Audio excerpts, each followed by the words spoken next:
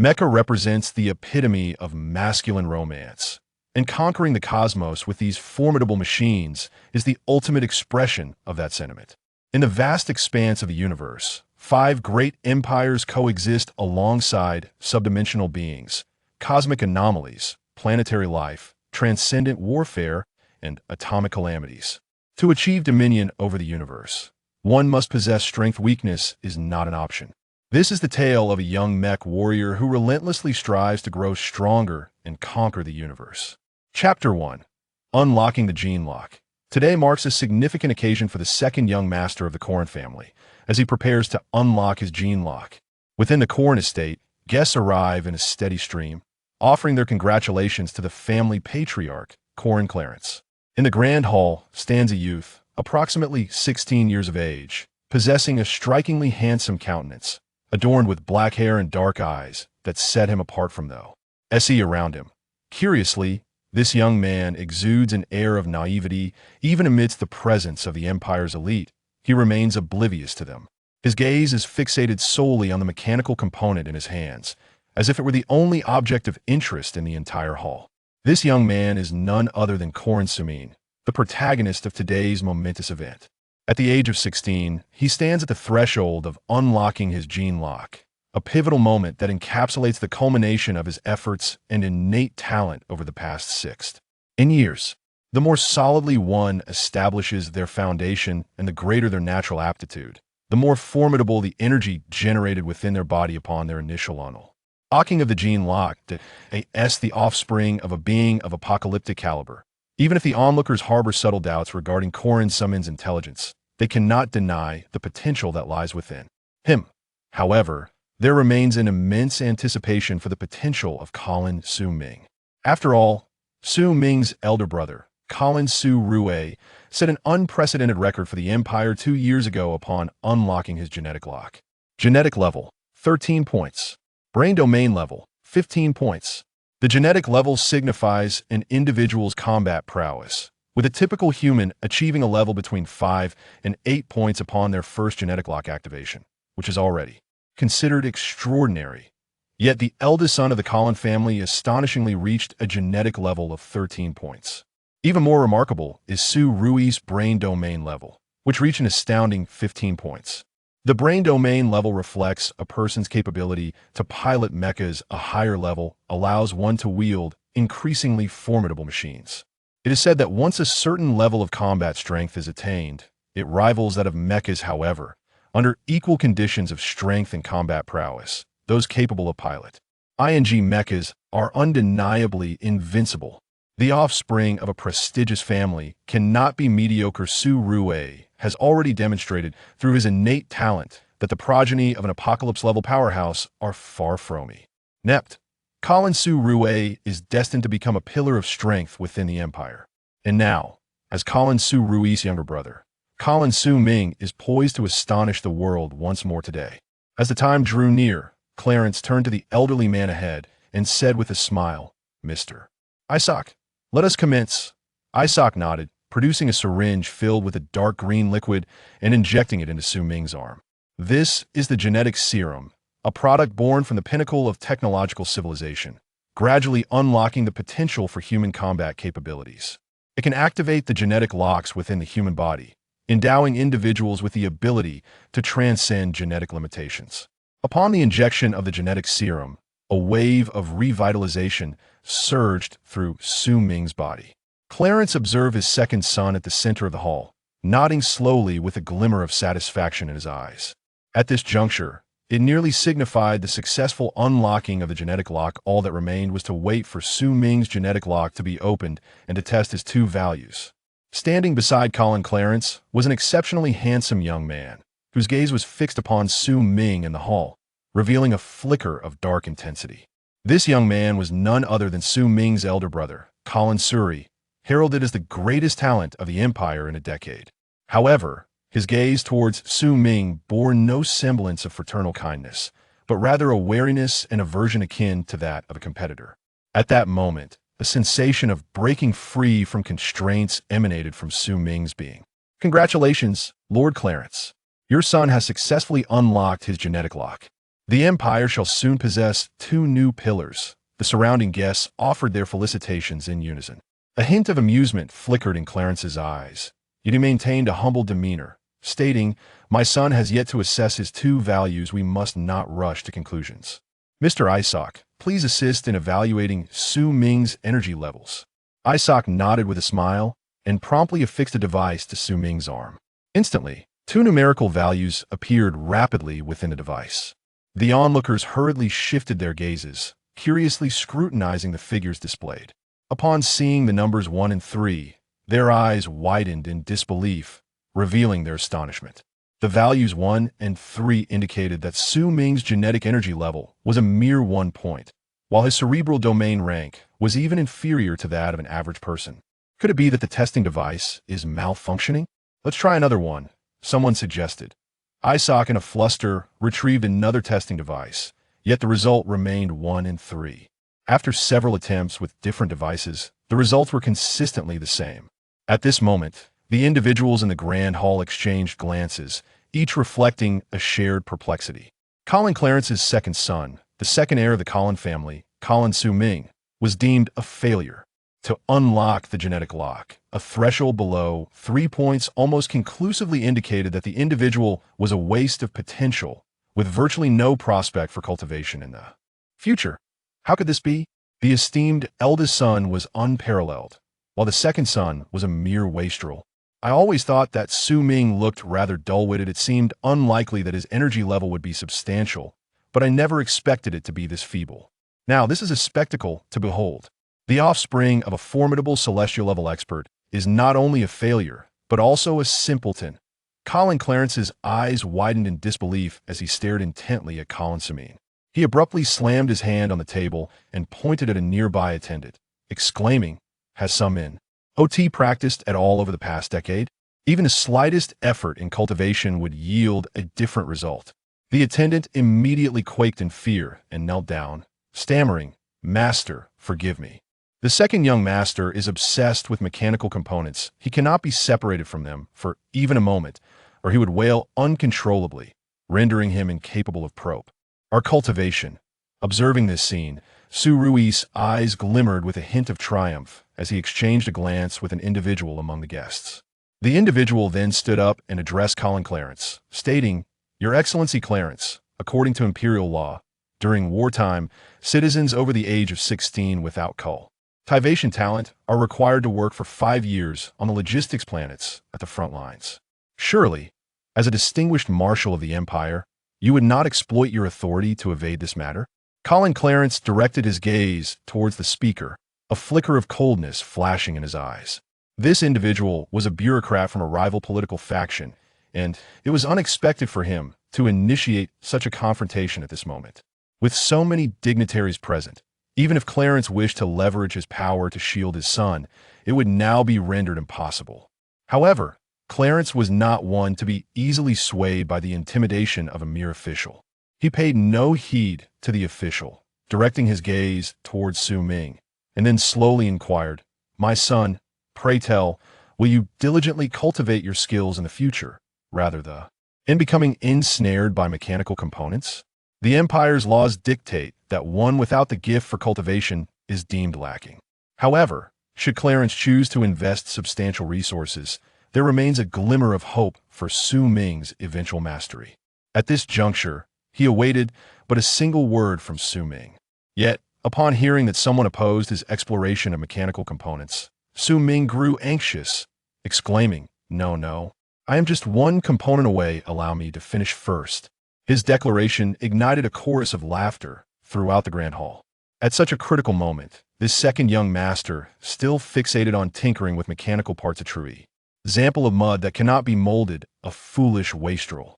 A fierce anger flickered in Clarence's eyes. His son was indeed a fool. Even if he wished to protect him, it appeared futile.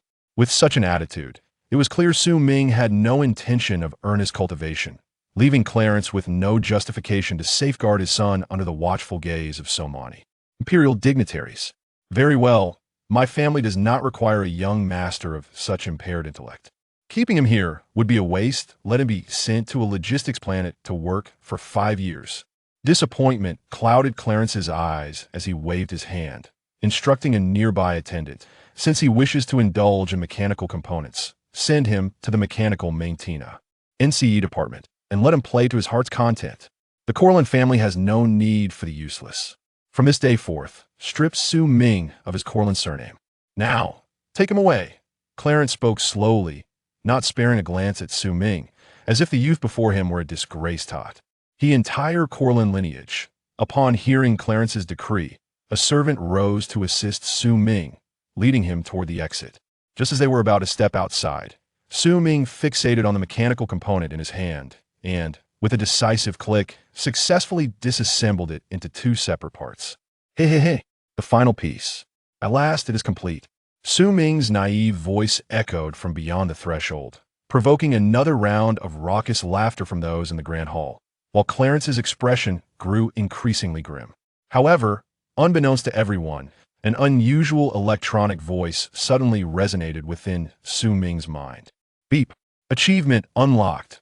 1 million mechanical components analyzed. Initiating Mecha Martial Sovereign System. Beep. Commencing genetic alteration, transforming carbon-based life forms into stellar bodies, acquiring the 9 luminaries stellar saint physique. Beep. Acquiring the technique limitless stellar art. Chapter 2. Journey to Nopa Planet. Damn. This curse system has finally released me. After departing the Grand Hall, Su Ming was ushered into a vehicle. The transport sped toward a certain interstellar teleportation station on the planet. No one noticed that Su Ming, sitting alone in the car, gradually transformed from a state of bewildered foolishness to a state of clarity. A flicker of divine light crossed his eyes, and he soon began to voice his grievances. Su Ming was not a native of this world. He was a traveler from Earth, specifically from the land of Huaxia. However, unlike other travelers, upon his arrival, his consciousness was ensnared by a system known as the Mecha Martial Supreme, trapping him in a realm of isolation.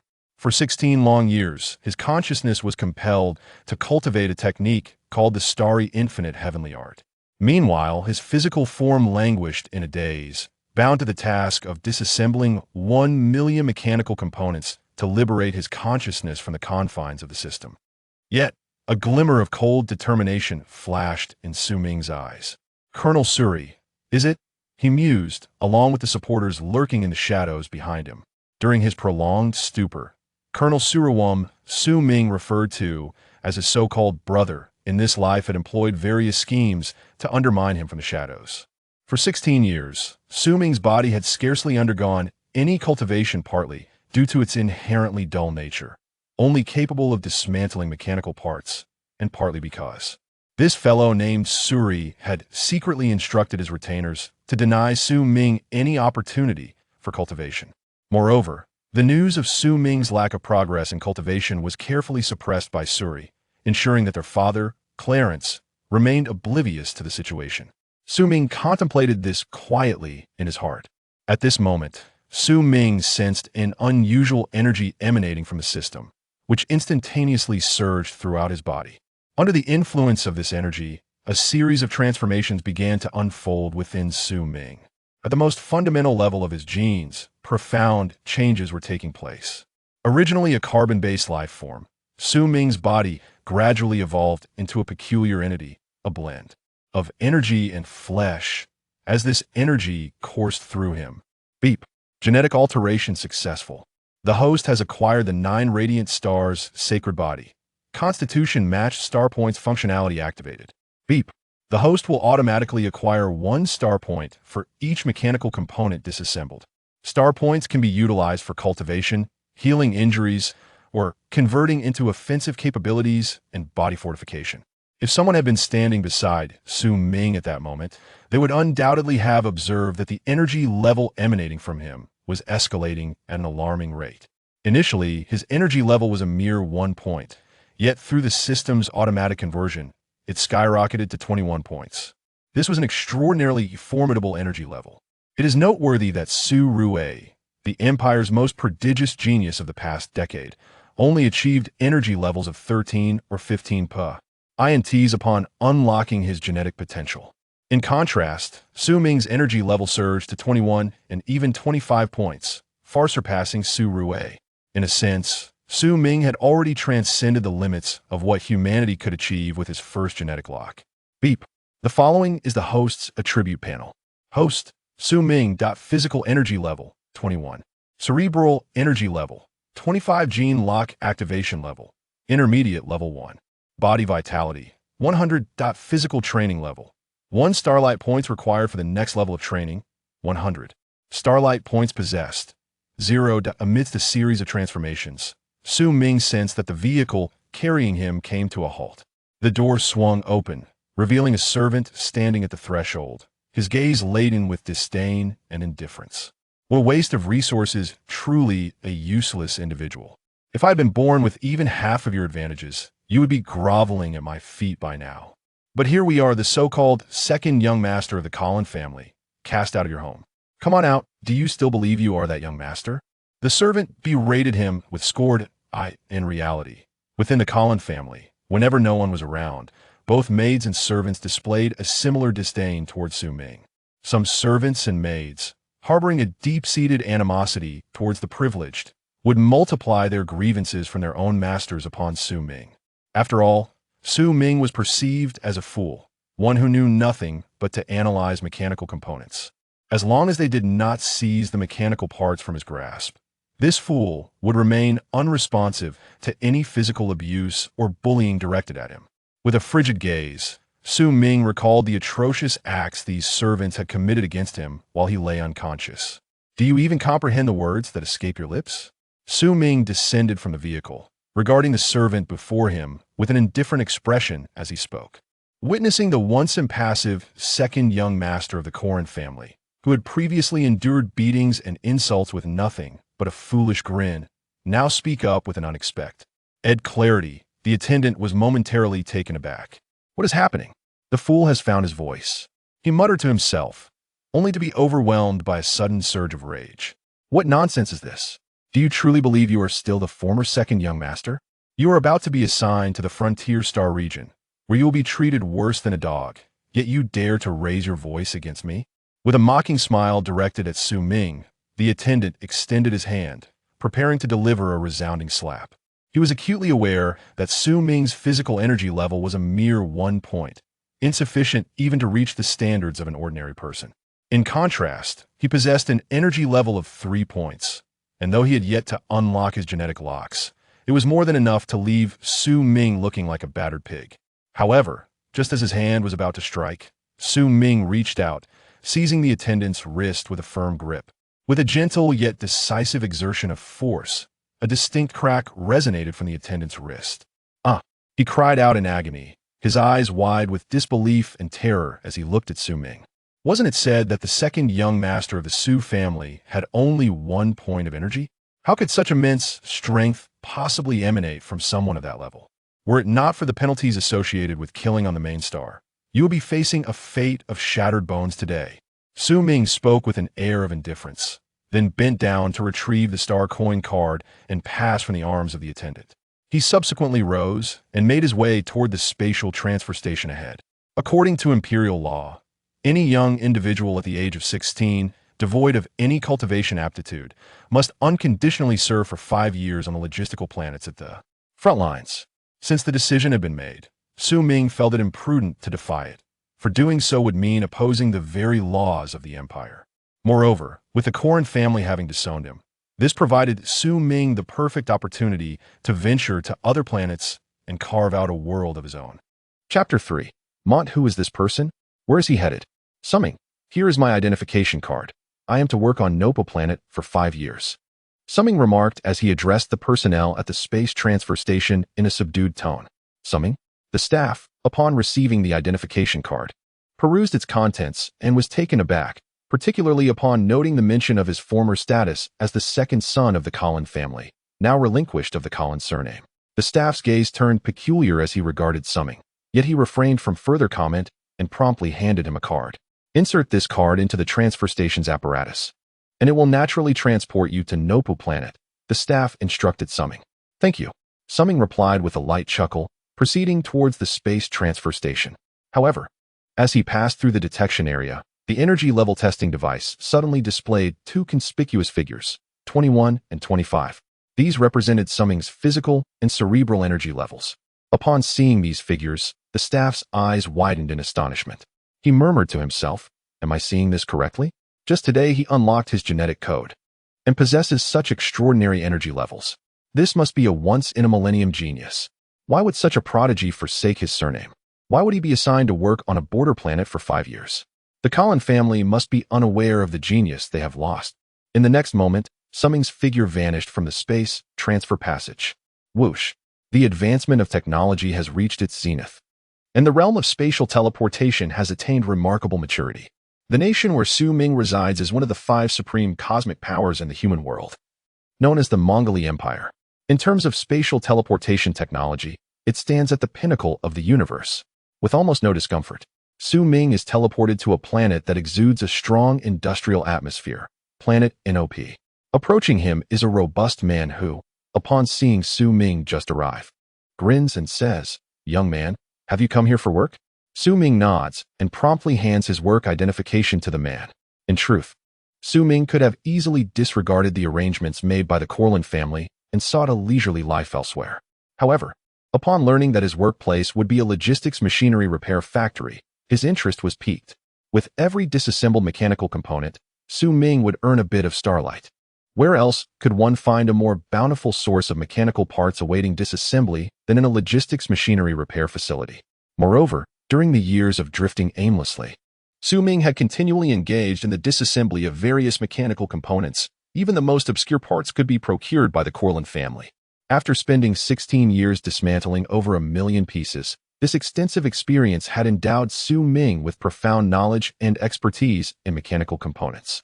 As he gazes towards the nearby logistic space, steeped in industrial essence, a flicker of enigmatic brilliance flashes in his eyes. Mechas are the dream of every gene warrior. Having disassembled 1 million distinct mechanical components, it is not inconceivable that I might one day assemble a mech of my own. The burly man took a glance at Su Ming's work identification, then eyed his physique and the luxurious attire he had yet to change out of, his brow furrowing slightly. "Kid, your work ID indicates a technical position? I had assumed you were merely a janitor or a statistician, non-technical roles. Surely you are not one of those pampered scions from wealthy families seeking to gild their resumes, are you? Let me make it clear. The path ahead in this logistics line leads directly to the battlefield, a place of life and death. A privileged youth like you should not come here to cause trouble." The man regarded Su Ming with a menacing expression. Su Ming chuckled softly and replied calmly, "I have practiced mechanical assembly and disassembly at home, and I am quite capable in this regard." Mechanical assembly and disassembly? The burly man scrutinized Su Ming from head to toe, then let out a derisive laugh. "All right then, let's see what you've got. I'll give you a few mechanical parts. If you can disassemble and reassemble them, I will allow you to work in the mechanics department. Otherwise, you will dutifully serve as a janitor and not cause any disturbances." Su Ming smiled. "No problem. Follow me." The burly man led Su Ming to an expansive mechanical production room. Newcomer, Mont. Inside the workshop, several individuals were engaged in the disassembly and reassembly of machinery. These were all machines damaged in the frontline battles, sent to the logistics repair facility for restoration. At this moment, the individuals engaged in repairing the machinery noticed the burly man entering with Su Ming and couldn't help but jest among themselves. What a ridiculous newcomer. Just look at that pretty boy's face. He must be a pampered disciple sent by some illustrious family. Wank, fetch me a few mechanical components. I shall put this lad to the test. The one referred to as Wank, a lean mechanic, burst into laughter upon hearing the burly man's words. He then retrieved several ordinary-looking mechanical parts from the damaged components before him. Newcomer, start with these simpler pieces for a trial. Clang.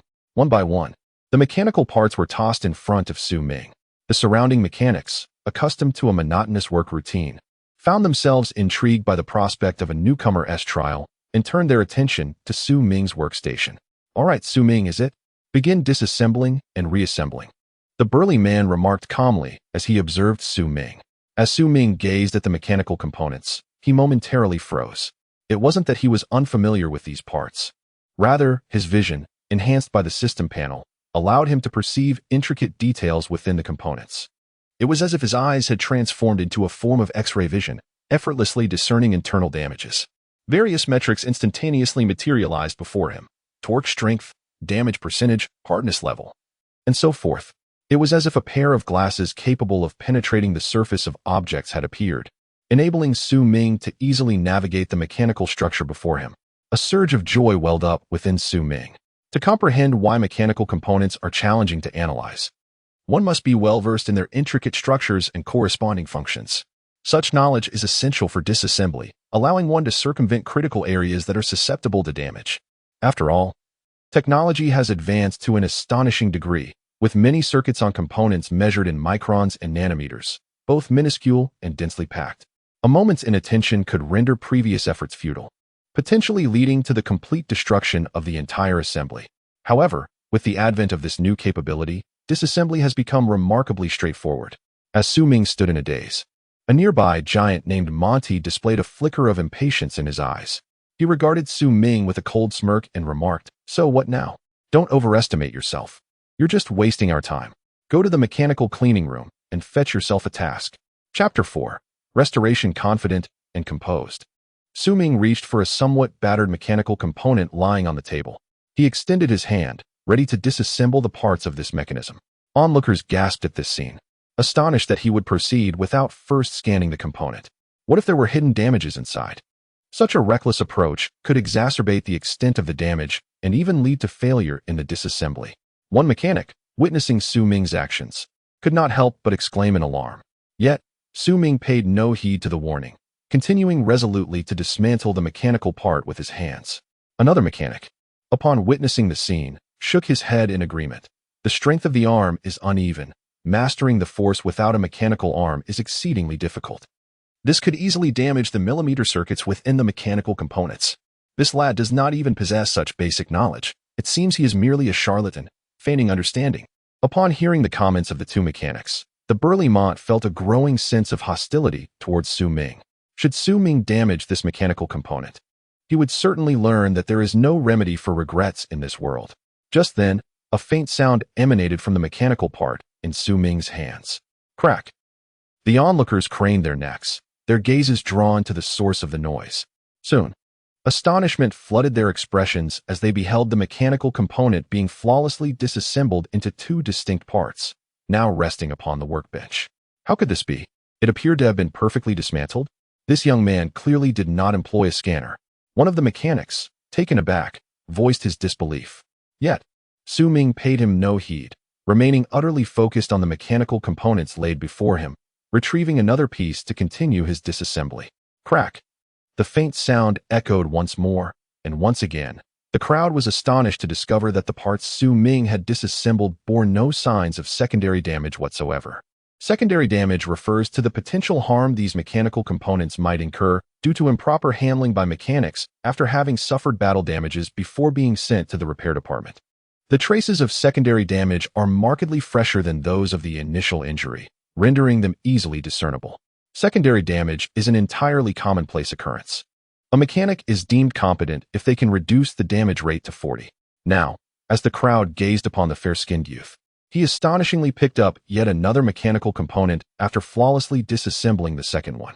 The rhythmic clicks echoed throughout the repair workshop, transitioning the onlookers' expressions from initial shock to disbelief, numbness, and eventually reverence. He had now disassembled 9 mechanical components, and the rate of secondary damage stood at an astonishing 0. Gasps of astonishment reverberated through the workshop. Although the use of a scanner was unnecessary, even seasoned craftsmen could achieve such feats. However, performing disassembly by hand demands an intimate understanding of every intricate structure within the mechanical components, alongside an impeccable control over exerted force. Even the slightest deviation could result in damage. The fact that this young man maintained a secondary damage rate of 0 indicates that his experience and proficiency in mechanical disassembly are likely unparalleled, eclipsing everyone present. Had he been practicing since birth? A mechanic murmured to himself, his eyes filled with incredulity. No, not only must one engage in practice from the cradle, but it is also imperative to dedicate oneself to it fervently, estimating a minimum of 10 hours each day with unwavering concentration, to attain such a level of proficiency in mechanical disassembly. One mechanic promptly shook his head, vehemently disputing the previous mechanic's assertion. To him, such a feat seemed nearly impossible. Who, in their right mind, would devote their childhood solely to the practice of mechanical disassembly?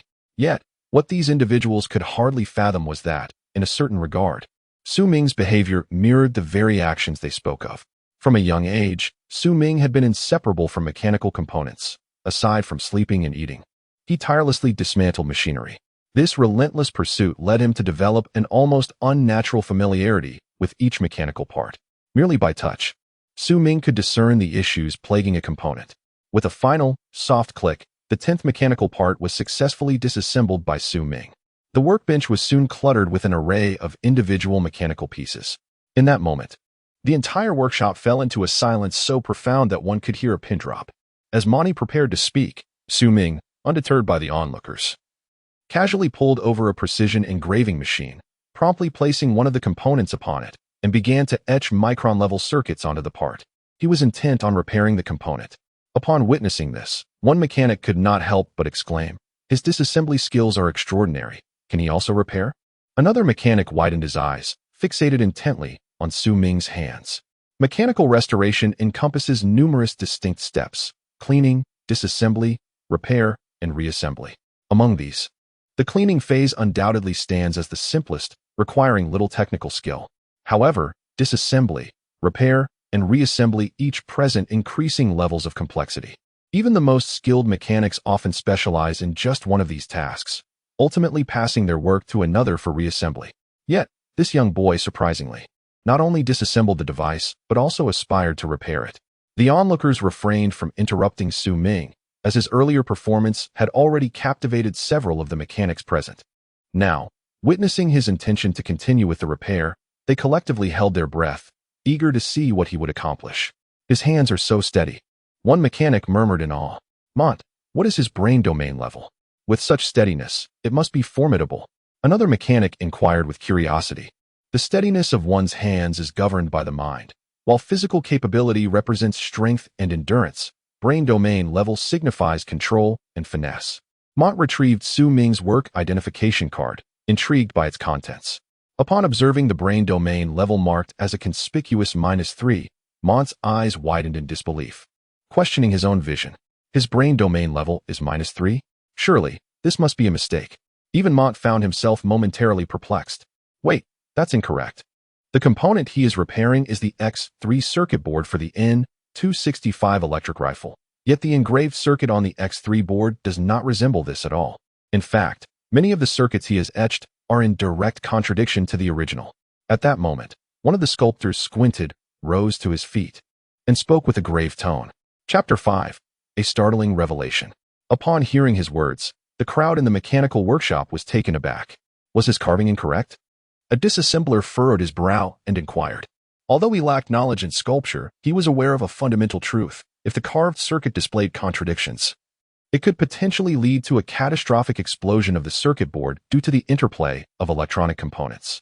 At that point, it would be futile to consider harming the enemy. Merely preserving one's own life would be a fortunate outcome. An erroneous carving is a severe taboo in mechanical repair and even in mechanical manufacturing. The consequences of such an error are indeed dire. Should we halt his progress? Monty frowned and subsequently posed the question. The sculptor intently observed Su Ming's technique, watching as Su Ming meticulously recarved the circuit on the already damaged circuit board. A flicker of confusion crossing his eyes. How peculiar. Although his carving paths were contradictory, they ultimately merged into an astonishing harmony. The sculptor murmured to himself, "Is there truly any danger?" Monty inquired, his brow furrowed. The sculptor shook his head and replied, "I cannot comprehend it. But to ascertain the final outcome, we shall wait until he completes the carving and then conduct a reinstallation test." Upon hearing the sculptor's words, the crowd redirected their gaze towards Su Ming. At this moment, Su Ming had commenced the restoration of the second component, continuing to utilize the precision carving machine, gradually etching intricate patterns onto the piece.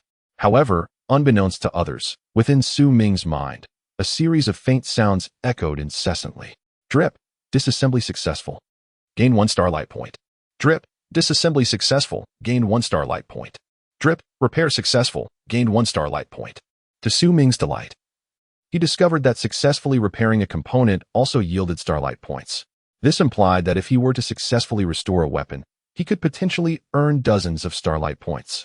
This logistics repair workshop was, in essence, his paradise. In high spirits, Su Ming continued his work with alacrity, swiftly repairing several more components, and combined with those previously disassembled, he instantly accumulated 20 starlight points. Gazing at the repaired parts in his hands, Su Ming hesitated not a moment and commenced the assembly process. The surrounding mechanics stood in a state of stupor, watching in disbelief as Su Ming prepared to assemble the freshly repaired components. Well, you can also perform mechanical reassembly. Is there anything you cannot do? Reassembly is the most challenging step in repairing mechanical components. It requires aligning each microscopic circuit with precision and ensuring that the gap between two parts is less than 1 micron. This is an exceedingly difficult task, demanding the utmost skill from the mechanics.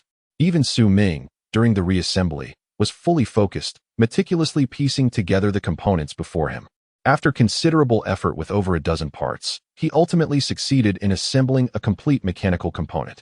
When Su Ming completed the assembly of the mechanical component, a collective sigh of relief echoed throughout the mechanical repair workshop. All eyes were fixed on Su Ming's meticulous operations, and as the parts finally came together successfully, a quiet sense of relief washed over everyone. It was a triumph. The circuit system of the N-265 electric rifle has been restored. Su Ming beamed at the mechanical component in his hands, his heart swelling with a sense of accomplishment.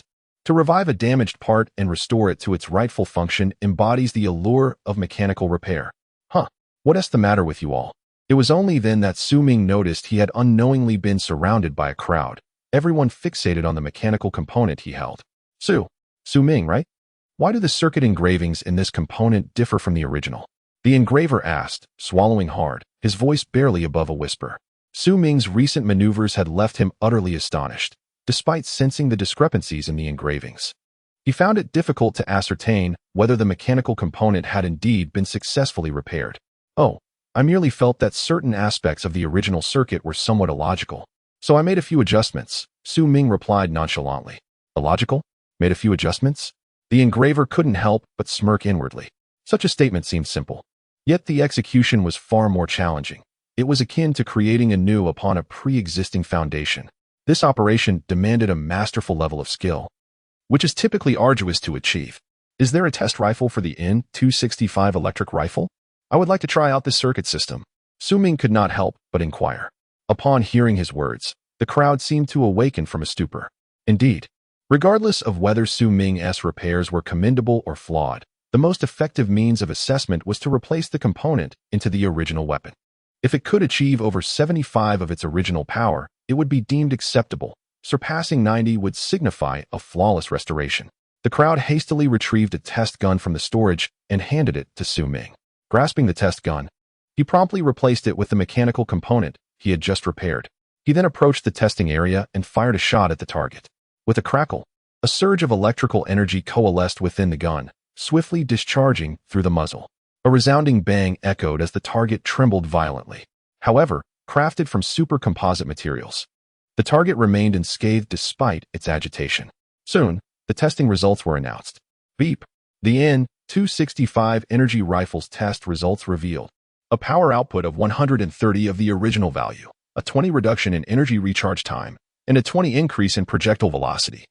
Overall assessment, the repaired component exhibited an efficacy of 130 of its initial performance. Component quality, exceptional. As the numbers flashed on the display, an overwhelming sense of exhilaration surged through all the engineers present, causing them to shudder with excitement.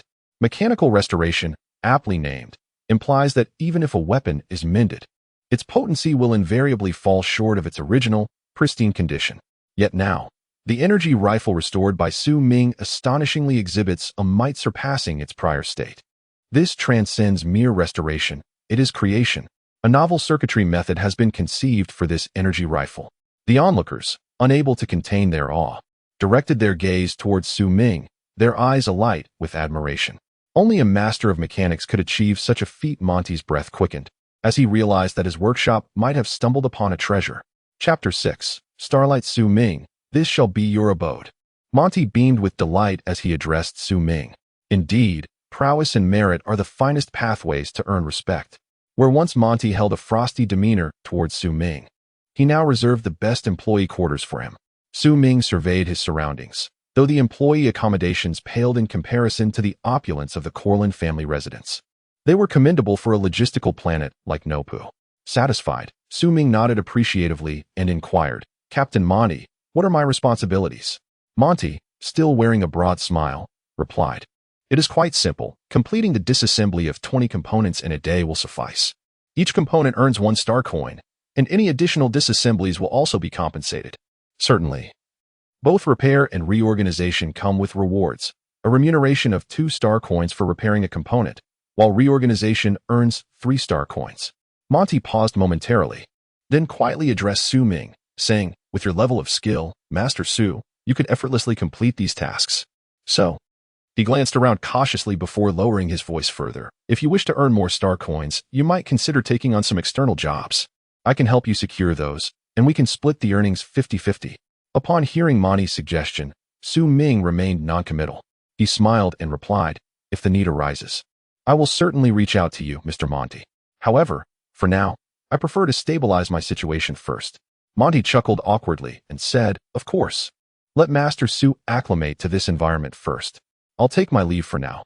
Feel free to ask me anything you may be uncertain about later." "Thank you, Mr. Monty," Su Ming responded. After Monty exited the room, Su Ming immersed himself in his system. At this moment, he possessed a remarkable 32 Starlight points. This was his first acquisition of Starlight points, and he was eager to explore their potential. According to the system's description, Starlight points could be utilized for a variety of purposes, including cultivation, attack, body repair, and physical enhancement. Clearly, at this juncture, they were best suited for cultivation and physical enhancement. Without hesitation, Su Ming opted for cultivation, Starless Infinite Celestial Art. This was a technique he had been practicing in his consciousness during the system's confinement for over a decade. Su Ming had already mastered his cultivation to perfection. At this moment, he effortlessly activated the Celestial Star technique. Soon, strands of starlight descended from the heavens into Su Ming's chamber, where they were absorbed into his being. Whether day or night, starlight always existed. The light of the stars is a form of starlight, and sunlight can undoubtedly be classified as starlight as well. Once these rays were absorbed into Su Ming's body, they began to circulate in a specific direction. This movement possessed an enigmatic rhythm, fortifying Su Ming's physique and rendering it increasingly resilient and powerful. As Su Ming opened his eyes, a contemplative expression flickered across his gaze. At the current pace of his cultivation, it would likely take him 2 weeks to ascend to the rank of an upper-tier genetic warrior. The hierarchy of genetic warriors is divided into 10 levels, corresponding to the 10 times the genetic locks within the human body are unlocked. Each time a new genetic lock is opened, the body must accumulate a substantial amount of energy, and upon reaching a certain threshold, the next genetic lock will be activated. With the unlocking of these genetic locks, genetic warriors gain increasingly formidable powers. Currently, Su Ming was a mid-tier genetic warrior, which meant he needed to accumulate energy within his body to reach the upper tier before he could unlock the next genetic lock and ascend to the rank of a second-tier genetic warrior. Su Rue, who was 2 years his senior, had unlocked his genetic locks 2 years prior. In that time, Su Rue had progressed from a first-tier genetic warrior to a sixth-tier genetic warrior. The pace of enhancement is extraordinarily terrifying, a rarity even within the Empire. If this rate of cultivation continues, it is uncertain whether I will ever catch up to Su Rue when we meet again in the future. I may not even be able to contend with him. After all, Su Rue benefits not only from a conducive cultivation environment, but also from the abundant resources provided by the Korin family, allowing him to cultivate at a speed far exceeding that of ordinary individuals. Even though my innate talent surpasses that of Su Rue, surpassing him without access to these resources seems an implausible endeavor. This is something I cannot accept. Given my character, I am one to repay every slight. With this thought in mind, I did not hesitate and promptly activated the system, utilizing 5 points of starlight to aid my cultivation. Soon, as the 5 points were consumed, 5 threads of exceptionally pure starlight surged into my body from the system. As I sensed this pure and immense starlight energy, a contemplative expression crossed my face. My 9 radiant star body is a unique constitution, comprising both starlight and flesh. The starlight points can significantly assist me in cultivating my physical prowess precisely, because my body is constituted of starlight energy. A substantial influx of this energy can indeed facilitate my progress. Without further delay, I began to circulate my techniques, absorbing the exchanged starlight into my being. The vast starlight coursed into every corner of my body, becoming an integral part of me, thereby fortifying my physique. I opened my eyes, a glimmer of joy flickering within them. Each starlight point I absorbed equates to an hour's worth of starlight energy. In other words, by exchanging merely 24 starlight points, it equates to a day's worth of cultivation. 24 starlight points correspond to the total amount of cultivation one would achieve in a single day. Su Ming quietly noted some characteristics of the starlight points, and subsequently, he converted the remaining starlight points back into starlight energy, which he gradually absorbed into his body. As a result, Su Ming's physique became increasingly resilient throughout the night of cultivation. Early the next morning, Su Ming awoke with the dawn, freshened up, and made his way to the mechanical repair workshop. "Master Su Ming, you're here. Good morning." The mechanics he encountered in the workshop had not forgotten the astonishment Su Ming had brought the previous day. Upon seeing him, smiles illuminated their faces as they greeted him. Su Ming, without any airs, returned their smiles and nodded amicably before heading to his workbench. He skillfully picked up a basket of mechanical components and began to disassemble them with expertise. Chapter 7. The Market Click. Click, click. Su Ming immersed himself in the task at hand, deftly disassembling the mechanical components one by one. While many regarded the disassembly of mechanical parts as a tedious endeavor, for Su Ming, it had become a daily routine over the course of more than a decade. It was now an intrinsic part of his being. In fact, the absence of disassembling mechanical components or carving circuits left Su Ming with an unsettling feeling. His hands moved with increasing speed, deftly manipulating the mechanical components he had meticulously disassembled.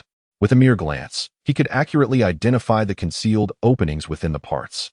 Time and again, Su Ming found no frustration in the task at hand. Whether disassembling mechanical components, engraving circuits, reassembling machinery, or delving into the intricate assembly of entire machines, culminating in the ultimate creation of a powerful mech, each step demanded immense mental acuity to maintain unwavering focus. This was an excellent opportunity to hone his concentration and strengthen his spirit. Throughout this process, Su Ming's cerebral capacity gradually enhanced through diligent practice and concentrated effort. There were no shortcuts to elevating one's cerebral capacity, no celestial sparks to provide sustenance.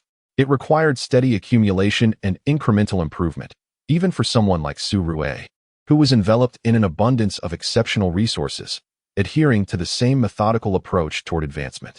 Su Ming fixed his gaze upon the mechanical components in his hands, clearing his mind of all distractions. He sensed that although he was engaged in the most fundamental of tasks, these endeavors would eventually lead to a profound transformation.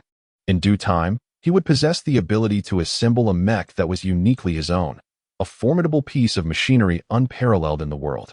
Before long, the 20 mechanical components in Su Ming's grasp had been successfully disassembled into a collection of intricate parts. Observing Su Ming's remarkable efficiency in this endeavor, the disassembly technician nearby could not help but gaze at him in admiration. "Are you planning to repair and reassemble them, Master Su Ming?" Mont, standing beside him, inquired with a smile. In less than an hour, Su Ming effortlessly dismantled 20 mechanical components, achieving an efficiency 5 times greater than that of other disassemblers.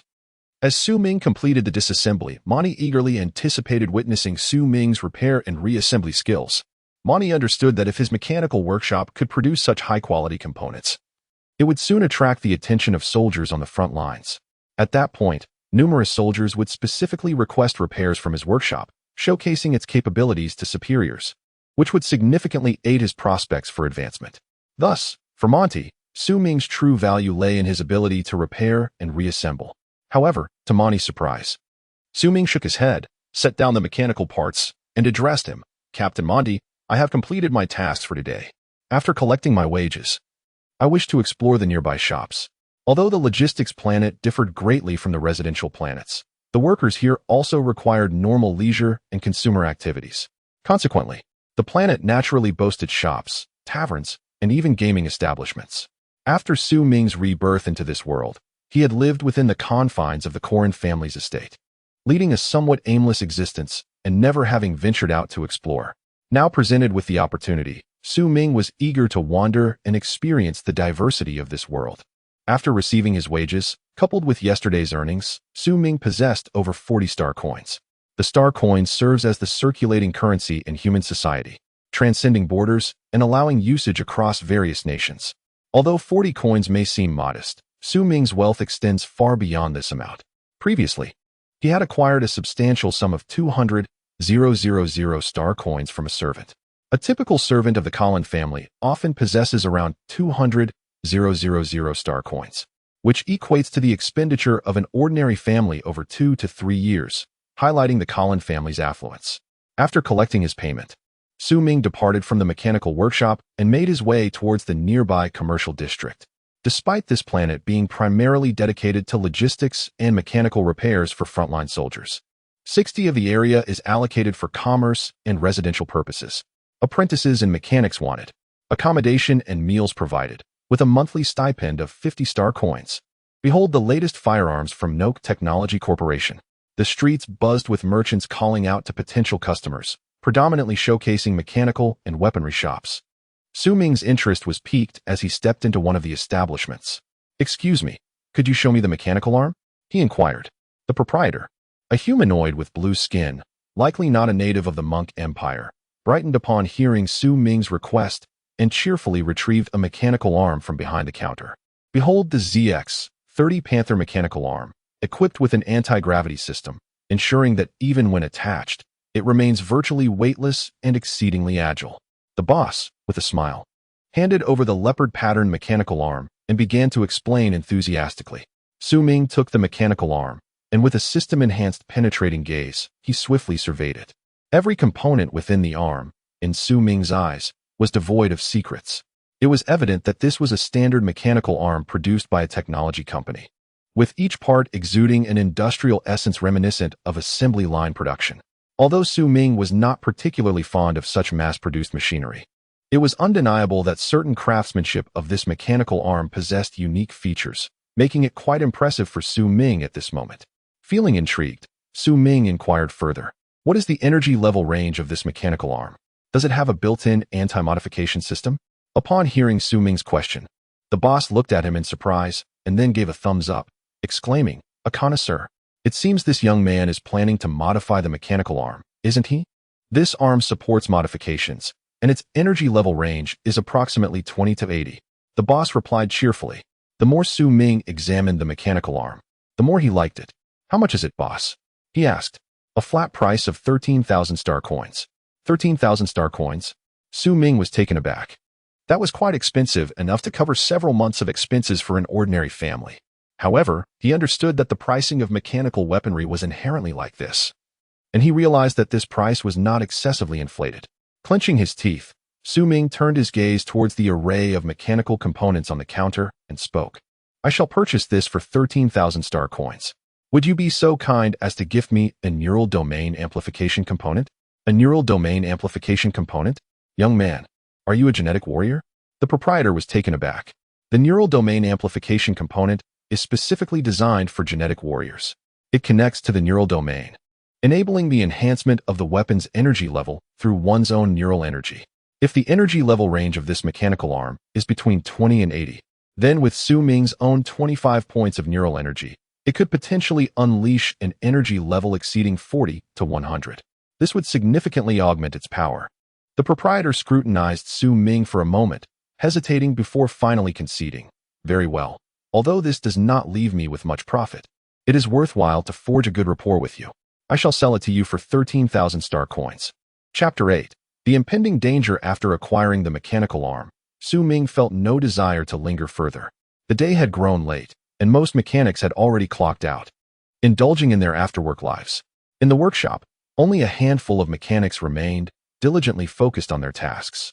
Su Ming discreetly approached his workbench, where only a nearby youth glanced at him with an expression of intrigue, momentarily captivated by the mechanical arm in Su Ming's possession. Ignoring the young man, Su Ming placed the mechanical arm on the workbench and proceeded to take out the neural domain amplification component gifted by the proprietor, diligently beginning to disassemble it with unwavering concentration. Although these components are considered relatively complete as a product, as Su Ming perceived, he felt no attachment to the standardized mechanical parts produced on the assembly line. Even though this mechanical component had reached a mature level of assembly, it still fell short of his expectations. In a swift and effortless manner, Su Ming disassembled the brain domain amplification component before him into its individual parts.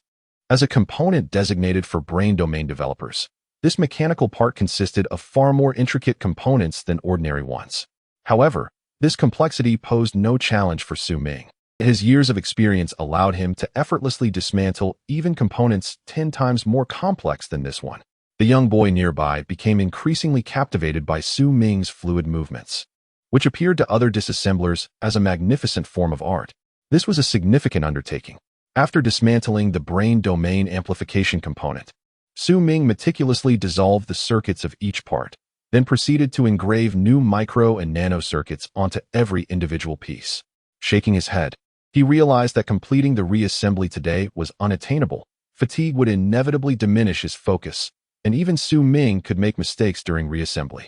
He stored the mechanical arm and components in the storage cabinet below and stood up, preparing to leave. Suddenly, he noticed that the young boy had not departed. Instead, he was gazing at him with a look of admiration. Su Ming was taken aback. "Aren't you off work yet? It's quite late." Upon hearing Su Ming's words, the boy's eyes reflected a hint of bewilderment. He appeared to struggle with communication, and after a considerable pause, he finally murmured, "Your dismantling and carving skills are remarkable. I couldn't help but be captivated." After uttering these words, Su Ming prepared to leave the mechanical workshop. The young man stood rooted to the spot, gazing at Su Ming in a daze, torn between his desire to speak and his social anxiety. Eventually, as Su Ming was about to push open the door, the boy summoned his courage and addressed him. "Su Ming, would you be willing to teach me mechanical skills?" It seemed that this inquiry had exhausted all his strength, as his voice grew increasingly faint with each word.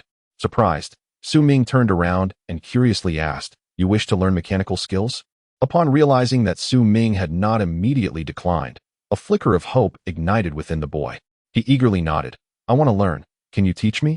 I won't ask for your guidance without giving something in return. I can assist you with your dismantling tasks and serve as your aid in handling mechanical components." After a moment of contemplation, Su Ming nodded in agreement. "All right, you can observe while I carve and assemble.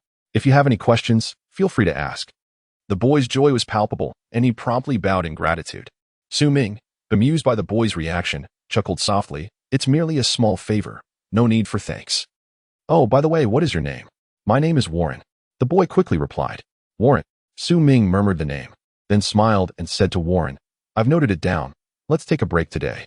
You can ask me any questions tomorrow." After speaking, Su Ming pushed the door open and exited, leaving Warren alone in the workshop, his face alight with immense surprise. He glanced at the departing Su Ming but did not follow. Instead, he remained at his workbench. He carefully retrieved a discarded mechanical part from the scrap bin and began to meticulously carve circuits into it. As it was his first attempt at carving, it was inevitably fraught with failures. Nevertheless, a glimmer of determination flashed in Warren's eyes as he immersed himself in the task, tirelessly imitating Su Ming's carving techniques. Throughout the workshop, circuits flickered to life only to extinguish swiftly, persisting deep into the night. Little did Warren realize that it was precisely due to this inquiry today, combined with his daily dedication, that in the years to come, the universe would bear witness to the emergence of an invincible powerhouse known as the God of Machinery, Warren. Of course, that is a tale for another time. As for taking Warren on as an apprentice, it posed no burden or inconvenience for Su Ming. Warren was exceptionally adept at understanding boundaries. He would only pose his queries during Su Ming's breaks, ensuring he did not disturb Su Ming while he was working. In fact, with Warren as an assistant, Su Ming was able to delegate some basic disassembly tasks to him. The disassembly tasks have become rather insignificant for Su Ming at present. Continuing such work seems a waste of time. Fortunately, Warren can assume a portion of the responsibilities that Su Ming has been handling, which leaves Su Ming quite content with his assistant. During their daily interactions, he puts in extra effort to mentor him. As the days pass, Su Ming dedicates his daytime hours to repairing and reassembling damaged mechanical components on the battlefield, thereby accumulating a significant number of starlight points from the system. After work, he busies himself with modifying his mechanical arm, transforming it to match the familiar circuitry pattern and installing brain domain amplification components. His days are indeed fulfilling and structured. However, unbeknownst to Su Ming, at this very moment on Claire Star, one of the 5 major planets of the Mongkolai Empire, a young man who bears a striking resemblance to him wears a subtle smile. "Excellent. Father has finally departed, allowing me to discreetly eliminate some of the family's liabilities." Chapter 9. The mechanical arm Claire Star, renowned for its opulence and extravagance, is one of the 5 principal planets within the Mongkolai Empire. holding a significant position in the realm. While this planet may not excel in technology or military prowess compared to the other main stars, failing to reach even half their standards, its extreme luxury and entertainment have reached unparalleled heights. This has led numerous prestigious families and powerful clans within the Empire to establish their bases on Claire Star. Though the military prowess of Claire Star is not particularly advanced, it is a gathering place for formidable individuals, teeming with the founders of illustrious families, prodigies, and significant figures of the Empire. The Corrin family stands as one of the more sizable clans on Claire Star, with its head, Corrin Clarence, being an invincible powerhouse of the apocalyptic level. One of the 99 chosen by the Empire. The vastness of a cosmic-level empire is beyond comprehension. Even trillions of inhabitants could scarcely describe a fraction of its population. Given such an astonishing demographic base, the existence of merely 99 apocalyptic-level warriors underscores the sheer magnitude of their might. At this moment, within the Corrin family, the eldest son, Surue, gazed with a smile at the man before him, who was clad in casual attire. Once the task is accomplished, the subsequent star coins will be transferred to your account. Additionally, I have prepared gene modifications, cosmetic alterations, and a new identity card for you. Simply adopt a new name. And I assure you, no one will trace it back to you, Surue remarked, idly toying with the cup in his hand. Upon hearing Surue's words, the man in casual clothing nodded impassively and replied, "Rest assured, young Master Surue, with my intervention, Su Ming is as good as dead." Surue cast a glance at the man, noting that he was a third-tier low-grade genetic warrior. Although he had yet to unlock his cerebral domain, his physical prowess exceeded 400 points. With such physical capabilities, the act of eliminating a fool seemed almost like overkill, were it not for the need for caution. Suri felt utterly reassured, even if this man in plain clothes stood still and allowed Su Ming to strike. Su Ming would likely be unable to even graze the man's skin. The disparity in their levels rendered any possibility of an unexpected outcome non-existent. "Go ahead," Suri exclaimed. Her spirits lifted as she rose and addressed the man with a smile. The man nodded slightly, and then, with a swift motion, departed from the Cologne family, heading directly towards the spatial transmission station. "Please present your pass. Where are you headed?" The man glanced at the staff member and then chuckled softly, slowly articulating the words, "Nor planet." Meanwhile, Su Ming was diligently working in the mechanical workshop. After a week of continuous modifications, the mechanical arm had undergone a complete transformation. The revamped arm was denser than before, exuding an air of greater danger. Most importantly, this mechanical arm could be enhanced through brain domain energy levels. What does the enhancement through brain domain energy entail? Essentially, if a normal person wielded this mechanical arm, its power would be rated at 5 points. However, a brain domain developer with an energy level of 5 could utilize the brain domain amplification system to elevate the arm's power to approximately 10 points. The brain domain energy could almost be translated into tangible combat strength, empowering the mechanical weapon to unleash formidable force. Of course, it is important to note that the enhancement is not guaranteed to be absolute. Various factors such as energy loss within the amplification system must be considered. In reality, the enhanced value can only approach the brain domain energy level rather than achieving a 100% amplification. Moreover, one must also take into account the material of the robotic arm and the upper limit of the energy it can accommodate. For instance, a robotic arm with an energy capacity of 100 points would be utterly incapable of withstanding the force of a powerhouse possessing an energy level of 10,000 points, resulting in its catastrophic failure. Observing the successful modification of the enormous robotic arm in his hands, a glimmer of delight flickered in Su Ming's eyes. Beside him, Warren approached eagerly, caressing the robotic arm as if it were a precious work of art. Warren harbored an immense fascination for machinery. The more intricate the device, the greater his admiration. "Su Ming, what is the energy level of this robotic arm? Hurry, let us measure it," Warren exclaimed excitedly. Su Ming shook his head and, with a smile, replied, "We want to measure it here. Let us step outside." "Not here." A hint of confusion crossed Warren's face. The workshop was equipped with the appropriate measuring systems. Why not conduct the assessment there? Though perplexed, he refrained from voicing his thoughts and suppressed his curiosity as he followed Su Ming outside. As they walked, they unexpectedly arrived at an exceedingly desolate wasteland. There were no structures in the vicinity, just an expanse of barrenness. Nevertheless, Su Ming appeared quite content with the surroundings. Upon arriving, He stood still and began to fine-tune the robotic arm in his possession. Warren's confusion deepened, and he could no longer contain himself. Su Ming, what are we doing here? This desolate area has no testing instruments. Su Ming smiled faintly, choosing not to respond. In the midst of Warren's astonished gaze, Su Ming equipped the mechanical arm onto his right hand. Before Warren could utter a word, an overwhelming surge of energy erupted from the mechanical arm. Without hesitation, Su Ming launched a punch forward. The impact resounded, as he groggily rose from the ground and beheld the scene before him. His mouth fell agape in disbelief as he gazed upon the deep pit that had formed.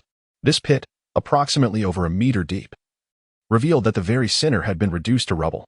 Just moments ago, there had been no pit, yet it had suddenly manifested before Warren. The only explanation was that this crater had been created by Su Ming's recent strike. Warren abruptly grasped the implication, turning his gaze towards Su Ming in astonishment, exclaiming, "You are a Gene Warrior?" The term Gene Warrior resonated with Warren as both distant and deeply coveted. He never anticipated encountering one so close to him. Su Ming nodded with a smile, then caressed the mechanical arm, murmuring to himself, "Not bad. The energy level of the mechanical arm, after modification, has reached 130 points. The power of my recent attack should be around 350 points. 130. 350. Warren echoed, his voice barely above a whisper as he processed Su Ming's words. However, his eyes soon widened in realization as he looked at Su Ming, asking incredulously, "You are also a brain domain developer?" Chapter 10. Danger approaches. The mechanical arm originally possessed an energy level of 130 points. Yet it astonishingly achieved an output of 350 points. This phenomenon can only be attributed to one explanation. Su Ming, standing before us, is a developer of cerebral domains, possessing a cerebral energy level exceeding 120 points. This extraordinary capability enabled the mechanical arm, which has a fundamental level of only 130 points, to unleash an impressive 350 points of energy. Now, Warren gazes at Su Ming, rendered speechless by the enigma before him. Su Ming's foundational skills and mechanics are so profoundly solid that they inspire a sense of awe, and he is also a genetically enhanced warrior specializing in cerebral domain development. This is nothing short of an impossibility. The energy level of over 120 points categorically places Su Ming within the realm of a level 2 genetic warrior. Is it conceivable that he has simultaneously mastered both disciplines from the very beginning? Warren feels a sense of confusion. It is essential to note that genetic warriors are classified into two categories: those who have undergone cerebral domain development and those who have not. The former can pilot mechas, significantly enhancing their combat capabilities, while the latter are limited to mere physical strength. Though they can contend with mecha warriors, they invariably fall short of the enhancements provided by cerebral energy levels. Isn't it peculiar? Su Ming inquires, casting a surprised glance at Warren before shaking his head. Absolutely bizarre. Warren responds earnestly, nodding in agreement before posing a question. You are clearly a genetic warrior, exempt from legal constraints when assisting the front lines. Why then? Do you choose to spend 5 years here in apparent futility? Upon hearing Warren's words, Su Ming fell silent for a moment before shaking his head. I did not come here to squander time. Warren was taken aback, glancing at Su Ming, sensing that there was something unspeakable troubling him. He quickly smiled and shifted the topic. I truly envy you. I also aspire to become a genetic warrior, but Su Ming looked at Warren with curiosity. With a wry smile, Warren replied, my family lacks the financial means to purchase the medication required to unlock the genetic lock. The optimal time for activation has already passed. It seems I am left with no choice. A hint of melancholy flickered in Warren's eyes. However, Su Ming promptly shook his head, disagreeing. The genetic lock merely signifies a barrier. The timing of its unlocking is inconsequential. As long as you maintain a state of cultivation, your genes will continuously accumulate energy, which will erupt in a magnificent explosion the moment the lock is finally opened. Warren was momentarily taken aback, then skeptically inquired, is that truly the case? Su Ming nodded earnestly. This perspective starkly contrasted with the prevailing notions in interstellar society, which held that only upon unlocking the genetic lock could one reap the benefits of cultivation. Prior efforts were merely foundational work for the body. However, having practiced a method distinct from the mainstream, Su Ming had developed a unique understanding of genetic matters. The genetic lock is merely a barrier. Its existence does not hinder the body's ability to continue its cultivation. In light of this, I shall embark on the path of genetic refinement starting today. Should the future unfold as you have foretold, once I have amassed sufficient funds, I shall procure a vial of genetic serum to unlock the latent potential within me. A glimmer of hope ignited in Warren's eyes, infusing him with a newfound vibrancy. Su Ming nodded with a smile. Very well. Upon returning to the dormitory, Su Ming placed the mechanical arm beside him, his face reflecting a sense of satisfaction. He was quite pleased with this mechanical appendage. In a world rife with uncertainties, possessing such a device for self-defense brought him a sense of security. He then turned his focus inward, examining the fluctuations of power within his body. Warren's conjecture proved accurate. After a week of diligent training, Su Ming had ascended to the realm of a level 2 genetic warrior. The augmentation from the starlight points accelerated his training pace to astonishing heights, surpassing his previous efforts by more than tenfold. What once required 1 or 2 months to achieve now took merely a week. Su Ming's physical energy level and cerebral domain energy level currently stood at 131 and 124 points, respectively. Ultimately, the enhancement of the cerebral domain energy level was notably gradual. Even though Su Ming's mechanical skills were robust, facilitating a relatively swift ascent, they paled in comparison to the rapid advancements afforded by the starlight points in his physical energy level. The day's endeavors, dismantling, sculpting, and reassembling, yielded him over 40 starlight points. The starlight points once again bolstered Su Ming's cultivation for the night. Yet, at that moment, Su Ming suddenly opened his eyes, a flicker of wariness flashing within them. What was happening? A surge of alarm coursed through Su Ming's mind, but having practiced the celestial boundless art, his sensitivity to aura and danger had reached an exceptionally acute level. At this instant, he distinctly sensed an unsettling presence gradually encroaching upon him. No longer daring to continue his practice, he grasped the recently modified mechanical arm beside his bed, casting a vigilant gaze towards the door. The source of his disquiet was undeniably emanating from outside. Although he could not pinpoint the strangeness, his sense of caution remained unwavering. Suddenly, a faint sound echoed from beyond the door, resembling the click of a trigger being pulled. The sound was exceedingly subtle, had it not been nightfall with the surrounding silence. Su Ming might have remained oblivious to it. In an instant, a wave of terrifying urgency surged through his heart. Without hesitation, he swiftly sidestepped. In the next moment, the headboard of his bed erupted in an explosion, flames immediately engulfing the room. Without a moment's delay, Su Ming affixed the mechanical arm and shattered the window. Leaping through it, he rolled upon hitting the ground, landing securely. Behind him, a raging inferno blazed, and had he been a fraction slower, he would have been shot dead, leaving no trace. A shiver of fear coursed through Su Ming, but he quickly sprang into action, racing towards the mechanical workshop. What was that? At that moment, Su Ming heard a faint gasp reach his ears. Immediately, a man dressed in plain clothes, bearing an expression of indifference, emerged from the shadows.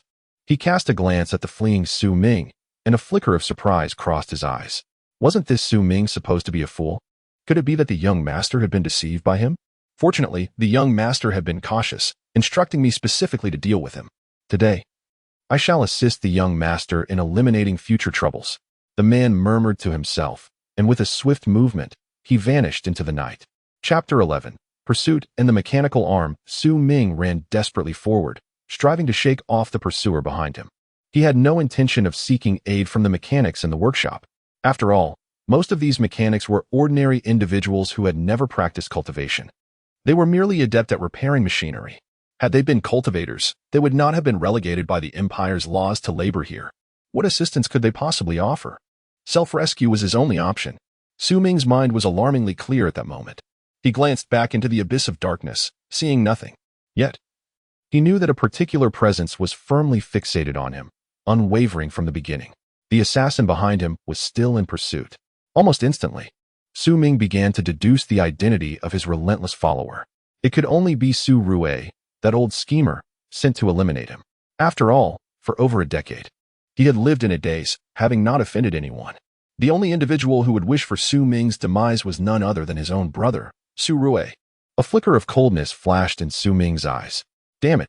Initially, despite the contradictions, there seemed to be no necessity to drive Su Rue to his demise.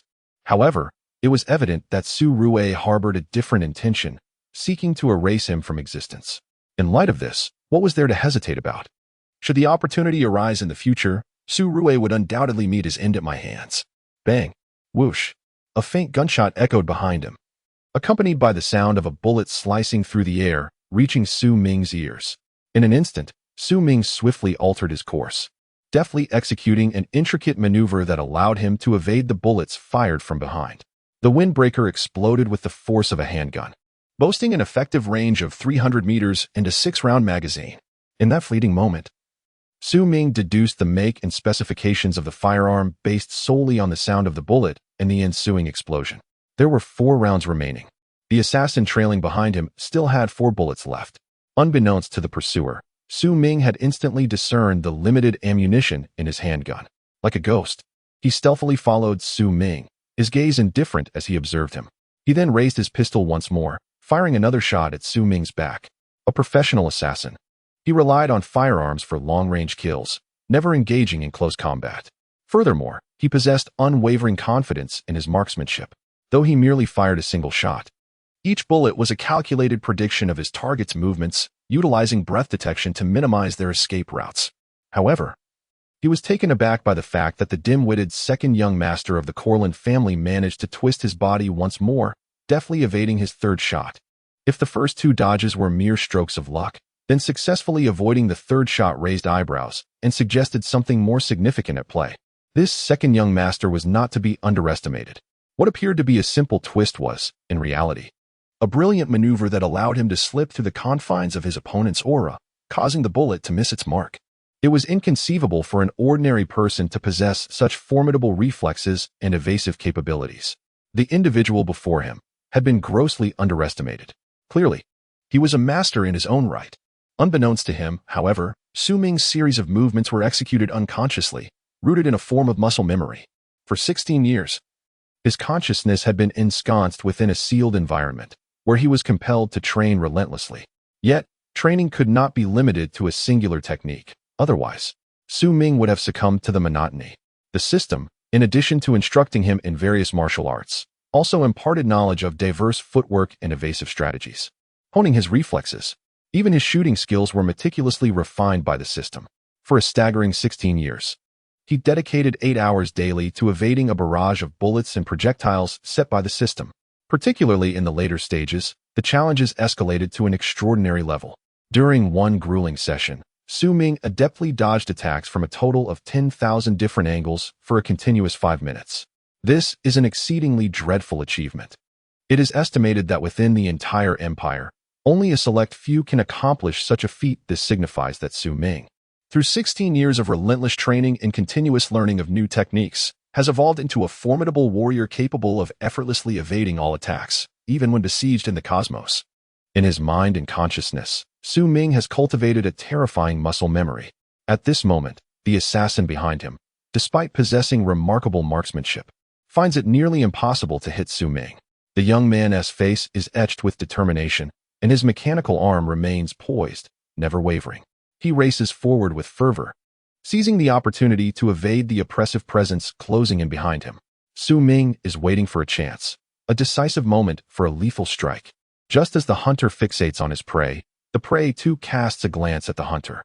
Finally, after a series of gunshots, the assassin clad in casual attire ceases fire. He has realized that no matter how many bullets he fires, unless wielding a large area weapon, the young man ahead will evade them all. It may sound incredible, yet he is compelled to accept the reality before him. Shaking his head, he holsters his pistol and, in an instant, accelerates with unparalleled speed towards Su Ming. Recognizing that distant firearms are ineffective, he opts for close combat.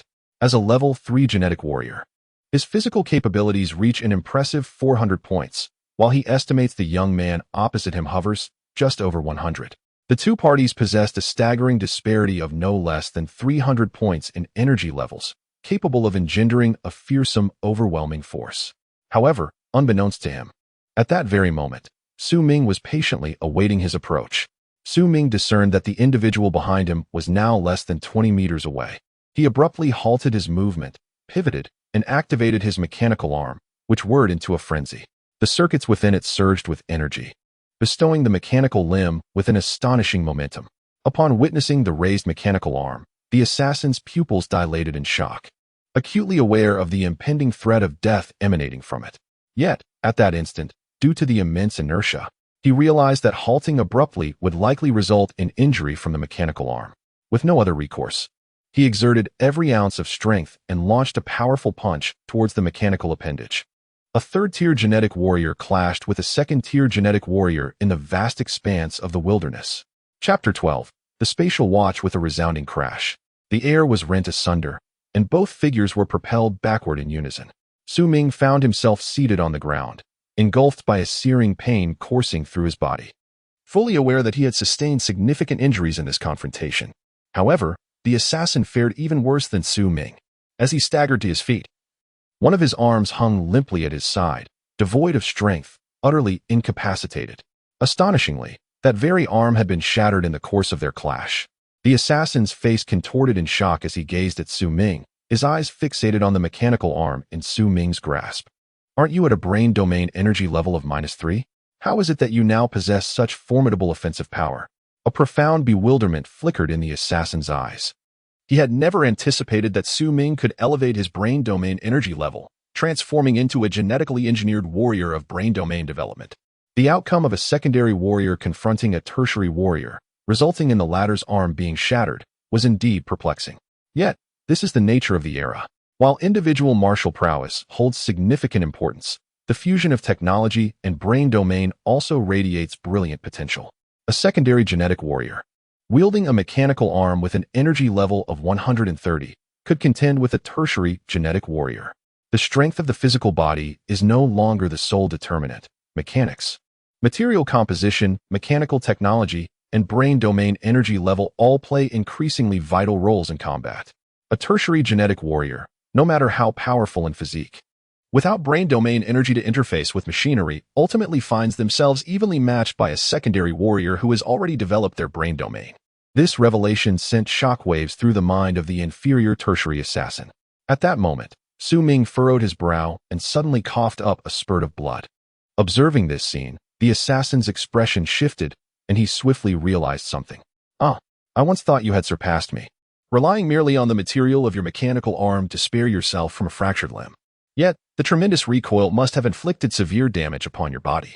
I fear your internal organs may have ruptured, and your arm is gradually losing strength.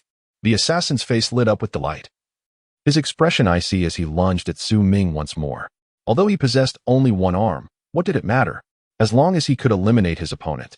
Modern medical technology could easily facilitate the regeneration of severed limbs. Would he truly concern himself with a fractured arm? Su Ming regarded the assassin with a grave expression. He was indeed correct. Despite Su Ming's outwardly intact physique, his internal organs had been shattered by the impact. While a second-tier gene warrior could withstand a confrontation with a third-tier gene warrior thanks to his mechanical arm, a significant disparity in their levels remained. Had Su Ming not upgraded his mechanical arm to a power level of 130, the original power level of 80 would likely have resulted in a fracture from such a blow. The assassin brimmed with confidence, having taken countless lives. Observing Su Ming's current state, he recognized that his capacity for resistance was dwindling. He charged towards Su Ming, poised to deliver a lethal strike. However, at that moment, a brilliant starlight erupted from within Su Ming's being. Under the radiance of the starlight, his injuries healed instantaneously. Warning: biological activity at 45. Complete recovery requires the consumption of 30 star points. Do you wish to proceed? Consume. After the starlight faded, Su Ming's physical condition had returned to its peak state. He cast a frigid gaze towards the approaching assassin, a hint of disdain curling at the corner of his lips. Beep, beep, beep. The mechanical arm powered up once more, electricity coursing through it with wild abandon. In the next instant, Su Ming raised his mechanical arm and, amidst the assassin's palpable terror, unleashed a devastating punch. Boom. With a singular blow, the assassin, who was left with but one arm, was shattered to pieces, his body torn apart by immense force. His eyes wide open in a final, irrevocable expression of death. Su Ming detached the mechanical arm, breathing heavily. The final strike had indeed exerted a considerable recoil, yet fortunately, much of it was absorbed by the mechanical arm, leaving little to affect Su Ming. Hence, he did not find himself expelling blood as he had moments before. Dragging the mechanical arm, Su Ming approached the fallen assassin and crouched down to search through his belongings. A spatial wristwatch? After rummaging for a while, without success, He suddenly noticed a severely damaged watch on the assassin's arm. Su Ming promptly lifted the arm. This was a spatial wristwatch, one of the finest inventions of the new cosmic era. Do not be deceived by its small size. It housed an independent spatial system, capable of containing dozens of cubic spaces, thus allowing for the storage of a vast array of items. Moreover, it is conveniently portable, making it particularly suitable for nefarious deeds. However, Su Ming glanced at the watch in his hand. No matter how he adjusted it, the timepiece remained utterly still. With a wry smile, Su Ming concluded that it must have been damaged during the recent skirmish, rendering it incapable of functioning properly. Nonetheless, it mattered little. As long as the core of space within remained intact, the contents would not be lost. Once he repaired the watch, he would be able to inspect its treasures. Su Ming then surveyed the lifeless body of the assassin, contemplating his next move. Ultimately, he decided to utilize his mechanical arm to excavate a substantial pit, burying the corpse within. As for the possibility of being discovered or encountering trouble thereafter, such concerns were of little consequence. Nor Planet, situated perilously close to the front lines, was classified as a non-residential planet, rife with chaos on a daily basis. Given its proximity to the front lines, law enforcement could only ensure order within the commercial districts and industrial zones. In the desolate outskirts, it was entirely commonplace for several lives to be lost each day. Who had the time to intervene? Provided one refrained from committing murder in plain view, trouble was unlikely to find them. Had it not been for the fear of Su Rue uncovering evidence and creating further complications for him, Su Ming would have been entirely disinclined to dispose of the body. Chapter 13.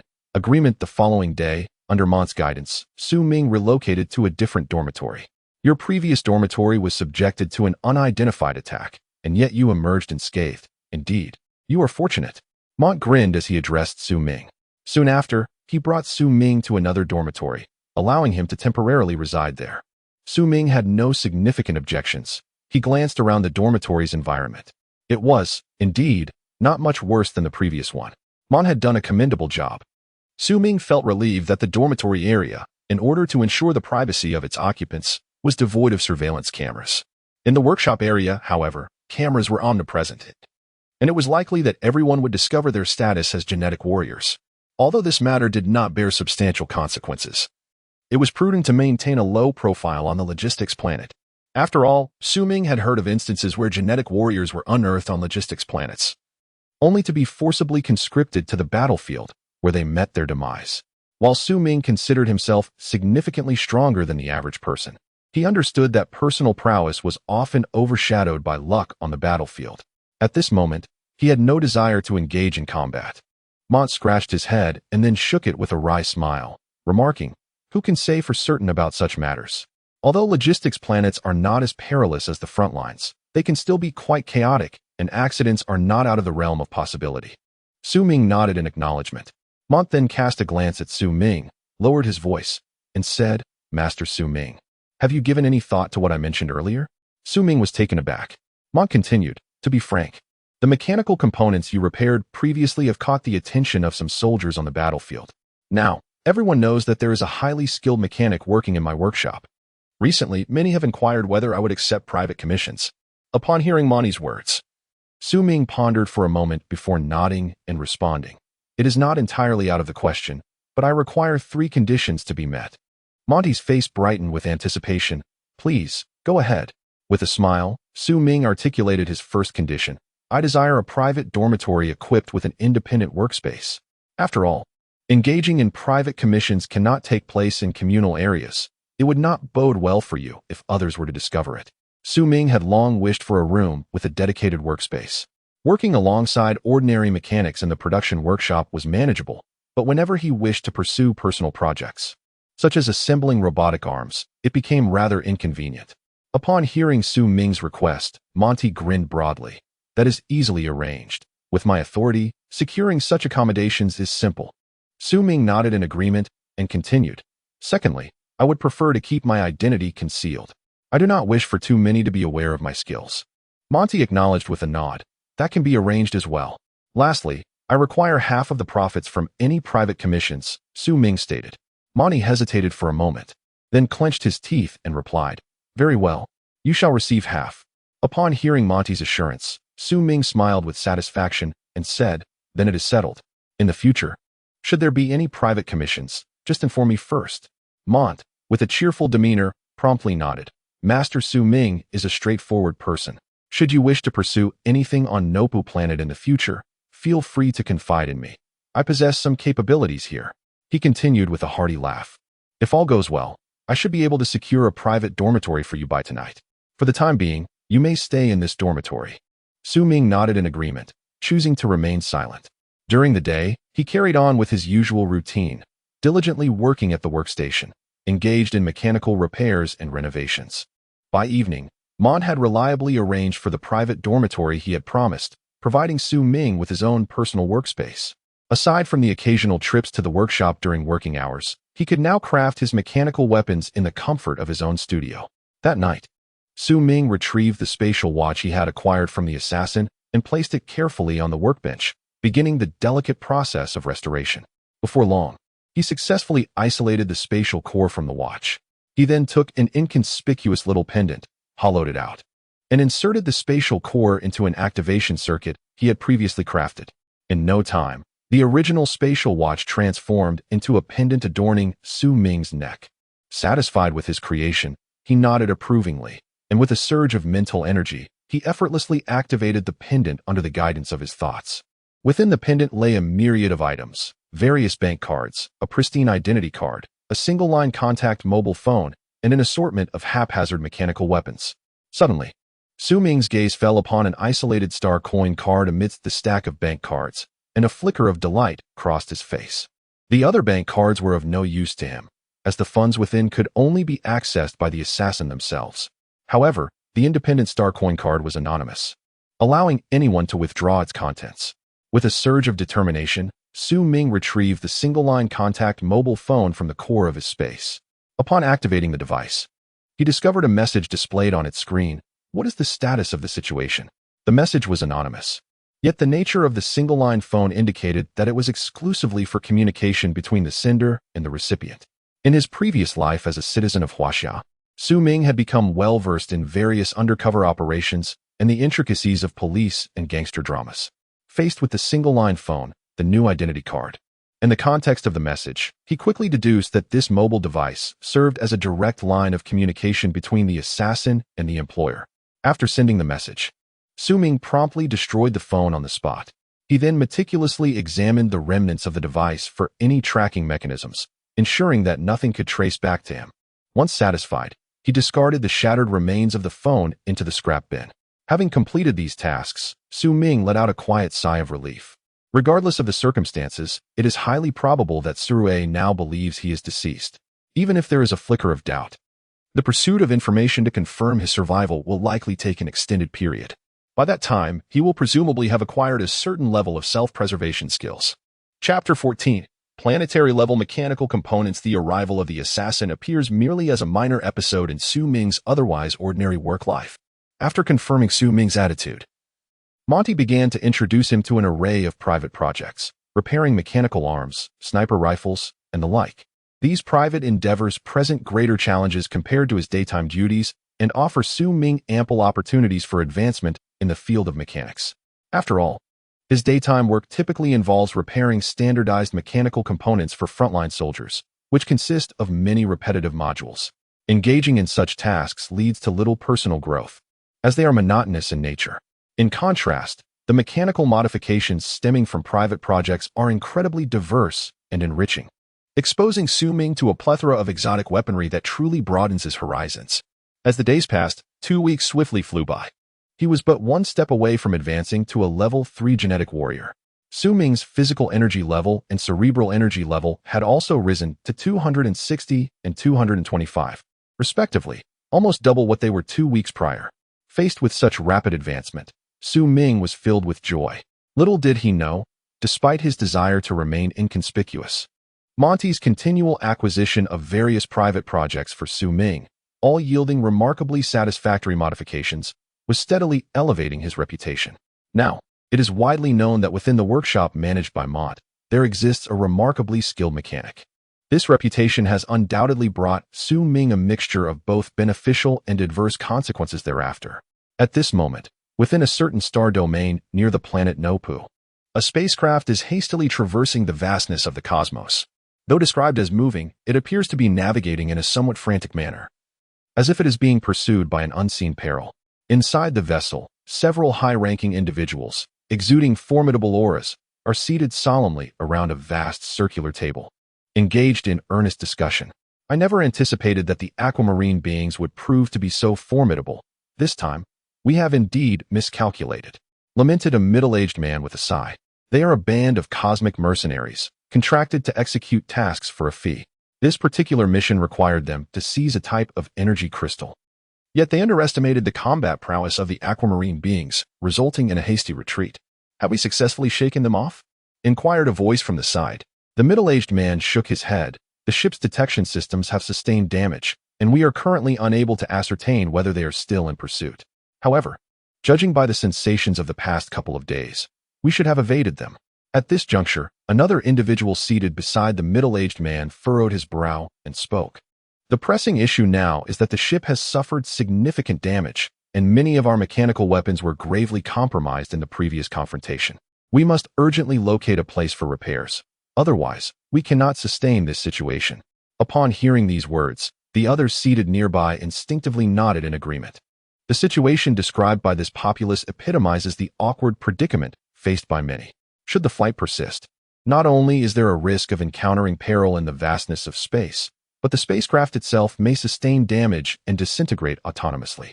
In such a dire scenario, the individuals aboard would be confronted with the specter of death. The middle-aged man nodded thoughtfully and then spoke. Harriet, please scan for nearby logistical repair planets. Upon hearing his command, Harriet promptly acknowledged and activated the electronic device in his hands, though his brow soon furrowed in concern. Captain, there are 2 logistical repair planets in proximity. Nopu, a Class 1 repair planet, and Zhonghai, a Class 3 repair planet. Upon hearing Harriet's report, a collective sigh of relief swept through the group. The revelation of a Class 3 repair planet nearby was indeed fortuitous. Logistical repair planets are categorized by levels, which are determined based on the technological standards of the planet, the proficiency of the mechanics, and the available equipment, with Class 1 being the most basic and Class 5 the most superior. Given the tier of this spacecraft, a Class 3 repair planet would suffice. However, Harriet's expression remained somewhat ambiguous.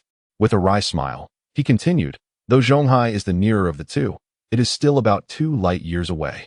Our spacecraft's space-jumping capability has been rendered inoperative, making it impossible to traverse the distance through spatial leaps.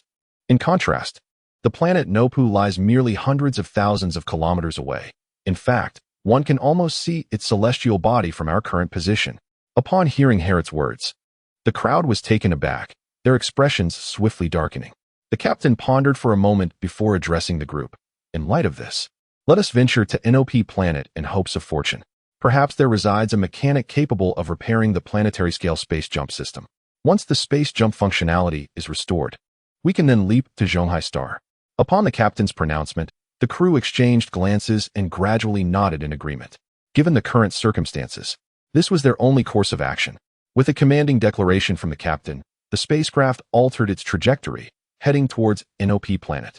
However, unbeknownst to the captain and the other crew members, shortly after their departure, another vessel swiftly emerged, appearing at the location they had just vacated. Enemy detected at this location. Should we initiate a course correction? The ship's electronic voice inquired, soon followed by a deep voice echoing within the craft. Pursue them. With a whoosh, the ship sliced through the sky, quickly descending upon NOP planet. Under the guidance of the planet's personnel, the vessel gradually docked in an industrial zone. As soon as the captain disembarked, he sought out the individual in charge of NOP planet. Excuse me, could you kindly direct me to a mechanic who can repair a planetary-grade space jump system? The captain politely inquired, subsequently adding, rest assured, we shall cover the necessary repair expenses for both Nopu planet and the mechanic himself. Planetary level? The staff member at Nopu planet was taken aback upon hearing the captain's request. It is exceedingly difficult to find a suitable mechanic for planetary-grade components at a first-tier logistical repair planet. Perhaps you could customize a part from elsewhere and have it sent to Nopu planet for us to replace it for you? The staff member said with a wry smile. Just as gene warriors are classified by ranks, so too are mechanical components and weapons. The mechanical components previously repaired by Su Ming and his companions were predominantly of the lowest weapon classification, referred to as surface level. This denotes suitability for warfare conducted above ground, possessing only ordinary functionality and performance. In contrast, planetary level refers to components and weapons designed for warfare between planets. The complexity and precision of such mechanical components far exceed that of surface-level counterparts. Consequently, the requirements for a mechanic's skills are significantly elevated. Ordinary mechanics are seldom equipped to repair planetary-grade components. Upon hearing the staff member's words, the captain's expression shifted to one of disappointment as he shook his head and replied, "We cannot afford to wait. Time is of the essence." Upon hearing the captain's words, the staff member displayed a hint of hesitation on his face, then addressed the captain, "Perhaps you could seek out Monty. I have heard there is a remarkably skilled mechanic in his workshop, who might just be able to assist you in repairing planetary-grade mechanical components." Chapter 15. Assembling the Sniper Rifle. Knock, knock, knock. Monty rapped on Su Ming's dormitory door. Captain Monty, what brings you here?" Su Ming inquired with curiosity. Monty grinned broadly and responded, "A job has come up, my young friend." "A job?" Su Ming's face lit up with intrigue. Typically, Monty would not personally visit. He would simply leave the mechanical weapons requiring modification at Su Ming's doorstep. However, today, Monty's personal visit gave Su Ming the impression that this task was of considerable significance. "Are you confident in handling planetary-grade repairs?" Monty asked mysteriously. "Planetary-grade?" Su Ming was taken aback, then pondered for a moment before responding, "Absolutely." "What components require repair?" Monty's face brightened with delight. "I knew you could do it. Follow me." There's a spaceship with a malfunctioning spatial jump system that needs fixing. Upon hearing Monty's words, Su Ming displayed an expression of wonder, then set aside his current task and followed Monty outside. Approximately 10 minutes later, the two arrived at the spaceship, where the crew looked on with curious expressions, especially regarding Su Ming. Upon seeing Su Ming, who appeared strikingly youthful, merely 16 or 17 years of age, a flicker of doubt crossed the eyes of the onlookers. "He is so young. Can he truly accomplish this?" Brett, wearing a skeptical expression, murmured to the crew member beside him. The individual scrutinized Su Ming from head to toe and then shook his head. "Too young. At such an age, even if one had practiced since birth, it is unlikely they would possess the capability to repair planetary-grade machinery." Even the captain furrowed his brow at this moment and uncertainly addressed Mott. "Mr. Mott, is this the mechanic you spoke of?" Mott flashed a smile, nodding with pride. Observing Mott's demeanor, the captain hesitated, then spoke. "Mr. Mott, it is not that I doubt you, but this mechanical component is exceedingly crucial. If this young master inadvertently damages it beyond repair, I fear." The captain did not continue, yet the skepticism in his tone was palpable. In response to the captain's words, Su Ming shook his head and, with a calm tone, stated, "If you are apprehensive, you may first give me a planetary-grade weapon to repair, after which you can decide whether to proceed with the repairs." Su Ming was not particularly concerned about the remuneration. He had already accumulated considerable wealth with little to spend it on. The reward was merely symbolic. Were it not for the allure of this planetary-grade mechanical component, he would have been disinclined to leave his quarters to assist others in repairing machinery. Upon hearing Su Ming's words, the others aboard the spacecraft exchanged glances before the captain.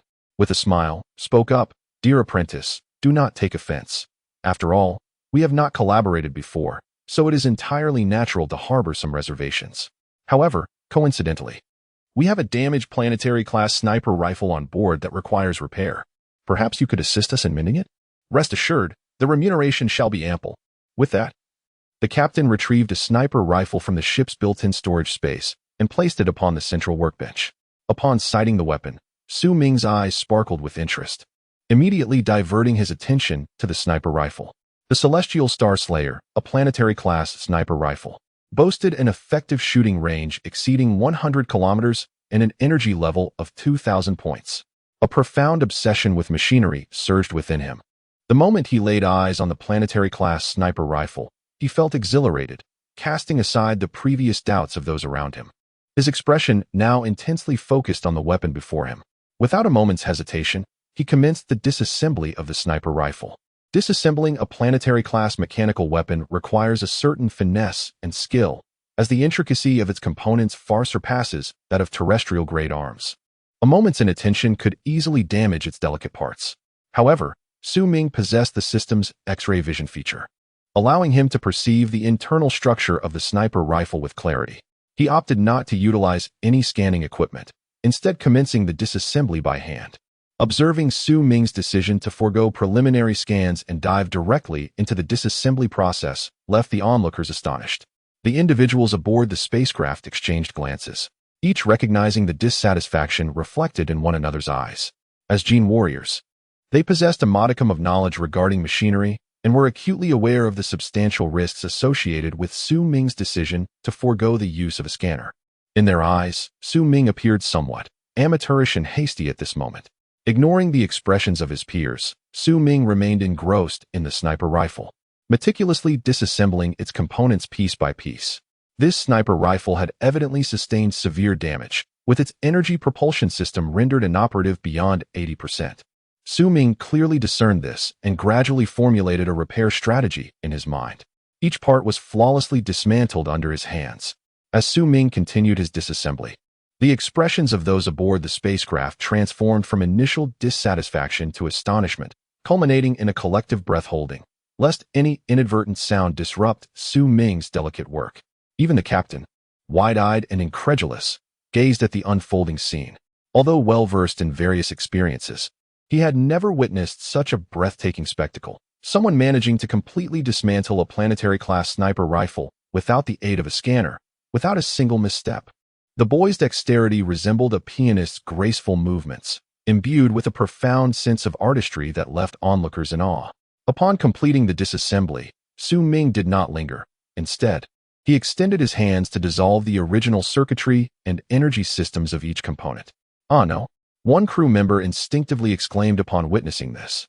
If the circuits and energy systems within these components were to be completely dissolved, the task of repair would not only become significantly more arduous, but the sniper rifle might also fail to retain its planetary-grade weaponry strength. However, before he could utter another word, the captain immediately silenced him with a glance. The captain's gaze, imbued with a peculiar nuance, fell upon Su Ming, his eyes flickering with an inscrutable meaning. He had encountered formidable mechanical masters in the past, who, when restoring machinery, would dissolve every trace, circuit, and energy system, ultimately re-engraving their unique insignia. This was a manifestation of the master's distinctive comprehension of marks and circuits. The inscribed symbols were unparalleled, impossible for others to replicate. Furthermore, once a restoration was undertaken, every component had to be entirely dissolved to allow the newly carved insignia to form a cohesive system. Typically, machinery restored in this manner would wield a potency that far surpassed its original capabilities, evolving into an even more formidable weapon. Could it be that this young man would also inscribe his own system of marks upon this weapon? Chapter 16. The invasion approaches. The captain's heart began to blaze with anticipation. If this young man indeed possessed such remarkable abilities, the value of this sniper rifle would not only increase due to the enhancement in power, but preserving it would also mean that, given the young man's current mechanical prowess, he had a substantial likelihood of becoming a renowned mechanical master in the future. Should that time come, this sniper rifle could be regarded as one of Master XX's early works, and its value would soar by more than tenfold. Mercenaries are primarily driven by profit. In the captain's eyes, this sniper rifle, if successfully modified, would undoubtedly be regarded as a treasured possession. Indeed, as Su Ming dissolved the intricate markings, circuits, and energy flow systems, he did not linger idly.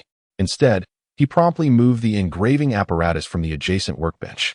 One by one, the components began to be meticulously re-engraved with the markings.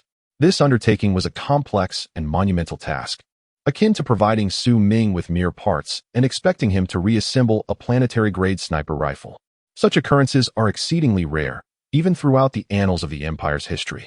The onlookers held their breath, silently observing as Su Ming, engrossed in his work, painstakingly inscribed the markings onto each component.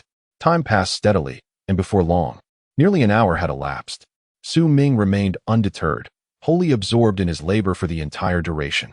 The gazes of the spectators had transformed into expressions of reverence.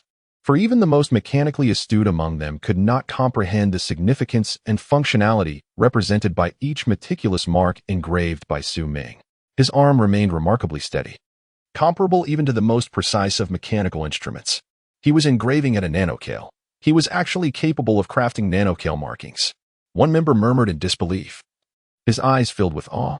The intricacy of nanoscale markings surpasses that of microscale by unfathomable degrees, their finesse unmatched.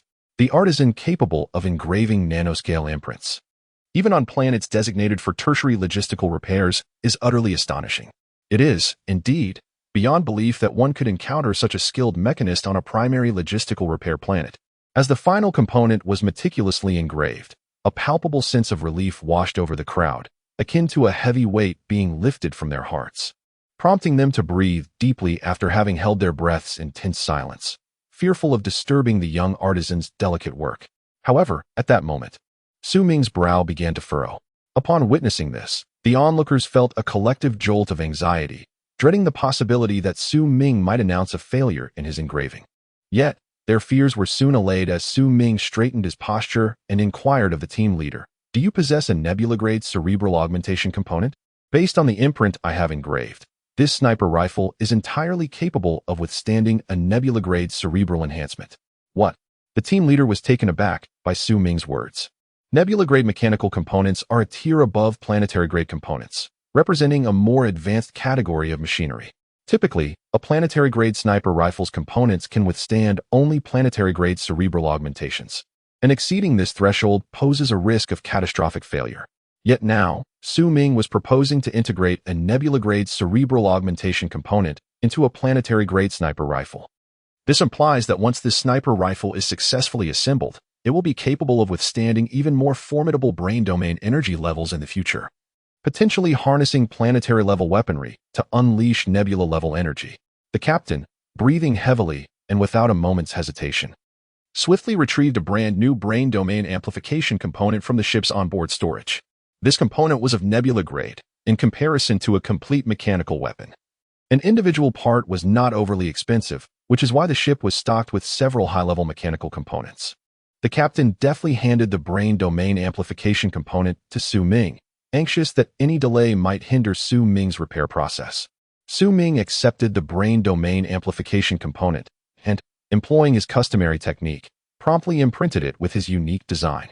He then picked up other mechanical components, methodically beginning the process of reassembly. Gradually, the form of a sniper rifle began to take shape in Su Ming's hands. Meanwhile, as Su Ming commenced the modification of the sniper rifle, a spaceship suddenly pierced through the cosmos above the planet Nopu, instantly appearing in its skies. Beep. Target has been detected landing on the planet. An electronic voice resonated from the ship. Assess the defensive level of this planet. A deep voice echoed once more. After a brief pause, the electronic voice chimed again. Beep. Planet's defensive level detected as level 1, classified as a surface-level defense system. Risk level, low. The surface-level defense system refers to the comprehensive energy level of the defense mechanisms present on this planet, which is merely at a surface level. Upon receiving the electronic report, a deep voice seemed to carry a hint of amusement. As this voice resonated, the spacecraft gradually approached the planet NOP, and soon soldiers clad in cosmic combat suits leapt from the vessel, utilizing the planet's gravitational pull to descend freely. The chilling electronic voice echoed through the communication systems of every soldier. Meanwhile, the mercenaries observing Su Ming as he assembled the sniper rifle remained blissfully unaware of the unfolding events. Su Ming, deeply engrossed in the assembly of the sniper rifle, was wholly absorbed, paying no heed to the happenings around him. With meticulous precision, he assembled each component of the sniper rifle, culminating in the successful creation of a weapon that emitted a powerful energy response. As the assembly was completed, a notification chimed. Assembly of the complete weapon accomplished. Host receives a reward of 30 starlight points. Chapter 17. The aquamarine beings upon hearing the notification from the system. Su Ming wiped the sweat from his brow and smiled with satisfaction. Clearly, the sniper rifle in his hands was complete, and in addition to the substantial system reward for the successful assembly, he received corresponding starlight points for each component he modified. Altogether, the assembly of a planetary-level weapon garnered him over 80 starlight points, a significantly greater reward compared to that of assembling a surface-level weapon. Su Ming smiled, grasping the sniper rifle in his hands, and addressed those around him. The modifications have been successfully completed. This sniper rifle, which originally had an effective shooting range of approximately 100 kilometers, should now reach 200 kilometers. Moreover, Its energy level has been elevated from the previous 2,000 points to between 2,500 and 5,000 points. Of course, these figures require verification with professional testing equipment. This is merely an estimation. Upon hearing Su Ming's words, gasps of astonishment echoed throughout the spaceship. According to Su Ming's modifications, the performance of this sniper rifle had doubled? How utterly terrifying. Even a master of mechanical modifications might not achieve such a remarkable enhancement. Could it be that this young craftsman surpassed even the mechanical modification experts?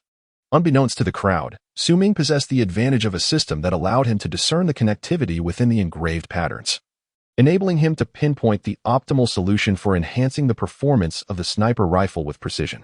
At that moment, the captain was utterly astounded. A 5,000 energy level, what does that signify? Such an energy level had already entered the realm of the Nebula class. However, this represented merely the maximum energy range. The vast disparity in Su Ming's estimated energy level range was entirely due to the enhancements in brain domain amplification components. The energy level capabilities of an individual with a weak brain domain compared to one with a strong brain domain could vary by nearly a factor of 2. Nevertheless, this was still astonishing, signifying that this sniper rifle could now be wielded by individuals with significantly more potent brain domain energy levels. It can almost be considered a weapon of celestial caliber. A remarkable gain indeed. Securing the services of such a master craftsman externally would undoubtedly entail exorbitant costs.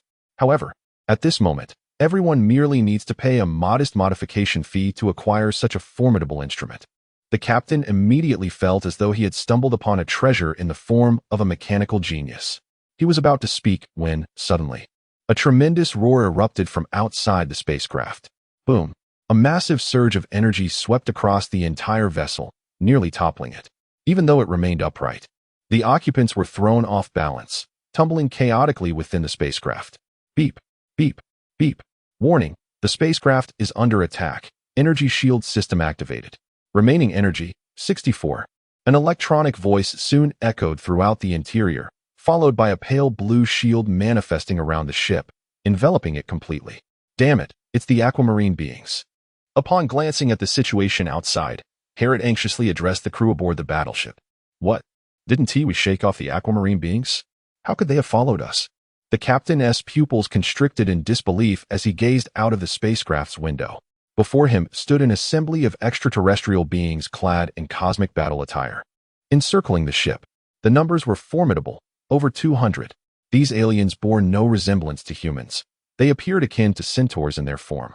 Despite the fact that there are only a mere 200 extraterrestrial beings, the captain is acutely aware that the existing defense system of Nopu planet is woefully inadequate to contend with even these 200 aliens. This disparity is a result of overwhelming technological advancement and physical prowess. The sea blue beings before him are all at least 3rd-level genetic warriors, with some possessing the formidable strength of 6th-level genetic warriors. The leader among them is a 5th-level genetic warrior. In such a scenario, not only is resistance futile, but should the adversaries choose to bombard Nopu planet, the capabilities of its weaponry would likely pose no threat to the strongest of these genetic warriors. The power level of a 5th-level genetic warrior exceeds 3,500, and only weaponry with a power level above 3,500 can pose any real danger to such a formidable opponent. This predicament is dire. When was it that the enemy managed to install a tracking system? They have now caught up, and the captain is left to ponder their next move. The energy shield can only sustain itself for approximately another 10 minutes. Once that time elapses, the vessel will be left utterly defenseless.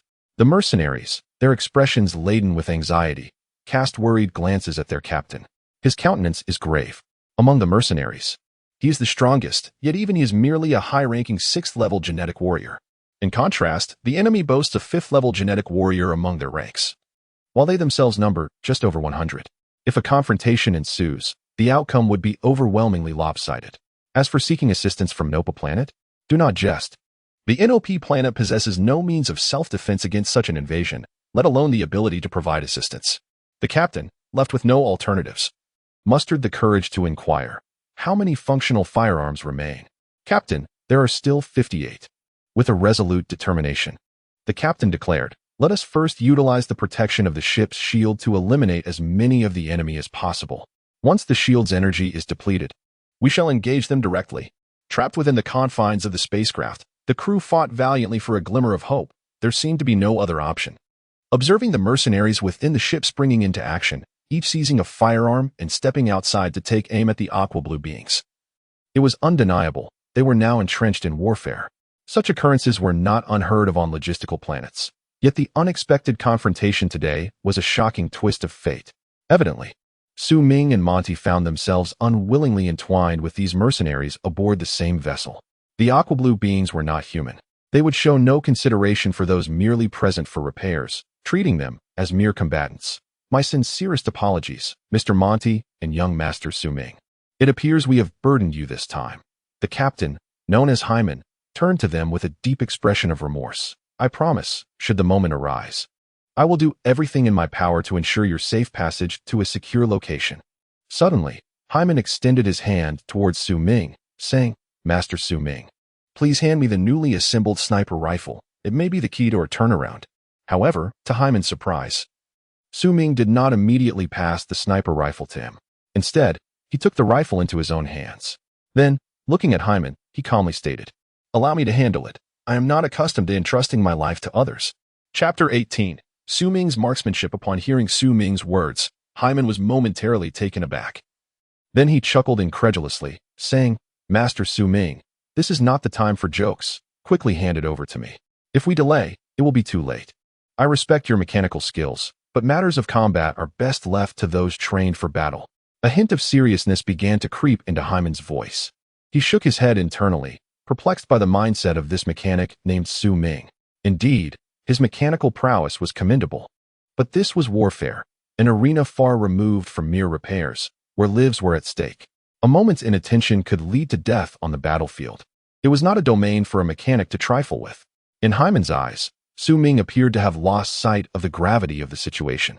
Nevertheless, Su Ming stubbornly clutched the sniper rifle, then turned to Hyman with a serious expression and declared, I am also a genetic warrior, and only I can fully unleash the potential of the sniper rifle I have assembled.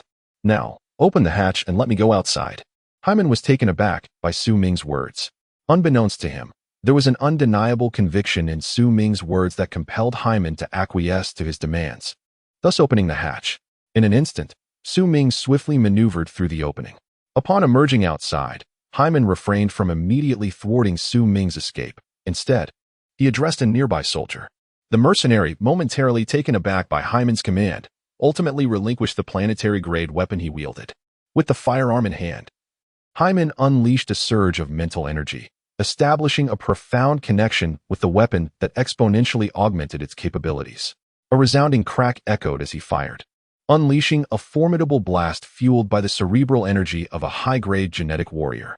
The resultant force far exceeded normal parameters, manifesting in a devastating impact. In an instant, a level 3 genetic warrior among the soldiers of High Blue Star was reduced to mere fragments, leaving behind a vast crater in the earth. Hyman, setting down the weapon, recognized the terrifying power it wielded. Even such formidable armament required a moment to recuperate, lest continuous fire risked its destruction. At that moment, a thunderous sound resonated nearby. The dull thud unmistakably signified the discharge of a sniper rifle. Alarmed, Hyman turned his gaze to the youth beside him, realizing that the previous shot had emanated from the weapon in the boy's grasp. Astonishingly, the energy released in that fleeting moment exceeded 2,800 points. This revelation left Hyman utterly astounded. Su Ming was, indeed, a genetic warrior? Moreover, judging by the energy level he exhibited, he was likely not far from becoming a third-tier genetic warrior. At such a tender age, how had this youth attained such a remarkable standard? Buzz! Another shot rang out, the dull sound resonating as yet another third-tier aqua-blue soldier fell. Hyman gazed at Su Ming in disbelief, particularly at the sniper rifle in his hands. This weapon required no cooldown period. Such firearms did exist. However, those were invariably of an exceptionally advanced and scientific energy system. Beyond the energy level, certain inherent attributes of the weapon could significantly enhance its value. The fact that this young man had modified his sniper rifle to function without a cooldown was truly terrifying. As he stood in a daze, the third shot thundered forth. Buzz!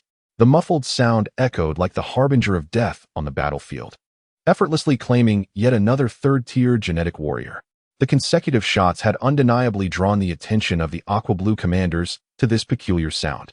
He furrowed his brow, peering towards the spaceship, but the protective energy shield obscured his view, rendering him incapable of discerning who had unleashed the attack. Exercise caution. There is a sniping expert aboard the enemy vessel. Implement individual tactics, disperse strategically, and seek blind spots for cover. The 5th-level Gene Warrior, seasoned in the crucible of battle, swiftly assessed the current situation and adeptly commanded his troops to devise appropriate tactical maneuvers. The enemy's spacecraft, harboring such formidable snipers, rendered a direct assault imprudent. Seeking cover and perpetually altering their positions became imperative, as this would obscure the soldiers' locations from the keen eyes of the snipers. In no time, the soldiers behind him sprang into action. The aquamarine beings, with their lower limbs resembling hose, exhibited remarkable speed, swiftly creating complications for the mercenaries aboard the ship. The adversaries began to reposition themselves, increasing the difficulty of their shots and making it even harder to hit the soldiers. Yet, at that moment, a muffled sound reverberated, stabilizing the chaotic atmosphere. Buzz, a 3rd-level Gene Warrior, rapidly changing direction, was instantaneously reduced to mere particles, utterly evaporated. Upon witnessing this shot, the 5th-level Aquamarine commander felt his pupils constrict in shock. He had clearly observed that the 3rd-level warrior was in the midst of a swift maneuver. Soldiers in such transitional phases possess erratic auras, making them exceedingly challenging to lock onto. Yet, astonishingly, that powerful sniper had managed to pinpoint the soldier's location in a mere 0.1 seconds and decisively fired. Such remarkable targeting prowess, extraordinary marksmanship, and unwavering confidence. Though the sniper's level was not particularly high, the commander could sense this. However, the adversary wielded a terrifying shooting capability, hitting every mark with precision, each bullet finding its target with lethal accuracy. Buzz. Once again, a gunshot rang out, and in an instant, a soldier was reduced to mere pulp. Taking refuge behind an obstacle, he unwittingly entered a blind spot. The commander furrowed his brow and spoke loudly. However, before long, a sea-blue humanoid, concealed within the cover, was once again struck down by a sniper, along with the very obstacle that sheltered him. What? At that moment, the commander was genuinely astonished. Did the enemy's sniper not require aiming? Was there no need to visually lock onto a target? How could a precise shot annihilate one of his soldiers while still within a blind spot? Little did he know. Years of training in mechanical assembly and disassembly had enabled Su Ming to predict trajectories in blind spots with an extraordinarily terrifying accuracy. The moment the soldier entered the blind zone, Su Ming's mind instinctively visualized the soldier's movements. With a swift pull of the trigger, he executed a precise kill. Su Ming's marksmanship, honed over 16 years in a confined space by the system, had reached a level of formidable prowess. The combination of these skills resulted in a remarkably fearsome sniping ability. Moreover, at this moment, Su Ming's vision was enhanced by the system's capabilities, allowing him to effortlessly perceive even the sea blue soldiers hiding behind obstacles with perfect clarity. Chapter 19. Elimination of Tier 4 Genetic Warriors. Buzz. Buzz. Buzz. The battlefield was suddenly filled with a series of muffled sounds. With each resonance, another sea blue life was precisely extinguished. No matter how one attempts to evade, it proves futile. Who could it be? Does our mercenary group possess such a formidable marksman? The precision is extraordinary. Harriet, with a face full of excitement, gazed westward, feeling invigorated by the sniper's prowess. Each shot rang out with a steadiness that instilled a sense of tranquility. With such a teammate, anyone would feel reassured. Harriet. It is Master Su Ming. A nearby comrade glanced towards a young lad not far off, promptly voicing a reminder. What? Master Su Ming? Isn't he an engineer? Harriet exclaimed in astonishment. At that moment, Hyman spoke slowly from beside him. The roles of engineer and genetic warrior are not mutually exclusive. In fact, some exceedingly powerful genetic warriors pilot mechs that they have personally modified. Mechs are not weapons that individuals of their caliber can wield. It is said that formidable mech warriors are also skilled engineers, as with the elevation of energy levels. The competition ultimately boils down to one's understanding of mechs and their compatibility with them. Only a mech that one has personally modified and crafted can be the most suitable for oneself. What? Harriet and the others gasped in disbelief, turning their incredulous gazes towards Su Ming, murmuring to themselves, could it be that Master Su Ming has the potential to become a mech warrior in the future? Hyman shook his head and then addressed the crowd.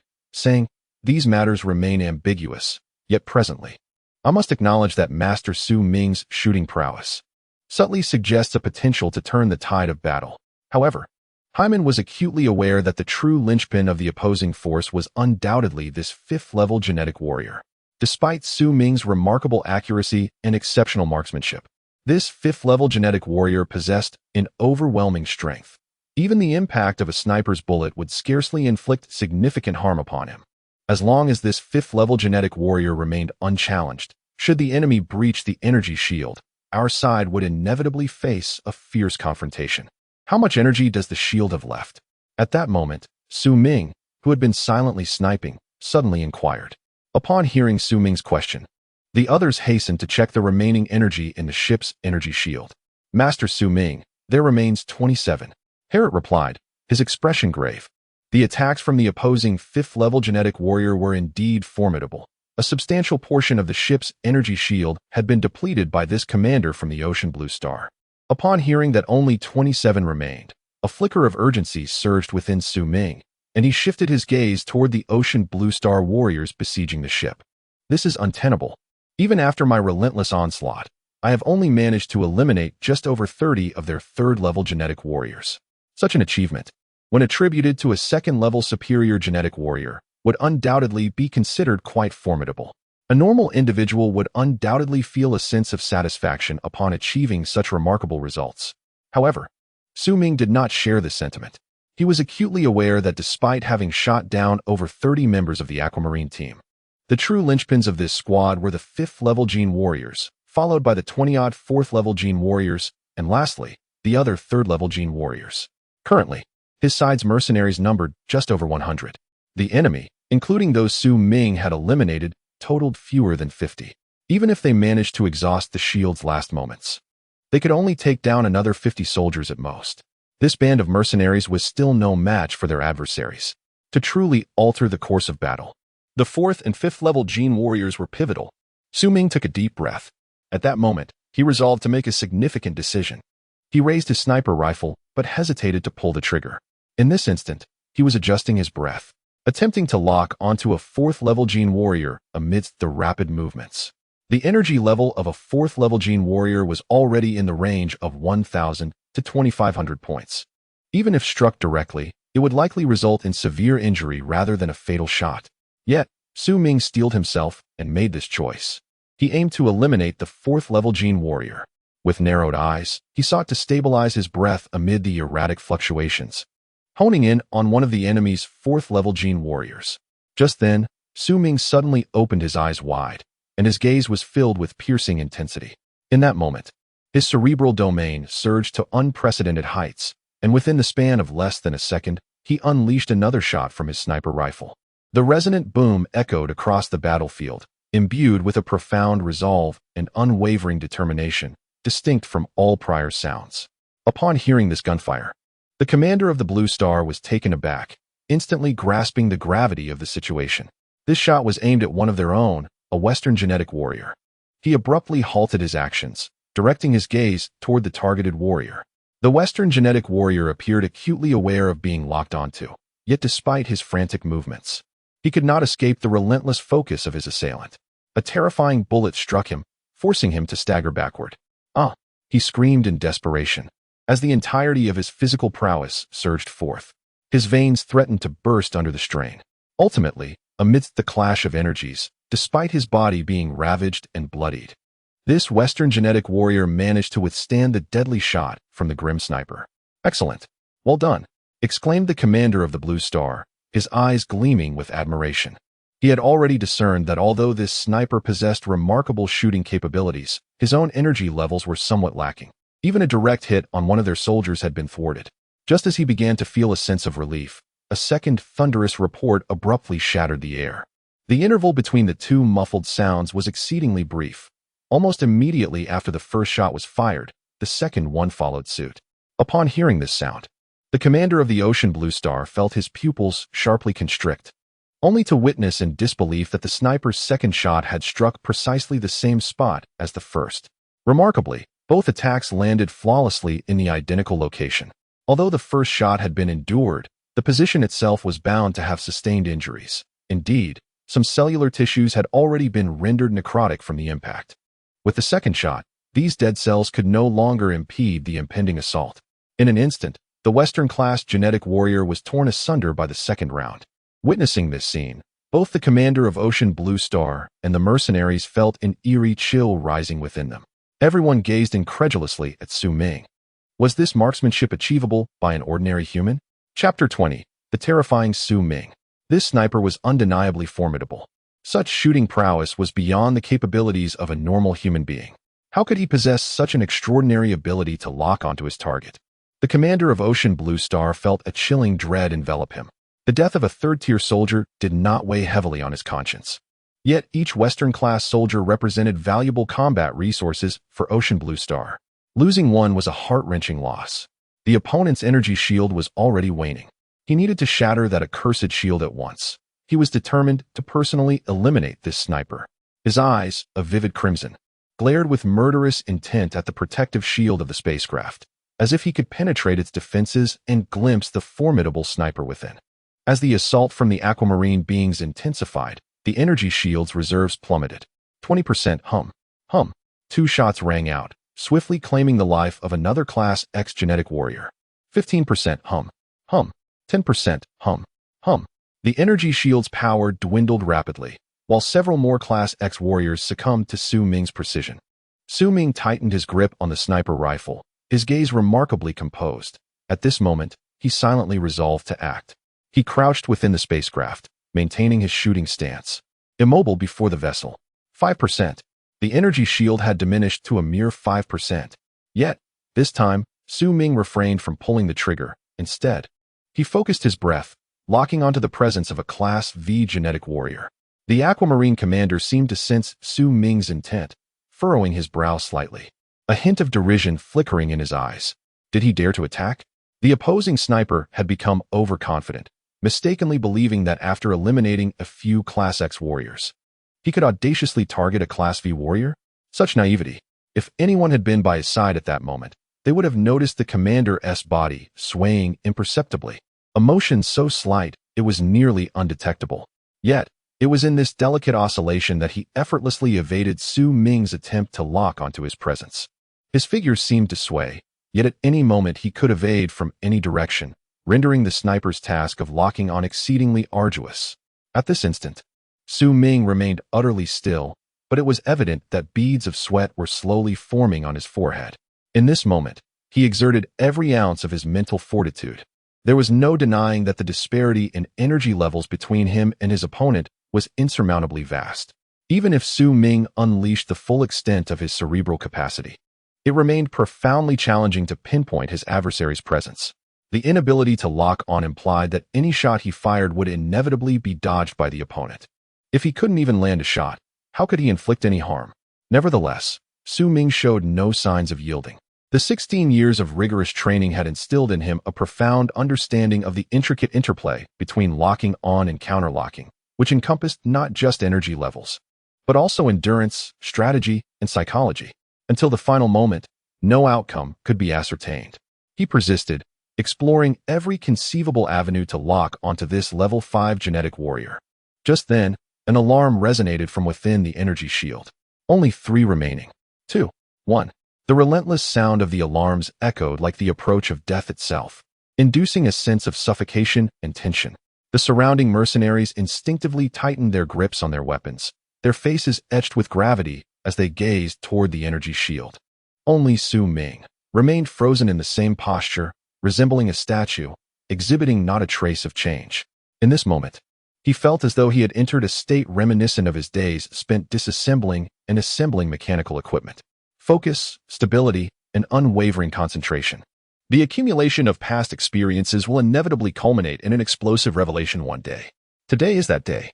Unbeknownst to Su Ming at this moment, his mental prowess surged dramatically during his confrontation with the 5th-level genetic warrior, reaching an astonishing level. Beep, the energy shield is depleted at that instant. An alarm sounded above the energy shield, and it shattered in an instant. In that very moment, Su Ming's eyes widened, radiating an intense brilliance. Now is the time. The moment the energy shield broke, the 5th-level aquamarine being experienced a fleeting shift in mentality. This subtle change allowed Su Ming to successfully lock onto him. Beep consumed 100 starlight points. Starlight conversion successful. A torrent of starlight surged into the sniper rifle in Su Ming's hands, causing it to emit an extraordinarily brilliant glow. The radiance illuminated the entire battlefield, captivating everyone in astonishment. The next moment, a deep sound resonated once more. However, this time, the sound of the gunshot reverberated within the very souls of the onlookers. Merely hearing this sound sent shivers down their spines and stirred their souls. The aquamarine general felt an overwhelming, terrifying aura descending upon him. An unwavering and formidable presence firmly locked onto him. No matter how one attempts to evade, the bullet is destined to find its mark. How could this be? His pupils constricted sharply. In that instant, he experienced an overwhelming dread that surged from the depths of his soul, engulfing his very being. In the next moment, the commander of the Blue Star felt a dazzling array of starlight erupt before him, akin to an ocean of stars, submerging him entirely. Following the brilliance of the stars, darkness enveloped him, rendering his mind incapable of any further thought. Boom! A terrifying sound reverberated throughout the industrial zone, a force palpable even several kilometers away, sending tremors through the air from an unseen source. As the cacophony faded, the fifth-level genetic warrior of the Blue Star was reduced to ashes, utterly and irrevocably dead. Meanwhile, Su Ming, sensing the instantaneous disappearance of the fifth-level warrior's aura amidst the starlight, felt an immense relief wash over him, only to be confronted by an excruciating pain radiating from every corner of his body. The starlight points he had just exchanged from the system had far exceeded the limits of what his body could endure. Such immense energy threatened to rend Su Ming's form asunder. Gradually, he felt a heaviness in his head, as if the world were tilting beneath him. With the last vestiges of strength, Su Ming addressed the system within his mind, imploring, "System, allocate the final star points towards the restoration of my vital organs." Beep. Remaining star points, 12. Beep. Commencing the healing of internal injuries. Upon hearing the system's response, Su Ming felt a wave of relief wash over him. But soon darkness enveloped him, and he collapsed before the spacecraft. "Quickly, Mr. Monty, take Su Ming to the hospital for treatment. We shall escort you to safety." His body, overwhelmed by energy beyond its capacity, was fracturing, sustaining injuries all over. "Be cautious. Any excessive force could jeopardize his life. No more delays. The enemy commander is already dead. We must break through the battlefield with Master Su Ming."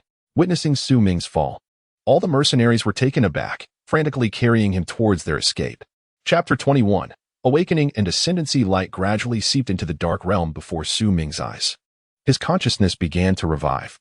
He opened his eyes and surveyed his surroundings, then glanced at his own body. At this moment, his injuries had nearly all healed. Given the medical advancements of the cosmic era, complete recovery from his physical ailments would likely take less than a day. Moreover, Su Ming had previously utilized his last star points to safeguard his damaged organs. However, while his injuries had mended, his body felt extraordinarily feeble. Moreover, within his mind, it felt as though a durian were lodged, swollen, prickling, and weighed down with an extraordinary heaviness. Su Ming could not help but let out a bitter smile, recognizing the recklessness of his actions. When the energy of 100 points of starlight surged throughout his body and was unleashed, it indeed inflicted tremendous damage. However, the overwhelming energy nearly tore Su Ming's body apart. He had no doubt that had there been even a few more points of starlight, his body would have been utterly rent asunder. The initial contact was explosive, yet, evidently, the results were remarkably impressive. This strike exceeded Su Ming's expectations by an extraordinary margin. It was immensely powerful. Even a fifth-level gene warrior, with an energy level around 5,000 points, was dispatched with a single shot.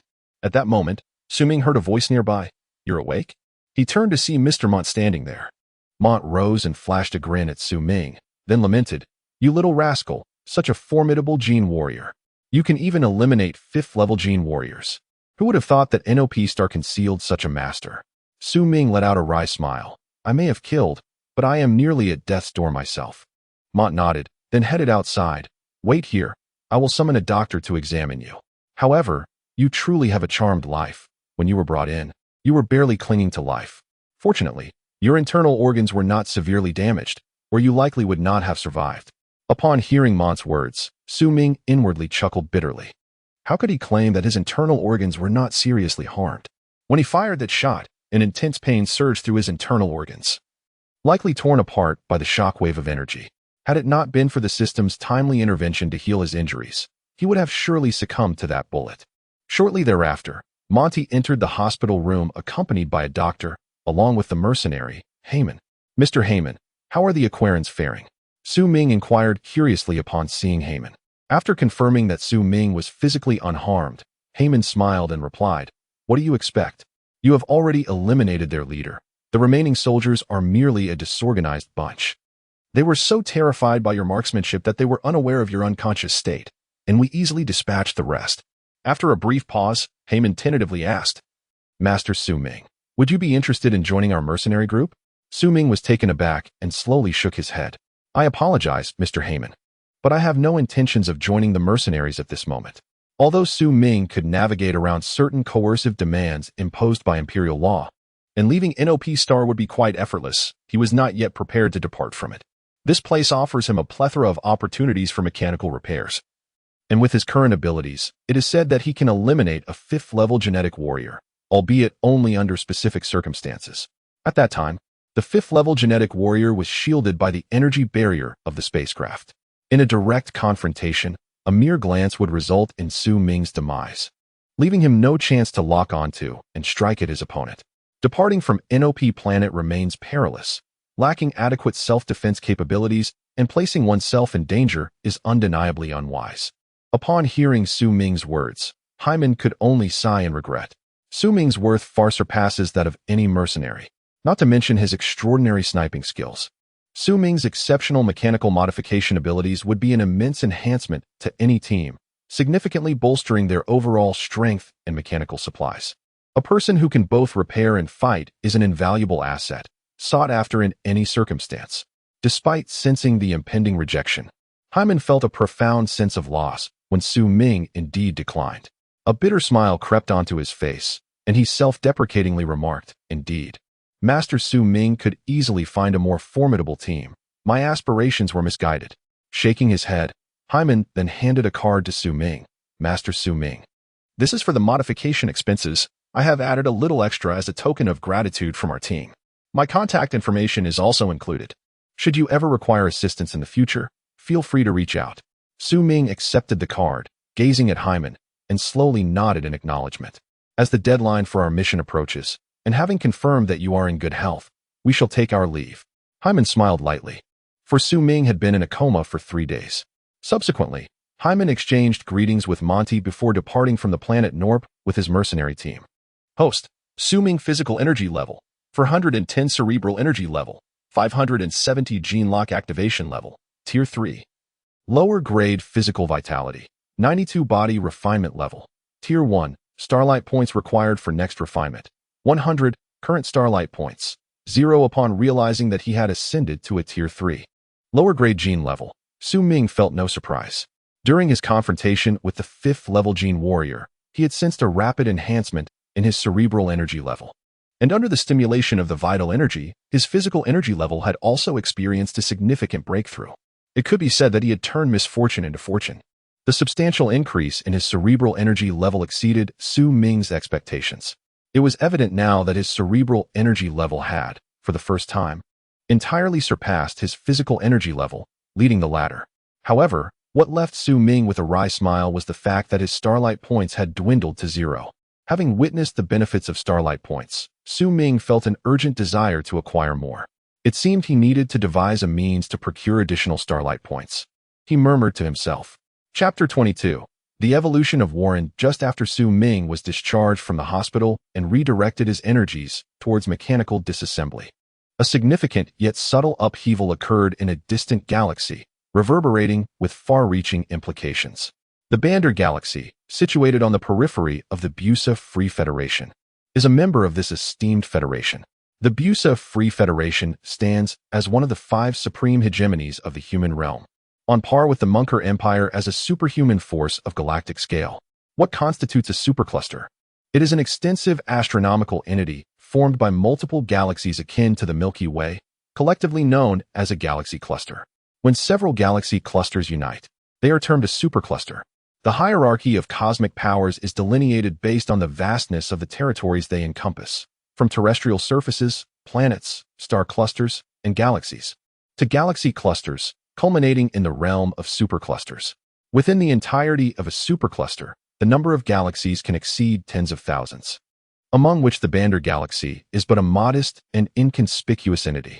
At this juncture, however, the Lhasa party within the Bandar galaxy conspired with the forces of over a dozen neighboring galaxies to initiate a coup.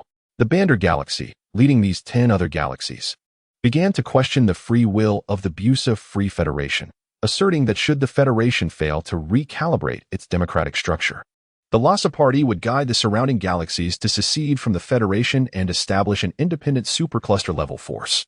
After all, the greater the power, the broader the territory governed, leaving many peripheral galaxies inadequately attended to. Moreover, the Busa Free Federation distinguishes itself from other supergalactic powers, as its core principle is the sanctity of free will. Consequently, the governance of the Free Federation is characterized by a multi-party system. This arrangement has led to a paradox. While the Free Federation exists as a unified entity, it is comprised of numerous independent autonomous star domains. The coup in the Bandar system for the Busa Free Federation has become a familiar occurrence, even eliciting a sense of indifference. The central political party of the Federation, adhering to convention, initiated a rather perfunctory approach by adopting a conciliatory strategy and assuring the Lhasa party of its rightful political benefits in the future. This move, however, ignited discontent within the core party, exemplifying a classic case of ingratitude. Compared to the influence of the core party, the power of the Lhasa party is likely negligible, perhaps not even 1,000th. Such an imbalance of power has rendered the core party increasingly impatient, gradually exerting pressure on the Lhasa party. In this moment, both parties exhibited a hardened stance, heightening tensions within the Free Federation. Initially, these events bore little relevance to Su Ming. However, serendipitously, the planet Nopu, where Su Ming resides, lies in close proximity to the Debong system of the Free Federation, a mere distance of less than 5 light-years. While 5 light-years may seem vast, even a standard planetary-level space jump system can traverse this distance in under an hour. In other words, should any turmoil arise within the Debong galaxy, it is highly likely that individuals from this galaxy would commandeer a spacecraft to traverse the vastness of space and breach the borders of the Mongolite Empire. Such an occurrence is strictly forbidden by the Mongolite Empire. Whether it be the outbreak of war or clandestine crossings, the Mongolite Empire must take measures to prevent such actions, for a moment's negligence could easily lead to unnecessary misunderstandings with the Free Federation. At this moment, Su Ming cast a serious gaze toward Warren and softly remarked, "All right. There is no one around now. You may proceed with the injection of the genetic serum." Warren, visibly tense, held a vial of the genetic serum he had recently acquired. He had saved enough funds for this purchase, and now he requested Su Ming to stand by as a protector before he unlocked his genetic potential. With a glance at Su Ming, and encouraged by his presence, Warren took a deep breath and injected the serum into his arm. Exhaling slowly, Warren closed his eyes and settled onto the ground. Soon, a faint green luminescence emanated from his being. Almost immediately, the energy within him began to surge violently, as if on the brink of breaking through some unseen restraint. This was the manifestation of unlocking the genetic potential. At such a critical moment, Su Ming dared not let his focus waver.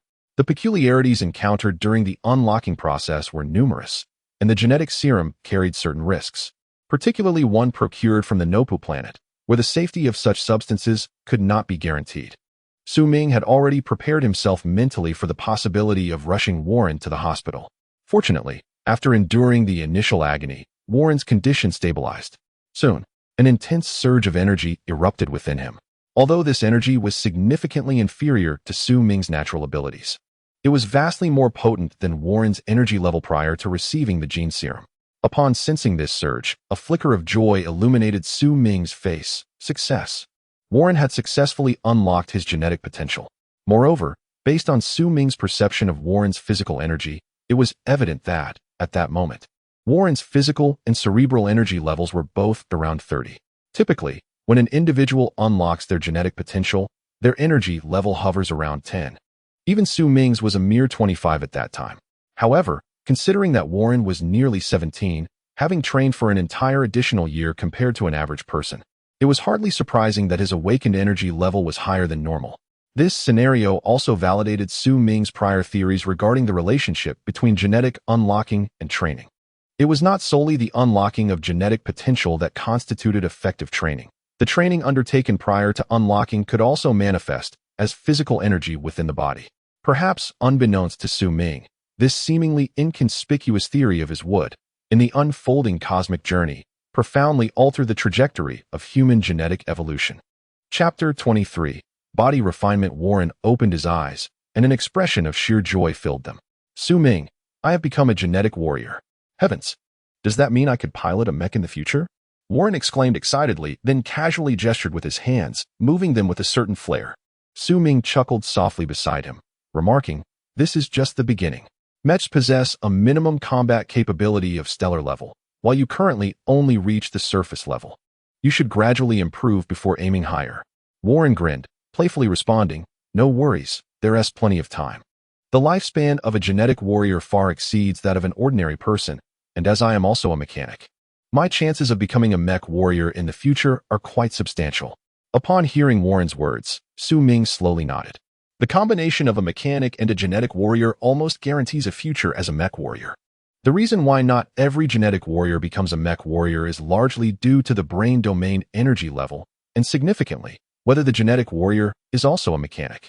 Powerful mech warriors must assemble their own mechs. This ensures a perfect fit and prevents vulnerabilities from being exploited by others.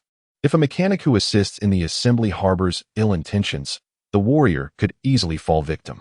Thus, unless dealing with standard mechs, formidable mech warriors are predominantly mechanics.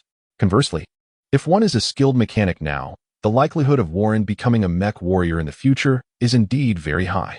As Su Ming observed Warren's excitement gradually weighing, he pondered for a moment before addressing him. Warren, I am preparing to leave Nopu planet. Warren was initially immersed in the joy of becoming a genetic warrior.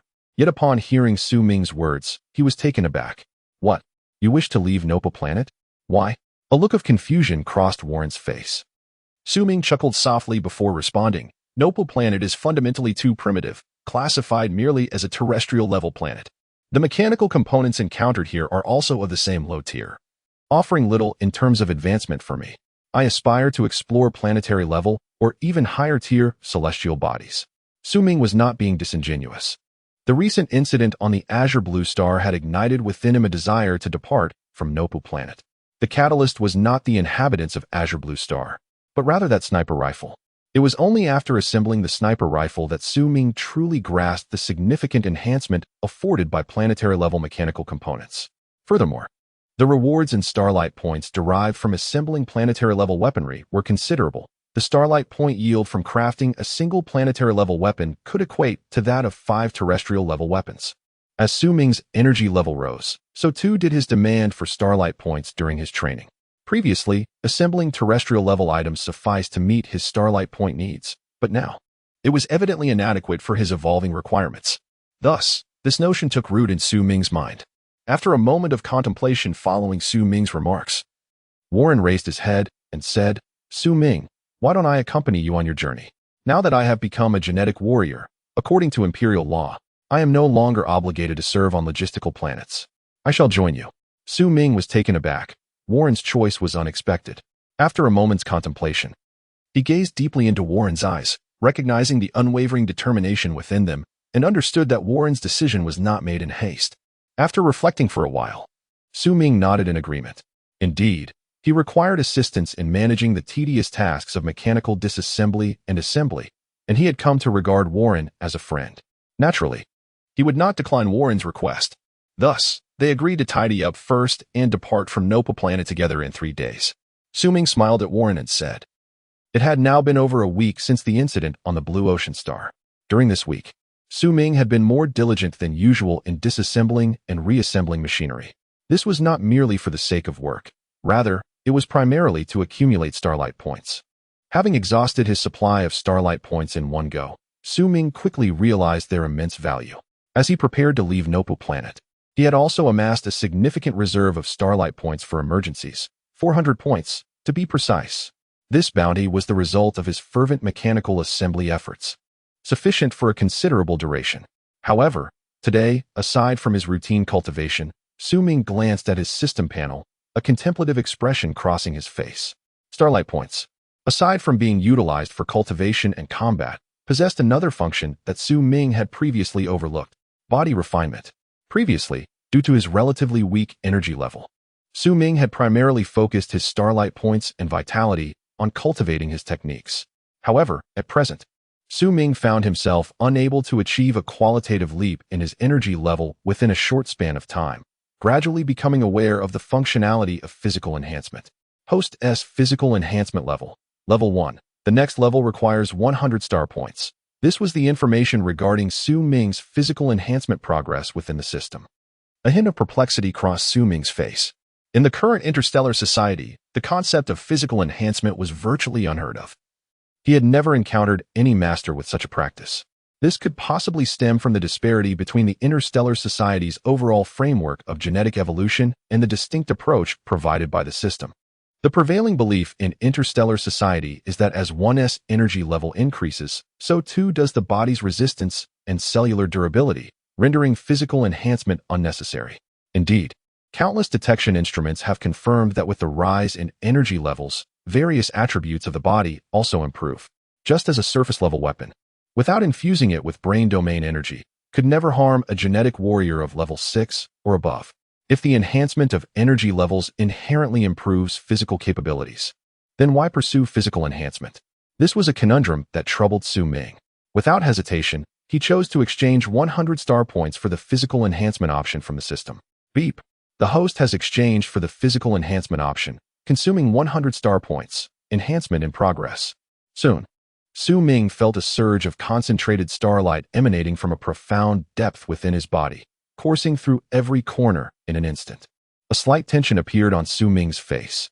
The 100 radiant points of starlight are not to be trifled with. They possess a terrifying energy capable of annihilating a level 5 genetic warrior with a single strike.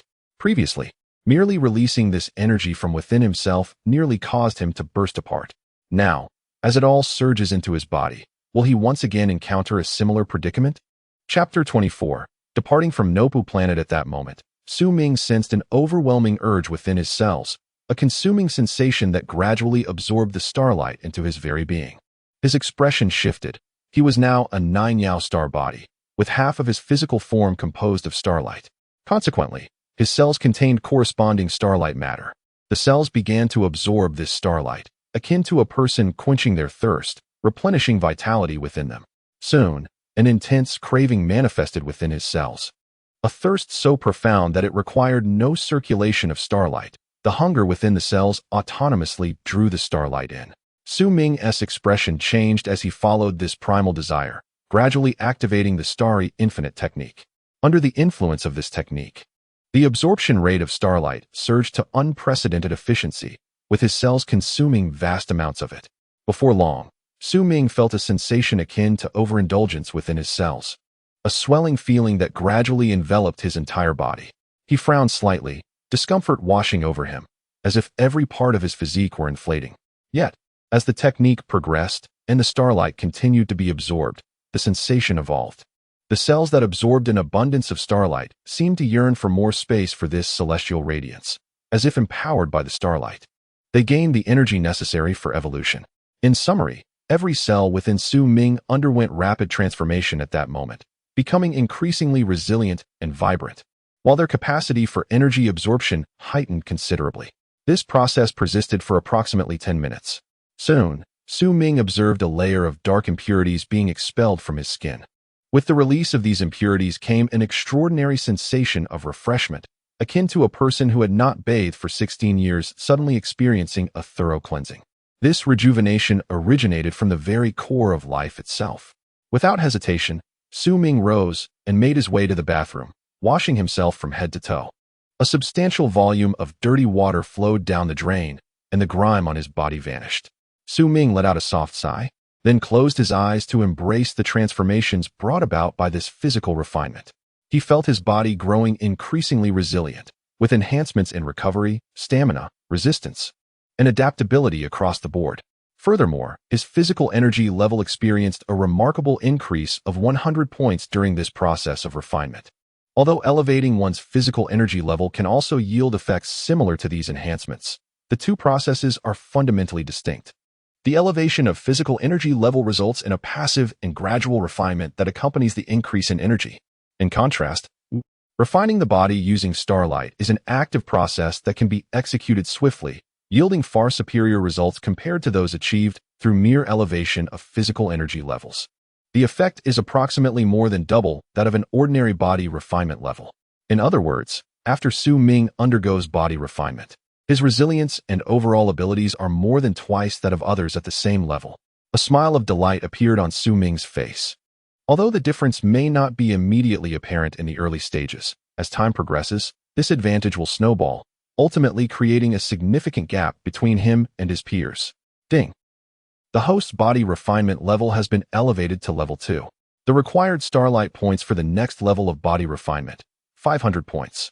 A notification promptly echoed within the system, and upon hearing it, a look of regret crossed Su Ming's face. The 500 starlight points exceeded his current total. Reluctantly, he realized he would have to earn more starlight points before considering further enhancements. 3 days later, Monty gazed at Su Ming and Warren with a sense of reluctance. Alas, even that boy Warren quietly activated his genetic lock. I can tell you 2-1T be staying here for long. Well then, off you go. Should anything arise in the future, feel free to reach out to me. With smiles, Su Ming and Warren bid farewell to Monty and proceeded to the official office of NOP Planet. To depart from NOP Planet, they needed to prove their status as genetic warriors at the office. Only then, according to Imperial law, could they be exempted from labor service arrangements. Following the staff's instructions, they stood atop a level detection device. Beep. Detector. Su Ming. Beep. Su Ming's physical energy level, 510. Mental domain energy level, 570. Beep. Su Ming is classified as a third-tier low-grade gene warrior. Qualified. Beep. Detector. Warren. Beep. Warren's physical energy level, 35. Mental domain energy level, 37. Beep. Warren is classified as a first-tier medium-grade gene warrior. Qualified. The two individuals stood upon the detection apparatus, and soon the device measured their respective energy levels. Third-tier low-grade? The staff member's eyes widened in disbelief as he gazed at Su Ming. At merely 16 years of age, a third-tier low-grade? How could this be? While third-tier low-grade is not particularly remarkable, being a third-tier low-grade at the age of 16 is exceedingly formidable. Furthermore, according to Su Ming's records, the staff noted that he had just turned 16 2 months prior. This implies that Su Ming, in a mere 2 months, had ascended from the state of merely awakening his genetic lock to achieving a third-tier low-grade energy level. Such a rate of advancement is likely unmatched, even among the most exceptional youths within the Empire. Sir, in accordance with the laws of the Empire, I kindly request that you keep my energy level and genetic classification confidential, Su Ming remarked, casting a glance at the staff member. Were it not for his desire to depart from NOP Planet, he would not have come to measure his energy levels. His cultivation speed is extraordinarily rapid, and it is likely that few within the Empire could rival his pace. Such matters, Su Ming preferred to keep under wraps. Otherwise, attracting attention before his wings had fully developed would be rather unwise. The staff member swallowed hard and then, with a wry smile, addressed Su Ming. Rest assured, Mr.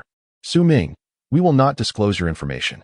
However, the staff member shifted the conversation and looked directly at Su Ming, continuing. I wonder if you might be interested in joining the temporary army. Do not worry, it is not a mercenary force, but rather a temporary military unit established in the name of the Empire. The situation in the Bander system is tense, which has also heightened anxiety within the Empire. We are forming this temporary army to address the chaos arising from the Free Federation's coup, and we are in urgent need of genetically enhanced warriors skilled in machinery. Would you be interested in participating? Chapter 25, Temporary Army Number 32, A Temporary Army? Su Ming was taken aback, ready to decline. However, upon seeing his expression, the staff member quickly added with a smile, the temporary army is not as you might imagine. The benefits and welfare are quite favorable. By joining, you would enjoy the military honor system akin to that of regular forces, and upon completion of your term, you could leave at your discretion. Upon hearing the staff member's words, Su Ming hesitated to reject the offer outright, and, with a hint of curiosity, inquired, military honor system?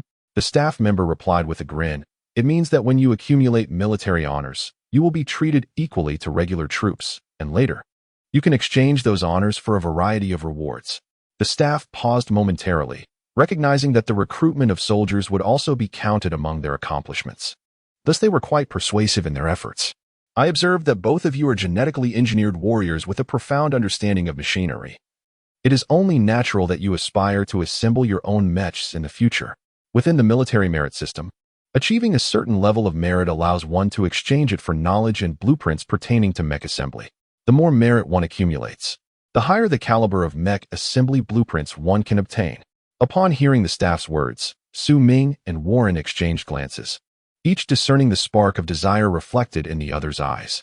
Mechs, four genetically engineered warriors well-versed in machinery, the allure was simply boundless. Even the most skilled mechanics could not conjure a mech from thin air without the requisite knowledge. After all, many of the intricate markings and patterns within a mech are extraordinarily complex. A single misstep could render the entire design flawed. Even in humanity's extensive interstellar development history spanning hundreds of thousands of years, mechs were ultimately created through the collective wisdom of countless individuals in later stages.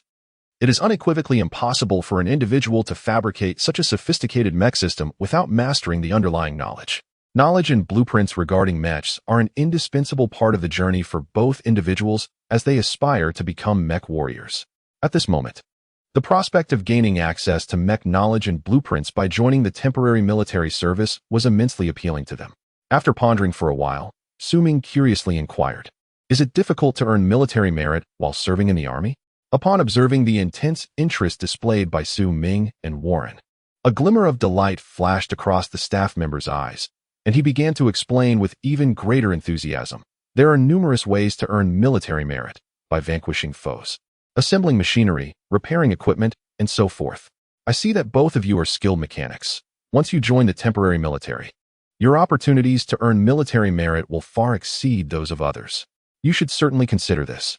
After hearing the staff member's words, Su Ming pondered for a moment before glancing at Warren, who was also nodding in agreement.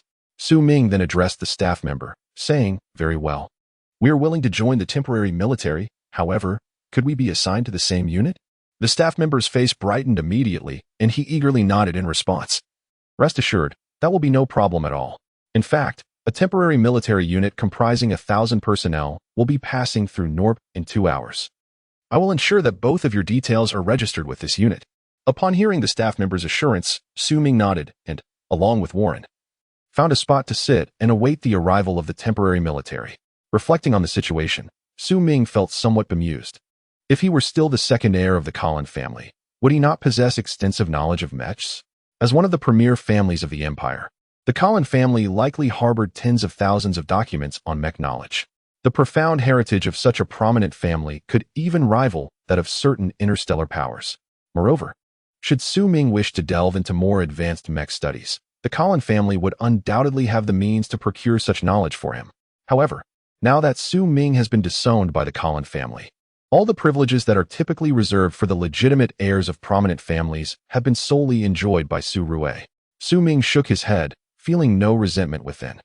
These benefits were never rightfully his. The Colin family had severed ties with him, and in the future, the ones who would truly regret this decision would undoubtedly be the Colin family, not him.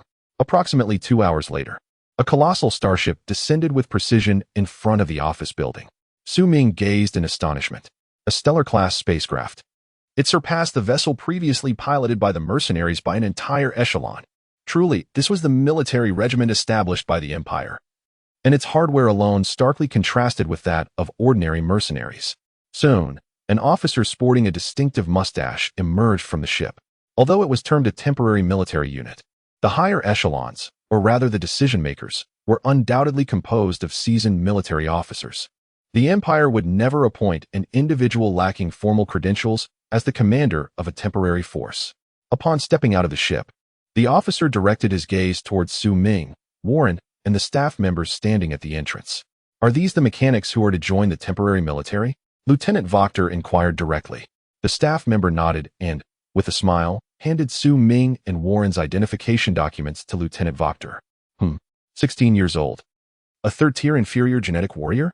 Lieutenant Wachter exclaimed in surprise, casting an inquisitive glance at Su Ming after reviewing his credentials. He shook his head, finding the situation somewhat difficult to believe. Nevertheless, it was, strictly speaking, a private matter of the soldiers, and he had no authority to inquire how Su Ming had achieved such rapid progress in his training. To him, a temporary military unit was not a regular army. It was impossible for every soldier to be thoroughly known. The mechanical levels of the two, both planetary level. That is quite impressive. Lieutenant Walker's gaze continued to wander, and he soon noticed that both Su Ming and Warren had filled in their mechanical levels as planetary, prompting his eyes to brighten with delight as he spoke. To stumble upon two planetary-level mechanics on NOP planet was akin to discovering a treasure. Although their spacecraft was at the stellar level, most mechanical weaponry still fell within the planetary category. If these two were to join the military, they would prove immensely valuable. Su Ming and Warren exchanged glances, both recognizing the shared joy in each other's eyes.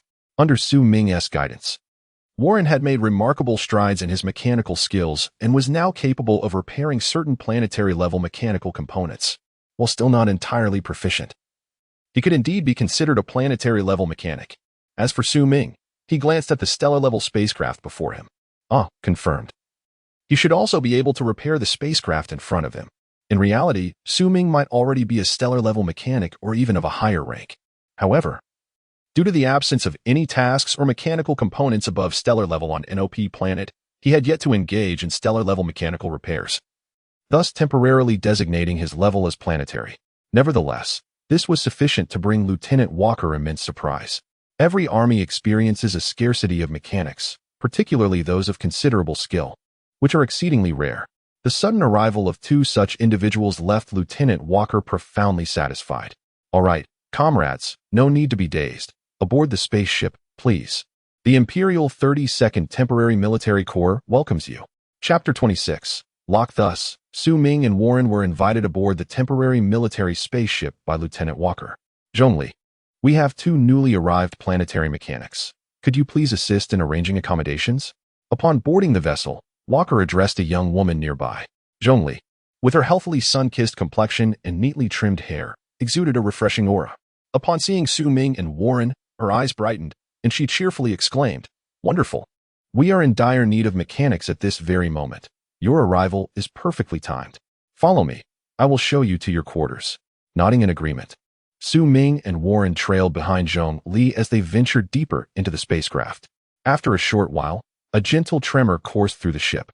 Su Ming cast his gaze out the window and observed the buildings of NOP planet diminishing in size, clearly indicating that the vessel had ascended and was rapidly departing from the planet. "This is the mission hall. Feel free to take a look." At that moment, Zhongli's voice rang out. Upon hearing Zhongli's voice, Su Ming and Warren directed their attention towards a grand hall nearby. In the center of the hall stood an enormous LCD screen, flanked by a multitude of scrolling tasks. Zillion Star has encountered an attack by space bandits. Task: eliminate the bandits.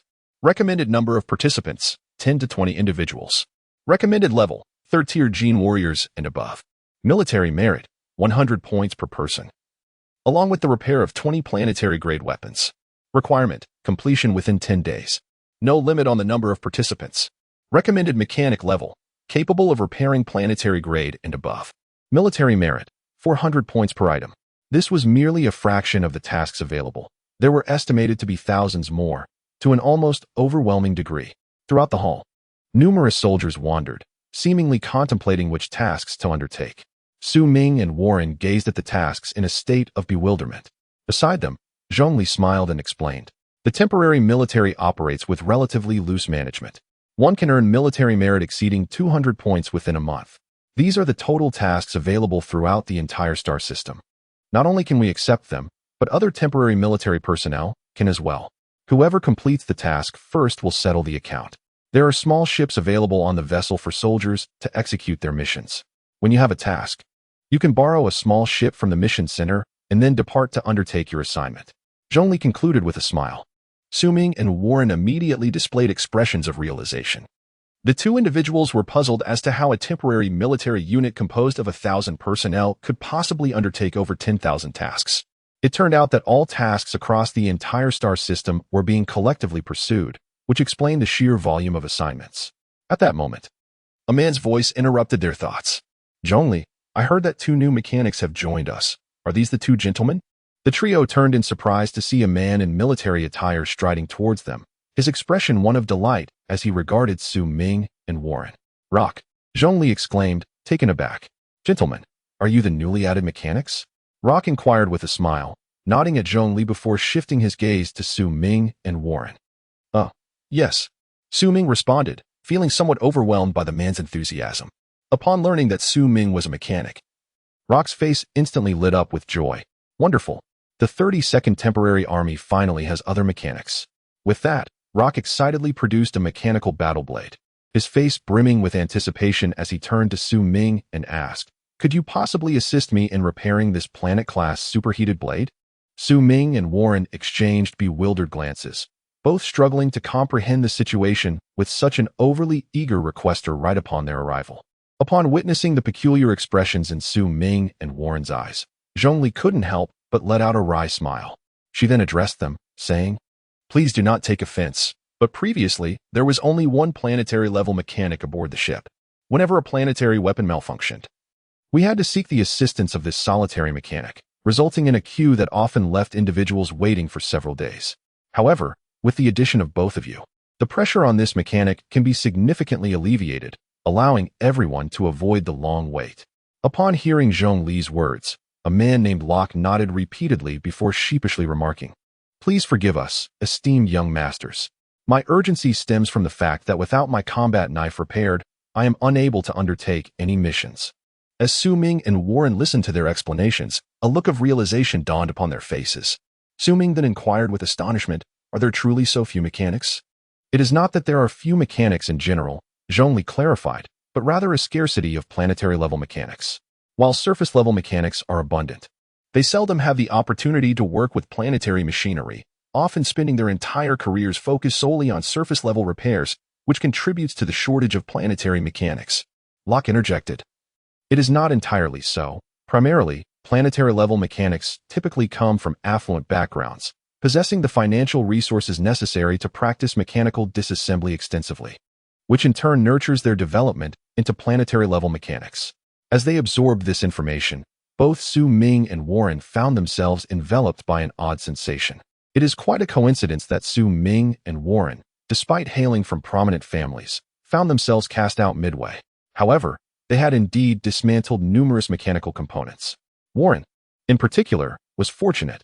During his time on NOP Planet, he inadvertently became Su Ming's assistant and, as a result, reaped considerable benefits by acquiring planetary-level mechanical knowledge.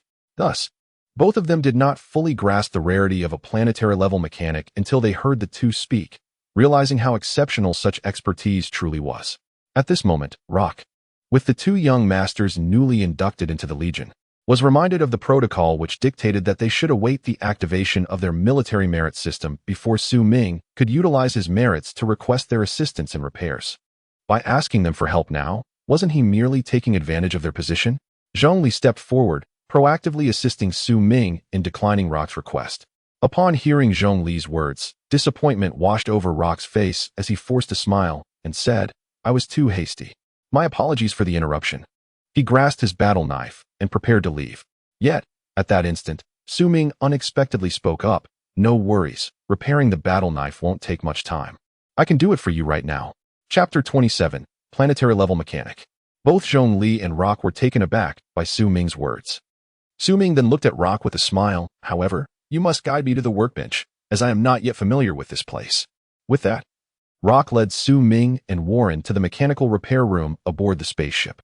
As Su Ming surveyed the mechanical repair room, he observed an array of surface-level mechanical components undergoing repairs. A flicker of surprise crossed his eyes at this sight. Noticing his reaction, Locke promptly remarked with a smile, "Planetary-level mechanics each possess their own independent workshops. You will have yours in due time. This is a communal repair room, designated for the use of surface-level mechanics." Upon hearing Locke's explanation, a look of realization dawned upon Su Ming's face. Without further ado, he approached a workbench and retrieved Locke's energy blade. The Warrior Company's Thermal Energy Blade, a planetary-grade weapon, possesses an energy level of approximately 2,000, categorizing it as an entry-level model. With a single glance, Su Ming discerned the condition of the thermal energy blade and began to murmur to himself. Upon hearing Su Ming's words, Locke nodded in agreement from the side. Swiftly, Su Ming took action, meticulously disassembling the mechanical blade before him. However, his intense focus on the disassembly caused him to overlook a number of soldiers wandering in with damaged weapons. Upon entering the mechanical repair room and not spotting any new mechanics aboard the ship, they decided to test their luck. When they beheld the unfamiliar figure dismantling the mechanical blade at the workbench, alongside Zhong Li and Locke, who were observing the process, the soldiers quickly recognized that the mechanic at work was indeed the newly joined planetary-level mechanic. Instantly, the soldiers' eyes lit up, and they hurriedly gathered around to quietly observe Su Ming as he set about repairing the mechanical battle blade. The blade's edge was warped, and the reinforcement system of the hilt had suffered damage, rendering the weapon exceedingly fragile and incapable of withstanding high energy levels during use. Otherwise, it would risk shattering upon impact. With a mere glance, Su Ming discerned the issues plaguing the mechanical blade. The reinforcement system is a critical component of melee weapons, ensuring they possess unparalleled hardness and can endure the application of various energy levels. For gene warriors lacking brain domain energy, melee mechanical weapons are the most commonly employed. The reinforcement system determines the extent of physical energy the weapon can withstand when wielded.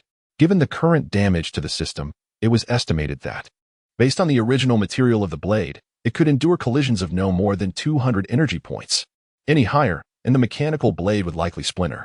According to Su Ming's estimation, Locke's energy level was around 800 to 900 points, categorizing him as a high-tier third-level gene warrior. Such energy levels would render the mechanical blade devoid of a functioning reinforcement system, likely to break upon a single swing. It was no wonder that Locke had found it increasingly difficult to undertake missions after the weapon's damage. Without hesitation, Su Ming swiftly disassembled the mechanical blade, meticulously separating each component. An array of parts was laid out on the workbench, hundreds in total, amounting to 5 or 6 times the quantity of standard surface-level weapons. Planetary-grade mechanical weapons are inherently more complex than their surface-level counterparts. However, for Su Ming, this level of complexity posed no significant challenge. Dismantling the mechanical warrior took him less than 10 minutes. Witnessing Su Ming's effortless and efficient disassembly of all the components without the aid of a scanner left the onlookers exchanging glances filled with astonishment. Such speed. It seemed implausible that another mechanic aboard the spaceship could achieve it so swiftly, particularly for Zhong Li, who had frequently observed the planetary-level mechanic on board dismantling mechanical weapons. Not only did this process require a scanner, but during the disassembly of 100 components, at least 5 would inevitably sustain secondary damage. Completing the task would take nearly half an hour, a commendable feat for a planetary-level mechanic. However, before her stood Su Ming, who, without utilizing a scanner, accomplished the disassembly in under 10 minutes, and with a 0 damage rate. Witnessing this, Zhong Li's gaze towards Su Ming was imbued with an unusual spark of surprise.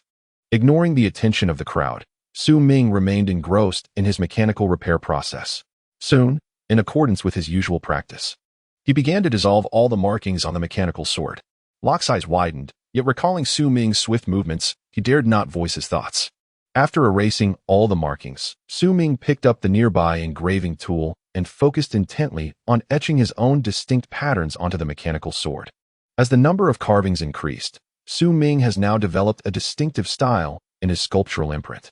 At this moment, he approached the engraving with practiced ease. Approximately half an hour later, Su Ming had engraved over 100 components, each adorned with a unique pattern. Next came the most crucial step, reassembly. However, after gazing at the parts of the mechanical battle knife for an extended period, Su Ming lifted his head and looked at Locke. "What is the matter, Master Su Ming?" Locke inquired, sensing a tightening in his chest, fearing that there might be an issue with his mechanical battle knife. "Do you possess a stellar-grade blade?" Su Ming asked curiously. "Huh." Locke was momentarily taken aback, then responded with puzzlement. "A stellar-grade blade can certainly be purchased. But pairing it with planetary-grade components wouldn't that be somewhat of a waste of the blade's quality?" Su Ming shook his head. "In my hands, there is no waste. Just procure it." Locke was filled with confusion, yet considering that Su Ming was assisting him without charge, he ultimately acquiesced. Following Su Ming's guidance, he invested a substantial amount of military merit to purchase a stellar-grade blade. "Here you go, Master Su Ming." A few seconds later, Locke retrieved a stellar-grade blade from his storage space. Su Ming was taken aback. "Ah, you acquired it so swiftly?"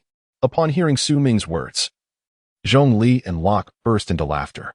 Young Master Su Ming, this is a small spatial transmission device provided by the Empire for soldiers. Anything exchanged for military merits will be transmitted directly into the storage space, which is incredibly convenient. Su Ming was momentarily taken aback, then could not help but marvel at the Empire's official military, known for its abundant resources. Just the cost of this spatial transmission device alone could not be less than 100,000 star coins, and each soldier was provided with one. In contrast, mercenaries truly belong to the neglected category, having to rely solely on their own efforts for everything. All right, bring me the blade, and I shall assist you in its installation. Without delay, Su Ming retrieved Locke's stellar-grade blade. Chapter 28.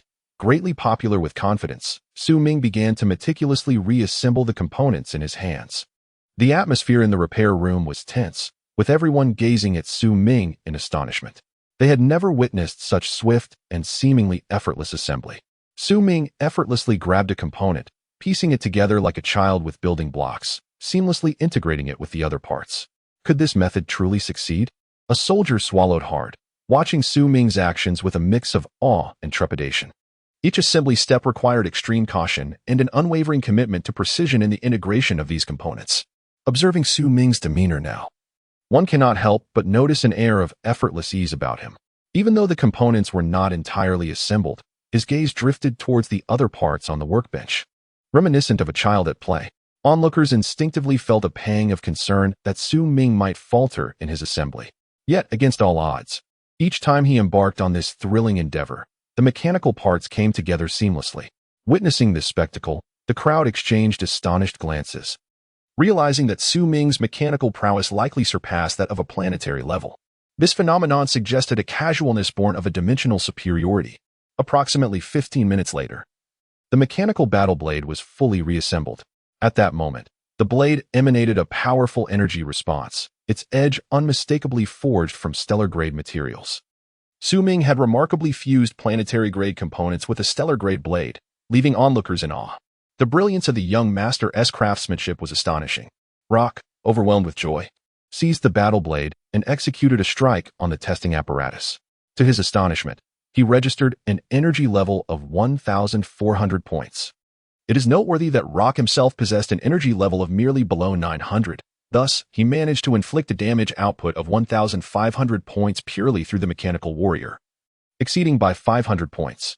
This energy range was already characteristic of a Western-level genetic warrior, filling Rock with elation. Previously, his maximum output with the battle blade had only reached a little over 1,000 points. However, at this moment, with a swift motion, he unexpectedly achieved a level of 1,400. Only he himself understood the remarkable prowess of Su Ming's mechanical reconstruction technology. Although Su Ming had roughly estimated a value in his mind, such specific figures were best validated through systematic testing for utmost precision. After assembling the mechanical combat blade, Su Ming exhaled softly, stood up, and prepared to leave the workstation. Yet, upon raising his gaze, he was momentarily taken aback. Around him, approximately 50 soldiers had gathered, encircling him in the center. These soldiers were now gazing at Locke with envious eyes, and then turned their eager stares towards him. Su Ming was momentarily stunned, having been so engrossed in the repair of the blade that he had not noticed the crowd forming around him. "Who are you all?" Su Ming instinctively inquired. Upon hearing his words, the soldiers forming the human wall immediately fixed their fervent eyes on Su Ming, as if they were beholding an extraordinary beauty. Subsequently, the group of soldiers hurriedly pressed closer to Su Ming. "Master Su, I possess a planetary-level ray gun. Could you assist in its repair?" "Why call me Master Su? You should refer to me as Grandmaster." "Grandmaster Su, my anti-energy battle armor is damaged. Would you be able to mend it? Do you all wish to take advantage of me?" "Grandmaster Su, I have a star energy mechanical arm. Could you help fix it? Just tell me how much military merit you require, and it shall be done." "We are not lacking in military merit. I too do not lack military merit, and I am willing to offer it. I also have several stellar-level mechanical components. Would you be able to assist in their installation as well, Grandmaster Su?" Though these soldiers were not mechanics, their discerning eyes were not to be underestimated. Upon witnessing Su Ming's remarkable ability to produce stellar-grade mechanical components for modification, they couldn't help but surmise that even if he were not a fully-fledged stellar mechanic, he was certainly at least partially immersed in that realm. Such mechanics are a rare find. and the ability to assist in the modification of mechanical parts is indeed a favor of considerable worth. The onlookers clearly observed Su Ming's entire repair process. While termed a repair, it bore little distinction from a complete overhaul or creation. The beaming smile on Locke's face revealed what the others already knew. The results of the modifications would likely far surpass the capabilities of an ordinary planetary-grade mechanic. Initially, their expectations were merely to restore the equipment to its original state. Yet Su Ming exceeded those anticipations, igniting a fervor within the soldiers. The prospect of acquiring superior gear not only enhanced their combat effectiveness, but also promised longevity, ensuring that even as they grew stronger, this equipment would remain relevant. Such a boon was enough to elate these soldiers. At this moment, Su Ming found himself besieged by the throng of soldiers, and with a wry smile. He surveyed the human wall before him, yearning for a narrow escape. Following this, Zhongli, with a touch of exasperation, parted the crowd and then, with a friendly demeanor, addressed Su Ming and Warren. "Gentlemen, let me escort you to your dormitory." Relieved by Zhongli's words, Su Ming and Warren exhaled in unison, hastily rushing to her side, eager to avoid being ensnared once more by the enthusiastic soldiers. Sweat poured down Su Ming's forehead, overwhelmed by the recent events he had just endured. The mere thought of facing the scene again, even in a confrontation with the aquamarine beings, filled him with dread. Essentially, Su Ming often immersed himself in mechanical repairs, leading a somewhat reclusive and socially anxious life. Observing the expressions of Su Ming and Warren, Zhongli couldn't help but chuckle softly, finding the situation amusing. She then guided Su Ming and Warren to their shared dormitory. This spacious double room was equipped with 2 workstations at its center, clearly designed for planetary-level mechanics, perfectly suited for the research and work of both Su Ming and Warren. After glancing at them, Zhongli spoke with a smile, "Please wait here for a moment. I will retrieve your identity badges. You will be able to access tasks in the military merit system through them." Chapter 29, Knowledge of Mechas. Before long, Zhongli returned, presenting 2 ring-like wristbands to Su Ming and Warren. "These are your identity badges," she explained. "They come with numerous features for you to explore." With a smile, she added, "I must take my leave now. I have included my contact information in the badges. Feel free to reach out if you need anything." After delivering her message, Zhongli closed the door behind her, leaving Su Ming and Warren alone. They exchanged glances, and Warren's face lit up with excitement as he examined his identity badge. "I heard that the military merit system allows for the exchange of mechs. Let me take a look," Warren exclaimed eagerly. Upon hearing Warren's words, Su Ming promptly reacted, hastily picking up his identity badge to examine it. Within the bracelet, there existed a total of 6 major functionalities: mission, military merit system, contact, and request for assistance. The 6 functions were immediately apparent. Su Ming, particularly intrigued by the military merit system, swiftly delved into it for further exploration. Instantly, a multitude of exchange options materialized before him. The array was vast and diverse, encompassing potions, mechanical components, everyday supplies, techniques, and blueprints, among others. He could even expend military merits to issue tasks within the mission system. In addition to these functionalities, there were also the spatial teleportation and storage capabilities previously demonstrated by Locke before Su Ming. Any items exchanged would be delivered in a remarkably brief period through the spatial teleportation feature, ensuring both the privacy of the soldiers' exchanges and a highly efficient logistics process. Su Ming's expression shifted as he proceeded to select the blueprint option within the military merit system. Immediately, various forms of knowledge unfolded before him, such as initial understanding of stellar patterns and assembly techniques for magnetic energy circuit systems, representing a comprehensive compilation of mechanical wisdom authored by masters from different schools of thought. There was even knowledge surpassing stellar-level mechanics, extending to cluster-level and galaxy-level expertise. In essence, it was a veritable repository of mechanical knowledge. Although Su Ming was capable of assembling stellar-level constructs, he excelled even further at the planetary level. However, these myriad techniques and methods hold a certain reference value for Su Ming. They are not entirely devoid of utility. After all, Su Ming's mechanical knowledge has, in essence, been gradually gleaned from his extensive exposure to mechanical components within the Colin family. Although he possesses his own understanding and style, acquiring the mainstream mechanical knowledge of the interstellar society would undoubtedly lead to a profound synthesis of his insights. It would be of immense assistance to him. Su Ming, brimming with excitement, found himself akin to a passionate gamer who has suddenly been presented with 100 coveted skins. Naturally, he would wish to invest. Su Ming's current mindset is precisely this. Purchasing this knowledge is tantamount to engaging in dialogue with the masters who have crafted these knowledge systems. If investment is necessary, then it must be made. However, the currency of the military merit system is, indeed, military merit itself. Each piece of knowledge demands a substantial amount of military merit for exchange. If Su Ming wishes to redeem this knowledge, he will likely need to diligently earn military merit. At this moment, a tinge of regret washed over him. He lamented, realizing that he had previously underestimated the significance of military merit and had unwittingly acquiesced to Locke's request. In hindsight, he should have insisted on receiving some military merit from Locke at that time. Yet, with the matter now set in motion and the repairs completed, Su Ming felt too embarrassed to approach Locke for military merit once more.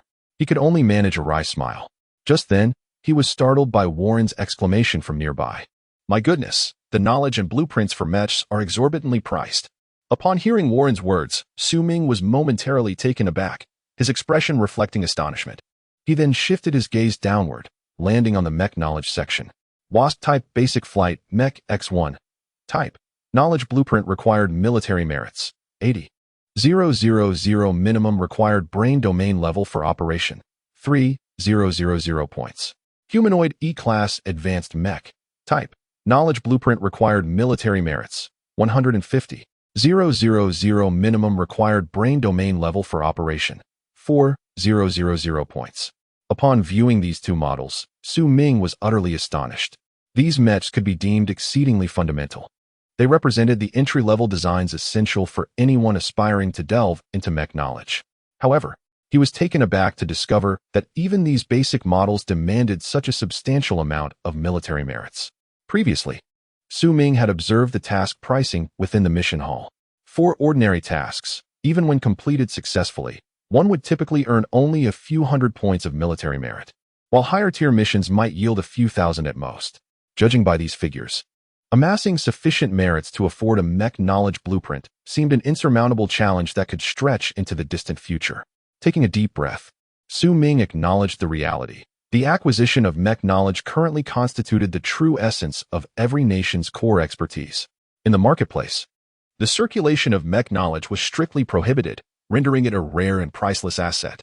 To obtain it, one could only resort to illicit means or special channels sanctioned by official authorities. Private transactions were not permitted. The exchange system within the military merit framework was indeed one of the officially sanctioned routes. As long as one purchases within the military merit system, it equates to having official registration, ensuring that in the future, any similar mechs assembled would not attract the authorities' scrutiny. Su Ming took a deep breath, redirecting his gaze downwards. Prepare to explore the exorbitant prices of the highest-grade mech designs. Glory S-Class Nuclear Mech. Type knowledge blueprint required military merit 20 million minimum pilot level for 100,000 points. Upon reading the description of this mech, Su Ming felt his eyes redden. This mech, if his memory served him right, his esteemed but frugal father, the head of the Karen family, Karen Clarence, piloted this series of mechs, did he not?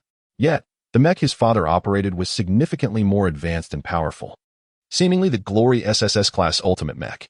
With this realization, Su Ming felt a wave of resignation wash over him. To catch up with the Karen family, he had an arduous journey ahead. Currently, he had yet to even glimpse the silhouette of a mech, let alone the ultimate version. Shaking his head, Su Ming resolved to commence his endeavors with the most basic model of mech. Unbeknownst to Su Ming, in the not-too-distant future, his reputation would soar aboard the spaceship, all beginning with his casual assistance to Locke in modifying a mechanical battle sword. At this moment, Locke stood with several soldiers, wielding a brand-new mechanical battle sword in his hand. Task objective, Muta planet, cosmic life invasion, seeking aid from the Empire. Task difficulty, low level. Everyone, let us now embark towards Muta planet.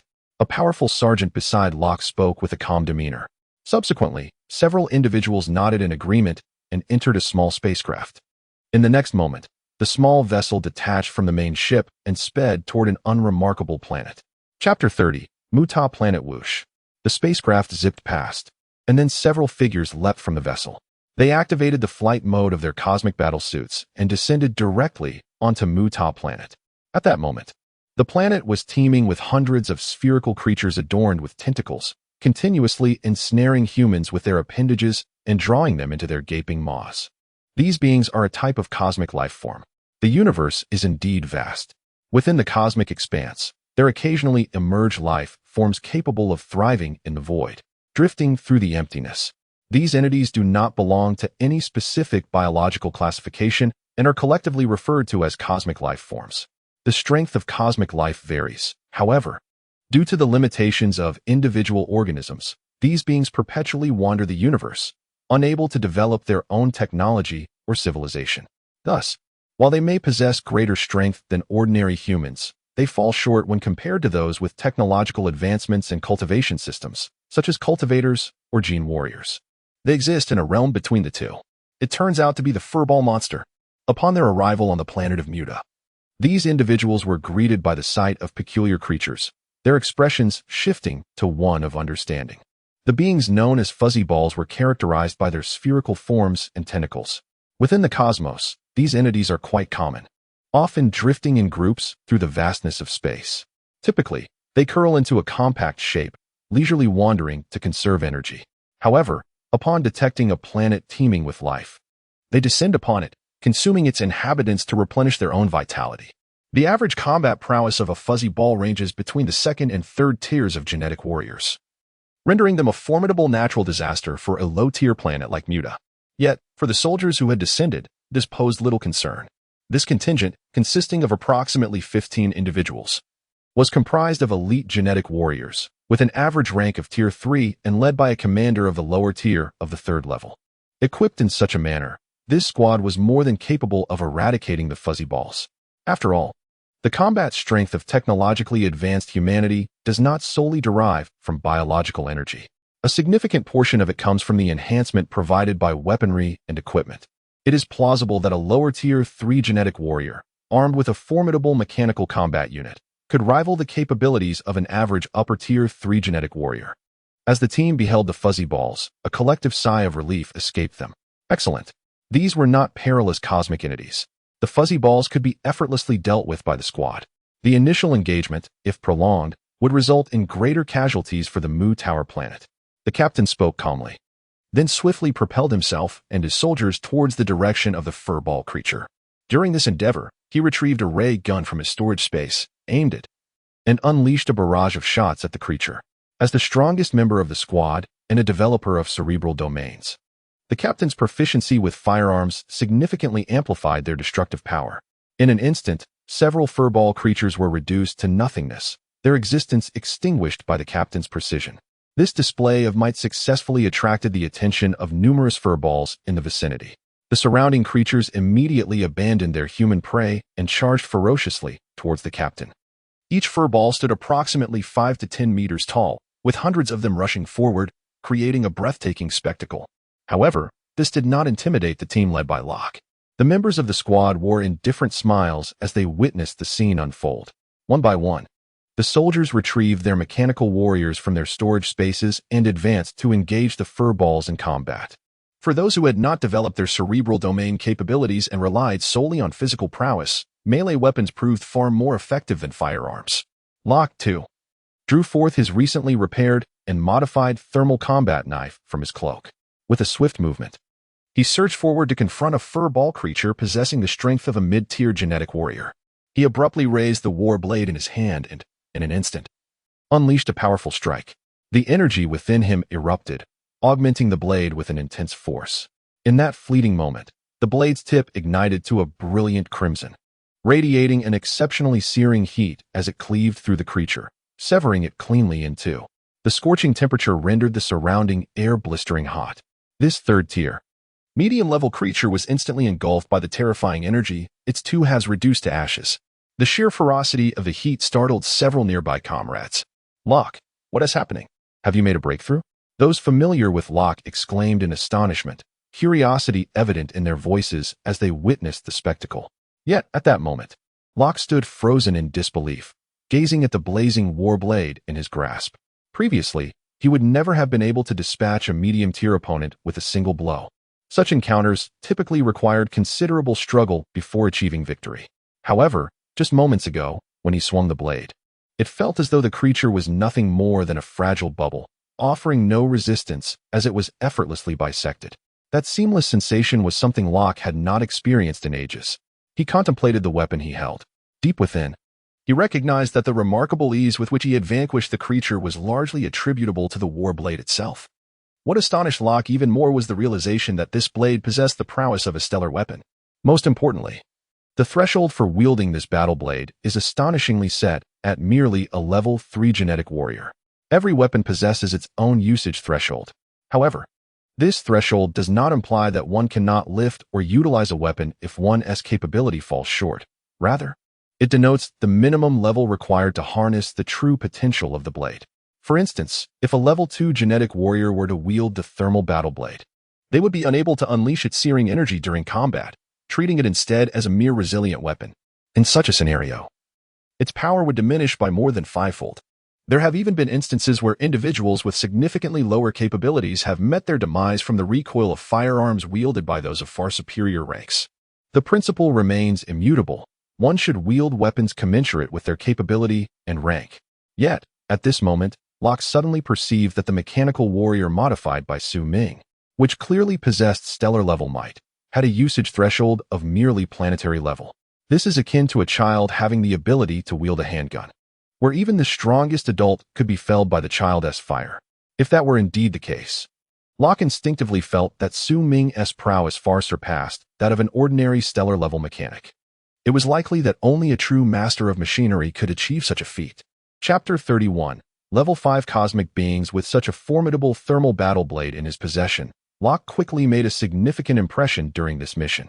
The blade was extraordinarily sharp, allowing him to dispatch any fluffball creature with a single strike. A sense of clandestine delight surged within Locke. He had already sensed that as a mid-tier third-level genetic warrior, wielding this mechanized battle knife imbued with stellar might, he could astonishingly unleash combat prowess equivalent to that of a low-tier 6th-level fighter. Even the mid-tier furballs could be effortlessly cleaved in two by his hand. Fueled by exhilaration, Locke, alongside his comrades, swiftly eradicated the onslaught of furballs.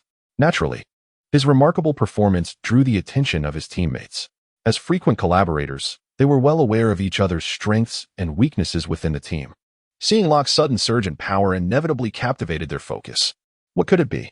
This fellow has become remarkably formidable. No furball can withstand his strike. Has he consumed some potent elixir? How could he have grown so much stronger? No, his physical capacity seems unchanged, yet his attacking power has surged. Could it be the weapon? I recall that his previous battle knife was damaged. How is it functioning now? Was it repaired? Upon hearing this observation, the others quickly shifted their gazes towards Locke's thermal battle knife, their eyes betraying an inquisitive glint. Could this enhancement truly stem from the weapon? At that moment, a piercing scream erupted from the crowd, followed by the sight of a soldier being impaled and dragged skyward by a formidable tentacle. Witnessing this scene, everyone was instantly taken aback. The soldier whose body was pierced was a third-level elite genetic warrior.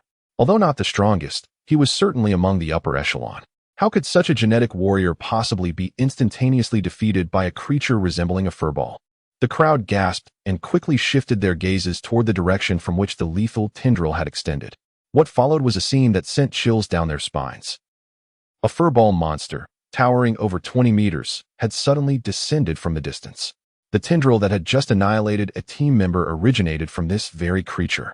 Upon sighting the furball monster, grave expressions unconsciously spread across the faces of the onlookers. Under normal circumstances, a furball monster would reach a maximum height of 10 meters. This particular creature must have been contaminated by some form of radiation or energy, resulting in its mutation. At that moment, the captain regarded the furball monster with an expression laden with seriousness and solemnly instructed, "Shao Kelly, assess the energy level of this furball monster."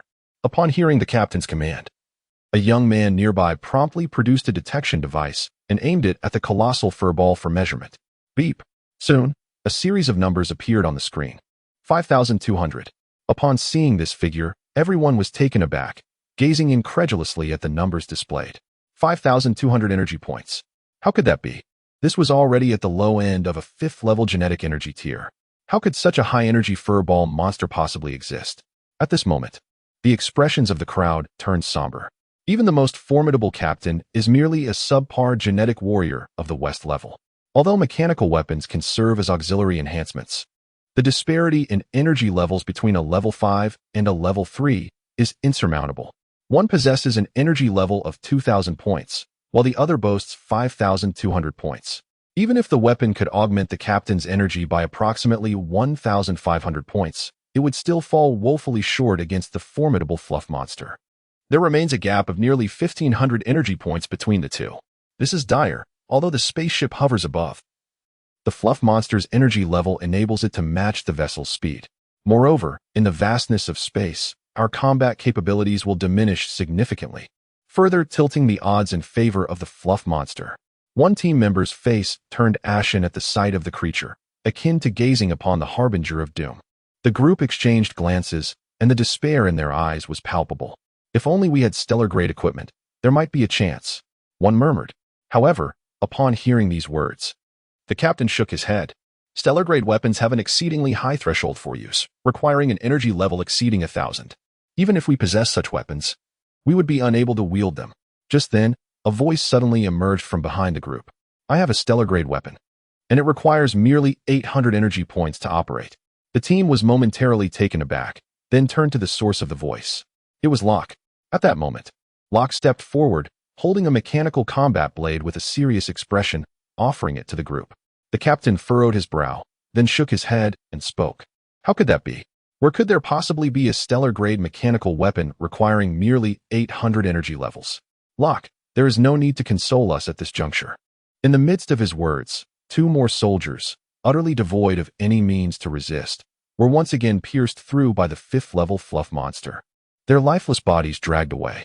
Witnessing this scene, the captain's eyes blazed with fury and helplessness. A means of resistance must be devised. We cannot remain idle. A resolute determination flickered in the captain's gaze. Just then, Locke stepped forward abruptly, forcefully presenting the combat knife to the captain. Captain, trust me this time. Once you wield this knife, you will comprehend its power. The captain paused in surprise, then noticed the unwavering conviction in Locke's eyes. A deep sense of doubt welled up within him. He was well acquainted with Locke, who was not one to boast idly. Could it be that this knife possesses some extraordinary power? The captain accepted the weapon, gritting his teeth as he gazed earnestly into Locke's eyes and inquired, Are you certain it possesses stellar-grade might? Locke, equally resolute, nodded emphatically, There is no mistake. I would never jest with my life. Upon hearing Locke's assurance, the captain scrutinized him deeply, then felt a surge of formidable energy within himself. Very well, I believe you. After speaking, the captain turned and unleashed all the energy within his body, channeling it into the thermal energy blade in his hand. In an instant, a shocking phenomenon unfolded before everyone's eyes. The thermal blade erupted with an overwhelming wave of heat and a dazzling brilliance, as if it were tearing apart the very fabric of the night sky. The energy radiating from the blade surged to a breathtaking magnitude, leaving the onlookers in awe. What a magnificent weapon! The captain felt an exhilarating rush as the sword bestowed upon him boundless strength. Without hesitation, he leaped into action, wielding the thermal energy blade and charging towards the colossal furball monster towering 20 meters high. Chapter 32. The Blade's Might Boom. A thunderous roar echoed as the thermal energy blade in the captain's grasp unleashed a power far surpassing that wielded by Locke. In an instant, the blade emitted an extraordinarily terrifying energy, painting the surroundings in a fiery crimson hue. Vehicles on the streets and nearby structures began to exhibit signs of melting under the intense heat. With the long blade in hand, the captain executed a fierce strike towards the furball creature. The scorching energy ablaze on the mechanical blade slicing through the air and carving a massive red crescent in the sky. With that strike, the previously formidable furball monster was violently cleaved open, a gaping wound appearing. A rich aroma of roasted meat wafted from the creature's injury. As the strike unexpectedly inflicted damage upon the fluffball monster, astonishment illuminated the faces of the captain and all the team members. This served as evidence that, although the captain wielding the mechanical war knife did not possess a level exceeding that of the fluffball monster, he had indeed reached a comparable tier. This was the very reason he could wound the creature. Cover me. I shall slay this fluffball monster. The captain commanded vocally to his comrades behind him. Without hesitation, the team members unleashed their full potential, fervently assaulting the tentacles of the fluffball monster. despite their levels being inferior to that of the creature. Focusing their efforts on its appendages proved to be somewhat effective. Soon, at the cost of 2 sacrificed team members, the captain, with the aid of his squad, successfully cleaved the fluffball monster before him in 2. Thus fell the mightiest of the fluffball monsters. The remaining creatures posed no threat to the soldiers, who effortlessly eradicated them.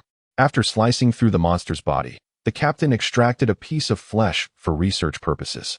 He sensed something amiss about this particular fluffball monster. It was originally inconceivable for it to attain such size, suggesting it had been influenced by some external force to grow so large. Handing the war knife to Locke, the captain's eyes reflected a deep reluctance. "Locke, would you consider selling this war knife? I would be willing to pay a substantial price." The captain pondered momentarily, then tentatively voiced his hope. Initially, the captain was reluctant to request anything from his team members.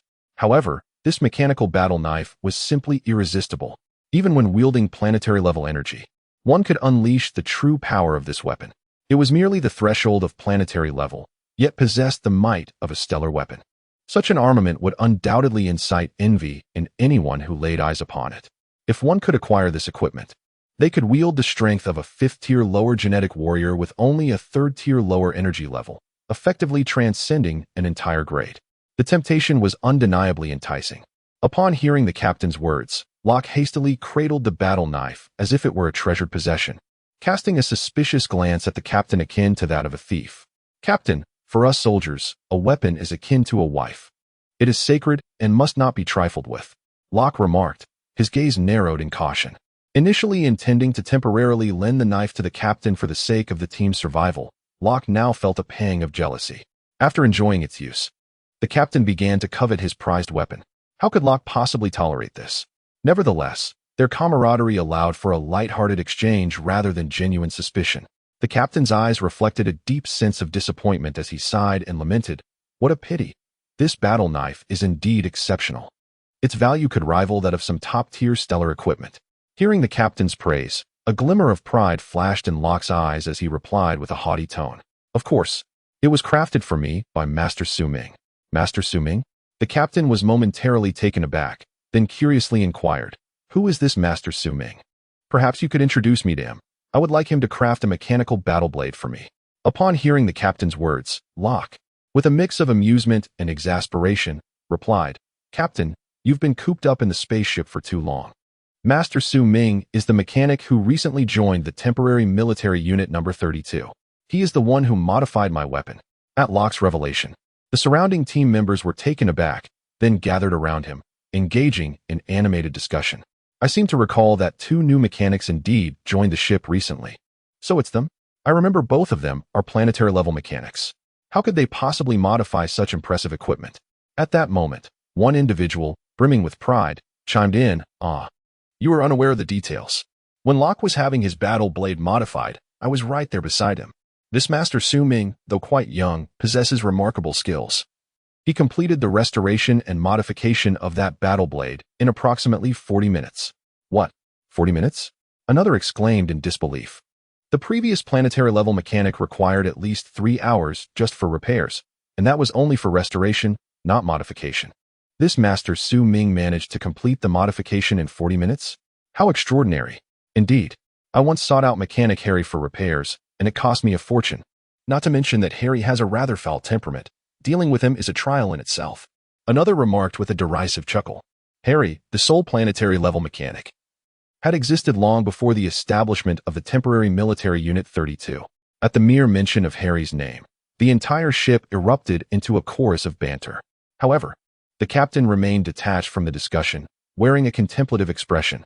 He cast a glance at his previously damaged planetary-grade firearm, and a glimmer of anticipation flickered in his eyes.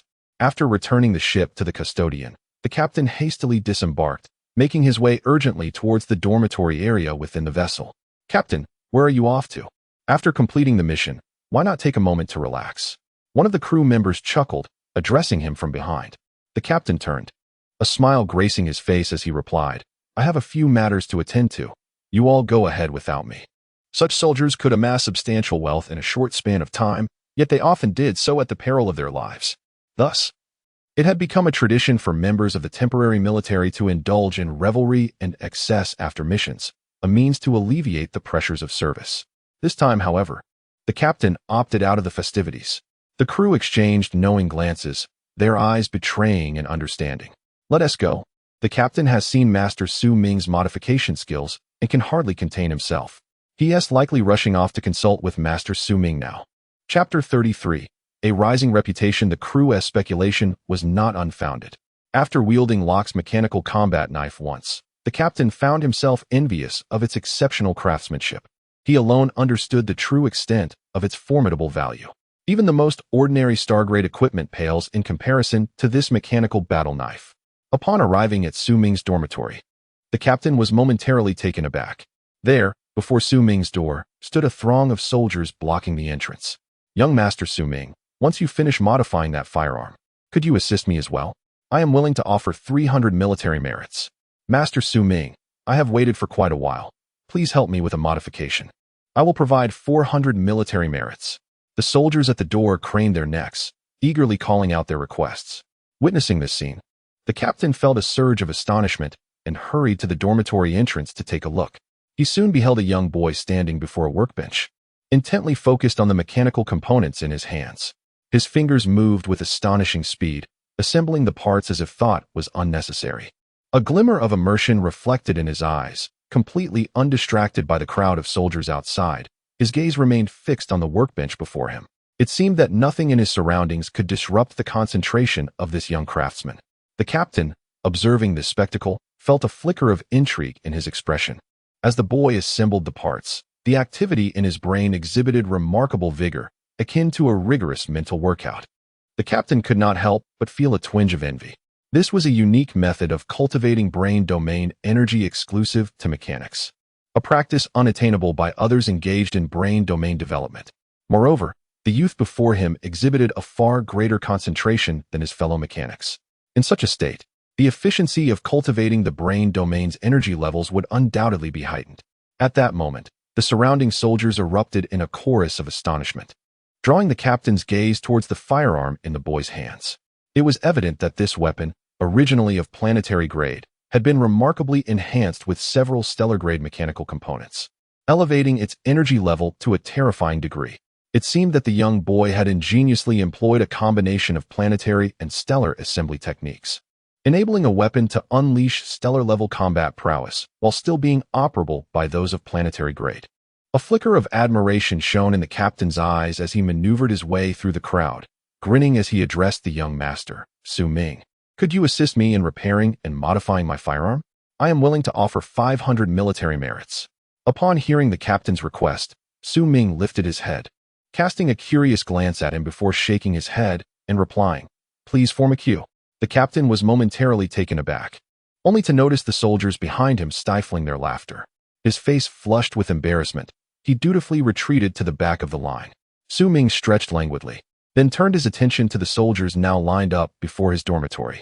This scene had unfolded merely hours prior, shortly after he and Warren had settled in. A throng of soldiers had flocked to him, eager for his expertise in repairing their mechanical equipment. However, Su Ming smiled wryly.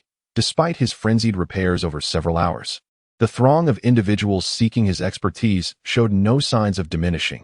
In fact, it seemed to grow ever larger. Even Su Ming, after enduring several hours of intense labor, began to feel a tinge of fatigue. Since his arrival, he had managed to repair and modify a total of 12 pieces of equipment, which consumed a full 8 hours of his time. It must be said that the stellar points garnered from planetary-grade machinery were indeed substantial. Calculating at a rate of 100 stellar points for each piece of planetary-grade equipment, those 12 items had earned him an impressive total of 1,200 stellar points. If he were to deal with surface-grade equipment, he might toil for days and still not amass such a wealth of stellar points. Indeed, departing from Nopo Planet proved to be a sagacious choice. In addition to stellar points, Su Ming also reaped a considerable amount of military merit. Nearly every individual who approached him for mechanical modifications paid an average of 200 to 400 military merits. Thus, the 12 pieces of equipment had garnered him approximately 3,000 points of military merit. From this perspective, accumulating sufficient military merit to purchase knowledge and blueprints for Mechas was not as arduous as it might seem. With a few weeks of such endeavors, He could likely amass the required 150,000 military merits to acquire the humanoid E-class advanced mech that he desired. Turning his gaze, Su Ming then addressed the soldiers waiting outside. He brought Warren forward and spoke. "This is my companion Warren, whose mechanical prowess is equally remarkable. If any of you cannot wait, feel free to seek his assistance with repairs." Upon hearing Su Ming's words, everyone turned their gaze towards the inconspicuous Warren. For the first time, Warren felt the weight of so many eyes upon him, causing a wave of nervousness to wash over him. He could only stand beside Su Ming, awkwardly chuckling. Since he was recommended by Su Ming, there must be no issues. "Dear Master Warren, please repair this mechanical battle blade for me. I am willing to offer 200 military merit points." A voice came from the rear of the crowd, where an individual stepped forward with a genial smile. Among those seeking Su Ming's expertise in repairing mechanical weapons, some wished to enhance their armaments to become more formidable. These individuals patiently awaited their turn in Su Ming's queue. However, others merely sought to restore their damaged mechanical weapons to a functional state without pursuing any enhancement in combat capabilities. Unfortunately, they would have to wait in line for the mechanic named Harry, while Su Ming's efficiency far surpassed that of Harry S., making it much quicker to queue with him. Now that Su Ming had introduced Warren, everyone recalled that there were two mechanics who had joined the temporary military Unit 32. The slender, unremarkable youth before them was indeed another mechanic.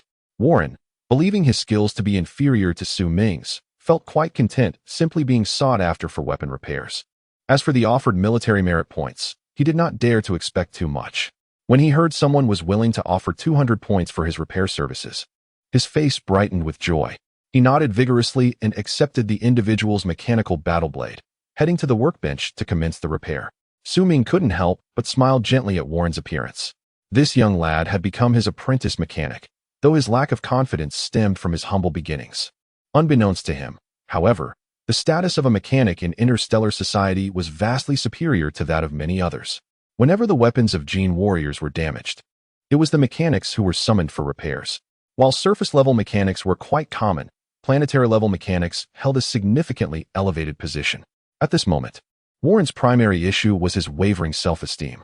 Once he transitioned into a regular order-taking mode, he would soon appreciate the esteem that planetary-level mechanics commanded among the soldiers. Chapter 34. Strange Occurrences. Captain of the Lock team had successfully acquired his modified weapon after waiting several hours. Subsequently, he uploaded the video of their mission on Mu Tower planet to the public network. The public network was a shared system among the temporary military Unit 32 aboard the spacecraft. Prior to any mission, each team would set up automatic video recording to document the proceedings. This was a regulation of the Imperial Temporary Military, which, due to its more lenient management compared to the regular army, required video documentation to prevent soldiers from being negligent during tasks. Naturally, the captain had also recorded the mission process on Mu Tower planet. The video has been transmitted onto the public network, visible to all individuals aboard the spacecraft. This public network resembles a forum, where other soldiers can also engage in commentary and sharing. At this moment, the soldiers acquainted with Team Locke noticed the captain's newly updated status and began to leave playful remarks beneath it. "Oh, have you earned military merit? Why not invite us to celebrate?" What began as casual banter took a surprising turn when these familiar soldiers clicked on the video and beheld its content. How could there be a level 5 furball monster? This furball monster seems rather unusual. What is going on? Shouldn't this be reported? Otherwise, we could be in danger if we encounter erroneous information during our missions. A portion of the soldiers became captivated by the furball monster, while others were drawn to the combat knife wielded by Locke. This knife possesses stellar-level power, yet can also harness planetary-level energy. Upon hearing this soldier's analysis, the comments erupted in astonishment, leading to a lively discussion regarding the mechanical combat knife. Who modified this mechanical combat knife? Seeking an introduction. Noticing that his friend had posed a question in the comments, the captain of Team Locke promptly revealed that the mechanical combat knife was crafted by Su Ming. What? Su Ming? Is he the newly joined mechanic aboard the spacecraft? Isn't he a planetary level? It is quite common for many mechanics to remain low-key and reluctant to seek certification. Master Su Ming has undoubtedly attained the status of a stellar mechanic, yet he appears disinclined to pursue formal recognition. Astonishing. A stellar mechanic aboard our ship? I must seek him out for modifications. The news spread rapidly, from one person to 10, and soon to hundreds. The revelation that Su Ming is indeed a stellar mechanic traversed the entire vessel, and soon, a growing line of soldiers gathered outside his dormitory, awaiting repairs. Moreover, some soldiers entrusted Su Ming with their stellar-grade equipment for repairs. Remarkably, Su Ming succeeded in restoring these high-caliber devices, further solidifying the soldiers' belief in his status as a stellar mechanic. Consequently, Su Ming's standing and benefits aboard the ship soared. Previously, he earned around 200 to 400 military merits for each mechanical repair. However, upon the soldiers' discovery of his stellar designation, the price for each modified piece of equipment escalated to a range of 1,000 to 1,200 military merits, an increase of nearly fivefold. The value that a stellar mechanic can generate is indeed quintuple that of a planetary mechanic, if not more. Even some external stellar mechanics find it challenging to secure an appointment with him. To these soldiers, having a stellar mechanic aboard the ship is nothing short of a boon for the temporary military. Instantly, everyone sharpened their wits, eager for Su Ming's assistance in repairing and modifying their equipment. At this rate, it seemed likely that within a week, Su Ming would successfully exchange his efforts for the coveted knowledge and blueprints of mecha technology he desired. However, the task video uploaded by Team Lock stirred a commotion far beyond merely Su Ming's mechanical gear. Soon enough, Lieutenant Walker, the true overseer of the spacecraft, caught sight of the video and shifted his gaze towards the fifth-level fluffball creature. He held little interest in stellar-grade mechanical equipment, as finding a stellar-class mechanic was quite feasible given his rank. Yet, the fifth-level fluffball piqued his curiosity. It struck him as peculiar that so many odd-level cosmic beings had emerged recently. This was not the first incident of its kind. Lieutenant Walker furrowed his brow, a hint of gravity flickering in his eyes. While others might merely find the occurrence strange, he connected it to the recent upheaval within the Lhasa political faction in the Bander system and its ambiguous stance. Sensing a subtle correlation between these bizarre events in the Star region and the Lhasa party, rising to his feet, Lieutenant Walker sought out the captain of Team Lock. "Lieutenant, is there something I can assist you with?" The captain, intrigued by Walker's visit, regarded him with curiosity. Lieutenant Walker nodded slightly, his expression solemn. He then addressed the captain, saying, "According to the mission footage, it appears that the fifth-level furball creature you encountered had a piece of meat removed. Might I request that you hand it over to me?" Noticing the lieutenant's grave demeanor, the captain was momentarily taken aback, but promptly replied, "Of course. This piece of meat was specifically harvested for research purposes. It would indeed be more beneficial to submit it to you." With that, the captain retrieved a chunk of meat from his storage space, carefully preserved in a refrigeration device, and handed it to Lieutenant Walker. The lieutenant nodded and then cautioned the captain, "You must not speak of this to anyone." The captain was startled. "Lieutenant, is there something amiss with this fifth-level furball creature?" Shaking his head, the lieutenant replied, "I cannot say for certain, but there is something that feels off.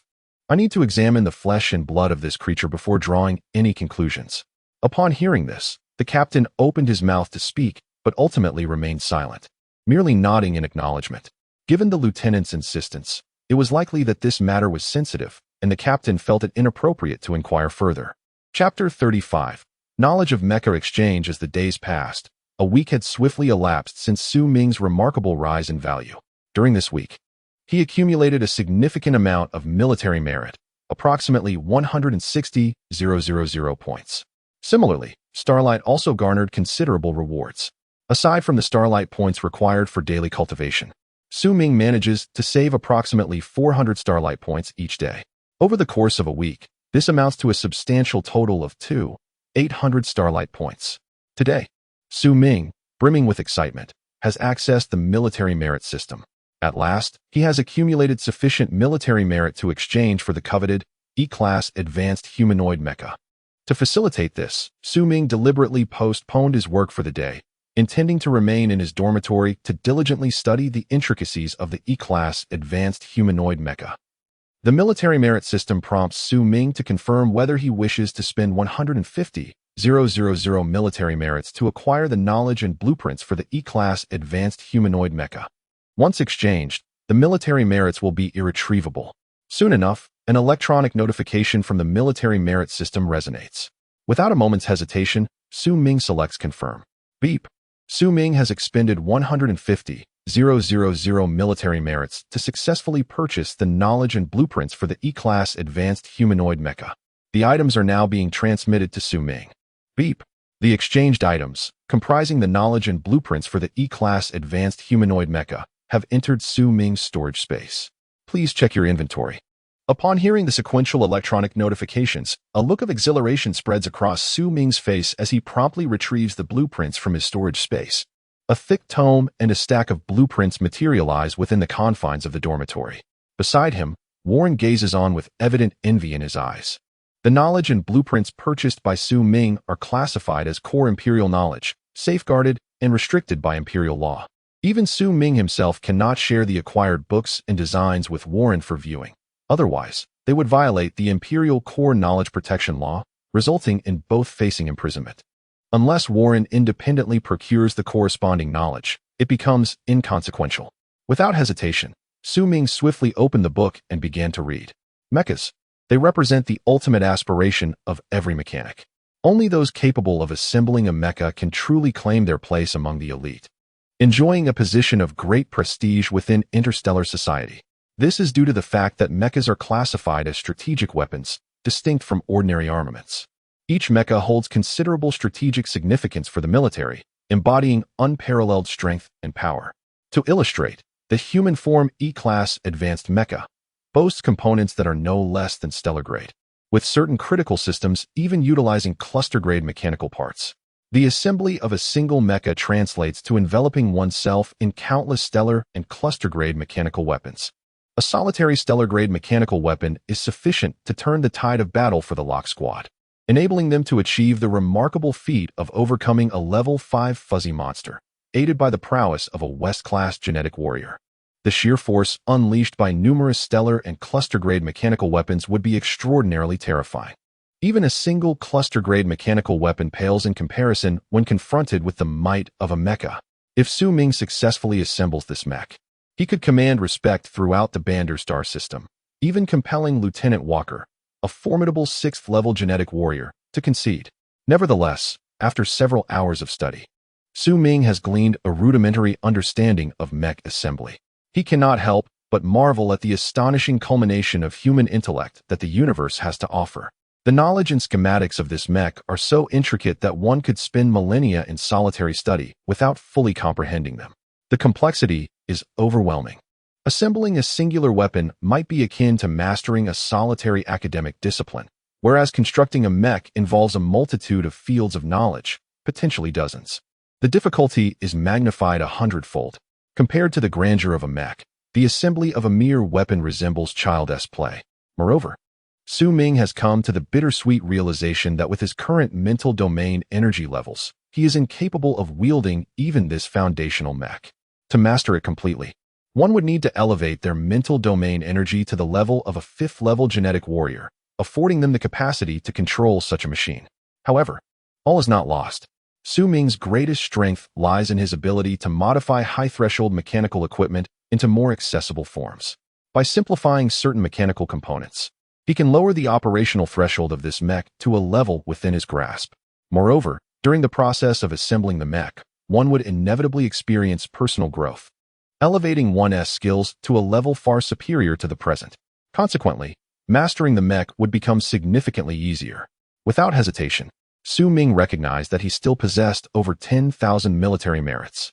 He utilized more than 10,000 of these merits to exchange for a substantial quantity of mechanical equipment necessary for the assembly of the mech. However, despite the considerable expenditure, he had acquired less than 1/10 of the required mechanical components. The intricacies of assembling a genuine mech demand a vast array of mechanical parts, each exceptionally costly. Even when utilizing the military merit system for exchanges, a significant amount of merits is essential to obtain complete mech components. Currently, the military merits at Su Ming's disposal were vastly insufficient, compelling him to initially exchange only a portion of the mechanical parts, allowing him to assemble a single section. As his merits increased, he would gradually acquire additional components to complete the assembly. Before long, the mechanical parts he had exchanged were transported into his storage space via the spatial transfer function. Su Ming meticulously extracted each component and placed them within his dormitory. Without a moment's pause, he set to work, disassembling and re-engraving the mechanical parts. As Su Ming entered the assembly phase, his order-taking mode was reactivated. There was no alternative. Earning military merits was imperative, for assembling a mech is an endeavor that could easily consume hundreds of thousands of merits. Su Ming could only resume operations, assisting others in modifying mechanical equipment in exchange for military merit, which he then used to procure a plethora of mechanical components to maintain his mech. However, what brought Su Ming solace was the rapid advancement in his mechanical skills as he delved deeper into the study of mechs. Originally, it took him 40 minutes to modify a single piece of mechanical equipment. Now, he had reduced that time to a mere 20 minutes, a pace that would leave most mechanics in awe. Simultaneously, assembling a mech was an exceedingly laborious endeavor.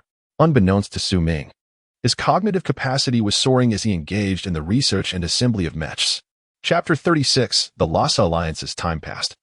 It had been over a week since Su Ming exchanged for a mech and commenced his studies on assembling it. During negotiations with the core political factions of the Free Federation, the Lhasa Party encountered a breakdown in talks. Ultimately, the Lhasa Party, along with 10 surrounding star systems, declared their secession from the Busa Free Federation, establishing a regional nation known as the Lhasa Star System Alliance, abbreviated as the Lhasa Alliance. With the formation of the Lhasa Alliance, the situation among the neighboring star systems grew increasingly tense. At that moment, within the parliamentary hall of the core political faction of the Busa Free Federation, several prominent figures were seated, engaged in a discussion about this matter. Esteemed colleagues, what are your thoughts on the situation regarding the Lhasa Alliance? A member of parliament, clad in formal attire and wearing an impassive expression, spoke in a monotonous tone. Upon hearing his words, several surrounding members exhibited faint, bemused smiles, seemingly indifferent to the matter at hand. Was it truly necessary to deliberate over such trifles? Another member, appearing relaxed, rose to address the assembly. The Lhasa Alliance, lacking even a single apocalypse-level combatant, dares to proclaim itself a galactic power. It is utterly oblivious to its own impending doom. First and foremost, we must acknowledge that there exists no such entity as the Lhasa Alliance in the cosmos. Only a violent criminal organization, leading armed factions in treasonous rebellion. Countless citizens of the Federation are currently being forcibly stripped of their nationality by the Lhasa regime. Now is the time for the Federation to deploy its military forces to eradicate these violent offenders and liberate the populace from the clutches of the Lhasa Alliance. The member spoke with fervor. After his words, the other parliamentarians exchanged glances and nodded in agreement. Brooke, it shall be your charge to lead the army in quelling the insurrection, one member slowly remarked to his neighboring counterpart. The individual addressed as Brooke emanated a formidable aura, as if infused with the essence of a star, radiating explosive power. He was indeed one of the apocalypse-level masters of the Free Federation. Upon hearing the member's directive, he chuckled lightly and nodded in assent. This task would be exceedingly simple for him. The so-called Lhasa Alliance lacks even a single apocalyptic-level expert, should one emerge. They could effortlessly crush the rebels within the Alliance. Indeed, a star cluster-level force devoid of apocalyptic-level experts is nothing more than a farce within the vast expanse of cosmic civilization. Any moderately powerful faction could dispatch a legion led by an apocalyptic-level expert, easily penetrating the entire star cluster. To those present, the Lhasa Alliance is merely an uninteresting spectacle. Now, esteemed colleagues, let us cast aside this trivial clownery.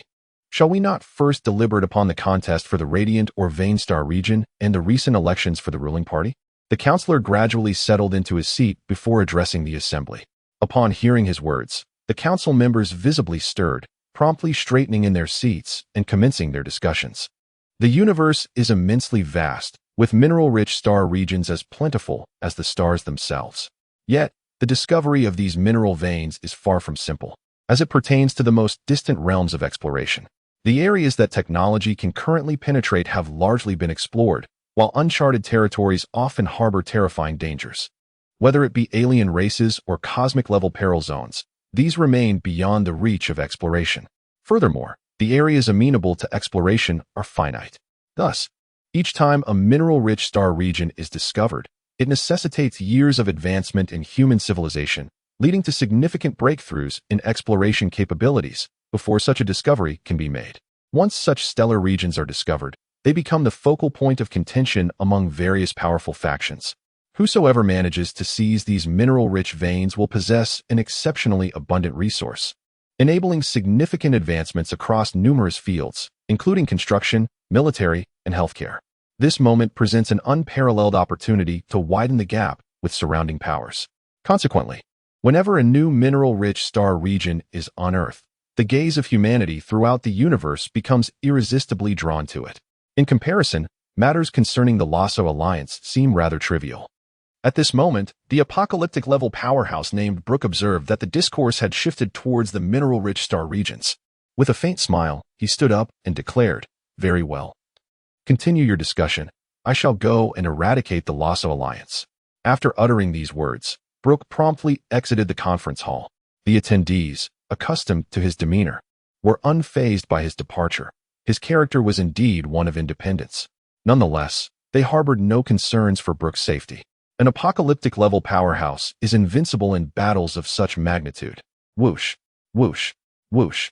A fleet of ships soon ascended from the core area of the Free Federation's governing party. Numerous soldiers, exuding a formidable presence, surged into the vessels. Subsequently, these ships soared into the sky, vanishing from the planet in an instant. Leading the charge was a mech emanating an extraordinarily terrifying aura, racing ahead at an alarming speed. The Mechas surged through the void, as if the terrifying energy it emanated twisted the very fabric of space itself. The pilot of this formidable machine was none other than Brook, a being revered as the god of slaughter, an invincible powerhouse of the apocalypse tier. Meanwhile, as the Busa Free Federation commenced various operations, in a nearby star system close to the Bandar Galaxy, a ship drifted through the celestial expanse. Occasionally, soldiers piloted small craft away from the main vessel to undertake missions. This vessel was the temporary military ship number 32, housing Su Ming and Warren. At that moment, the ship hovered in the transitional starfield between the Empire and the Bandar Galaxy, surveying potential criminals and smugglers who might exploit the chaos. However, as Brook and his forces departed, the number 32 temporary military ship found itself confronted with an imminent peril. A cosmic creature resembling a sea turtle glided silently around the ship, seemingly regarding it as its prey. Chapter 37. Rising Tides. On this day, Su Ming, as was his routine, spent the daylight hours assisting soldiers in repairing mechanical equipment. As dusk approached in the afternoon, he would take out mecha components to assemble. The mecha before him was nearly 80 complete. The core components had been assembled, with only a few additional external parts remaining. It could be said that the construction of this mecha was nearing fruition. A complete mecha represented a significant qualitative enhancement in Su Ming's knowledge and skills. As Su Ming meticulously assembled the mech, he sensed a significant enhancement in his mechanical prowess compared to before. A vague intuition whispered to him that upon the successful completion of this mech, he might experience an explosive surge in his cerebral capacity, propelled by the mech's influence. Although he had already witnessed a terrifying increase during the assembly process, he anticipated an even more dramatic escalation. However, just as Su Ming was exhilaratedly preparing to continue with the assembly, the spaceship suddenly shook violently. Alarm bells began to blare throughout the vessel. Warning: encountering an attack from a cosmic entity. Energy level range 1, 5W, 2W. Analysis indicates the assailant is a level 6 organism. Warning: the spaceship has activated its protective shield. Current shield energy remaining 70. Warning: danger alert. The ship can only withstand one more attack. Please issue appropriate commands promptly. Upon hearing the blaring alarms, the crew jumped in astonishment and rushed out of their quarters into the corridor. Lieutenant Walker also emerged from his cabin, his expression grave as he gazed out the window. To their astonishment, a colossal turtle-like cosmic creature hovered in the void, its crimson eyes fixed intently on the spaceship. In the next instant, the immense turtle opened its massive jaws and lunged towards the ship. Bang! A deafening crash resonated, accompanied by a violent tremor, and the spaceship's system indicated that shield energy had diminished to 50. Su Ming was taken aback. The cosmic dragon turtle. It belongs to a type of cosmic creature, possessing an exceptionally terrifying biting capability. However, as previously mentioned, cosmic beings find it exceedingly challenging to transcend genetic limitations and evolve into high-energy entities without the aid of genetic potions or systematic cultivation. The energy level of a typical cosmic dragon turtle hovers around levels 3 to 5. Yet now, why has a level 6 dragon turtle emerged? Lieutenant Walker gazed at the creature, his expression turning grave. This dragon turtle reminded him of the high-energy cosmic beings encountered in the surrounding star regions recently. Such an anomalous level could not possibly arise from normal growth. This cosmic dragon turtle, like those cosmic beings before it, presented a problem. Damn it. Hasn't the research facility yet analyzed the flesh and blood of the hairball monster I sent previously? Their efficiency is utterly abysmal. Gritting his teeth, Lieutenant Walker spoke, promptly elevating the importance of this matter from ordinary to urgent. After completing this protocol, he took a deep breath, donned his cosmic battle suit, and swiftly propelled himself out of the spacecraft. Lieutenant Walker was the only level 6 genetic warrior aboard the ship, confronted by the assault of a level 6 creature. It was only he who could address this predicament. Fortunately, the dragon turtle's kin resided within the void of the cosmos, lacking any civilization or technology of their own. Empowered by human civilization, Lieutenant Walker felt fully confident in facing a cosmic being of equal rank. Lieutenant Walker swiftly retrieved a colossal star-grade cannon from his storage space, the XC-71 Planet Destroyer, a masterpiece produced by Rod Technologies, boasting an exceptional stellar energy level. The sight of this formidable weapon elicited gasps of astonishment from everyone aboard the spacecraft, including Su Ming, who was momentarily captivated by its presence. Although designated as Stargrade, this cannon possessed an energy level exceeding 8,000 points. Coupled with Lieutenant Walker's own energy level of over 10,000 points, it could unleash an astounding 20,000 points of energy in an instant. This exemplifies the remarkable prowess of a brain domain developer, who can augment mechanical weaponry with brain domain energy, thereby amplifying the weapon's combat effectiveness. Those with insufficient brain domain energy levels are rendered incapable of wielding firearms and must resort to melee weapons. Consequently, in the face of interstellar warfare, these melee gene warriors may find themselves at a disadvantage. In the silent expanse of space, the absence of sound did not hinder the crew's ability to sense the terrifying energy emanating from Lieutenant Walker, nor the cataclysmic force brewing within the cannon's barrel. Enraged, the dragon turtle lunged toward Walker, but as it moved, a fearsome blast erupted from the cannon. The mere shockwave compelled the spacecraft to activate its energy shield to shield against the onslaught. In a flash, the silent flames engulfed the dragon turtle. In the vast expanse of the universe, silence reigned supreme, rendering this wave of assault all the more terrifying. The dragon tortoise was enveloped in flames, thrashing violently in response. When the fire dissipated, the onlookers were astonished to find a massive gash had been blasted into the creature's skull, its eyes shattered in the explosion. In agony, the dragon tortoise opened its mouth wide, revealing an expression of profound suffering. However, Lieutenant Walker paid no heed to the creature's pain. Within him, his powers surged forth, instantaneously channeling energy into the colossal cannon he wielded. A second shot, it erupted silently into the void. The terrifying force of the explosion illuminated the surrounding star fields, a blinding blaze of light. Though both were classified as 6th-level beings, Lieutenant Walker possessed a piece of advanced mechanical equipment, which was sufficient to decisively turn the tide of battle. This was the fruit of a civilized society, a testament to centuries of human advancement that endowed Walker with the capacity to subdue the dragon tortoise effortlessly. Before long, the dragon tortoise's body was mercilessly obliterated by the lieutenant's cannon fire, its massive chunks of flesh drifting silently in the cosmic void, destined either to be consumed by other celestial beings or drawn into the gravitational embrace of a planet where it would meet its end. In the face of the crew's jubilant cheers, Lieutenant Walker exhibited no signs of triumph. Instead, he gazed out of the window, where the cosmic expanse remained as tranquil and enigmatic as ever. However, Lieutenant Walker sensed that beneath this tranquility and mystery, there might be a terrifying undercurrent slowly surging forth. Chapter 38. The Approaching Storm. Walker's premonition proved to be accurate. Walker, the flesh and blood of the furball monster you sent has issues. Many components within the tissue are not from the furball monster's own organism. These tissues originate from external interference. Moreover, we detected residues of a special genetic agent within the flesh. Get to the point. Walker furrowed his brow and promptly addressed the staff member. After a brief pause, the staff member spoke with a grave tone. The mutations of the furball monster are man-made. Furthermore, based on the recent frequency of cosmic biological high-energy events, the scope of this mutation is near the Banderstar system. This means it is highly likely that the Banderstar system is responsible for the mutation of cosmic organisms. What? The Banderstar system? Walker took a deep breath, realizing the situation was becoming quite troublesome. The disturbances in the Bandar star system have been exceedingly significant lately, whether it pertains to the rebellion against the Free Federation or the ability to unite other star systems to form a star cluster-level power. Do not underestimate the Bandar star system simply because the Empire and the Free Federation appear so formidable. This is relative. After all, the Bandar star system is also a star system-level power, which is akin to a colossal entity in terms of individual strength. Even the most formidable beings of apocalyptic caliber would likely fall victim to the might of the Bandar galaxy if they did not lead an army into battle. It is astonishing that around 10 colossal entities have united to form a faction at the scale of a galactic cluster. Although lacking the support of an apocalyptic-level powerhouse, it still appears somewhat tenuous.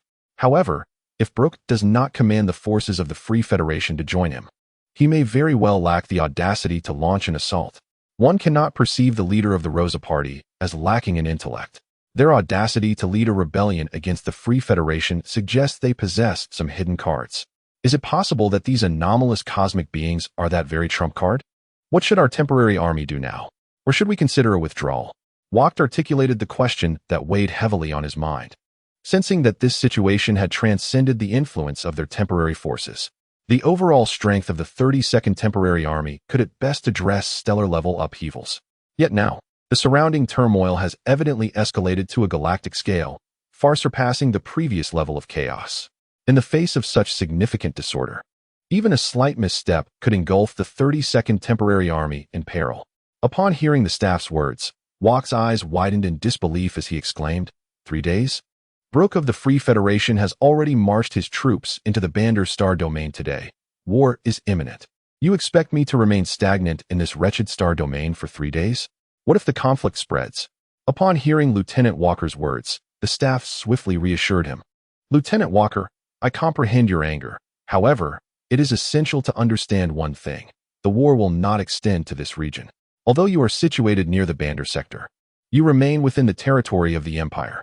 As long as one is in Imperial space, neither the Brooke nor the Lasso Alliance would dare to fire even a single bullet into this domain, for that would be tantamount to declaring war on the Empire. The staff spoke with a calm, yet resolute demeanor. It was clear that no one wished to entangle the Empire in the internal affairs of other nations. Anyone with sense could discern this. Walker's expression softened as he reconsidered. Indeed, the logic stood firm. While the surrounding sectors might be tumultuous, it was improbable that war would encroach upon the Empire's territory. At most, there might be an influx of individuals needing to be screened. Nevertheless, he pondered the unsettling presence of cosmic entities nearby, questioning, what if we encounter beings with levels far surpassing my own? The staff shook his head and replied, as of now, there have been no sightings of cosmic life exceeding level 6, so you can rest assured. With such assurance from the staff, Walker found himself at a loss for further argument. He fell silent, sighed, and acquiesced. The communication between Lieutenant Walker and the Empire remained unknown to the other soldiers aboard the vessel, including Su Ming and Warren, who were equally uninformed. However, as Su Ming gazed upon the lifeless body of the cosmic tortoise drifting in the vastness of space, he found himself deep in contemplation. According to conventional theories, a cosmic tortoise should never attain a level 6 energy state. Yet, here he was, confronted by a level 6 cosmic tortoise. An unsettling premonition began to stir within him. His gaze then shifted to the towering mech before him, standing approximately 3 meters tall. The workshop within the mechanics' dormitory boasted a higher ceiling than typical accommodations, allowing for the presence of such a formidable machine, which might otherwise have been too grand for the confines of his quarters. Observing that the overall framework of the mech had nearly been assembled, only a few components remained. A sudden determination surged within Su Ming as he swiftly switched his dormitory to private mode, shutting off any incoming requests, thereby concealing the interior from prying eyes. He immediately placed the unfinished parts onto the workbench and concentrated intently on the assembly of the mech. A sense of foreboding intertwined with his earlier encounter with Lieutenant Walker's grave demeanor, coupled with the recent news events in the Bandar system, suggested an undeniable connection. It seemed likely that the Free Federation was on the brink of declaring war against the Lasso Alliance. Should war erupt, this star domain would descend into chaos. He needed to expedite the repairs of the mech before any potential upheaval. This very machine could well be the key to his survival amidst the impending crisis. Chapter 39. The mech completion. Su Ming's sense of urgency similarly influenced Warren. Upon witnessing Su Ming close the order-taking window, Warren did not hesitate and promptly followed suit. Subsequently, he instinctively entered a state of focused training. The war, although merely a topic of news, felt alarmingly proximate to the two. Even Warren harbored a vague sense of foreboding. Casting a glance at Su Ming, he observed that Su Ming remained deeply engrossed in the assembly of the mech, utterly undistracted. A flicker of envy crossed Warren's face. Su Ming possessed an extraordinary ability to instantly attain a state of concentration, a talent that eluded concrete manifestation. For a mechanic, the gift of swiftly entering such a focused state was a coveted rarity. Warren sighed as he regarded the more than 10,000 military points within his military achievement system. There existed a significant disparity between his earnings and those of Su Ming. Su Ming had long accumulated sufficient points to exchange for mech knowledge, whereas Warren had barely amassed even 1/10 of that. Gazing at his military points, Warren clenched his teeth and resolved to make a bold decision, to temporarily forego mech knowledge and instead convert these military points into mechanical knowledge. Much of the advanced mechanical knowledge he previously possessed had stemmed from Su Ming. Warren understood that if he continued to rely solely on Su Ming's guidance, his journey in mechanics would be limited. He must learn mechanical knowledge beyond Su Ming's teachings, forging a distinct path to ensure a more expansive future. In comparison, while the allure of mechs is undeniable, one must progress steadily, first enhancing one's mechanical proficiency before pursuing other endeavors. Without hesitation, Warren eagerly exchanged a substantial amount of planetary and stellar mechanical knowledge, subsequently immersing himself in the study of these materials. Su Ming and Warren simultaneously entered a state akin to seclusion, leaving the soldiers who sought their assistance in repairing mechanical components in a state of frustration as they were met with closed doors, departing from Su Ming and Warren's quarters with expressions of discontent. Then, on the afternoon following the spaceship's encounter with the cosmic dragon tortoise, an intense surge of energy resonated suddenly within Su Ming's dormitory. The soldiers passing by could not help but cast curious glances towards Su Ming's quarters. "Is everything all right with Master Su Ming?" One soldier, familiar with Su Ming, inquired, peering in with interest. At that moment, Warren poked his head out from the dormitory, smiling reassuringly at the concerned soldiers surrounding him. "There's nothing to worry about. Su Ming has been in seclusion to break through his limits. That was merely a surge of energy during his breakthrough that he couldn't fully control," he explained. Upon hearing Warren's words, the soldiers' faces illuminated with understanding, and they began to express their admiration.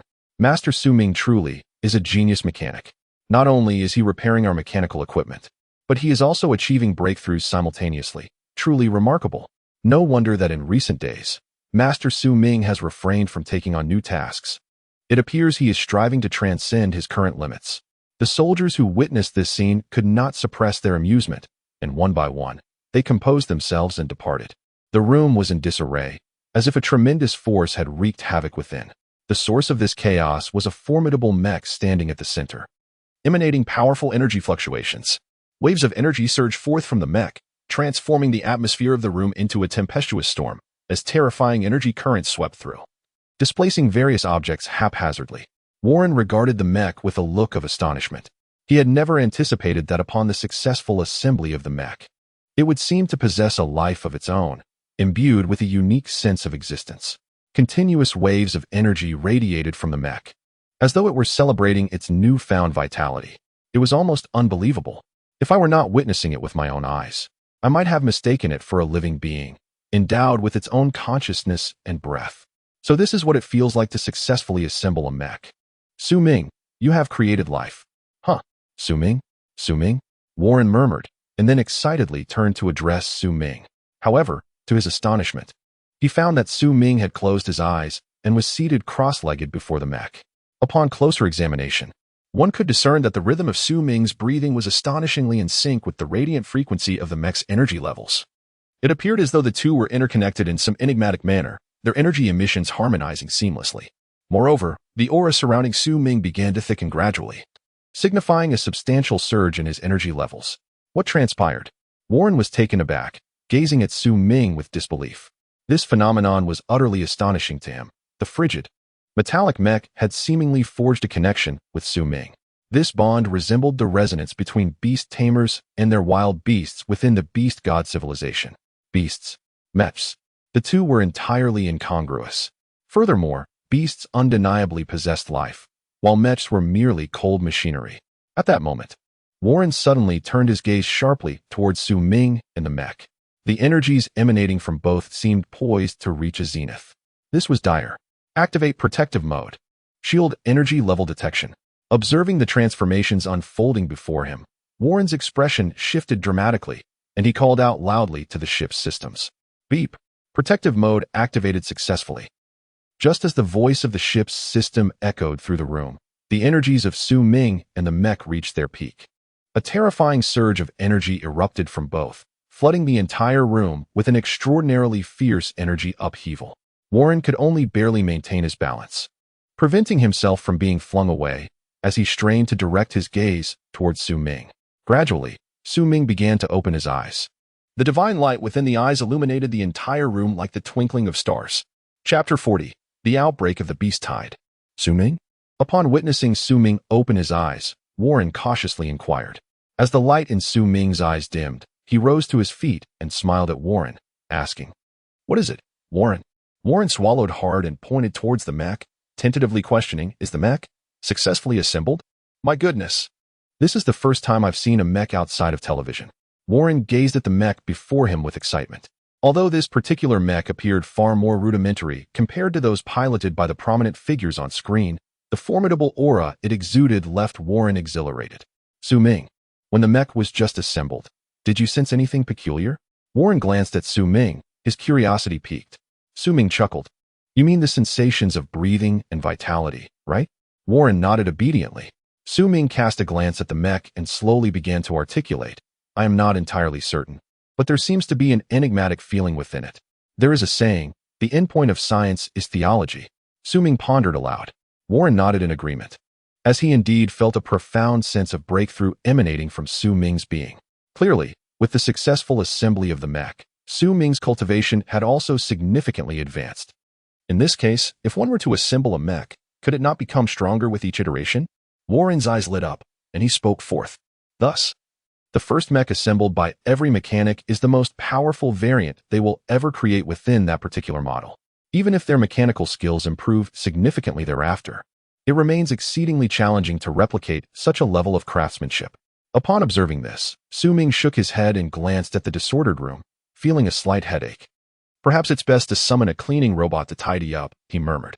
He then released his mental energy, manipulating the storage function of the mech before him, reducing it to a compact ring. Each mech is equipped with a storage feature for convenience, allowing mechanics to transport them effortlessly. The ring in Su Ming's hand is the newly assembled humanoid mech. "I shall name you Xiaoyi," he thought to himself. Subsequently, Su Ming immersed his mind into the system panel. After nearly 2 weeks of training, combined with the feedback from successfully assembling the mech, Su Ming's cultivation level had experienced an astonishing enhancement. His panel displayed the following attributes. Host, Su Ming physical energy level, 3700 mental energy level, 5000 gene lock unlock level, grade of physical vitality, 100 body forging level, tier 2, stars required for next tier, 500 starlight points, 4300 gazing at his panel's attributes. Su Ming took a deep breath. Having experienced significant growth, the successful assembly of a mech has brought about an immense enhancement in his capabilities.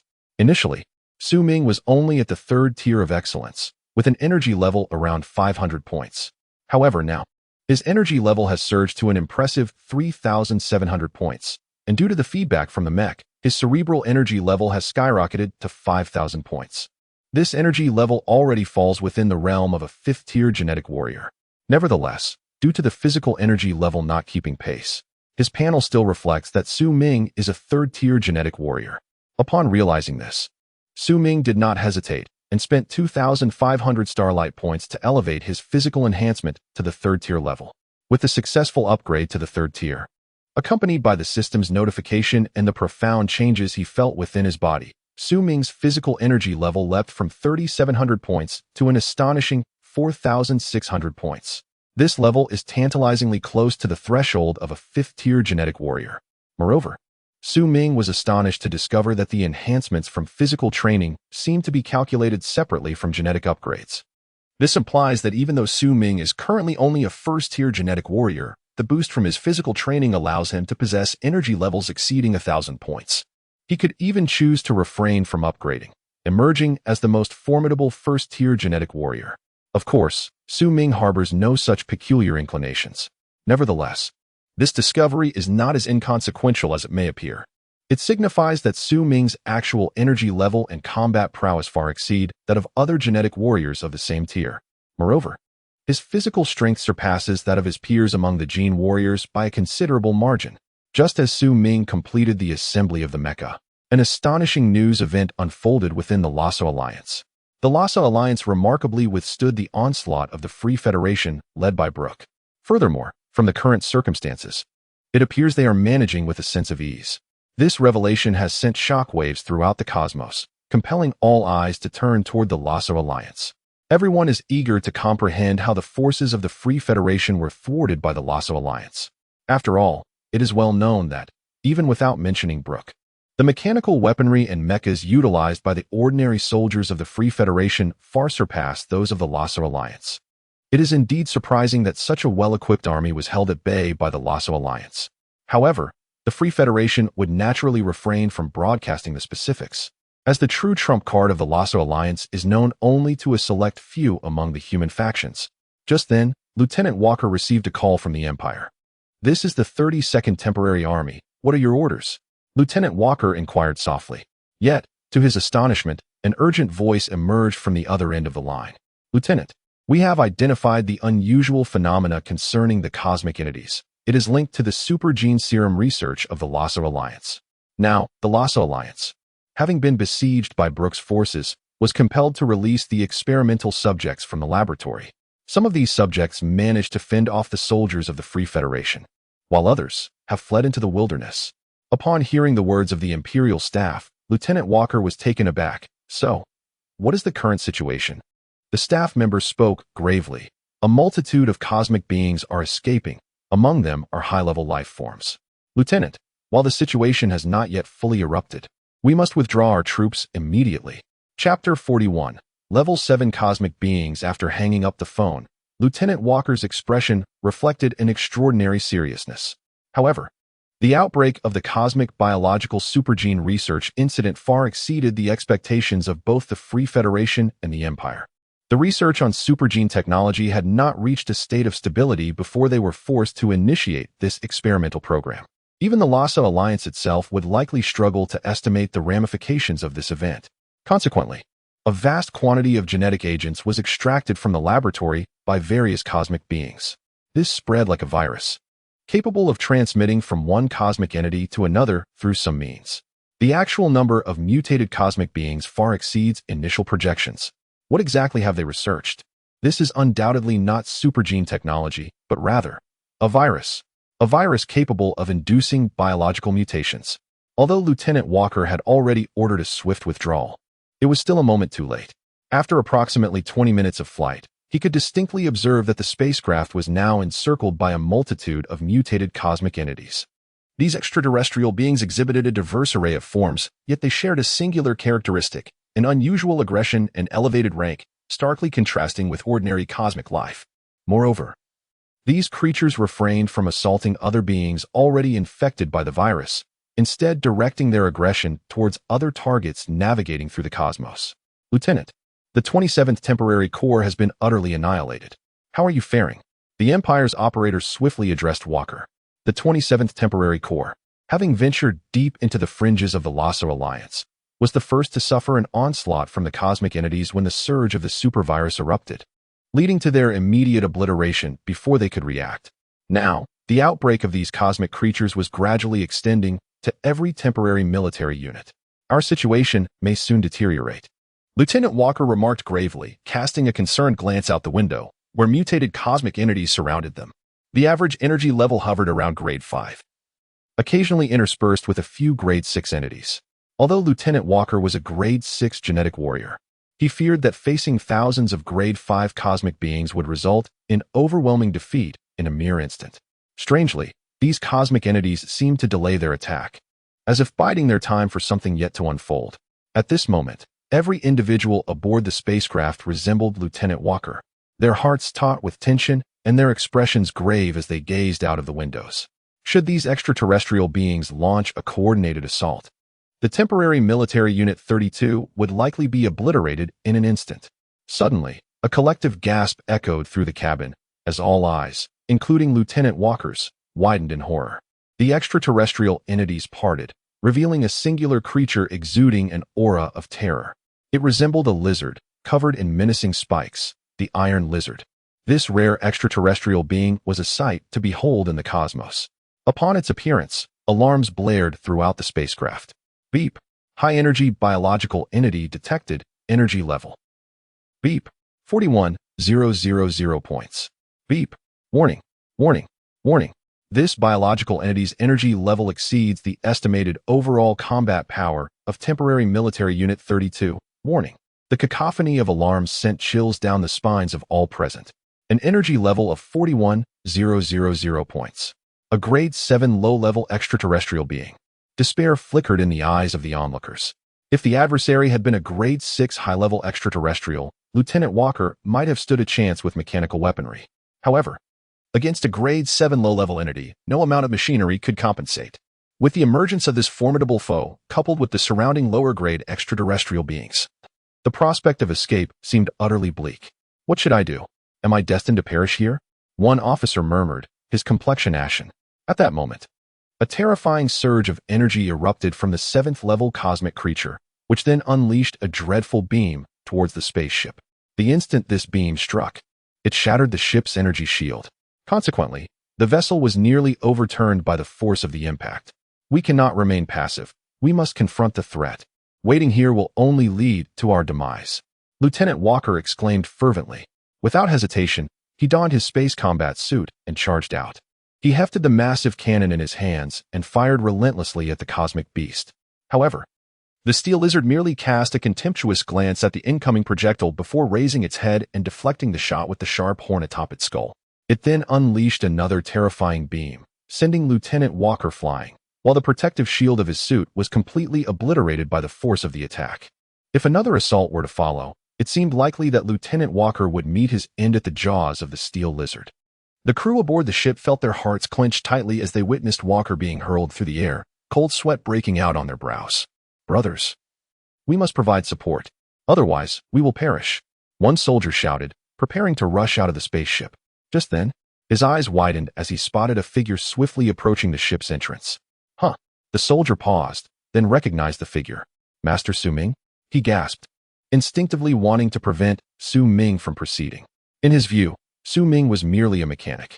Although he was likely a gene warrior, his rank could not be particularly high. After all, every profession has its specialization, and someone as skilled as Su Ming must have devoted a considerable amount of energy to mechanical creation. While it is true that mechanical crafting can enhance one's cerebral capabilities, it does nothing to elevate one's physical prowess.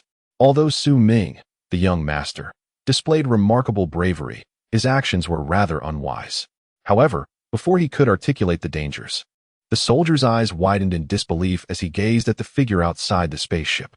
The other soldiers, too, mirrored his astonishment, their faces etched with shock as they turned their attention toward the silhouette at the spacecraft's entrance. At that moment, a mech, shimmering with a silvery glow, gradually emerged from the vessel's exterior. Chapter 42. The emergence of the mech. Lieutenant Walker felt the protective shield of his combat suit fail entirely.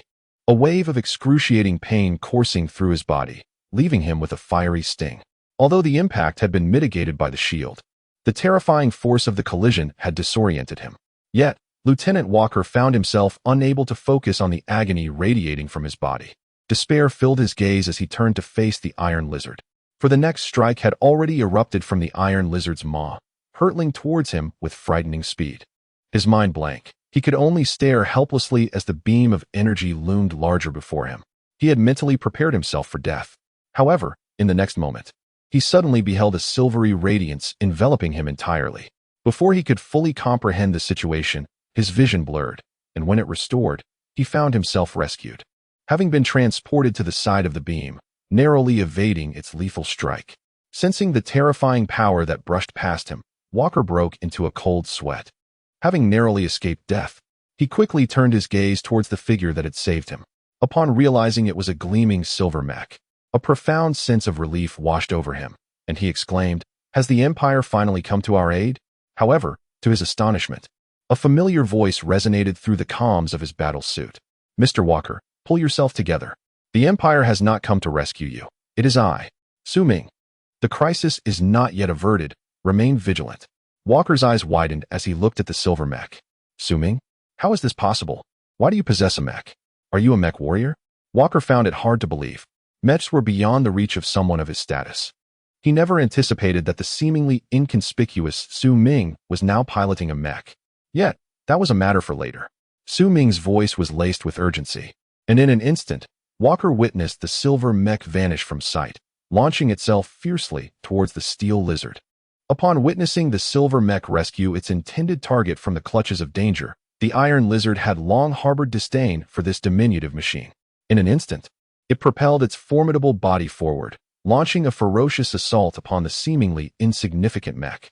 A terrifying beam of energy coalesced, surging forth in a violent torrent towards the silver sentinel. Yet, astonishingly, the mech appeared to possess an uncanny foresight, skillfully evading the onslaught with deft lateral movements. At that moment, Su Ming sat within the confines of the mech, his expression grave as he deftly maneuvered its controls. His cerebral prowess had been wholly unleashed, melding seamlessly with the machine. Beams of energy cascaded towards him at an alarming frequency. Meanwhile, the other cosmic beings of the Western Zhou observed Su Ming with astonished eyes, unleashing a barrage of fearsome rays in his direction. Such rays were a hallmark of cosmic entities, having evolved the ability to emit these destructive beams due to their prolonged existence in environments rife with radiation. While radiation posed a lethal threat to ordinary life, for these cosmic beings, it was as natural as fish navigating through water. Aboard the spacecraft, the crew beheld a multitude of beams erupting from the western horizons, converging upon the silver mech. It was a dire situation. With such a dense barrage of attacks, there seemed to be no escape for Su Ming, and despair clouded the eyes of his companions as beads of sweat formed upon their palms. However, as a multitude of rays surged past with reckless abandon, the silver mech executed a myriad of evasive maneuvers and body movements in an instant. In that moment, it effortlessly evaded the dense barrage of projectiles. What? How is this possible? The occupants of the spacecraft exchanged glances, their eyes reflecting a shared astonishment. Such a feat. Even the most elite soldiers of the Empire could scarcely achieve something so extraordinary. It was akin to maintaining awareness across every conceivable angle, swiftly discerning the vulnerabilities amidst a multitude of assaults, and deftly avoiding each one. The onlookers speculated that even a being of apocalyptic caliber, confined to the same dimensional level as Su Ming, might struggle to perform with greater finesse. To the soldiers, Su Ming's form appeared as if it were the most exquisite piece of art in existence. Anyone witnessing such mastery would find it a source of aesthetic pleasure, even if the term seemed somewhat incongruous in the current context. Yet, it was a sentiment that quietly blossomed within the hearts of all the soldiers. Su Ming's performance was so enthralling that it sent shivers down their spines. At this moment, the focal point of everyone's gaze was Su Ming, whose expression remained chillingly composed. His mental faculties were operating at their utmost capacity. The scene before him subtly evoked memories of the 16 years spent training within the system. Over those years, he had engaged in shooting, evasion, and martial arts, all within an exceedingly confined space, where the system presented countless scenarios for him to navigate and dodge incoming attacks. Initially, Su Ming was rather clumsy, often falling prey to even singular attacks. However, after enduring pain and following the guidance of the system, he discovered a method to evade such strikes. One attack no longer found its mark. 10 attacks, 100, 1,000, and more. A brilliant silver light erupted from Su Ming's eyes, signifying an unparalleled surge of cerebral energy. Indeed, Su Ming was now invigorated. The blood coursing through his veins began to boil, yet his mind remained tranquil, with aspirations as lofty as the heavens. The 16 years of training had instilled within him a confidence that, in a scenario of equal energy levels and matches, even a master of the apocalyptic tier would prove no match for him. Countless assaults descended upon him, akin to divine fire raining from the sky. Every nerve in Su Ming's body was taut. Exchange 100 starlight points. His calm voice resonated within the confines of the mech. At that moment, the surroundings were a void, allowing him to communicate freely with the system without concern for eavesdroppers. Beep. Starlight point exchange successful. The system's voice echoed in Su Ming's mind, steadfast as ever. impervious to any circumstance that might disrupt its flow. In an instant, Su Ming felt a formidable surge of starlight energy flood into his being. With a steely gaze, he maneuvered his mech with fervor, deftly evading the onslaught of attacks. Suddenly, amid the myriad sparks of assault, he fixed an exceptionally icy gaze upon the steel lizard ahead. Chapter 43. The Powerful Su Ming. The surging aura instilled an unsettling restlessness within the steel lizard, compelling it to writhe in an attempt to shake off the mech's lock. However, this mech remained terrifyingly stable, even in the face of thousands of incoming attacks. It steadfastly maintained its lock on the steel lizard while evading the onslaught. The cataclysmic assault brewed within the Star Destroyer sniper rifle nestled in the mech's arm. What is the Star Destroyer? It is a weapon capable of obliterating an entire planet with a single shot. Of course, whether the manufacturing company exaggerated the capabilities of this firearm remains uncertain. Nevertheless, at this moment, the steel lizard sensed an intensely discomforting presence. Su Ming, seated within the mech, was multitasking, deftly evading the barrage of attacks, while simultaneously locking onto the steel lizard with unwavering focus. Although the explosive power coursing through him was formidable, Su Ming had firmly contained it within his being, allowing not even the slightest deviation. He was no longer the Su Ming of NOP Planet. Both his body conditioning and enhancement of physical capabilities had empowered him to effortlessly harness the strength equivalent to 100 starlight points. And now, a glint of determination flashed in Su Ming's eyes as he precisely identified a flaw in the steel lizard's defense. In an instant, the barrel of the Star Destroyer erupted, unleashing a shot imbued with intense starlight. The attack surged forth towards the steel lizard with ferocity. In that moment, the creature felt as though the armor upon its back had suddenly risen in defiance. With crimson eyes, it gazed at the impending strike, sensing an inevitability about the oncoming assault from which there was no escape. The silent strike descended upon the steel lizard in an instant, sending it hurtling backward, its scales cracking under the force of the impact. The soldiers aboard the spacecraft erupted into cheers at the sight. However, Su Ming's thoughts were not as jubilant as those of the soldiers. Although he had successfully struck the steel lizard, the damage inflicted was far from substantial. There remained a significant disparity in their energy levels. Despite Su Ming's possession of a mech, which had greatly amplified his capabilities, even with an additional 100 points of stellar energy, he could muster no more than approximately 37,000 points of energy. This was indeed a formidable level, considering Su Ming's original energy was just over 5,000 points. Yet, it was still insufficient. The steel lizard boasted an energy level of 41,000 points. The gap of 4,000 points in energy was sufficient to grant the steel lizard immunity to a portion of the damage inflicted upon it. Nevertheless, the starlight in Su Ming's eyes did not wane. Energy levels were crucial, determining the relative strengths of both parties. However, energy was not the entirety of the conflict. Otherwise, in a battle, one could simply compare energy levels and allow the one with the lesser to succumb to despair. In the midst of battle, the interplay of skill, temperament, judgment, and technique holds significant weight. The disparity between the 37,000 point threshold and the 41,000 point threshold is evident. Yet it is not so vast as to render one insurmountable. Su Ming's gaze fixated intently on the spot he had just assaulted. Although the wound was minor, it was indeed inflicted by his own hand. As long as he could wound it, Su Ming was confident he could vanquish this iron lizard. The silver mech, akin to a streak of shimmering silver light, darted swiftly through the cosmic entities. System, exchange 100 starlight points, Su Ming declared calmly. In the next moment, a torrent of starlight energy surged into the mech. Su Ming's eyes sharpened as he redirected his focus to the iron lizard, honing in on the precise location of his previous strike amidst the barrage of attacks. Starlight once more flickered within the barrel, and in an instant, a tremendous assault landed upon the very spot that had been previously struck. Su Ming's marksmanship was impressively precise. The crew aboard the ship was awestruck upon witnessing Su Ming's second shot. His second bullet strikingly found its mark where the first had landed. The initial shot had already dislodged a portion of the iron lizard's scales, revealing the relatively softer flesh beneath. The second shot struck squarely upon this exposed flesh, causing the iron lizard to suffer grievous wounds as its body began to sustain damage. Excitement radiated from the crew as they witnessed a glimmer of hope.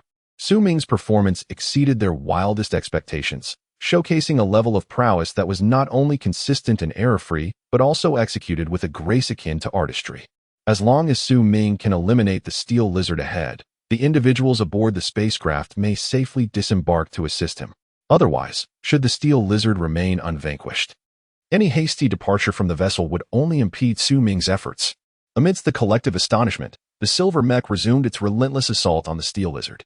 1 shot, 2 shots, 3 shots. A continuous barrage of fire was unleashed upon the formidable creature. Before long, a palpable sense of dread flickered in the steel lizard's eyes. The pilot of this mech displayed a marksmanship that bordered on the terrifying. No matter how the creature attempted to evade, the mech was able to accurately lock onto its position. There was no avenue for escape. Even when hiding behind a cosmic creature, the mech could discern its location amidst the chaos, targeting not only the steel lizard, but also the cosmic beings obstructing its path. The shots pierced through the cosmic creature in front, delivering damage directly to the lizard's vulnerable spot. Repeated assaults carved a gaping wound into the steel lizard's flesh. System, how many star points do I have remaining? Su Ming's voice resonated calmly within the mech. He surveyed the wound on the steel lizard, which had grown to a size equivalent to 1/20th of its entire body, a clear indication of severe injury. Observing this scene, Su Ming instinctively felt that the moment to vanquish the steel lizard had finally arrived. Ding! 1,200 star points remaining. The system's voice echoed softly in Su Ming's mind. Upon hearing the voice of the system, Su Ming's expression shifted. Previously, he had accumulated over 3,000 starlight points. Yet now he found himself with merely 200. Calculating based on the fact that each attack consumed 100 starlight points, he realized he had unleashed approximately 20 shots upon the steel lizard. Each shot had struck the same wound on the creature. No wonder the steel lizard was now exhibiting signs of retreat, contemplating an escape.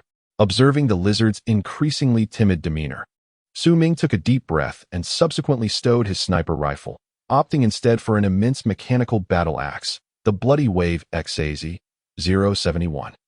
Chapter 44. Bloody Wave. As Su Ming drew forth this battle axe, a slight gravity settled upon his countenance.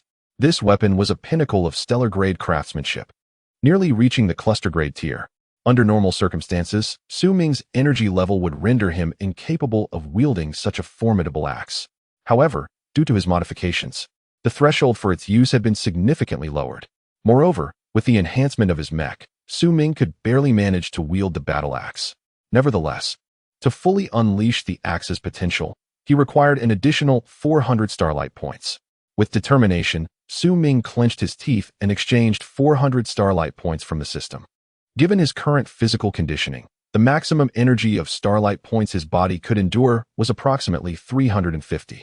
Any excess would exceed the limits of his capacity and could inflict harm upon his physique. However, the 400 starlight points did not exceed a significant threshold. And even if they inflicted damage upon Su Ming's physique, they would not lead to an immediate collapse. In order to ensure the stable defeat of this steel lizard, Su Ming was willing to sacrifice his own body, enduring substantial energy damage to exchange for such a considerable amount of energy, thereby endowing this strike with unparalleled might. As an immense quantity of energy was summoned by Su Ming, a dazzling brilliance erupted from the battle axe. A crimson aura swirled across the blade's surface, displaying an extraordinarily vivid spectrum of colors. It resembled a wave of blood undulating along the axe. This is the origin of the battle axe's name. Enhanced by starlight energy, the axe now gleamed with a striking silver-white amidst the red glow. The interplay of red and white rendered it even more resplendent and otherworldly. However, the steel lizard, confronted by the battle axe's menacing aura, was not captivated by its radiant beauty. Instead, it was overwhelmed by a sudden and terrifying sense of impending doom. Alarmed, the steel lizard instinctively prepared to flee. Yet, at that moment, it spotted the silver-white mech charging directly towards it. Witnessing this scene, the steel lizard felt an unexpected surge of joy. It seemed that fate was smiling upon it, as the mech was finally ready to engage in close combat. Although the steel lizard was oblivious to the fact that Su Ming had no choice but to resort to melee, having exhausted his starlight points for long-range assaults, it did not hinder its secret delight. The true strength of the steel lizard lies in its prowess in close combat.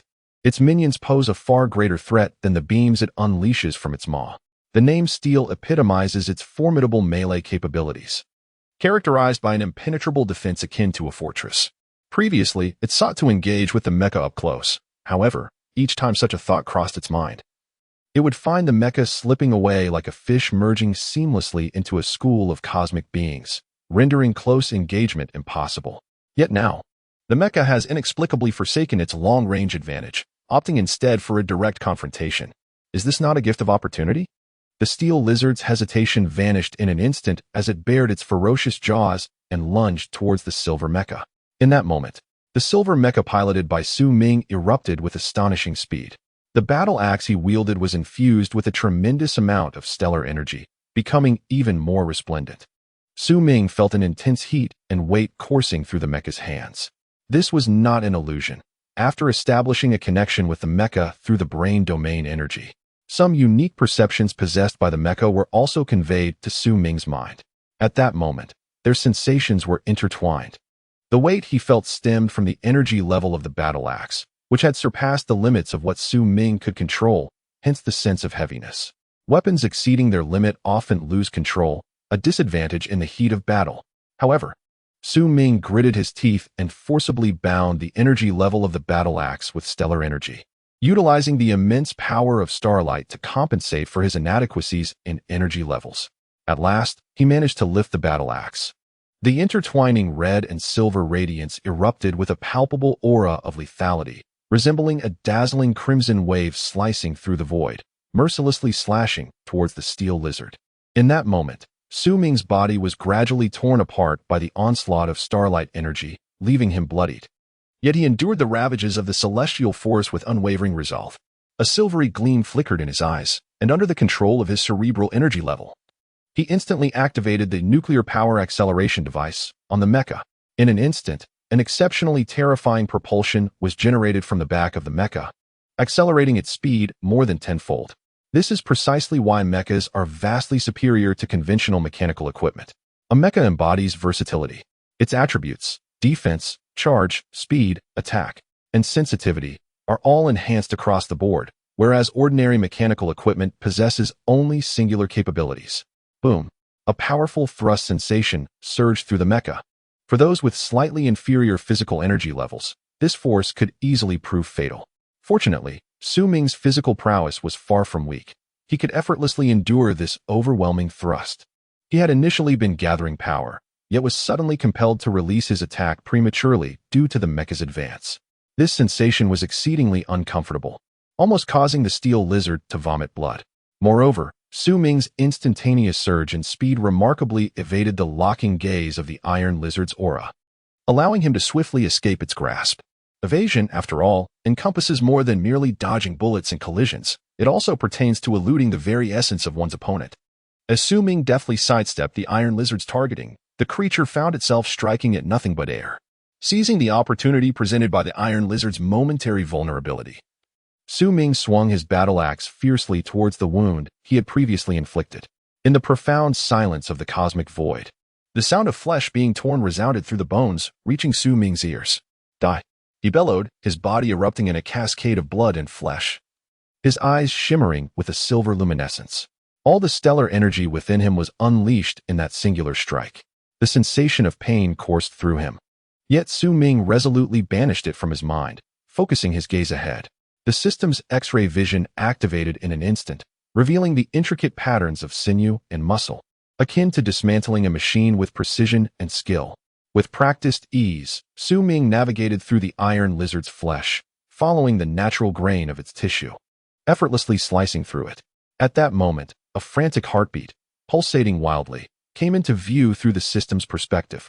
Without a moment's hesitation, Su Ming raised his axe high and struck forcefully at the location of the iron lizard's heart.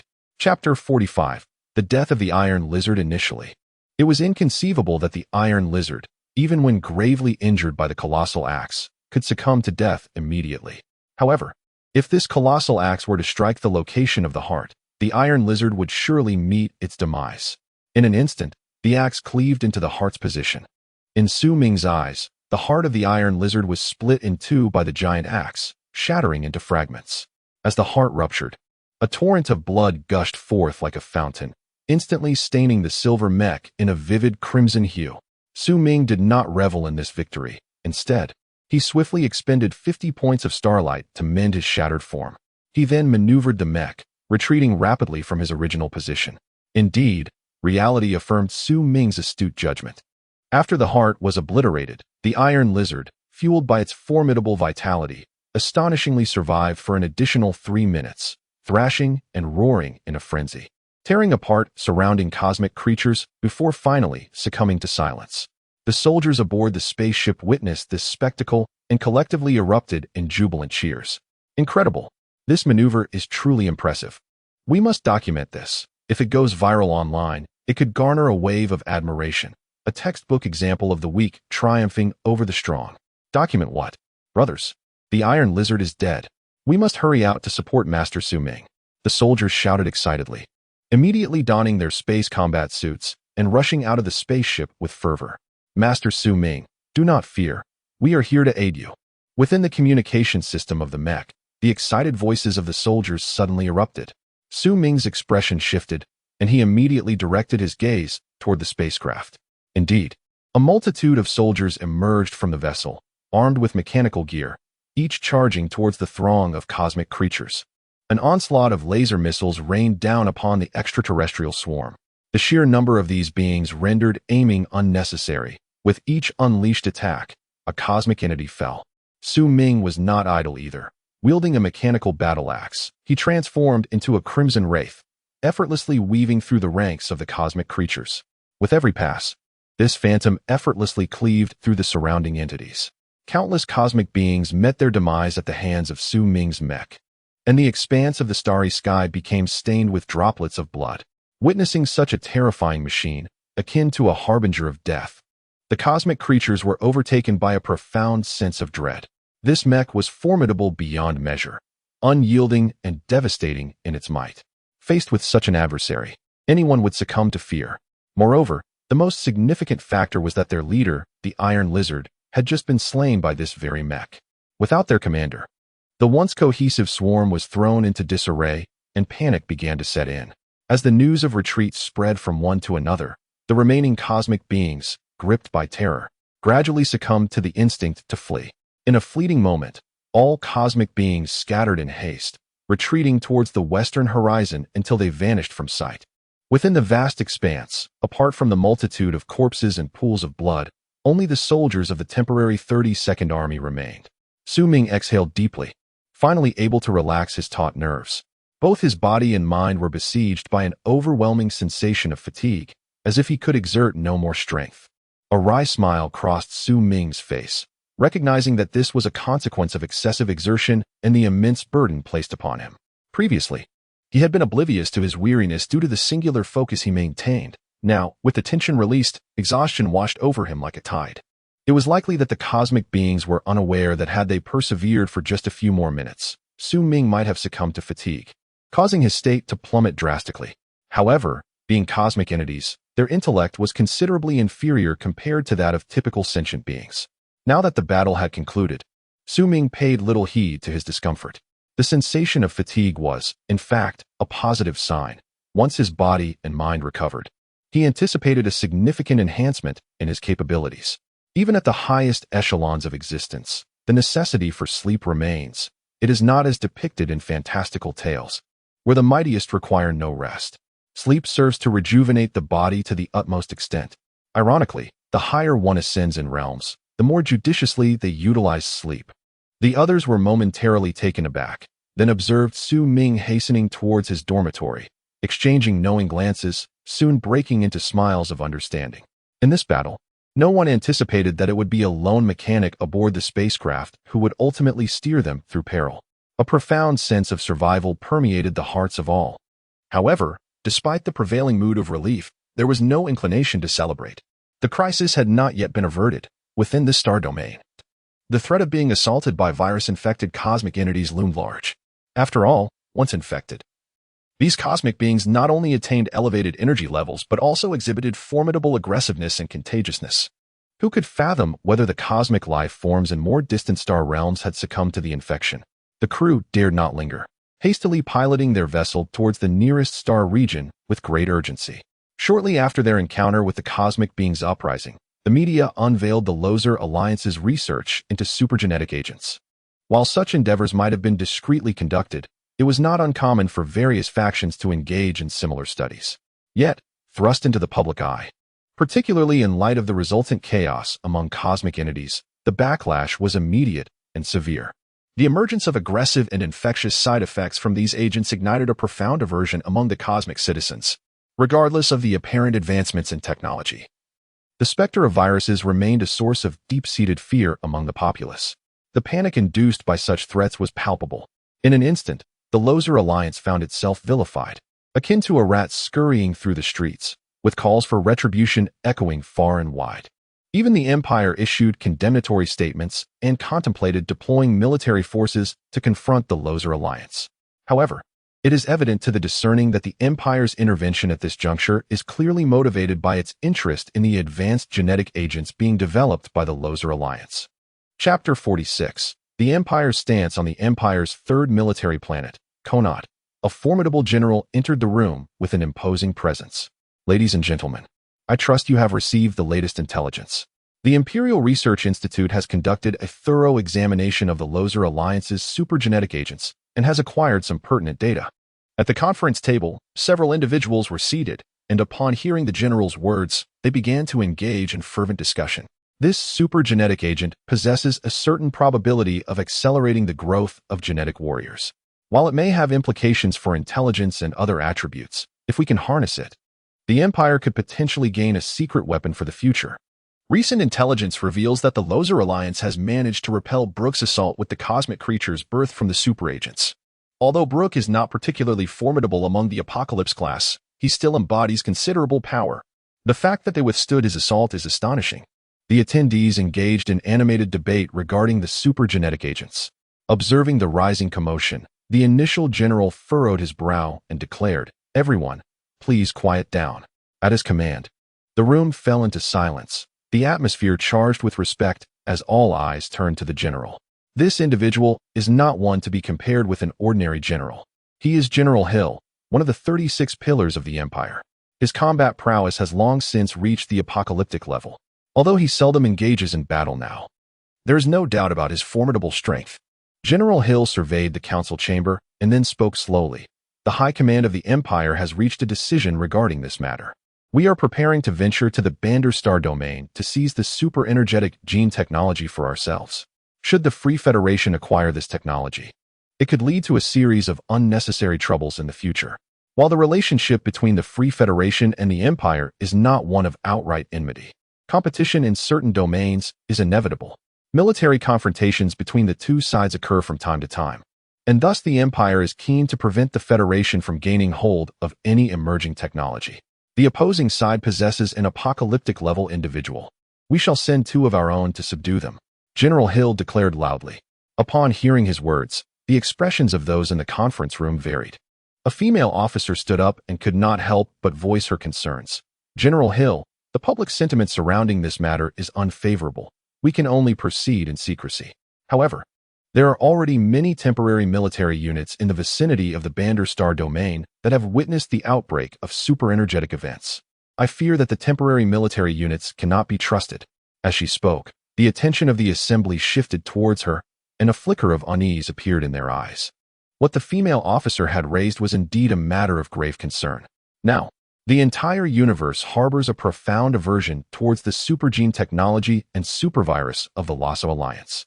The Empire, eager to possess this technology, must refrain from publicizing it extensively, lest it incite public discontent. The regular army, bound by confidentiality agreements, alleviates concerns regarding the leakage of information. Even if such information were to escape, countermeasures are readily available. However, the temporary army operates under fewer constraints. Once disbanded, its soldiers may scatter, leaving no trace and evading management. Should anyone choose to disseminate this matter online, complications would inevitably arise. A glimmer of shrewdness flickered in General Hill's eyes as he coldly remarked, "None among us are strangers to the carnage of battle. This is a trivial concern, is it not? We shall simply deploy 2 battalions, one to seize the supergene technology and the other to ensure silence." Upon hearing General Hill's words, the assembly exhibited no surprise. Their thoughts aligned with his.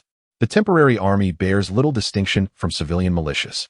The Empire would harbor no remorse should this contingent face annihilation.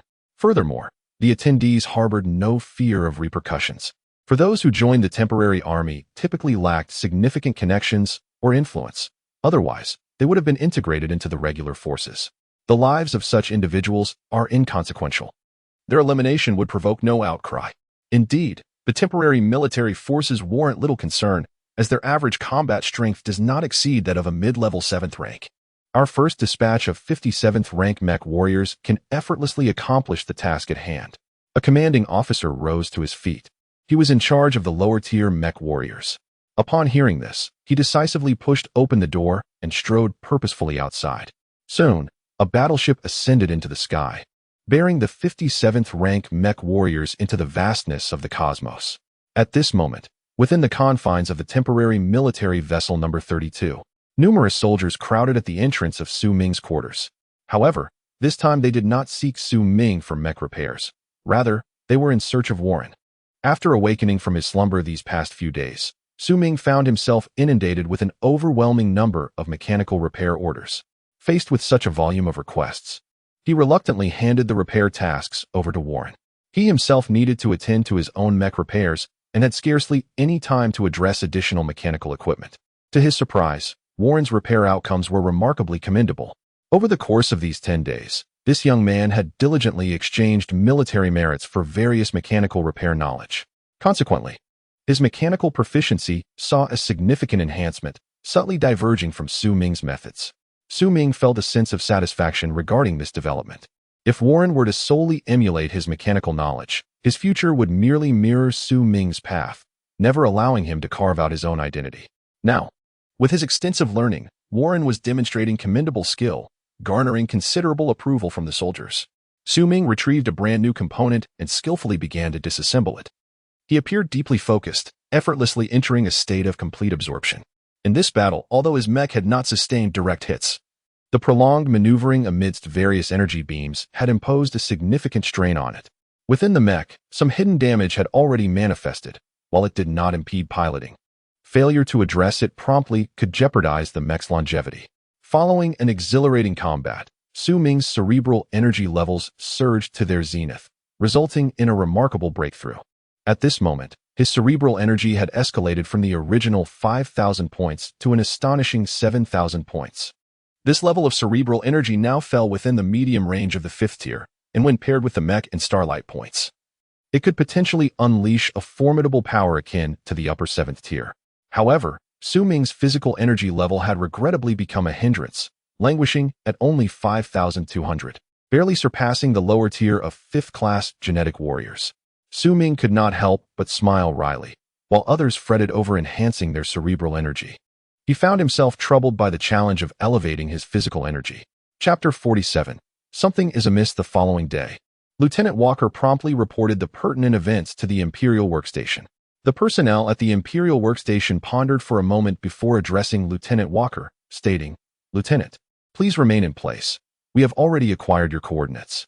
The Empire has dispatched rescue units, and the rescue mechs will soon arrive at the location of temporary military coordinates number 32. Upon hearing the words of the Imperial Workstation staff, Lieutenant Walker could not help but display a look of delight. The deployment of mech warriors for rescue? It appeared that the Empire regarded this incident with considerable gravity. Walker felt a surge of joy within him. Trusting in the Empire's resolve, he ended the call and promptly ordered the spaceship to remain stationary, awaiting the arrival of the Imperial forces. However, he overlooked one crucial detail. If the Imperial rescue team were indeed en route, they would likely guide him towards the Empire's domain while coordinating their approach. As time gradually elapsed, the cosmic entities seemed to develop a sense of trepidation towards the spaceship, refraining from drawing near to the surrounding star regions after the recent skirmish. Once Lieutenant Walker received the signal from the Imperial rescue, he felt a wave of relief wash over him. With a remarkably calm demeanor, he anchored the spaceship in the void, allowing the troops to recuperate. Before long, several hours had passed, and Su Ming rose, smiling as he patted the mech before him. After hours of diligent effort, the damages sustained by the mech had finally been repaired, yielding nearly 500 starlight points as a reward, significantly replenishing the losses incurred during the previous battle.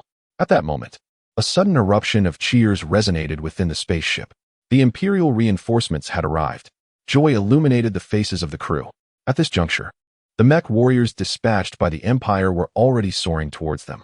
Upon closer inspection, they counted approximately 10 mech warriors approaching. The Empire evidently regards this matter with great importance, as they have dispatched mecha warriors for rescue.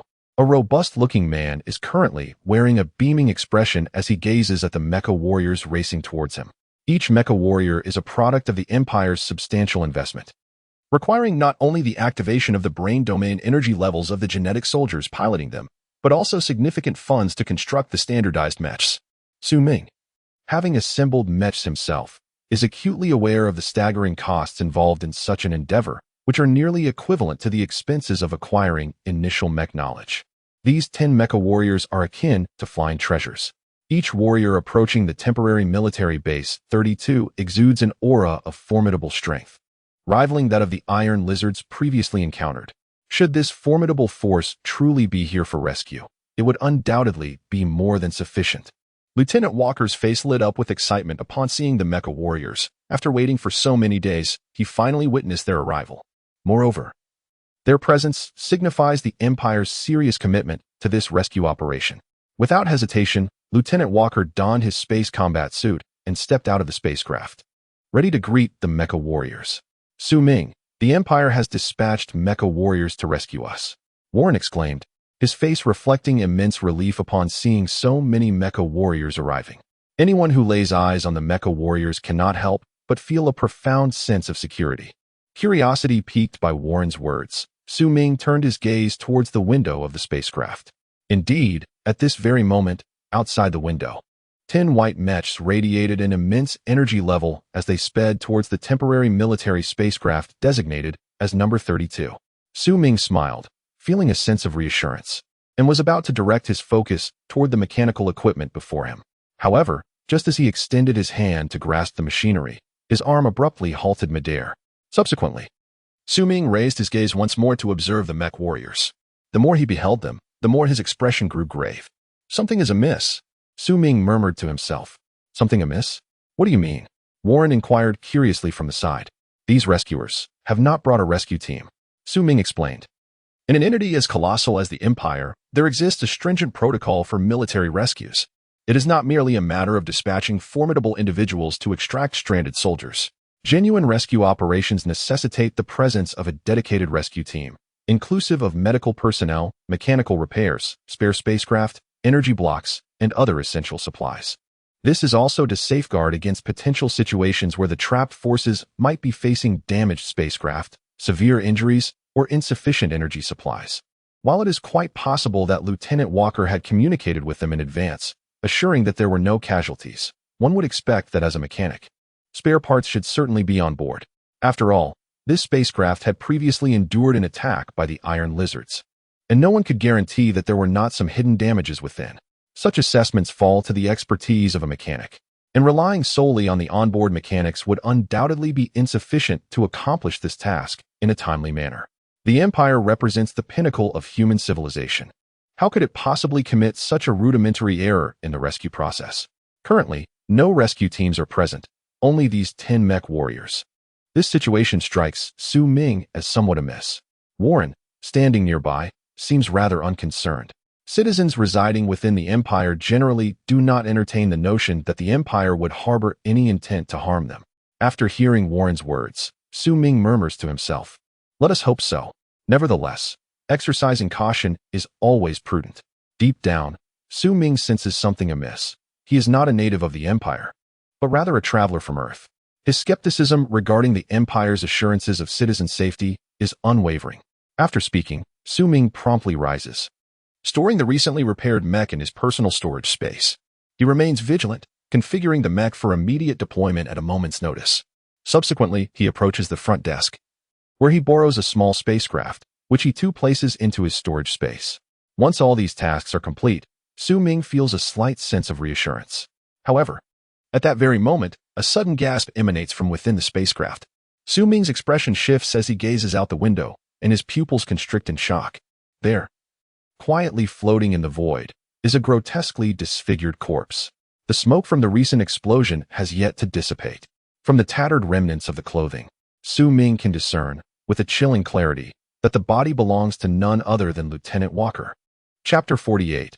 The destroyed spaceship. Upon witnessing the lifeless body of Lieutenant Walker adrift in the void, Su Ming felt a chill run through him. Walker had been murdered, and the perpetrator, it was evident, was none other than the so-called rescue team. These 10 Mecha warriors, as Su Ming had anticipated, were not here to offer salvation but rather to silence witnesses. In an instant, Su Ming comprehended that the Empire was likely intent on harnessing the advanced genetic technology. Under the scrutiny of public opinion among the cosmic citizens, the Empire was compelled to eliminate certain informants to ensure that the information remained concealed. For a vast empire, a cutting-edge technology undoubtedly held more value than the lives of its citizens. Before Su Ming could fully process the situation, he sensed several formidable energy signatures locking onto the spacecraft. This was dire. His heart raced, leaving no room for further contemplation as he swiftly seized Warren beside him. Almost instantaneously, his mecha enveloped his body, and with a decisive movement, he shattered the spaceship's window and leapt into the abyss. Just as Su Ming vaulted through the broken window, a wave of terrifying energy erupted. A barrage of lethal attacks engulfed the spacecraft. The protective shield barely held for an instant before it was obliterated by the overwhelming force. This tremendous power did not relent after shattering the shield. It completely tore the ship apart. A dazzling inferno erupted from the vessel, and in an instant, it disintegrated in the cosmos, exploding into a cascade of brilliant flames. Within the confines of the spacecraft, the soldiers were caught entirely off guard, meeting their demise in a horrifying onslaught. It is estimated that fewer than 20 survived. The 10 Mecha warriors opposing them were formidable, each rivaling the strength of a steel lizard. This terrifying array swiftly obliterated the remarkably resilient ship in mere moments. Noticing that a few individuals had managed to survive, the Mecha warriors exchanged signals and proceeded to lock onto the remaining survivors, preparing to unleash a second wave of attacks to eradicate them. However, at that very moment, one of the Mecha pilots suddenly sensed an overwhelmingly dreadful threat directed towards himself. Alarmed, the pilot instinctively prepared to maneuver his mecha within a confined space. Yet, before he could act, a terrifying assault silently descended upon his unit. Boom! The pilot felt an immense force hurling his mecha away. In an instant, the energy shield of the mecha was stripped of 40 of its power. The Imperial Mecha warrior was taken aback, turning his gaze towards the source of the attack, where he beheld a silver-white mecha floating serenely in the void, wielding a long-barreled sniper rifle aimed directly at him. Before he could issue a warning to his comrades, he witnessed the rifle emit a brilliant crimson glow once more. Boom! Another shot, unerringly locking onto the Imperial Mecha warrior. With a single shot, the protective shield of the mech warrior was completely shattered, and the residual force distorted the mech itself. The heart of the mech warrior raced to his throat. Fortunately, this strike merely twisted the mech. Although the energy shield was obliterated, the inherent hardness of the mech's material prevented the blow from penetrating further, sparing him from immediate annihilation. Thus, the mech warrior deduced that the pilot of the silver mech was likely not exceptionally powerful. Otherwise, 2 direct hits would have spelled his doom, especially if faced with a more formidable mech. However, even so, the next strike from the silver mech could very well claim his life. Be alert. There is an enemy mech warrior present, he managed to exclaim in haste. In the next moment, he felt the opposing mech warrior lock onto him once more. A surge of survival instinct ignited within him as he maneuvered his mech, desperately attempting to evade the lock-on. Yet, despair washed over him as no matter how he repositioned, the enemy mech steadfastly maintained its focus on him. At that moment, cold sweat broke out on his brow. It was terrifying. The shooting prowess of the opposing mech warrior was exceptional, perhaps even surpassing that of his comrades renowned for their sniping skills. He could not afford to remain passive. The mech warrior gritted his teeth, and in an instant, a terrifying surge of energy erupted from within him. His mech swiftly raised an electromagnetic pulse weapon, intending to force his opponent into a defensive maneuver, thus creating an opportunity for a flaw in the opponent's aura lock. At that moment, he could exploit this weakness to break free from the locking grip of the mech warrior. To his astonishment, the opposing silver mech appeared to remain stationary, seemingly poised for an attack, as it focused on aiming. This allowed the Imperial Mech warrior to swiftly pinpoint the location of the silver mech. Boom! A devastating attack was unleashed from the electromagnetic pulse weapon. Yet, at that precise moment, The Imperial Mech warrior's expression changed dramatically. He realized, just as he unleashed his attack, that the silver mech had somehow evaded his lock in an instant. How could this be possible? His pupils constricted in shock.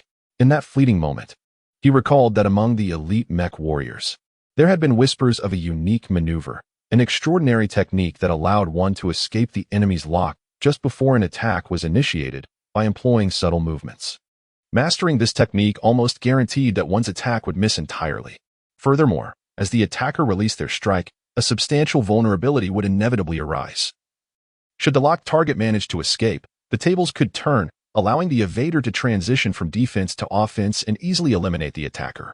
However, mastering this technique is exceedingly challenging. The pilot of the locked mech must possess remarkable timing and maneuvering skills, as well as a certain level of offensive judgment. Only when these various factors coalesce can such an operation be executed. Even the most elite mech warriors would refrain from employing this maneuver unless absolutely necessary, as it is fraught with peril. Should one fail to disengage from the lock at that critical moment, they would undoubtedly face a direct assault. Those who can wield this technique with ease are invariably individuals of immense self-confidence. Chapter 49. Surrounded indeed, without any unforeseen occurrences. The assault from the Imperial Mech warriors was deftly evaded by Su Ming. Without hesitation, he seized the moment when his adversary had just unleashed their attack, an opportune moment revealing a vulnerability. His eyes ignited with a brilliant silver light as his mental energy surged, instantly conjuring a terrifying attack within his sniper rifle. Time was of the essence. Su Ming acted swiftly, launching his counterstrike. A moment's delay would allow the other Imperial Mech warriors to react and assist their comrade, rendering it nearly impossible for him to eliminate that mech warrior thereafter. A silent flash of fire engulfed the opposing mech warrior in an instant.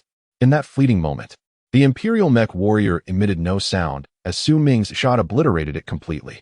It was only then that the remaining Imperial Mech warriors grasped the situation. Although there had been extensive tactical exchanges between both sides, the series of 3 shots transpired in but a brief interval. After 3 gunshots, Su Ming successfully destroyed a mecha warrior. The other Imperial Mecha warriors, witnessing this, were immediately taken aback, abandoning their intention to eliminate the temporary military soldier number 32, and turned their lethal attention towards Su Ming. Several terrifying auras instantly locked onto him. Gritting his teeth, Su Ming swiftly released the spaceship from his storage space and shouted to Warren, "Get inside the spaceship and escape." Without waiting for a response, Su Ming soared into the sky, drawing fire away from the vessel. Warren, momentarily bewildered by the unfolding scene, was abruptly thrust into action by Su Ming's urgency. Without hesitation, he entered the spaceship and activated it. This small craft had been rented from the front desk after Su Ming sensed something was amiss. It now represented the crucial means of escape for both him and Warren. As Su Ming piloted the mecha, he ascended into the air, distancing himself from the spaceship, simultaneously diverting the gaze and attention of the Imperial Mecha warriors away from their target. Su Ming's objective was clear: to attract fire. In an instant, a barrage of ferocious attacks erupted from the remaining mecha warriors' cannons, unleashing a torrent of mental energy that locked onto Su Ming. The mecha warriors accelerated their machines, charging toward him with deadly intent. At this moment, Su Ming's focus was razor-sharp. He sensed every aura that had locked onto him. At this moment, he yearned only to flee. His adversaries comprised 9 formidable machines, each on par with the might of steel lizards. United in their efforts, Su Ming found no spark of resistance within himself. His sole desire was to buy time for Warren to activate the spacecraft's spatial jump capability. These Imperial Mechs were merely basic models, devoid of the ability to traverse space. In contrast, the spacecraft was equipped with such capabilities, and once initiated, its leaps would be measured in light years. At such distances, no matter how swiftly the mech warriors ran, they could never hope to catch the ship. A relentless barrage of attacks rained down, with an array of energies locking onto Su Ming. His gaze remained chillingly composed as his cerebral abilities surged forth, propelling him to maneuver the mech with frenzied agility, evading the onslaught of his opponent's strikes. He was undeniably a master of his craft, exhibiting exceptional evasive skills. One Imperial Mech warrior spoke coldly, his eyes brimming with malice and fury. Under the weight of absolute power, it was humiliating that a foe had managed to elude them, eliminating one of their own right under their noses. This was an unmistakable disgrace for the Imperial Mech warriors. Consequently, the 9 warriors harbored lethal intent towards Su Ming's mech. However, they soon realized that the pilot of the silver mech possessed extraordinary skill, akin to a slippery fish, making it exceedingly difficult to lock onto his presence. Under normal circumstances, they would have marveled at such exquisite maneuvering. Yet now, this elusive mech warrior stood as their enemy. From the perspective of an adversary, such exceptional evasion skills are undeniably a most vexatious presence. Strikes are futile, capture is impossible, leaving the onlookers seething with frustration. By employing strategic maneuvering, they sought to constrict the encirclement. Soon, several mech warriors devised a corresponding strategy. They swiftly dispersed, converging around Su Ming. From the western front, 9 mech warriors surrounded him. Subsequently, the 9 relentlessly attacked, forcing Su Ming to reposition, gradually tightening the noose of their encirclement. Su Ming furrowed his brow. After all, the enemy held a numerical advantage. And each combatant was formidable, being powerful mech warriors. Even if he wished to break through unilaterally, it would require a considerable amount of time. The other mech warriors would certainly not afford him such a luxury. As the encirclement continued to close in, Su Ming found his available space for movement increasingly restricted. He was not a deity. With limited room to maneuver, he too could be struck and rendered unable to evade. Should the adversaries constrict the encirclement to a critical point, Su Ming would likely face grave peril. At that moment, out of the corner of his eye, Su Ming caught sight of Warren's ship, which was gradually emanating a blue glow. This signified the preparatory steps for a spatial jump. Upon realizing that the vessel was about to initiate the jump, a surge of joy filled Su Ming's heart. Could he escape the encirclement? He activated the communication device, and indeed, Warren's anxious voice came through the receiver. Upon hearing this, Su Ming promptly spoke, "You may proceed with the leap. I will emerge at the last possible moment. Just remember to open the door for me." After hearing Su Ming's words, Warren gritted his teeth, a profound hesitation flickering in his gaze. He was apprehensive. Once the spacecraft activated its spatial jump function, it could not be cancelled. If, at that moment, Su Ming failed to break through the encirclement of the mech warriors and enter the ship, the vessel would likely leap into hyperspace, leaving Su Ming behind. In such a scenario, it would mean abandoning Su Ming to confront 9 mech warriors alone. A notion Warren could not fathom accepting. "Warren, trust me." Su Ming spoke with a grave tone. Upon hearing Su Ming's words, a glimmer of resolve ignited in Warren's eyes. "All right, I believe in you."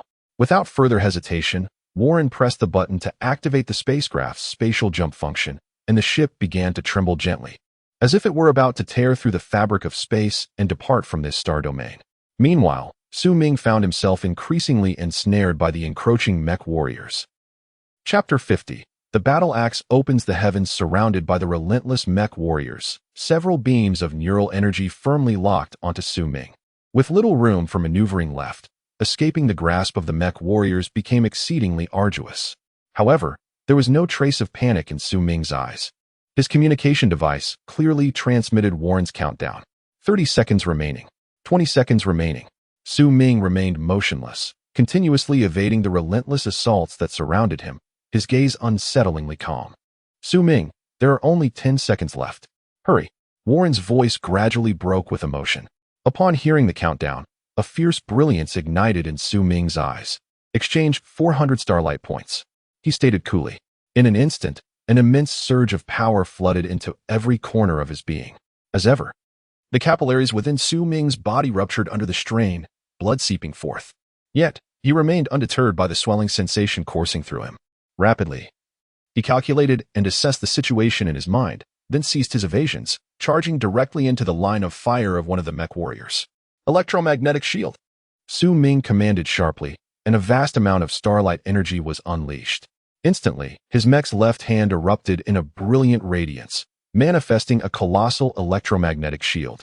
Bolstered by the starlight energy, the shield responded with an intense display of energy levels. Boom! The opposing mech warrior's attack was thwarted by the electromagnetic shield. Though it diminished the shield's durability to around 60%, there was room for 2 more strikes. Su Ming silently noted, and the nuclear propulsion system behind him roared to life.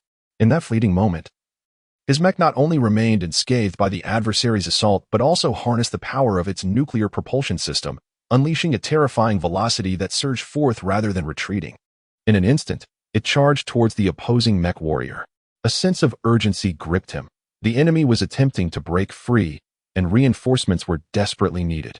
The other Imperial mech warriors swiftly grasped Su Ming's intentions and wasted no time in rushing to support him and the mech he was about to engage. However, these mechs were always a step too slow. The speed of Su Ming's mech reached its zenith at that moment, swiftly positioning itself before the enemy mech. Blood Wave XAZ 071. The gruesome battle axe that had once slain the steel lizard materialized in Su Ming's grasp. A silvery light surged in Su Ming's eyes as he channeled all his stellar energy into his arms and the battle axe. Celestial Boundless Technique, Combat Edition, Martial Skill, Opening the Heavens. This was the first time Su Ming employed the martial skill known as Opening the Heavens from the Celestial Boundless Technique. Legend has it that Pengu wielded a colossal axe of chaos, cleaving the heavens and the earth asunder, thus establishing the separation of the pure and the turbid. The name Opening the Heavens is derived from this myth. This martial skill requires the use of a battle axe to unleash its formidable penetrating power and defensive breach capabilities, making it exceptionally suitable for the current predicament. As Su Ming observed the enemy mech's protective shield glowing fiercely, he did not hesitate. He raised the massive axe, his gaze fixed intently on the opponent's shield.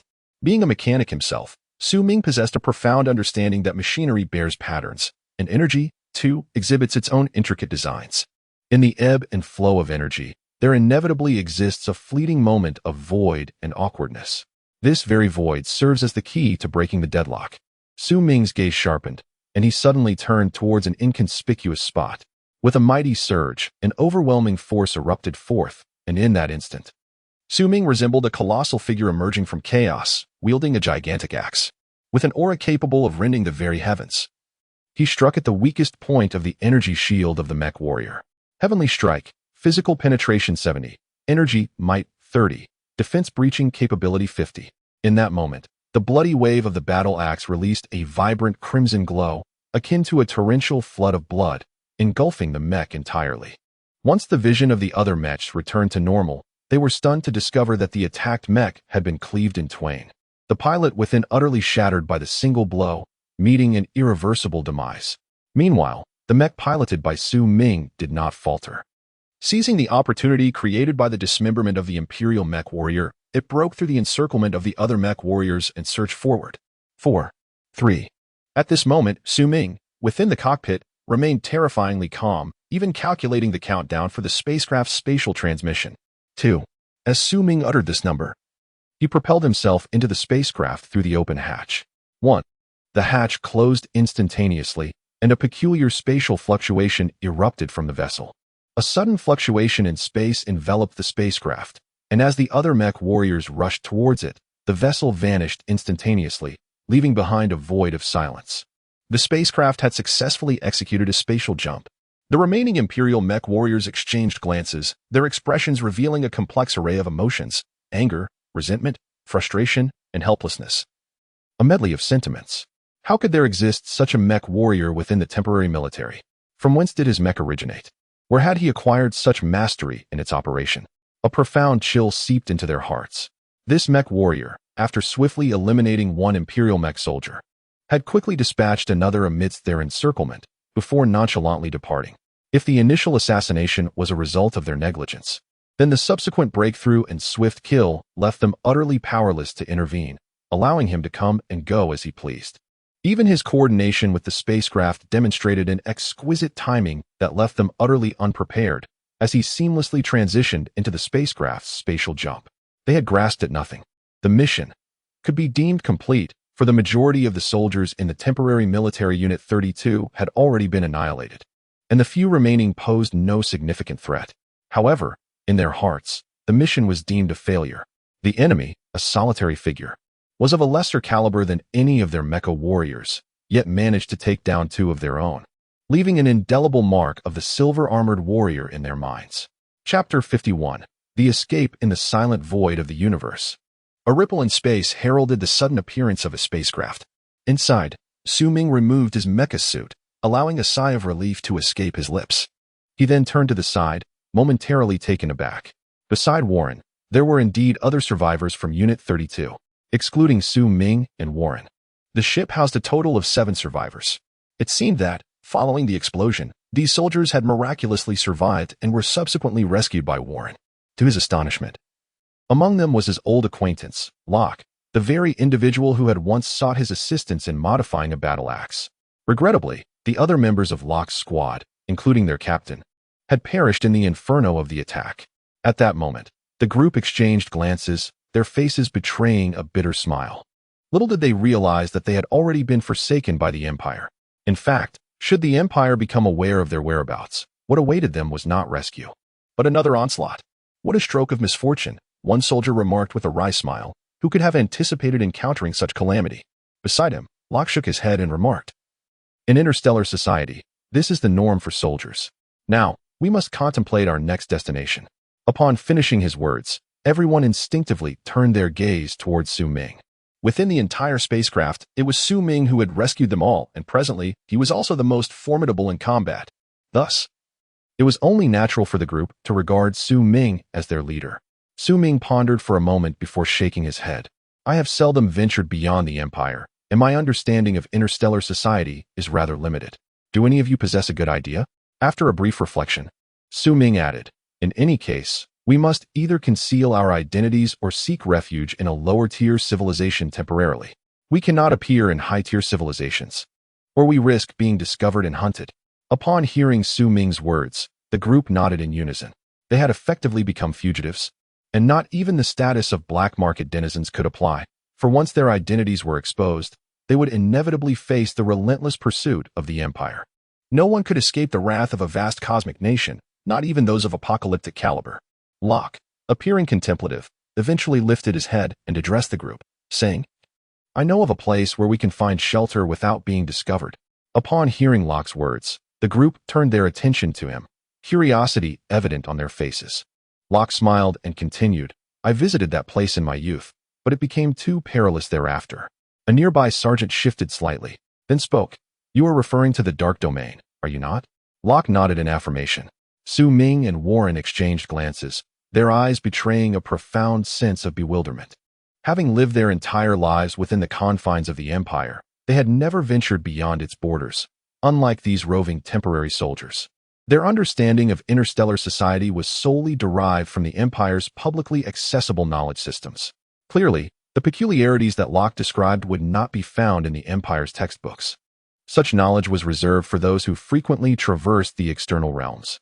Noticing the perplexity etched on their faces, Locke smiled and elaborated. "The Dark Domain is a gray society of humanity that exists outside the interstellar community.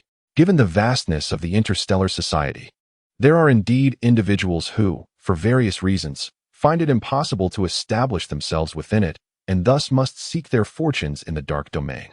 This realm is a melting pot of diverse characters, where no one pays heed to your previous identity. However, it must be noted that the dangers of the Dark Domain are significantly heightened." Upon hearing Locke's explanation, Su Ming and Warren's expression shifted to one of realization. After a moment of contemplation, Su Ming concurred with Locke's suggestion. At present, the Dark Domain indeed represented the most suitable destination for their group. It was prudent to keep their identities concealed.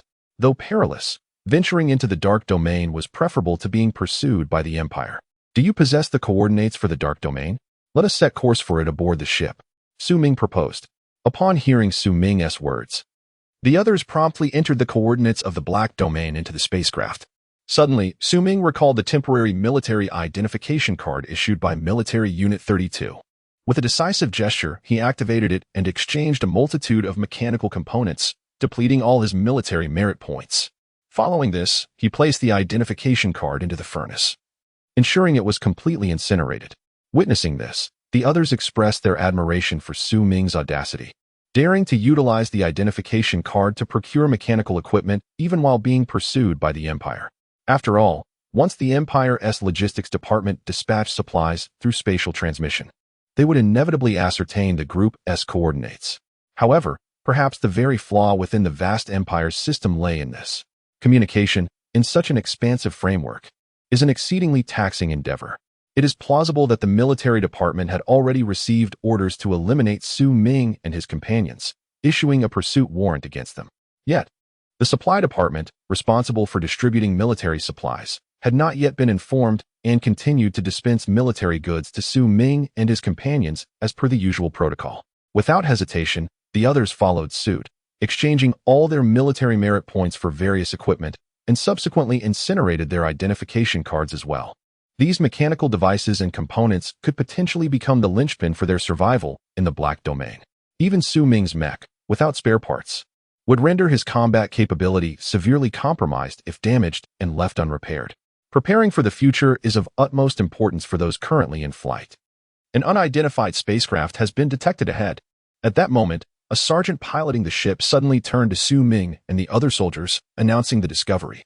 Upon hearing his words, Su Ming and the soldiers were taken aback, swiftly making their way to the cockpit. Through the cockpit scanner, they indeed observed fluctuations emanating from a ship located hundreds of thousands of kilometers away. In the vastness of space, such a distance is inconsequential, as the vessel could traverse it within mere hours. Exchanging glances, the crew turned their attention to Su Ming, awaiting his decision. After a moment of contemplation, he resolved to avoid confrontation and instructed the pilot to make a retreat. However, just then, the pilot's voice broke the silence. It appears they have already detected us and are approaching. Chapter 52. The peculiar spaceship. A spacecraft was hurtling towards Su Ming's vessel. The crew squinted slightly, their expressions turning grave. In the cosmos, when a ship actively approaches yours, it is invariably a harbinger of trouble. Instinctively, they grasped their mechanical gear, steadying their breaths, and heightened their vigilance. Before long, the approaching craft came to a halt before Su Ming's ship, the two vessels suspended in the void, facing each other. Suddenly, the hostile ship launched an attack on Su Ming's vessel. Its weaponry locked onto their ship and unleashed a formidable assault. In almost an instant, the spacecraft that Su Ming occupied was violently shaken, followed by a significant drop in the energy shield, witnessing the indiscriminate assault from the opposing side. Both Su Ming and the soldiers within the cabin were overwhelmed by a surge of intense anger. What madness is this? What do these people intend to accomplish? A soldier rose, furrowing his brow as he coldly remarked. If they were facing space pirates, the adversaries would surely dispatch Gene warriors from their ship before launching an attack. For space pirates, any encountered vessel is considered a treasure, and they would be loath to see it damaged due to an attack from the other side. Yet, these foes brazenly attacked their ship directly without sending any combat personnel aboard. Clearly, they were not pirates at all. If they weren't pirates, what could be the meaning of such an unprovoked attack? The group felt a growing irritation, prompting Su Ming to take the lead, donning his mech armor and launching himself from the spacecraft. The others, equally incensed, followed suit. From the recent onslaught, it was evident that the energy level of this enemy ship was not particularly high, suggesting the absence of formidable warriors on board. Nonetheless, the audacity of the opposing forces to initiate an attack was tantamount to courting death. Clad in his mech armor, Su Ming swiftly charged towards the enemy vessel, his nuclear propulsion device roaring to life, propelling him to the pinnacle of speed. In the blink of an eye, the gleaming silver armor had already surged to the forefront of the enemy ship. As Su Ming charged forward, the spacecraft instantly redirected its firepower toward him, unleashing a barrage of mechanical gunfire. While deftly maneuvering his mech to evade the onslaught, a peculiar expression flickered in Su Ming's eyes. It was rather amusing. None of the ship's artillery seemed to consciously lock onto him. Instead, upon witnessing his advance, it indiscriminately targeted his direction as if a child, armed with a firearm, panicked and began firing wildly at a squad of well-equipped soldiers approaching him, long before they even noticed his presence. Not only did he fail to hit the soldiers, but he also expended all the ammunition in his weapon. This was Su Ming's initial impression of the spacecraft. A look of profound confusion crossed his face as he abandoned his plan to fire a few rounds to obliterate the vessel. Instead, he swiftly moved toward the ship's hatch. As he approached, the spacecraft seemed to grow anxious. Its cannons could no longer target Su Ming, who was now nearly pressed against the hull. He had adeptly positioned himself within the ship's blind spot. What followed was an action so absurd that it left Su Ming both amused and bewildered. The spacecraft began to flee. It sped away in the direction from whence it had come. A properly armed vessel, when confronted with an enemy breaching its vicinity, would have myriad strategies at its disposal to counter such a situation. It could, for instance, discharge powerful electric currents to repel the intruder or summon genetically enhanced warriors from within to engage in combat. However, this spacecraft chose a rather comical means of escape. Su Ming, witnessing this scene, could almost definitively conclude that the pilot of this vessel was a novice, one utterly devoid of even the most basic knowledge of survival in the cosmos. His curiosity deepened, and in an instant, he retrieved a bloody battle axe from the storage compartment of his mech. Raising the gruesome weapon, he swung it down upon the spacecraft before him. With a resounding crash, the force of the impact reverberated through him. Yet, Su Ming's expression remained largely unperturbed, his arm steady as if he had felt no recoil at all. As he delivered the blow, the energy shield of the spacecraft was shattered into fragments. He then lifted the colossal axe once more, this time not exerting his full strength, merely slicing through the ship's outer shell. A dull thud echoed, transmitted through bone conduction to Su Ming's ears, as he created a gaping hole in the ship's hatch. Instantly, the pressure and oxygen within the vessel were released. Without hesitation, Su Ming reached out to tear away the ship's exterior, then swiftly maneuvered his body inside the spacecraft. Upon entering, a piercing alarm blared throughout the craft, as the pressure and oxygen levels plummeted to a point beyond human tolerance. While an ordinary person might succumb to such conditions, for a genetic warrior, it posed little threat. However, a thought crossed Su Ming's mind. Were the occupants within merely a group of ordinary individuals? Indeed, it is entirely plausible that in a vacuum, one could be violently ruptured by the internal pressure of their own body. Without hesitation, Su Ming swiftly maneuvered into the spacecraft's cabin. To his astonishment, the interior was filled with a multitude of ordinary individuals. At that moment, several men clad in white lab coats, resembling researchers, had tragically succumbed to the vacuum. Their internal organs and blood scattered throughout, rendering the spacecraft grotesquely sanguinary. A slight relief washed over Su Ming as he noted that the casualties were few. The majority of the crew had donned their space combat suits and had not been subjected to the brutal effects of the vacuum.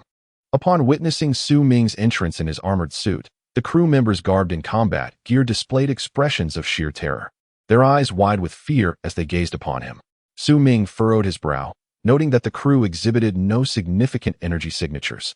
Their capabilities barely reached the level of first- or second-tier genetic warriors, a status not vastly different from that of ordinary humans. What perplexed Su Ming was why a vessel with such limited armament would audaciously initiate an attack on his own ship. With a cold demeanor, he spoke into his communicator. A brief note of interest: spacesuits and space stations maintain atmospheric pressure. Otherwise, the blood pressure within an ordinary person would cause them to explode in the vacuum of space, eliminating the need for any external threats. Chapter 53. A fortuitous encounter. Su Ming's spaceship soared swiftly through the void, having already stowed the captured vessel within its spatial apparatus. It was imperative for the ship to make a hasty departure, lest the Empire's mechanized warriors descend upon them at any moment. Although this region was technically the Empire's fringe territory, it still fell within its jurisdiction. At this moment, inside the vessel, Su Ming and his fellow soldiers regarded a group of frail men before them with a mixture of bewilderment and curiosity. These individuals were the very assailants they had recently subdued. "Are you suggesting that your recent attack was a case of mistaken identity?" Su Ming inquired, exasperation evident in his tone as he surveyed the slender figures clad in research attire. Their energy signatures were notably feeble, likely no more than level 1 or 2 genetic warriors, with some among them being ordinary individuals who had yet to unlock their genetic potential. The leader of the group nodded with a look of dismay. "We detected signals from an Imperial ship. We assumed you were sent to pursue us." Upon hearing this, Su Ming felt a throb of frustration. Having clarified the situation, he realized that these individuals had mistakenly identified him and his companions as agents of the Empire, intending to eliminate them. This incident had indeed spiraled into a remarkable misunderstanding. The Empire dispatched 2 military forces. One was tasked with annihilating the temporary army that had previously attacked Su Ming and his companions. The other force was even more formidable, assigned to assault the laboratories of the Lasso Alliance in pursuit of data and technology related to superpower gene research. Faced with simultaneous assaults from 2 cosmic nations, the Lasso Alliance, despite possessing superpower gene technology, saw its defenses swiftly crumble. The high-ranking officials of the Lasso political party soon disbanded, each seeking their own means of escape. Consequently, the Lasso Alliance fell into a state of anarchy, quickly being re-established under the control of the Free Federation. The individuals before us are the researchers who fled from the Lasso Alliance's superpower laboratory. Lacking the requisite combat training and possessing virtually no experience in survival within the cosmos, these researchers frequently engaged in actions that were both amusing and absurd.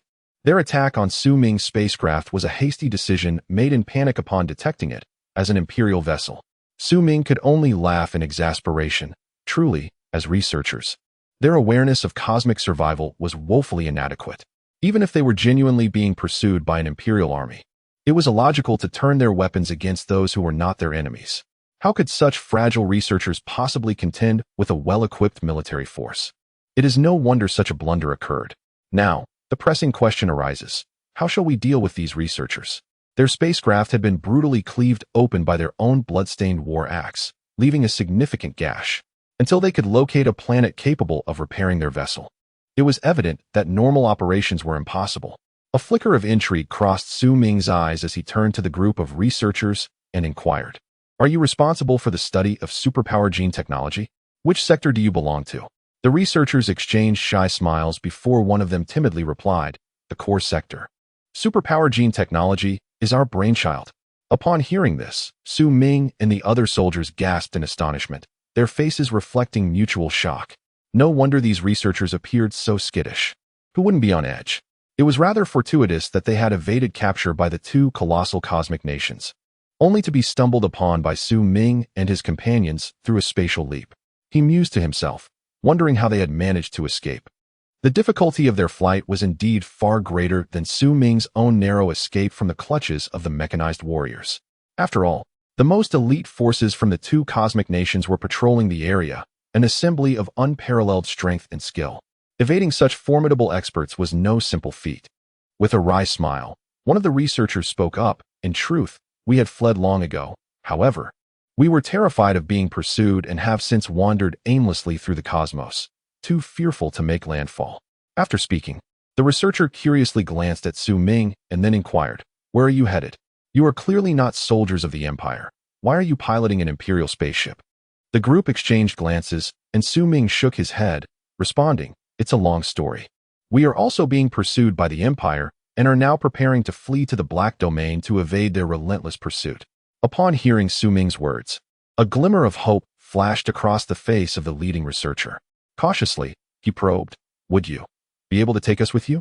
If we are captured by the two great empires, our freedom will be severely restricted. Please, take us along to the Black Domain. I can offer you advanced genetic technology in return." Su Ming was taken aback. He had not anticipated that these researchers wished to accompany him to the Black Domain. Moreover, it seemed that even upon reaching the Black Domain, they would continue to follow him, seeking to avoid danger. Su Ming admitted he was somewhat tempted. These individuals were invaluable assets. Although their combat capabilities might be limited, the knowledge they possessed was priceless, technologies that both great cosmic nations coveted. It was evident that the caliber of these researchers could be deemed first class in the universe. To recruit such a group would undoubtedly yield significant benefits in the future. Su Ming pondered for a moment before lifting his head to address the assembled individuals. "I can guide you, but as you have rightly pointed out, should I require your technical assistance, you must unconditionally commit to the research. In return, I shall grant you a degree of freedom unattainable in the two great empires." Upon hearing Su Ming's words, the researchers exchanged glances, and the leader stepped forward with a smile, saying, "That is agreeable. As long as we are provided with the necessary research conditions, I am Wang Ku. I look forward to our collaboration." Chapter 54. The spider-like mechanical arm. The location of the Black Domain is situated on the periphery of interstellar society, rendering it a considerable distance away for the group.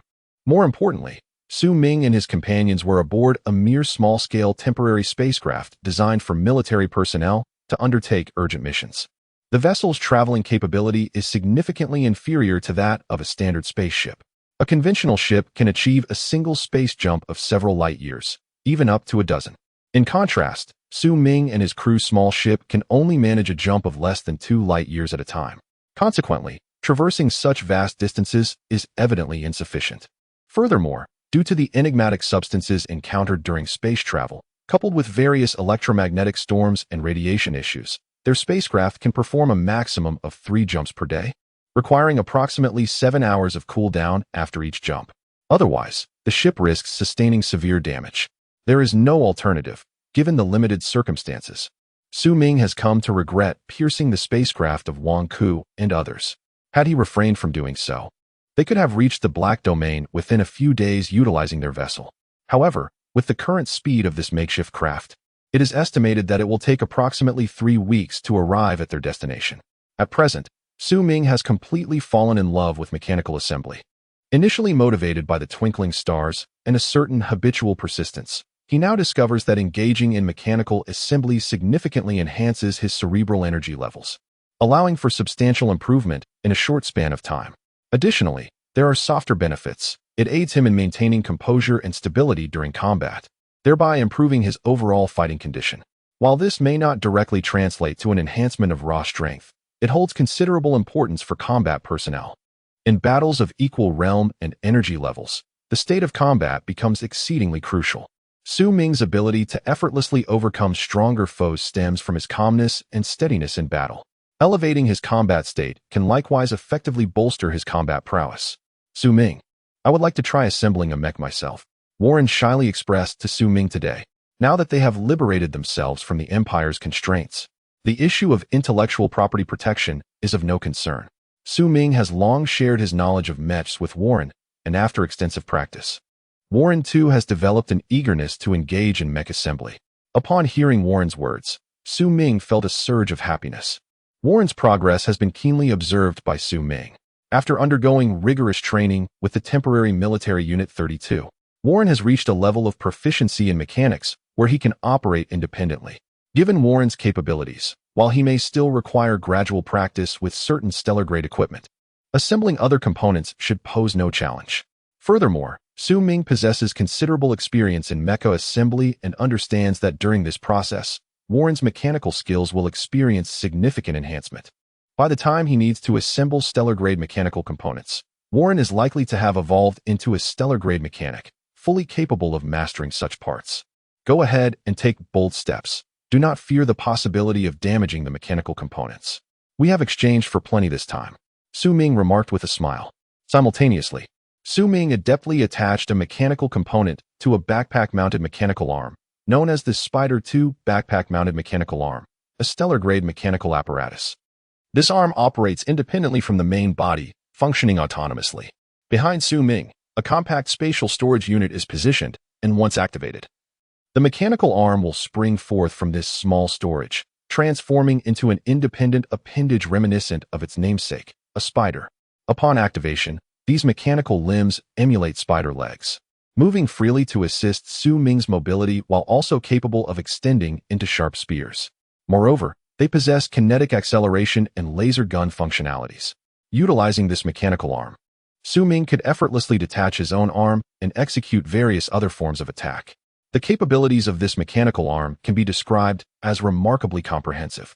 The initial purpose behind assembling this arm was for Su Ming to adeptly navigate through diverse and complex terrains. After all, while mechs are formidable, they often require vast spaces to operate optimally. The void of outer space is where their prowess truly shines. However, on the ground, many confined environments are ill-suited for mech combat, and forcing the use of mechs in such scenarios would only render the battle clumsy and awkward.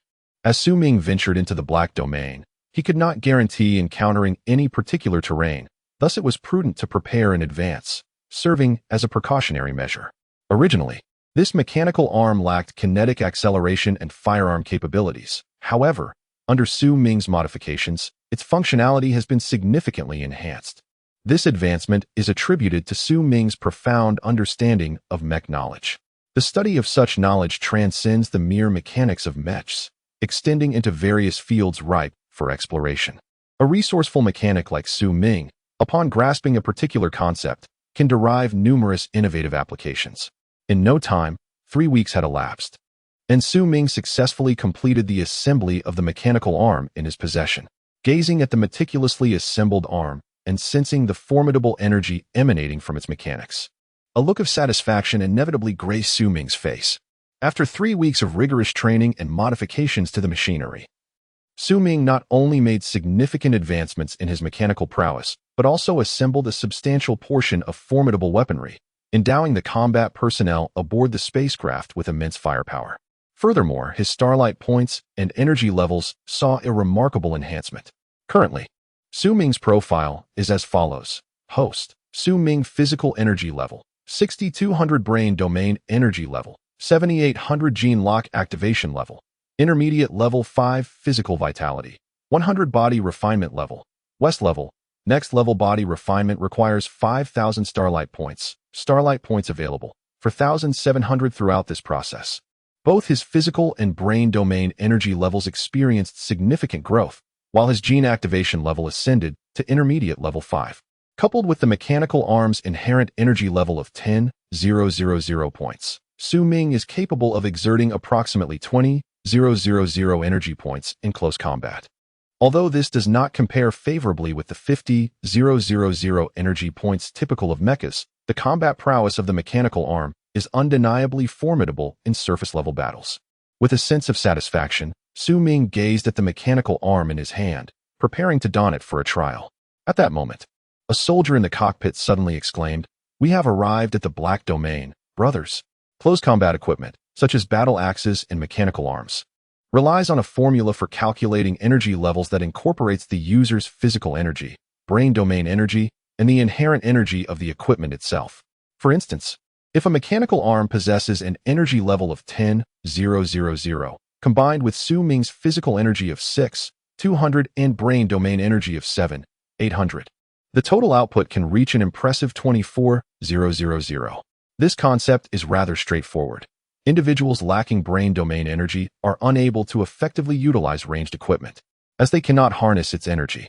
In close combat, however, it is essential not only to enhance the mechanical equipment's energy through brain domain capabilities, but also to account for the damage inflicted by the user's own physical strength. Overall, brain domain energy developers hold a distinct advantage, as the additional energy cannot be disregarded. Moreover, those who harness brain domain energy can wield close combat weapons with greater efficacy. The reason many prefer ranged firearms is well understood. The advantage of distance in combat is an aspect that should never be underestimated. Chapter 55. Arrival at the Black Domain. The Black Domain is a realm not acknowledged in the textbooks of the 5 great cosmic nations, nor is it recognized within interstellar society as a legitimate existence. However, for those who frequently traverse the cosmos, the Black Domain is not merely a figment of legend. Occasionally, these travelers engage with the Black Domain. Nevertheless, should one inquire of an individual who has ventured into the Black Domain, they would undoubtedly caution against such endeavors. The Black Domain is perilous. The Black Domain represents a sector of star systems rather than a singular planet. Hence, when this spacecraft entered the Black Domain, it went largely unnoticed by the populace. After all, the number of spacecraft traversing the abyss on a daily basis is indeed overwhelming. Furthermore, the vastness of this entire star domain renders it unlikely for anyone to focus their attention on an ordinary little spacecraft. At this moment, within the vessel, Su Ming and Warren were curiously surveying the abyss. To their surprise, the abyss was not the perpetually dark star domain they had envisioned. On the contrary, the environment within the abyss, even when compared to the habitable star systems in interstellar society, was quite commendable. The planets of the western Zhou glimmered with a pale blue light, indicative of adequate water content, suggesting that most of these planets were suitable for habitation. "Which planet shall we settle on?" Warren instinctively inquired. After a moment of contemplation, Locke responded, "The power dynamics within the abyss are intricate, and I am uncertain which planet we should choose. However, as newcomers, it would be prudent for us to dock at a planet on the periphery." Upon hearing Locke's words, the group nodded in agreement. In a typical star domain structure, the planets situated at the core tend to be more fortified and powerful, while the peripheral planets are generally weaker, often lacking complex power relations. As newcomers, it would be wise to opt for a peripheral planet, allowing them to familiarize themselves with the environment of the abyss before making further plans. Su Ming's gaze inadvertently fell upon a planet, one that exhibited an almost perfect equilibrium between ocean and land. With a smile, he pointed at the celestial body and declared, "Let it be this planet." The others nodded in agreement, harboring no dissent. None among them were familiar with the Black Domain. Thus, the choice of a planet was left entirely to chance. With no other criteria but a favorable impression, the spaceship commenced its journey, swiftly advancing towards the chosen planet. However, as the vessel neared its destination, another spaceship traversed the distant expanse of the starry sky. Aboard the second ship, a man clad in a gray robe happened to catch sight of Su Ming and his companion's craft. An Imperial ship? He mused, surprise evident in his demeanor. He then chuckled softly to himself, muttering, "I wager it's merely Imperial subjects seeking refuge. They appear to be novices, utterly unaware of the perils within the Black Domain." The more peripheral the planet, the greater the danger. After contemplating for a moment, the man turned to his companion at the controls and instructed, "Ram, follow that ship and head towards Planet Abbey." Upon hearing his command, Ram, the pilot, let out a light chuckle and replied nonchalantly, "Finally, some excitement. If they hadn't shown up, I wouldn't have known how to pass this month." With that, Ram let out an odd noise and deftly maneuvered the controls, propelling the vessel towards the planet where Su Ming's ship was headed, completely oblivious to the fact that they had acquired an unsuspected tail. The spacecraft of the opposing party is significantly more advanced than the one occupied by Su Ming and his companions, hence, even trailing behind them. Su Ming's vessel is incapable of detecting the trajectory of this alien ship. At this moment, a look of astonishment appears on Su Ming's face. The Black Domain. How peculiar. From the outside, everything appears utterly normal, yet as their own ship prepares for landing, not a single command broadcast has been made to communicate with their vessel, as if such functionality has entirely vanished. Despite the notorious chaos of the Black Domain, one would expect a planetary command center to exist on the surface. Su Ming is left speechless. Nevertheless, their ship has already entered the planet's atmosphere, compelling them to find a suitable place to dock. The spacecraft gradually descends towards the surface of the planet. However, at that moment, all crew members are taken aback, followed by a slight furrowing of their brows. Just as the ship comes to a halt, a group of ragged individuals, men, women, and children, armed with firearms, rush towards the vessel, brandishing their weapons in aggression. Su Ming is even taken aback to witness a child, possibly around 10 years old, wielding a lightweight Gatling gun and firing upon the ship. These weapons are rather primitive, reminiscent of those utilized by ancient cosmic civilizations. It is astonishing to encounter such armaments here. In the annals of earlier civilizations, the Gatling gun would have been deemed a formidable weapon. However, with the advancement of the cosmos, society has now entered the third technological era, rendering the Gatling gun, a relic of the first technological age, almost obsolete, possessing merely over 300 power units. Such a level of power is trivial for Su Ming and his companions. However, what perplexed Su Ming was why these seemingly indigenous individuals would employ such rudimentary weapons to assault themselves and others. Su Ming cast a sweeping glance over the men and women, shaking his head slightly. These individuals appeared malnourished, mere ordinary people, incapable of unlocking even their genetic locks. "Wait for me here. I shall descend and investigate." Su Ming spoke softly, then opened the spacecraft's hatch and stepped outside. At that moment, the energy shield surrounding the ship erupted in a dazzling display of light, a manifestation of the energy fluctuations caused by the shield repelling external attacks. Su Ming paid little heed, estimating that the onslaught from the assailants would require at least half an hour to breach the ship's protective barrier. Upon noticing someone disembarking, the indigenous attackers intensified their efforts. Su Ming furrowed his brow, signaling his lack of hostility with a wave of his hand. Yet, it seemed as if these individuals were entirely oblivious, continuing to fire relentlessly at him. This incited a flicker of irritation within Su Ming. Some of these natives were simply insufferable. Without hesitation, he swiftly dashed out of the energy shield's protective range. In an instant, bullets from the Gatling gun rained down upon him. However, what struck terror into the hearts of these indigenous people was that these bullets, upon striking Su Ming, did not penetrate his body as they typically would. Instead, it felt akin to striking steel. The impact merely caused Su Ming's skin to dimple slightly before it rebounded. With his current physical energy level of 6,200 points, augmented by the results of his body refinement, one could honestly say that even standing still while being subjected to a Gatling gun for an hour would pose no challenge. However, Su Ming was not there to demonstrate his invulnerability to bullets. In an instant, he surged towards the indigenous assailants armed with their rudimentary firearms. Chapter 56. The Chain Assault. Su Ming darted into the midst of the native throng. A barrage of bullets rained upon him, producing a cacophony of metallic clangs. Without a moment's hesitation, he activated his backpack-mounted mechanical arms, which swiftly extended from his back, providing robust support to his body.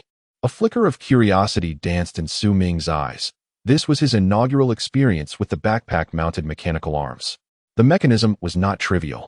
Maneuvering it was akin to possessing an additional set of limbs, presenting a challenge to his cerebral capacity, should he operate it in haste. there was a significant risk of chaotic movements.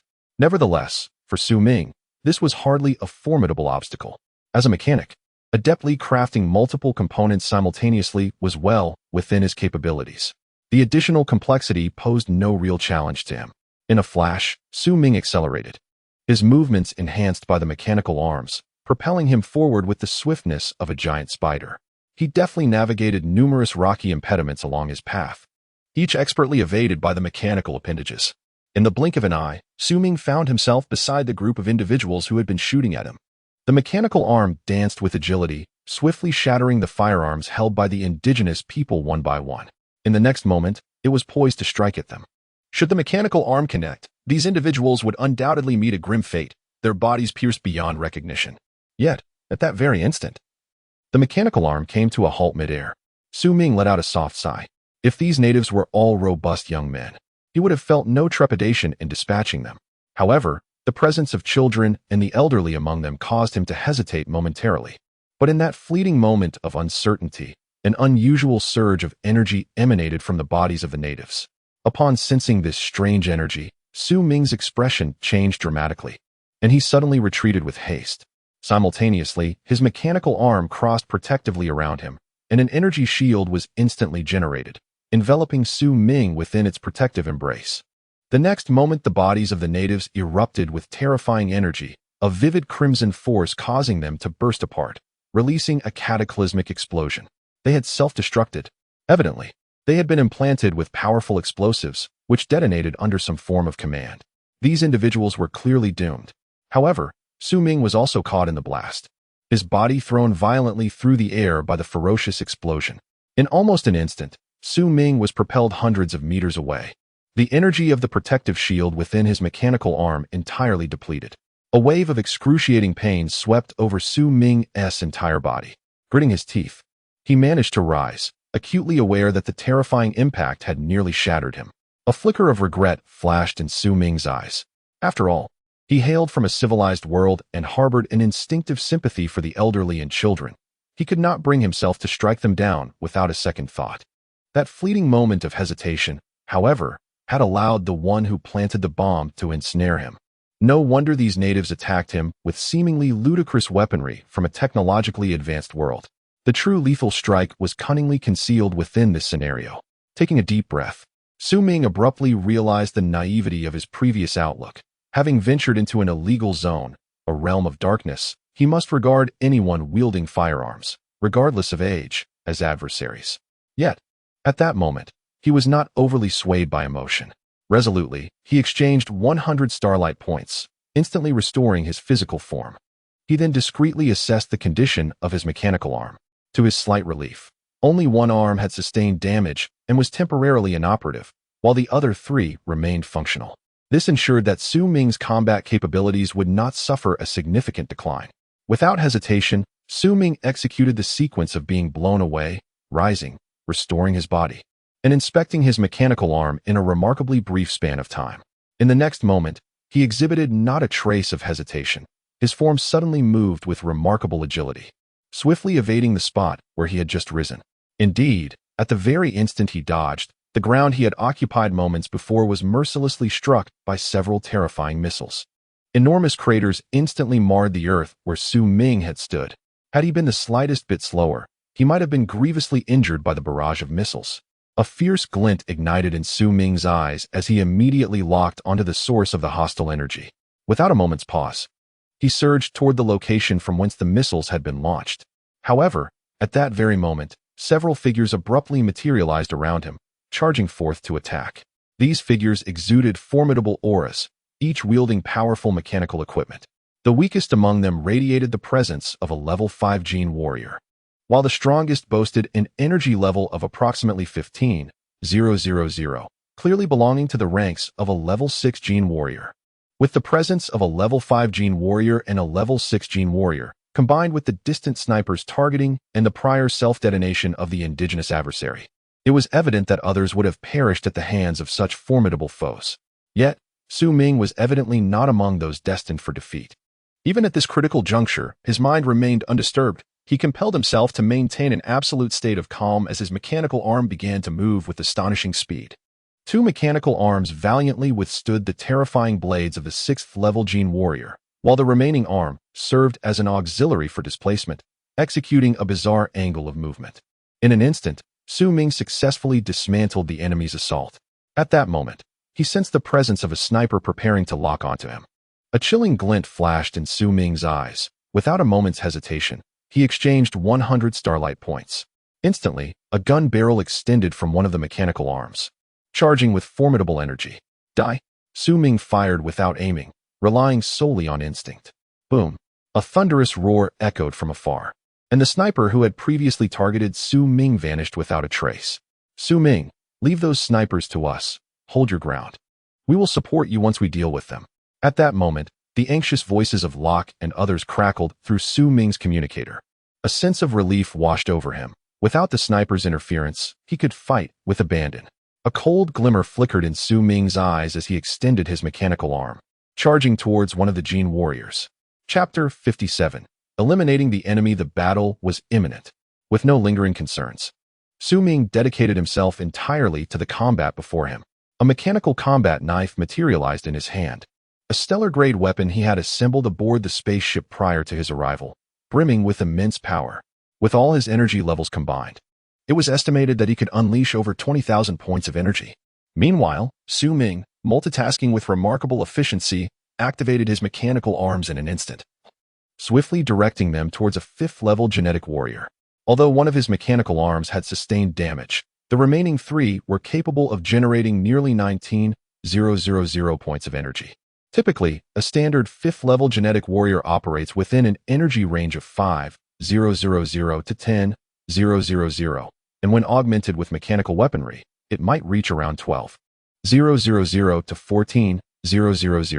This clearly illustrates the advantage of Su Ming's mechanical apparatus.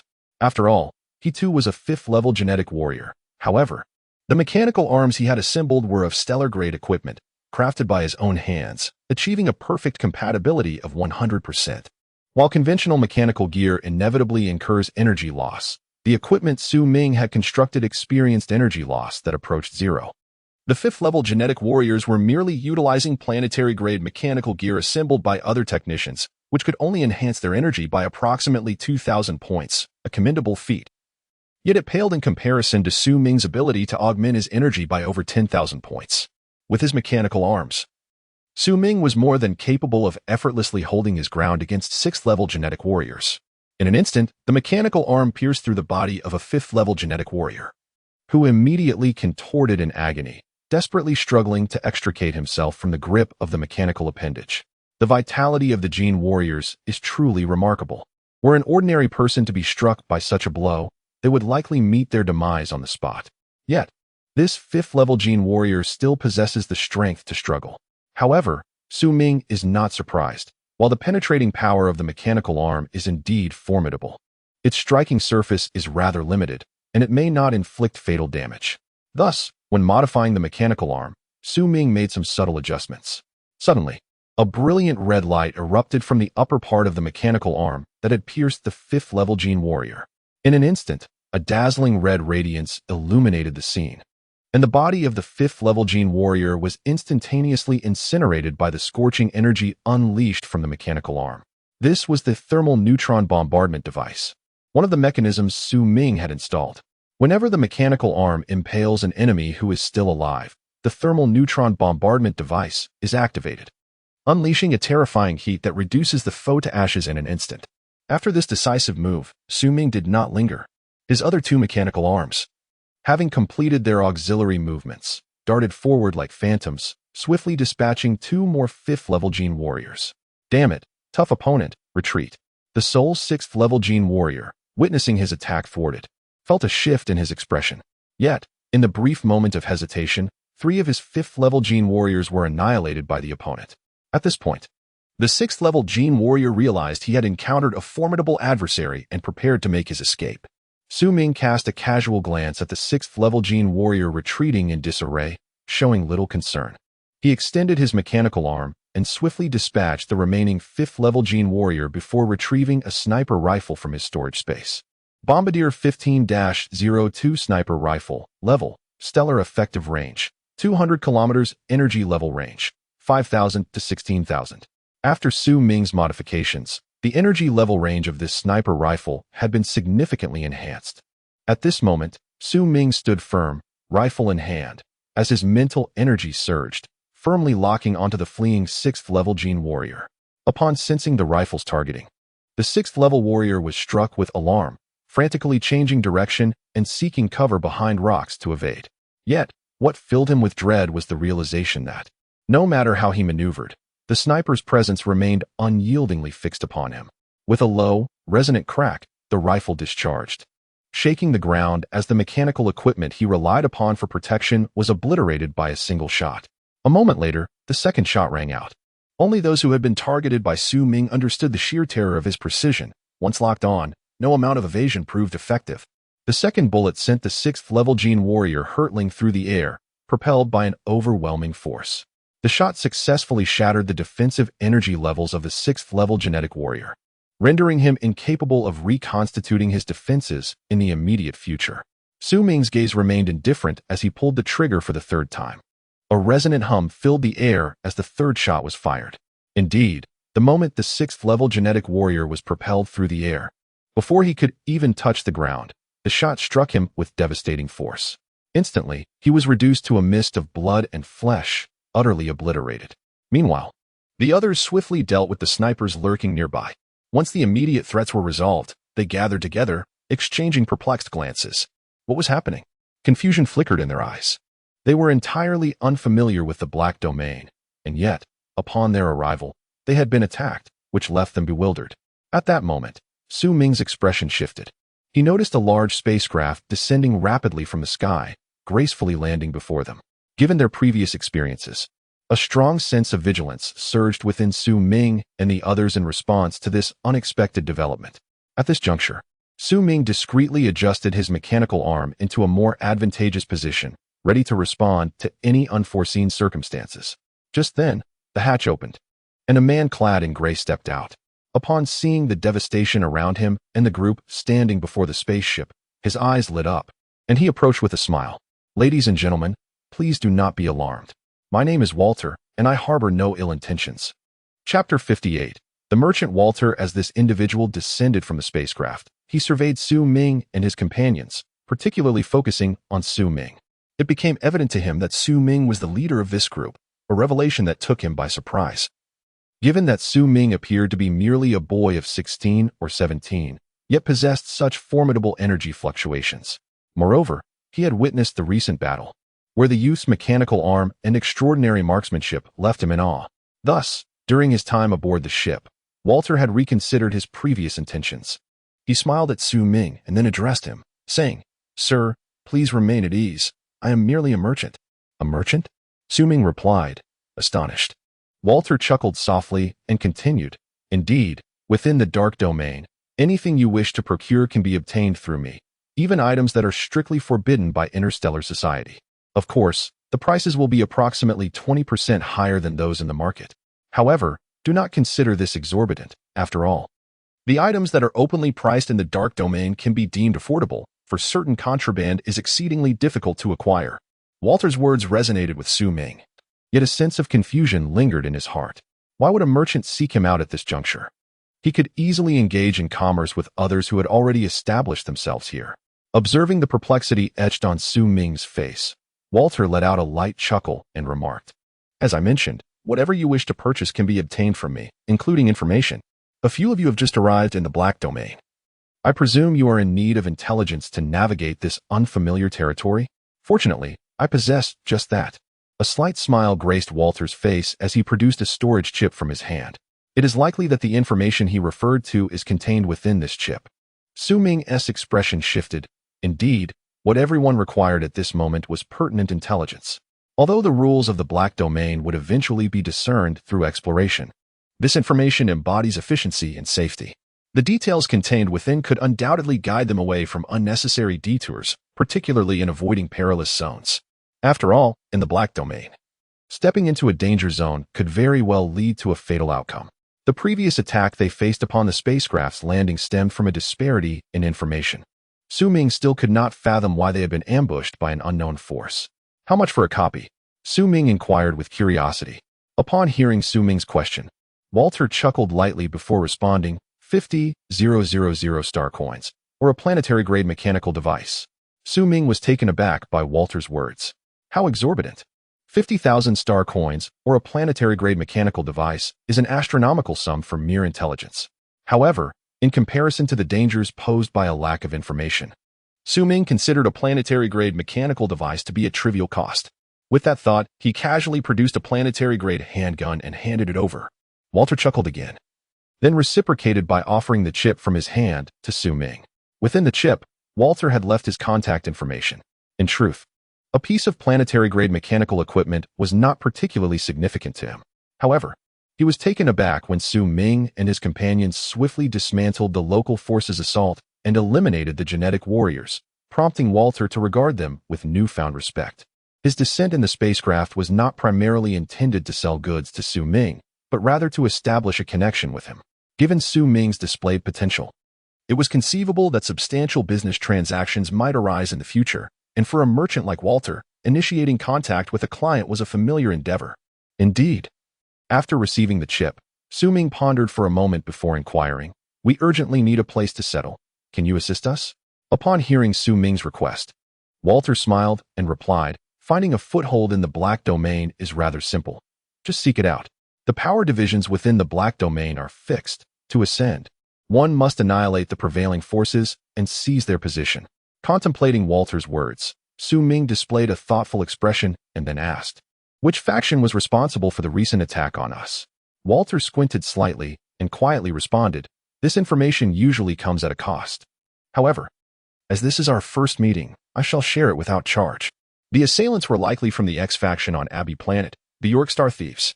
Walter remarked with a light chuckle. "The Yorkstar Thieves," Su Ming murmured to himself, then curiously inquired, "What is meant by the Western powers?" Walter shrugged and gestured towards the chip in Su Ming's hand. Suddenly enlightened, Su Ming realized that this information likely constituted intelligence from the Black Domain, contained within the chip. He could simply review its contents later. Walter chuckled lightly before speaking with a hint of gravity. "The Western powers include 7th-level gene warriors, so do not underestimate them. Well, I have achieved my objective this time. In the future, if you wish to acquire anything, you may come to me. I can procure a multitude of items for you." Walter smiled and prepared to take his leave. At that moment, Su Ming's expression shifted, and he abruptly asked, "Can you also obtain knowledge of machinery and Mechas, including their components?" Upon hearing Su Ming's question, Walter turned back, casting a penetrating gaze at him before responding, "Indeed. Except for the core Mechas of the 5 cosmic nations. I can procure knowledge of other Mechas as long as the price is right." Furthermore, Walter glanced at the researchers, including Wang Ku, who had just disembarked from the spaceship, and continued, "I also have access to knowledge in biotechnology, medical sciences, and more." Upon hearing Walter's words, Su Ming felt a jolt of realization. Walter's influence was indeed vast. He could obtain knowledge in Mechas, biotechnology, and medical sciences. Such knowledge represented the pinnacle of understanding in the universe, typically regarded as the core data of each cosmic power.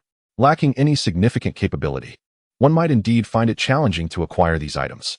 However, this predicament may ultimately prove beneficial for Su Ming. As his combat prowess increases, the day will inevitably come when he must upgrade his mech and delve into more advanced mechanical knowledge. Chapter 59. Intelligence of the Black Domain after Walter departed. Su Ming wasted no time in extracting the chip from his possession, promptly utilizing a device to access the information contained within. Before long, comprehensive details regarding the Black Domain were vividly displayed before the gathered individuals. They eagerly leaned in to absorb the insights.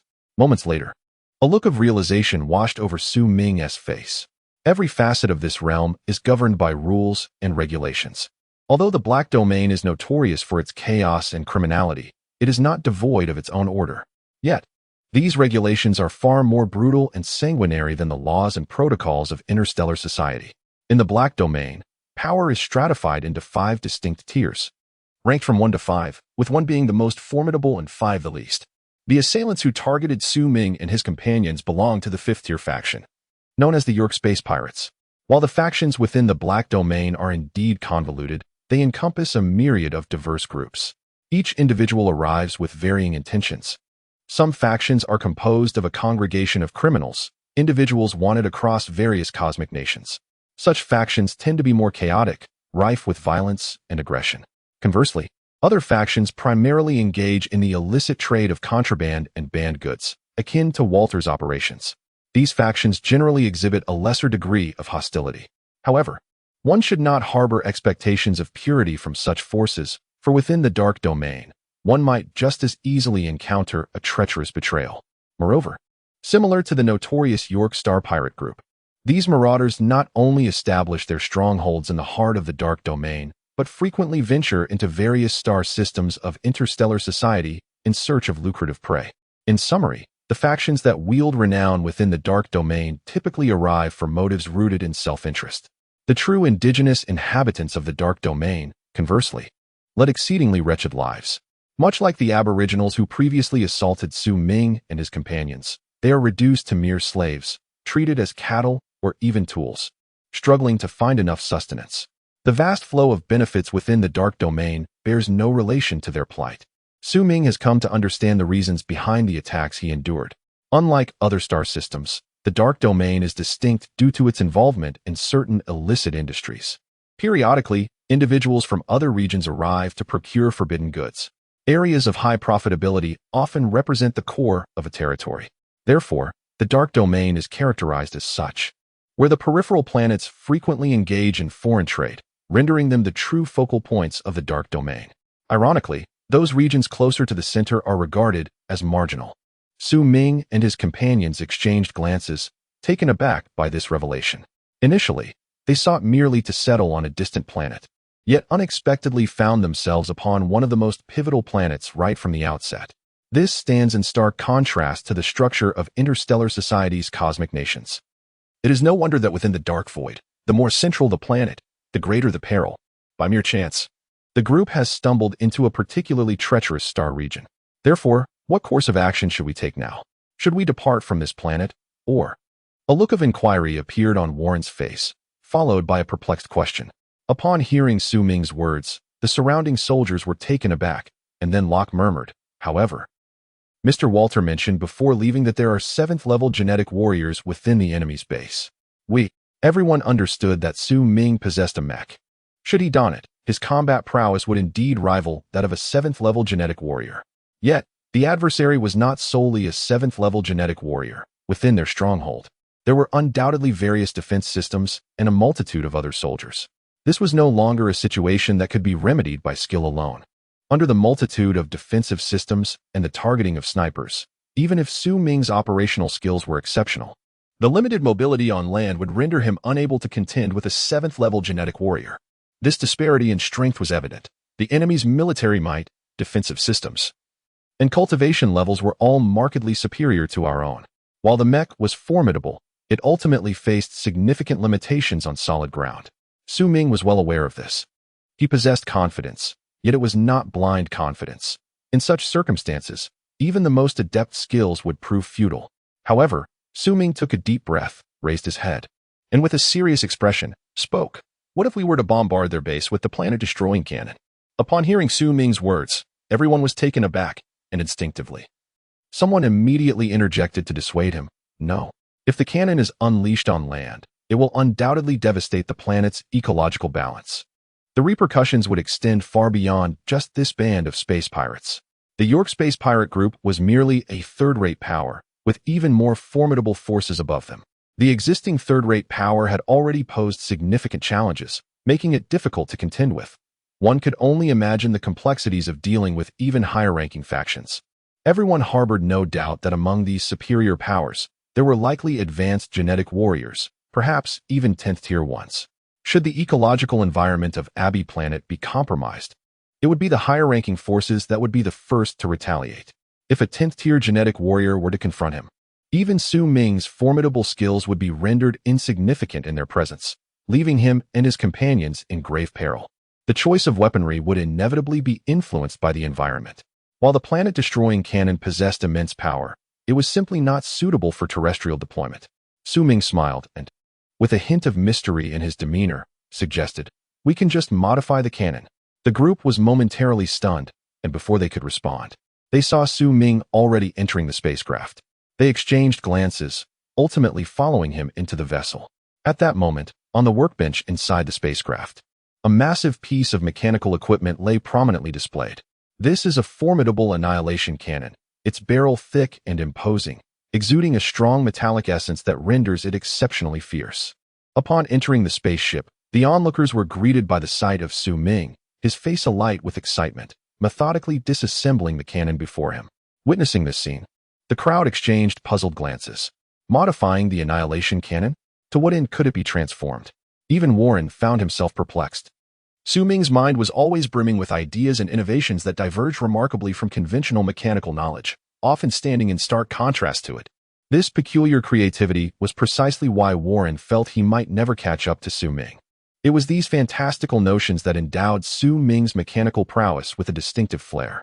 Well, the group silently found a place to sit, observing as Su Ming meticulously modified the annihilation cannon. After all, they had just eliminated a wave of space pirates, and the York pirate gang was likely still unaware of the fate that had befallen their comrades, leaving them with ample time for Su Ming to enhance the cannon. Chapter 60. Modifying the annihilation cannon. Su Ming paid no mind to the astonished gazes of the soldiers around him. His focus was drawn inexorably to the annihilation cannon on the workbench. Once he stood at the mechanical workstation, his attention became irresistibly fixated on the equipment before him, as if everything else had faded into irrelevance. Beep. Disassembling mechanical components successful, gaining starlight points 1. Beep. The annihilation cannon swiftly began to disintegrate in Su Ming's hands, while the starlight points on his system panel continued to accumulate. With over 100 components, Su Ming has amassed a multitude of starlight points. Now, after continuous advancements in mechanical technology, his speed in disassembling mechanical parts has reached an astonishing level. Where it once took him several minutes to dismantle a single mechanical component, he can now accomplish the task in mere seconds. Observers witness his hands transform into mere phantoms, and in an instant, the mechanical component is reduced to an array of parts. This spectacle leaves Warren, who stands nearby, utterly entranced. To him, Su Ming's hands do not merely disassemble mechanical components. They seem to sculpt a flawless masterpiece, imbued with an array of exquisite techniques. Before long, the annihilation cannon is swiftly disassembled into a pile of parts. Gazing at the scattered components, Su Ming is plunged into contemplation. In his mind, a grand vision is taking shape, an intricate tapestry of mechanical parts harmoniously interlinked and combined into a cohesive whole. These images unfold within his thoughts, undergoing simulations and assemblies. For a mechanic, the most crucial step is not merely disassembly or reconstruction, it lies in innovation. Any mechanical design must first be conceived in the mechanic's mind before it can be transmuted into a tangible mechanical structure. Rapidly, Su Ming's imagination races through various assembly methods for the annihilation cannon, gradually discarding one approach after another. The very same weapon, due to variations in its components and construction, can potentially serve disparate purposes. Some emphasize power, others prioritize range, while some focus on sustained output capability. This time, in order to adapt the annihilation cannon for normal use on land without disrupting the ecological balance, Su Ming continually revised his mental blueprint for the weapon. An increase in power was untenable, as it would inevitably harm the environment. Conversely, a decrease in power would prove equally problematic, as it would fail to breach the defenses of the York Star pirate group in a single strike, should they become aware of his intentions. Delivering a second blow would become exceedingly difficult. Before long, after incessantly restructuring the design in his mind, Su Ming gradually formulated a coherent plan for this modification. A glimmer of insight sparked in his eyes as he reached out decisively, taking mechanical components from the side and adeptly beginning the assembly. Warren, fetch me a planetary-grade energy thruster. Warren, assist me in disassembling the targeting system of a sniper rifle. Su Ming commanded with the authority of a lead surgeon in an operating room, instructing Warren to prepare various mechanical apparatuses. If he were to utilize solely the original components of the annihilation cannon, it would not be termed a modification, but rather a mere reassembly. Modification entails substituting certain functionalities of the annihilation cannon with alternative components, gradually reshaping it to align with his vision. Fortunately, the synergy between Warren and Su Ming was remarkably harmonious. Long before, in the repair workshop on NOP Planet, they had cultivated a rapport akin to that of a primary technician and an adept assistant. At this moment, Warren continuously retrieved various components from the side and handed them to Su Ming at the workbench, significantly enhancing Su Ming's efficiency and modification. Approximately an hour later, a faint smile appeared on Su Ming's face as he affixed the final mechanical part onto the diminutive version of the annihilation cannon before him. The task was completed. Su Ming, satisfied, applauded lightly and began to meticulously examine the miniature annihilation cannon. Upon hearing Su Ming's words, the onlookers, who had been waiting nearby, hurried over. Their expressions tinged with curiosity as they gazed at the contraption. "This is simply a mini annihilation cannon," one soldier mused, observing the device. Locke cast a glance at the annihilation cannon and, with a note of concern, remarked, "Su Ming, we haven't tested this cannon yet. Could there be unforeseen complications?" In response to Locke's words, Su Ming chuckled confidently and replied, "No worries. I have a good grasp of it. This annihilation cannon will certainly perform." The crowd exchanged glances, their eyes revealing an undercurrent of apprehension. After all, if this annihilation cannon failed to obliterate the enemy's defense system in one fell swoop, they would inevitably face the wrathful retaliation of the York pirate gang. At that point, few among them might survive. Su Ming shook his head, dismissing the group's concerns. Clearly, their mindset had yet to adjust. However, Su Ming understood all too well that their current predicament was far from the serene facade it presented. The crowd now finds themselves in a state of flight. Should they not take a gamble to secure a refuge, the days ahead may prove to be dire. From the moment the Empire began its pursuit, Su Ming understood that certainty was a fleeting notion. If there exists even the slightest possibility, one must seize it. This is precisely why, upon arriving in the Black Domain, Su Ming abandoned his previously laid-back demeanor and actively sought trouble with the Yorkstar bandits. His previous life on Earth had imparted a crucial lesson. Once removed from a life of comfort, one must swiftly learn to become formidable. Otherwise, one risks being subjected to contempt and bullying. This is Su Ming's philosophy for survival. Disregarding the others, Su Ming spent an additional 20 minutes meticulously restoring his mechanical arm before stowing it away in his spatial backpack. He then grasped the Star Destroyer cannon and confidently exited the spacecraft.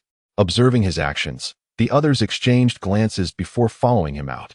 Approximately 10 minutes later, atop a mountain on planet Abe, a cannon nearly half his height was abruptly positioned at the summit. Su Ming extended his hand, firmly grasping the handle of the cannon, a glimmer of exhilaration flashing in his eyes. Surrounding him, combat personnel, including Locke, stood resolutely behind him, equipped with various mechanical gear, their expressions grave. They understood that the moment Su Ming unleashed the Star Destroyer cannon, their confrontation with the Yorkstar bandits would officially commence. Chapter 61. The Yorkstar thieves. Su Ming gripped the colossal annihilation cannon firmly, his cerebral energy levels gradually communicating with the formidable weapon. Although this annihilation cannon was indeed a considerable entity compared to other mechanical armaments, it was, in comparison to its counterparts, somewhat diminutive. An annihilation cannon, by definition, is capable of obliterating a planet with a single shot. While most annihilation cannons do not literally shatter planets, their true purpose lies in devastating the ecological systems of those worlds, thereby wreaking havoc on the environment. Nevertheless, this does not diminish the cannon's status as a formidable and threatening weapon on the battlefield. The onlookers sensed the energy radiating from Su Ming's body, causing their eyelids to flutter involuntarily. This was utterly insane. The very notion of bombarding a military base with an annihilation cannon was unfathomable to them.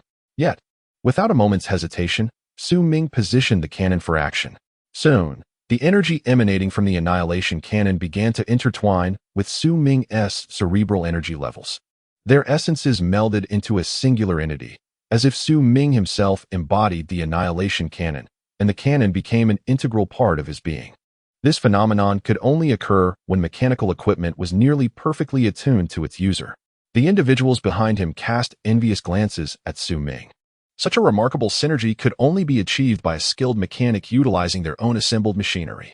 In that moment, Su Ming's energy expenditure in operating the annihilation cannon approached an infinitesimal level. Through the cannon's scope, Su Ming's gaze was fixed upon a military base approximately 5 kilometers distant. This military base is the stronghold of the Yorkstar pirates. From the exterior, it appears unremarkable, resembling an unguarded residential building, with a steady stream of individuals entering and exiting. However, Su Ming is acutely aware that the moment the base detects an energy signature targeting it, all defense systems will activate within mere fractions of a second. At that point, the entire military installation will be enveloped by its defensive mechanisms, rendering any conventional weaponry nearly impotent against it. Yet, the annihilation cannon, an extensive and immensely destructive weapon, certainly falls outside the realm of ordinary armaments. At this juncture, a subtle glimmer of starlight envelopes Su Ming's eyes. In this instant, the system bestows upon Su Ming a perspective that effortlessly reveals the intricate layout of the military base. He narrows his eyes slightly, his gaze scanning the area like an advanced sensor, meticulously identifying the weakest points in the base's defenses, preparing to exploit them. Suddenly, his focus lands on a specific location, and a faint smile graces his lips. The energy readings from the annihilation cannon begin to surge with increasing intensity. Meanwhile, within the stronghold of the York Star pirates, a middle-aged man with a pleased expression rests his chin on his hand, seated in the central chair of the lair. This man is York, the leader of the York Star pirates and a level 7 genetic warrior. At this moment, York was in remarkably high spirits. For just 2 days prior, the York pirate gang had successfully seized a substantial shipment of mechanical components. The quantity of this cargo was impressive, with the total weight exceeding 100 tons. Such a haul could easily be valued at several billion star coins. If this cargo could be resold, the York pirate gang would undoubtedly expand once more. Moreover, York could acquire some expensive level 8 body enhancement serum to immerse himself in, significantly elevating his physical capabilities in a short time, making the ascension to an level 8 genetic warrior a tangible possibility. With this advancement, the York pirate gang's ranking within the Black Domain might ascend once again. At that moment, York glanced at the time, a slight frown creasing his brow. Lav and/or had mentioned detecting an Imperial ship poised for descent, with plans to send a team to intercept it. However, an hour and a half had passed, and there was still no sign of activity. York turned to one of his subordinates and inquired. Under normal circumstances, regardless of the outcome, protocol dictated that reports be made every hour. Now, with an hour and a half elapsed and no updates, a sense of foreboding began to stir within York. Beside him, Lav, a tall and slender man exuding the energy fluctuations of a level 6 genetic warrior, also furrowed his brow upon hearing York's words. He was about to reach for the communication device to contact or who was out on the mission. Just then, both Lav and York simultaneously lifted their heads, gazing towards a distant direction. York was startled to his feet, exchanging a glance with Lav, who, with a tone tinged with uncertainty, inquired, "Why do I feel as though I am being targeted by heavy weaponry?" Upon hearing his superior's words, Lav's heart raced, and he responded incredulously, "I feel it too." York's eyes widened in astonishment. If it were merely one person's intuition, it could be dismissed as a misperception. However, the fact that both had sensed it confirmed its authenticity. Someone had locked onto the York pirate cruise base with heavy weaponry. Who on earth could be so deranged to unleash such firepower on Abbey Planet? York sprang into action, intent on activating the base's defense systems, overwhelmed by a sense of absurdity. Someone was aiming heavy weaponry within the Black Domain. Surely, this individual must be insane. Such an act would utterly devastate Abbey Planet's ecosystem, tantamount to declaring war on the Black Domain. It took him a moment to grasp the gravity of the situation, but just as he prepared to command the base's intelligence system to initiate defense protocols, a sudden brilliance erupted in the distance. A vast array of starlight flickered, followed by a terrifying surge of energy that burst forth with tremendous ferocity, enveloping the York pirate crew's base in an instant. The crew barely had a moment to react before the assault engulfed them completely. Boom! A deafening explosion resonated as a colossal mushroom cloud ascended above the York pirate crew's base. The surroundings suddenly trembled under the impact of this assault, akin to the onset of an earthquake. At the very moment of the explosion, several formidable auras on the planet Abbey swiftly locked onto the site of the detonation. Damn it! Has someone unleashed a planet-destroying cannon upon the surface? Are they declaring war upon us? The ferocious auras, roused by this wave of destruction, ignited a murderous intent across Abbey as they directed their gazes towards the base of the York Star thieves. Chapter 62. The Resurrection of Heaven and Earth. The attack on the surface with a planet-destroying cannon was a blatant attempt to annihilate everyone, directly jeopardizing the interests of all involved. Instantly, countless powerful auras descended upon Abbey, their attention fixated on the base of the York Star thieves. Suddenly, Upon witnessing the explosion within the base, a formidable figure uttered a soft exclamation of surprise. For he perceived, despite it being a planet-destroying cannon, it was distinct from the conventional version. Typically, upon striking its target, the terrifying thermal energy of a planet-destroying cannon would swiftly disperse, ultimately engulfing a tenth of a planet. It is only at that point that the normal ecological system of the planet would be disrupted. However, at present, this expert observed that after the projectile from the cannon detonated within the York Star Thieves base, the horrendous thermal energy remained confined within a relatively small area, perpetually surging as if an invisible force restrained it within a reasonable scope. Under these circumstances, the area affected by this planet-destroying cannon's assault was likely less than a radius of 2 kilometers. Such a minuscule range poses no significant threat to the Abe planet, let alone disrupt the ecological balance. Has the annihilation cannon been modified? This skilled individual immediately discerned the true nature of the annihilation cannon, and a flicker of interest flashed in his eyes. Could the one responsible be a formidable mechanic? He mused, his gaze betraying a hint of astonishment. At that moment, the might of the annihilation cannon gradually dissipated, revealing the base of the York Star pirates. Before him lay not a base, but a vast chasm, filled with various shattered metallic fragments, undoubtedly remnants of the mechanical components from the previous defense system, reduced to ash by the force of the annihilation cannon. All the pirates within the York Star pirates had been obliterated in this terrifying assault, reduced to mere ashes, utterly devoid of life. However, it seemed not all were lost. At that instant, a battered figure surged into the sky, its gaze filled with a fierce malevolence directed towards Su Ming. You seek death. You have obliterated 20 years of my efforts in an instant. This figure was none other than York. As a level 7 genetic warrior, despite being at the epicenter of the explosion, York's physical capacity reached an astonishing level. Though injured, he was far from dead, even in the face of such a potent weapon's initial strike. At this moment, York's face contorted in rage, his eyes ablaze with fury. Despite the drastic decline in his energy, he fixated intently on Su Ming. Suddenly, he surged forward with ferocity, a terrifying energy erupting in an instant. York was genuinely enraged. Over 20 years of effort lay in ruins, and anyone in his position would be consumed by fury. His form shot forth like a meteor, colliding violently with Su Ming. Yet, Su Ming remained unperturbed as he beheld York's onslaught. Not a trace of panic flickered in his gaze. Everything unfolded precisely as he had anticipated. In an instant, he stowed away the annihilation cannon and was enveloped by a thick layer of armor. System, exchange 200 starlight points. Su Ming uttered coldly. In no time, a colossal surge of starlight energy flooded into his being. Without hesitation, he drew forth a blood-red battle axe, which instantly radiated a powerful energy fluctuation. Boom. The bloodthirsty wave of the battle axe met York's assault head-on. An overwhelming force erupted at the point of their clash, carving away half of the mountain beneath them. York wielded a mechanical combat knife. In an age of interstellar travel, it was rare for anyone to employ unconventional weaponry. Even swords had fallen out of favor. Weapons that demanded excessive technique were deemed ineffective, gradually phased out in the evolution of the interstellar age. The predominant mechanical weapons remained simple and brutal: knives, axes, and hammers. This was the true essence of combat. In this encounter, the two combatants clashed fiercely, only to be momentarily repelled by each other's formidable strength. The sight of the mech warrior took York by surprise, a flicker of trepidation evident in his eyes. The name of the mech warrior resounded with such prominence that it instilled a profound sense of apprehension within York. Nevertheless, the vendetta against the base must be avenged. Once he overcame his initial disarray, York swiftly regained his composure. He discerned that the energy level of his opponent's outburst surpassed his own, albeit only slightly. In his injured state, had he not been wounded, his energy output would likely rival that of the mech warrior. This revelation suggested that the pilot's prowess was likely inferior to his own. The only reason they could contend was due to the enhancement provided by the mech.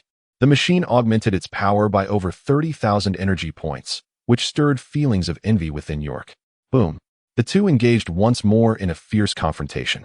The battle axe and sword unleashed the primal beauty of raw power at that moment. Su Ming's gaze was piercing as he continuously assessed the physical condition of his adversary. Their combat was so intense that it fractured the very ground beneath them. Locke and the others had long since been forced to retreat 2 kilometers away, as the shockwaves from their battle shattered the surrounding rocks and terrain. It had been ages since such a potent energy level had erupted on Abe Planet. Instantly, all factions on Abe Planet turned their attention to the site of their fierce struggle. The formidable individual who had previously visited Yerk's pirate base now bore witness to Su Ming's identity as a mech warrior, his eyes gleaming with overwhelming exhilaration. At this moment, he was desperately eager to find a skilled mechanic capable of assembling a mecha. The mecha warrior before him bore the unmistakable marks of self-assembly. For him, this was nothing short of extraordinary fortune. Now, he simply needed to await the moment when this mecha warrior would vanquish the opponent. From his perspective, an uninjured York could still contend with the mecha warrior. However, after sustaining injuries, York's physical capabilities had evidently diminished significantly. It was only a matter of time before he would be mercilessly struck down beneath the warrior's battle axe. Indeed, the strong man's judgment proved impeccable. Just as the two engaged in a fierce clash, York's flesh suddenly ruptured. The intensity of their struggle had pushed their physical limits to the brink, placing immense strain on their bodies. Under normal circumstances, York's bodily vitality would have been more than sufficient to bear such a tremendous burden. Yet now, with his injuries, he could no longer withstand the pressure, leading to his own disintegration. Upon witnessing this scene, Su Ming's eyes gleamed with a fleeting brilliance. He promptly exchanged 400 points of starlight energy from the system, infusing it into the massive axe he wielded. In the next moment, the mecha lunged forward with a sudden burst of speed. Seated within the mecha, Su Ming's gaze sharpened as he uttered two words: "Open heaven." Chapter 63. The axe of the warrior. The axe's brilliance surged skyward, as if it aimed to cleave the very heavens asunder. A rich, blood-red radiance erupted at that moment, casting everything around it in a deep crimson hue. The heavens were torn asunder. In this instant, an extraordinarily terrifying energy level surged forth from the bloody battle axe. Before York could even comprehend the situation, a fierce blow descended upon him, cleaving him in two along with his battle blade. Here was a formidable 7th-level genetic warrior, who, beneath the onslaught of Su Ming's celestial combat technique, met his untimely demise in an instant. Witnessing this scene, the powerful beings from Planet Abe were momentarily struck dumb, their gazes sharpening with intensity. A collective gasp escaped their lips. Could it be that this axe wielded a staggering energy level of 55,000? The physique of this youth could at most reach 7,000 points. Perhaps his mental domain was somewhat stronger, yet to unleash an energy level of 55,000 in a single burst seemed implausible. The astute observers fixed their incredulous eyes upon Su Ming. Was it possible he was utilizing a mech? No, that seemed unlikely. The mech he donned appeared to be the Empire's basic E-class model, which could not possibly possess such overwhelming energy. The only remaining explanation was combat techniques. Combat techniques? Upon hearing this remark from one of the powerful figures, the surrounding crowd fell silent, their expressions shifting to one of contemplation. A glimmer of ulterior motives flickered in the eyes of some as they regarded Su Ming. Indeed, there existed a notion of combat techniques in this world, though they were markedly different from those depicted in martial arts novels.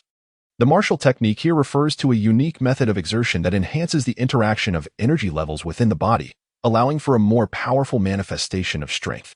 Typically, these techniques are not adorned with flamboyant maneuvers. Rather, they often consist of straightforward muscular movements or specific actions. Yet, it is precisely this simplicity that renders martial techniques extraordinarily precious to genetic warriors. The scarcity of such techniques, coupled with the lack of formidable power in those accessible to the masses, has led some formidable individuals on Abe Planet to set their sights on Su Ming. The Black Domain's warriors, their gazes gluttonous and restless, exude an air of aggression as they probe towards Su Ming. Upon sensing these hostile auras, Su Ming's eyes narrowed with cold resolve. He unreservedly emanated his own aura, issuing a warning to the malevolent energies surrounding him. In that moment, Su Ming resembled a lion in the wilderness, driving away the encroaching hyenas. Yet among these hyenas, there were other lions, even stronger entities, fiercely observing Su Ming.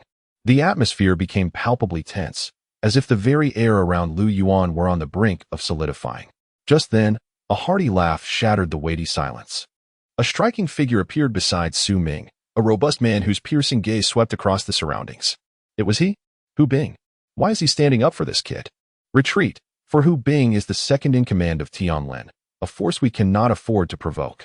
Upon the appearance of this imposing figure, the formidable beings of the Black Domain, who had been casting covetous glances at Su Ming, began to murmur softly. Gradually, the oppressive aura enveloping Su Ming dissipated, as if it had never existed.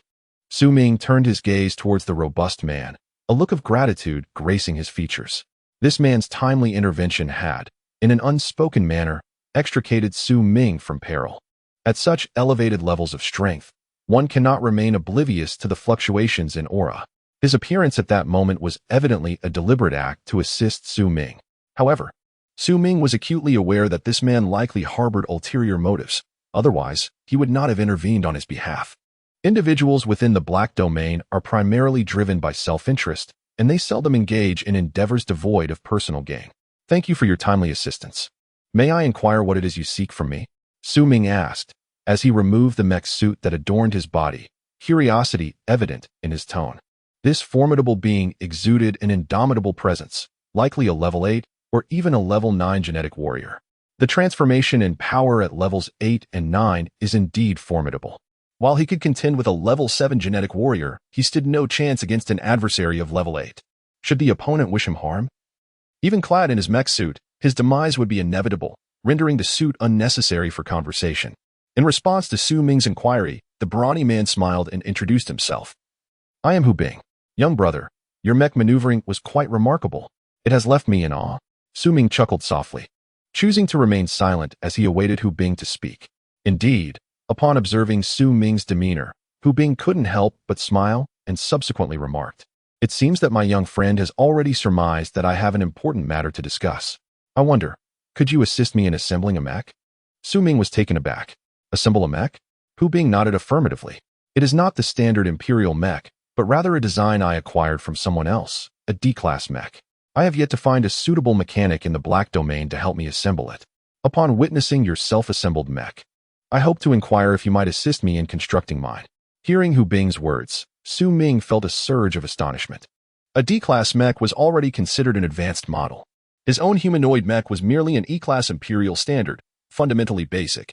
If an E-class mech possessed such formidable capabilities, one could only imagine the power a D-class mech could wield.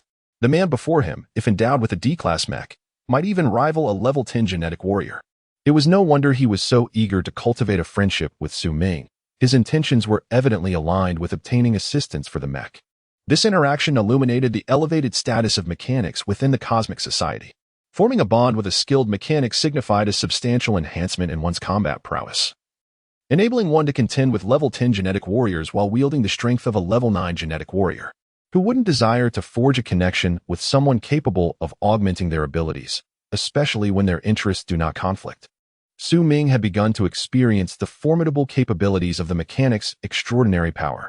However, regarding the D-class mech, Su Ming pondered for a moment before raising his gaze towards Hu Bing, stating, I can assist you in assembling the mech, but I have a few stipulations. Upon hearing this, Hu Bing was immediately elated and hastily replied, Please, state your conditions. I will do my utmost to fulfill them as long as it is within my capability. For Hu Bing, the mech represented his greatest aspiration. Just as Su Ming had surmised, Hu Bing was indeed a 9th-level gene warrior. Yet, the path to ascending to a 10th-level gene warrior was fraught with challenges. In the short term, the only means to enhance his combat prowess lay in the mech. Once assembled, it could potentially elevate Hu Bing's strength to that of a 10th-level gene warrior. At that point, as long as those exceptionally powerful beings within the Black Domain did not intervene, he would be virtually invincible within that realm. It is evident how profound Hu Bing's yearning for the mech truly was. With a smile, Su Ming continued, First, the D-class mech will require certain knowledge pertaining to cluster-level mechanics. While not extensive, it is indeed necessary, and I may need you to provide this mechanical knowledge. Upon hearing Su Ming's words, Hu Bing nodded without hesitation, responding, No problem. Although cluster-level mechanical knowledge is not inexpensive, it pales in comparison to the significance of assembling the mech. Su Ming nodded and continued, Secondly, I need some time to study mech knowledge, after which I can possess the rights to transmit this knowledge. Hu Bing pondered for a moment before replying, That is acceptable. But the mech knowledge must not be disclosed to my adversaries. If the enemy becomes aware of it, they may exploit the mech's weaknesses against me. Su Ming nodded in agreement, acknowledging that such concerns were universal among mech warriors, which often compelled many to become mechanics and assemble their own mechs. Then, with a smile, Su Ming proposed, thirdly, might it be possible to form an alliance with the forces behind you? While you need not intervene directly, I would merely seek to leverage your reputation. Upon hearing Su Ming's words, Hu Bing couldn't help but chuckle. Su Ming was astute. Recognizing that his conspicuous entry into the black domain would undoubtedly attract attention, so forming an alliance with Hu Bing's backing was a strategic move. Utilizing the influence of Hu Bing's faction would serve to intimidate potential threats. This posed no detriment to Hu Bing, rather. It presented an opportunity to cultivate a favorable relationship with Su Ming, the mechanic. Without hesitation, Hu Bing agreed. He then provided Su Ming with his contact information and backup schematics for the mech knowledge. It may take you some time to settle in, but that is of no concern. I have ample time and will wait for you. Oh, by the way, it seems Yerk acquired a substantial shipment of valuable goods a couple of days ago. You might want to check his remains, Hu Bing said with a smile. Suddenly, he moved gracefully and departed from the scene, leaving Su Ming standing alone. After a while, Warren and the others finally approached Su Ming. How are you? They inquired, their gazes darting cautiously around, vigilant for any remaining adversaries. Observing the expressions on their faces, Su Ming couldn't help but chuckle. The area has been completely flattened. There's no one left. Now we must grapple with the monumental task of post-disaster reconstruction. The group swiftly directed their attention to the devastated ground, a bitter smile spreading across their faces. The terrain was utterly unrecognizable, previously ravaged by the annihilation cannon and further cracked by the fierce battle between Su Ming and York. It resembled a field that had been plowed mercilessly. Establishing a base in this wreckage, even with the presence of construction robots, would be no small undertaking. Soon, Su Ming entrusted the responsibility of rebuilding the base to Warren, Rock, and the others, while he himself began to scour the battlefield. He had recently heard from the soldiers that York had seemingly acquired some valuable goods. Intrigued, Su Ming set out to investigate. Before long, he discovered a small storage ring atop York's body, which had been severed in two. Fortunately, when Su Ming dispatched York, he had wielded a battle axe rather than firearms. Otherwise, the storage ring might have been shattered to pieces. Su Ming promptly opened the storage ring to explore its contents, and to his astonishment, it was filled to the brim with an array of mechanical components. Upon witnessing these mechanical components, Su Ming felt a surge of emotion, his eyes reddening with excitement. It was as if he had stumbled upon a long-awaited treasure. To a mechanic, the worth of these mechanical parts far surpasses the perception of those unversed in their intricacies. Should these components be entrusted to others, their total value would scarcely exceed 10 billion star coins. However, if he were to assemble them himself and subsequently sell them, even a mere fraction of these parts could yield a price commensurate with their original worth. In the hands of a skilled mechanic, these components could indeed appreciate in value by more than tenfold. At this moment, as the group prepared to establish their foothold, they were poised to recruit and build their own faction. Possessing these mechanical parts was tantamount to securing the initial capital for their future endeavors. In stark contrast to the uncertainty they faced upon their arrival in the Black Domain, the situation for Su Ming and his companions was steadily clarifying. The next step would involve the reconstruction of their base. However, Su Ming need not concern himself with these matters. He could leave them to Locke and the others. At this moment, Su Ming sat alone within the spacecraft, a stack of knowledge and blueprints regarding mecha assembly laid out before him. This pertained specifically to the assembly knowledge of D-Class mechs.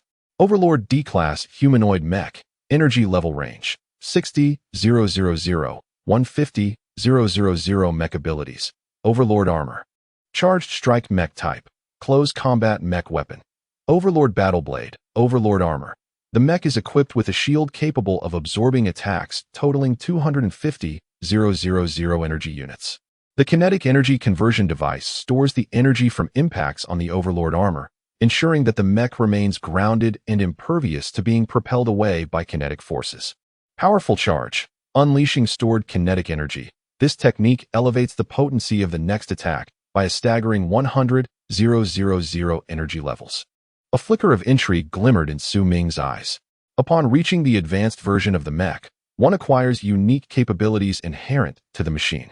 This particular mech, known as the Tyrant Mech, is equipped with specialized energy shields and conversion devices that allow it to nullify a portion of kinetic damage during assaults. It indeed exudes an air of invincibility, reminiscent of an unyielding tyrant. Moreover, the powerful charge can serve as a decisive finishing move, delivering a surprise that could turn the tide of battle. Overall, the performance of this mech undoubtedly surpasses that of his silver basic model. Especially when the powerful charge is combined with his opening of heaven technique, it could unleash an extraordinarily formidable force. It must be said that upon viewing the blueprints and knowledge of this mech, Su Ming felt a stirring excitement within. Chapter 65. The Three Great Cosmic Eras for the Black Domain. Such levels of combat were mere trifles. There had even been instances of combat involving warriors surpassing level 10 amidst the stars of the Black Domain. Conversely, news of a seemingly skilled mechanic arriving in the Black Domain gradually spread among various factions. Although Su Ming's reputation had yet to flourish, at the very least, the inhabitants of Abe Planet were aware of the presence of such a mechanic on their world. After Su Ming and his companions eradicated the Yorkstar thieves, they set about establishing a base amidst the ruins. A multitude of discarded mechanical components were unearthed by the local indigenous people from the ruins, subsequently set aside. These locals were specifically recruited by Locke to assist in the construction of the base. It has become evident that, within the Black Domain, the most economical labor force is not the work robots, but rather the indigenous populace. For merely 1 or 2 star coins, one could employ a robust indigenous individual for an entire week, a remarkably low cost. Locke, with a grand gesture, expended over 1,000 star coins to hire more than 500 locals, tasking them with the reconstruction of the base amidst the debris. This scenario paints an intriguing picture of the Black Domain, a realm characterized by advanced technology, formidable combat capabilities, and established powers. Yet, due to its reliance on external resources, a significant cultural chasm exists between the local inhabitants and the other factions within the Black Domain. Observing the indigenous people evokes a sense of nostalgia reminiscent of the early cosmic era when humanity was still entrenched in surface civilization. Meanwhile, Su Ming remains engrossed in studying the D-class mech knowledge bestowed upon him by Hu Bing, finding it considerably more intricate than that of E-class mechs. After all, the D-class mech knowledge delves into aspects of second universe technology development. What, then, is second universe technology? In essence, throughout humanity's evolution, each monumental technological revolution has been perceived as a milestone in development, enabling qualitative leaps in societal progress. According to the annals of human history, there have been 3 significant revolutions. The first revolution marked the dawn of civilization's entry into the era of industrial technology, known as the First Cosmic Epoch, or the Surface Era. The second monumental transformation centered around the development of spatial technology, ushering humanity into the Second Cosmic Epoch, wherein we embarked upon the exploration of the cosmos, establishing interstellar civilizations and reshaping planetary landscapes to render them habitable. Today, the 5 great cosmic nations stand as colossal entities that rapidly emerged during the Second Cosmic Epoch. Within the realm of the D-class tyrant mech, innovations such as energy shields and kinetic conversion devices are quintessential products of this era. Each mechanic, from the inception of their studies, must begin with the foundational technologies and knowledge of the First Cosmic Epoch. Although the advancements of this period may seem rudimentary in comparison, they serve as the bedrock for the knowledge and technologies of the subsequent 2 epochs. This is an essential rite of passage for every mechanic. They must diligently and methodically master the principles of the First Cosmic Epoch. Once their foundation is solidified, they may then progress to the knowledge of the Second Cosmic Epoch. At this stage, the knowledge system has burgeoned into a vast and intricate tapestry, where a multitude of imaginative concepts begins to flourish. Each mech that follows possesses its own unique attributes and even distinct combat styles, all supported by these fantastical technologies. After surpassing the stellar mechanic level, Su Ming gradually advances toward the cluster-level mechanic. The hallmark of a cluster-level mechanist is the commencement of studying second cosmic technology. At this juncture, it signifies a transformation for the mechanist. The mechanical equipment at the cluster level far surpasses that of the stellar level in power. Su Ming, are you present? I bring you mechanical knowledge. After a week, the base began to take shape gradually. Amid the continuous construction by over 500 natives, 5 grand edifices arose, becoming the foundation for Su Ming and his companions. On the day, a week later, Hu Bing arrived at Su Ming's base, promptly locating him with a smile and presenting a compendium of cluster-level mechanical knowledge. This was precisely the cluster-level mechanical knowledge Su Ming had previously requested Hu Bing to acquire, the intermediate theory of kinetic energy utilization. Upon handing over the mechanical knowledge, Hu Bing grinned widely. Brother, this must be the last one, right? After I finish studying it, when can I assist you in assembling the mecha? Prior to this, Hu Bing had already delivered 3 other pieces of cluster-level mechanical knowledge, and this kinetic theory was the final one Su Ming had proposed. With all the materials now in hand, Hu Bing's mind naturally began to race with possibilities. Su Ming then responded, "In 2 weeks, I shall come to find you, and then I will help you assemble the mecha at your base." Upon hearing Su Ming's words, Hu Bing nodded with satisfaction. Very well, very well. In 2 weeks, I shall await your arrival at my base." With that, Hu Bing's figure shifted, and he gracefully departed from Su Ming's base. Beside Su Ming lay several mechanical components, unmistakably parts of a certain mecha, quietly resting. These components belonged to the D-class humanoid mecha, known as the Overlord. Su Ming had astonishingly begun assembling the Overlord D-class humanoid mecha within his own base. This was the reason why he had delayed his collaboration with Hu Bing for 2 weeks. While Su Ming could master mechanical knowledge in a matter of days, the extended time frame was due to his desire to first assemble this mecha himself before assisting Hu Bing with his own. After all, every mechanic, during their inaugural assembly of a mecha, imbues it with a unique essence, as if bestowing upon it a soul and life.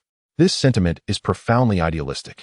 Yet, following the third technological revolution in the cosmos and the advent of the third cosmic era, this idealism has been substantiated as a tangible reality. Each mechanic experiences a remarkable process of awakening when working on their first unfamiliar model. The awakened mecha generally boasts capabilities and performance levels approximately 20 superior to those of standard models.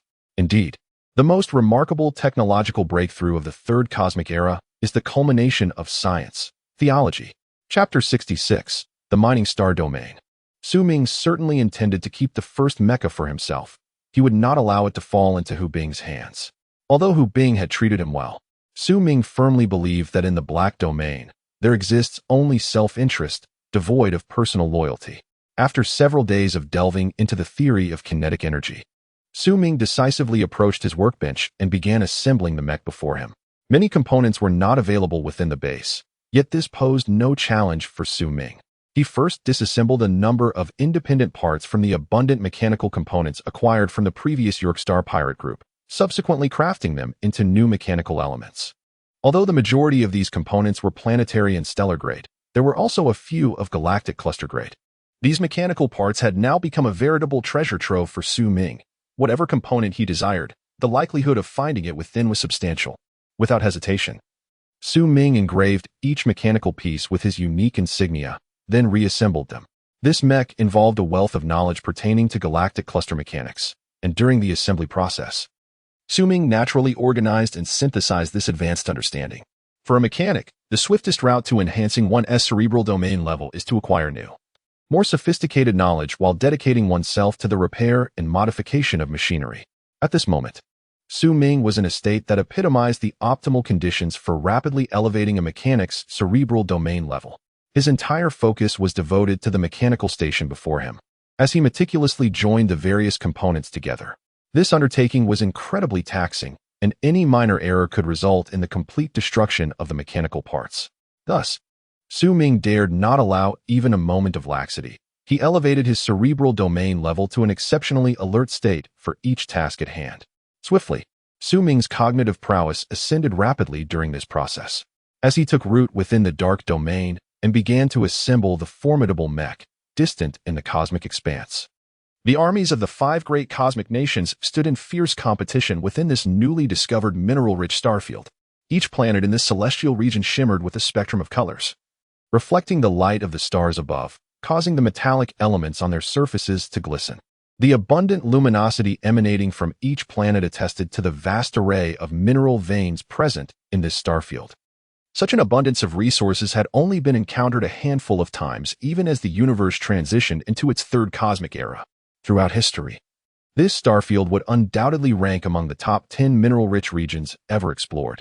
The allure of immense profit ignited fierce rivalries.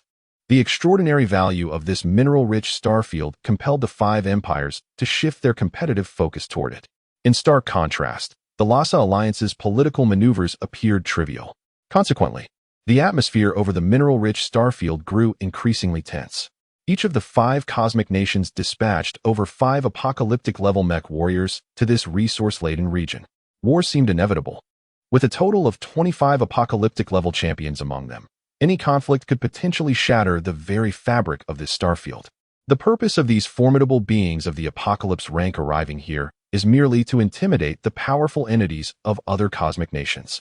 At this moment, the head of the Colin family, Colin Clarence, has also arrived at the mining planet. Colin Clarence is, in this lifetime, the adoptive father of Su Ming. Although Su Ming has been expelled from the Colin family, it is undeniable that he shares a bloodline connection with Colin Clarence. Colin Clarence sits leisurely within his warship, savoring a fine glass of wine. He is acutely aware that, despite the current tense atmosphere, a conflict is highly improbable. Engaging in battle would contravene the interests of the 5 great cosmic nations, resulting only in mutual losses within this star region. Thus, the apocalypse-ranked beings of the 5 empires are, in fact, quite relaxed. There are even amusing scenes of cross-visits among the apocalypse-ranked beings from different cosmic nations. Colin Clarence's gaze shifts to the mining star region before him, where flashes of light continuously dance, causing his eyes to narrow slightly. Presently, all are gathered here, awaiting the decisions of the policymakers from the 5 great cosmic nations regarding the distribution of interests.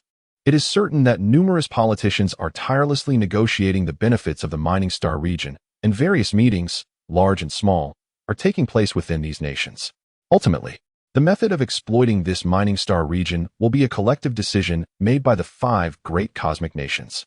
As for the other cosmic forces, they may receive a small allocation, perhaps out of a sense of humanitarian spirit and the shared development of human society, influenced by public opinion. However, it should not be excessive, at most perhaps around 5%. The remaining 95% will invariably be consumed by the 5 great cosmic nations. Colin Clarence and others are merely awaiting the final decision to take appropriate actions. At that moment, a knock resounded on Colin Clarence's door. He set down his wine glass and called out, "Enter." A middle-aged man clad in a simple robe stepped inside. Upon seeing him, Colin Clarence could not help but inquire, "How is it? How has my second son fared on Nopa Planet?" After all, he is still his own flesh and blood, and deep within Colin Clarence's heart, there lingered a hint of regret over his decision to expel Su Ming. Yet, as the esteemed head of the Colin family, Colin Clarence was loath to admit his momentary lapse in judgment or acknowledge his error. Publicly, he proclaimed that he had sent his second son for training. Upon hearing Colin Clarence's words, the middle-aged man wore a bitter smile and hesitantly replied, "Great Lord Colin Clarence, I am terribly sorry. Young Master Su Ming left Nopa Planet over a month ago." Chapter 67. Clarence's regret what? Colin Clarence sprang to his feet, casting an incredulous gaze upon the middle-aged man. "Mr. Dewey, what has transpired? I trust you have conducted a thorough investigation," remarked Colin Clarence, his gaze piercing with intensity, revealing the turmoil within his heart. Upon hearing the tone of Colin Clarence, the middle-aged man named Dewey could not help but feel a twinge of apprehension.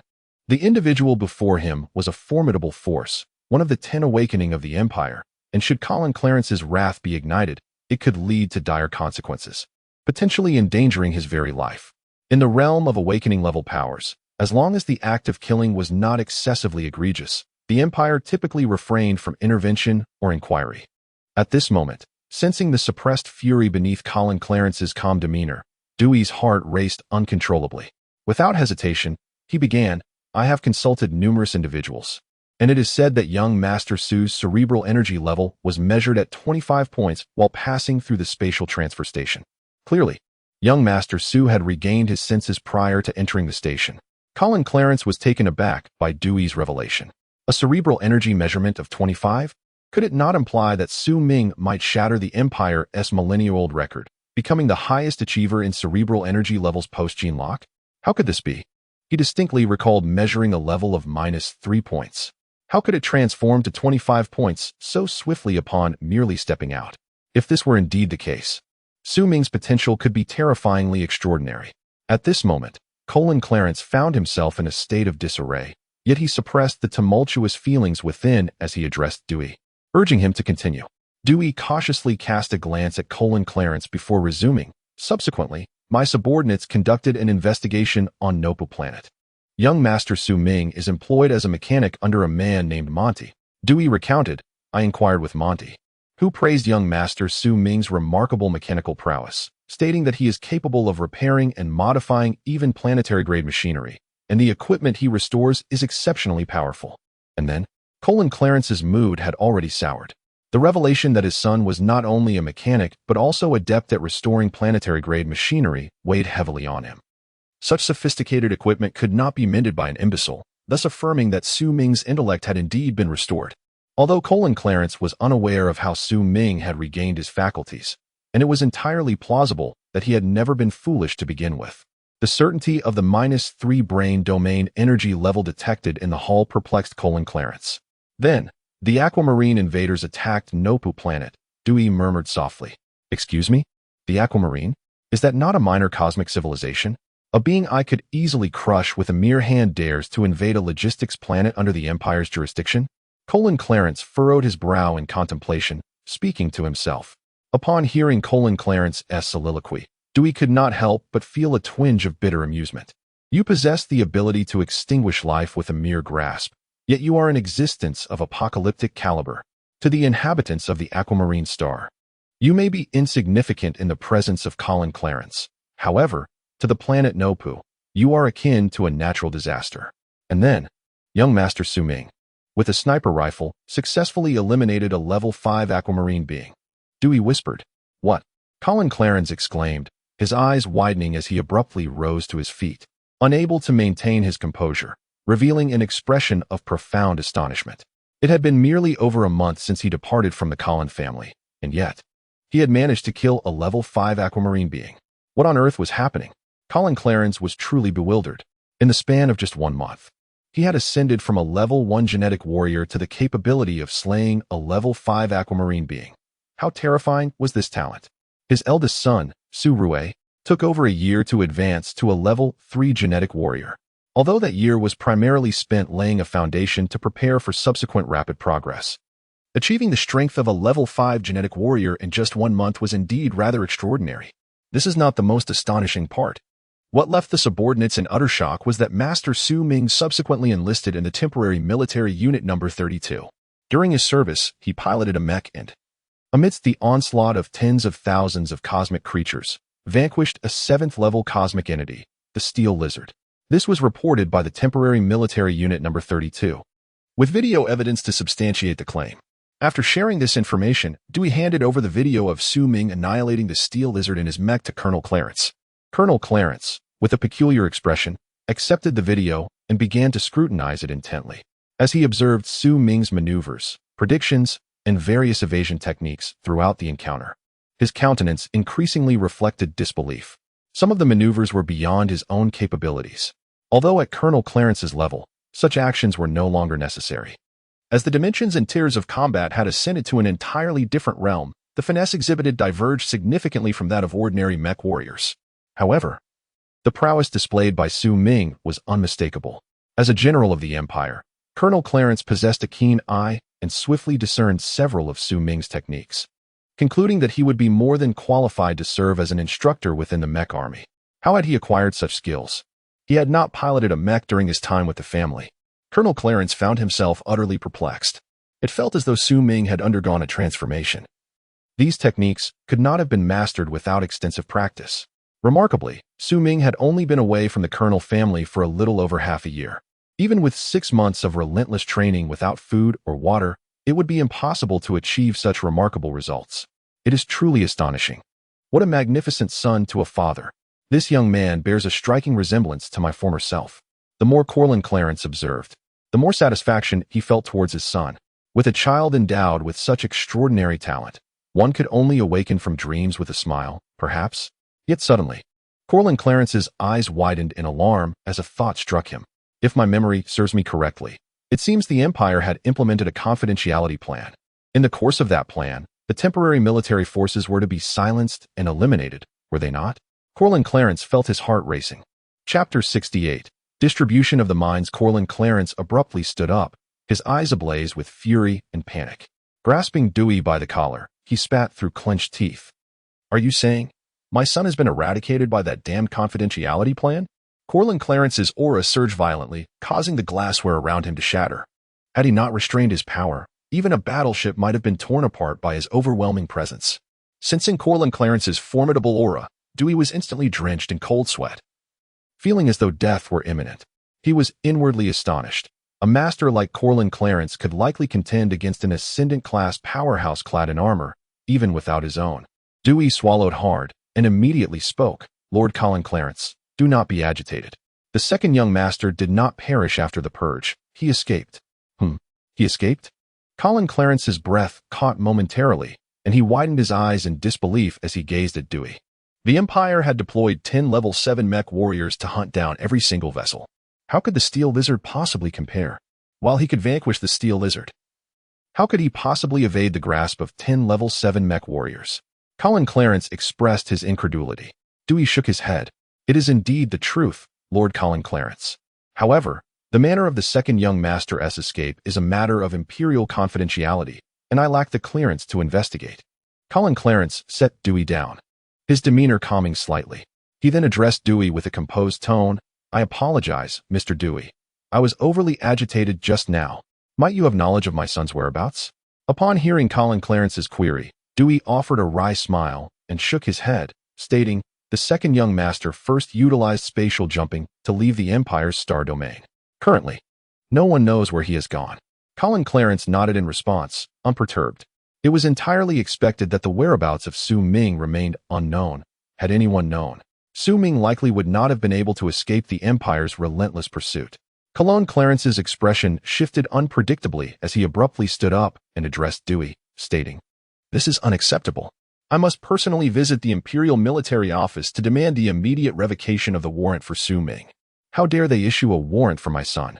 Upon hearing Clarence's words, Dewey's face betrayed a sense of urgency. How could he possibly manage this situation alone? He was about to rise and dissuade Clarence, but at that moment, Clarence's demeanor changed as he picked up the communication system. A call request had just appeared on the device. What is it? Clarence furrowed his brow, recognizing the call from the Imperial leader's office. This call typically indicated that the office was prepared to discuss strategic arrangements with him. Lord Clarence, the meeting of the 5 major cosmic nations has concluded. A consensus has been reached, and the Empire will be allocated an 18 share. Clarence was taken aback upon hearing the office staff's words. 18%? What about the other factions? The other factions will also receive an 18 share. This allocation is relatively equitable, Lord Clarence. What? So, the remaining 10 will be distributed equally among the other cosmic nations? In human society, aside from the 5 major cosmic nations, which hold absolute dominance, there exists a multitude of lesser powers, such as cluster-level and galaxy-level cosmic nations. In the vast tapestry of human society, apart from the 5 major cosmic nations, there exist countless other, somewhat weaker cosmic nations, numbering in the thousands. Historically, whenever a new resource-rich star domain is discovered, a portion of the resources is allocated to these other cosmic nations, as stipulated by the social contract of humanity.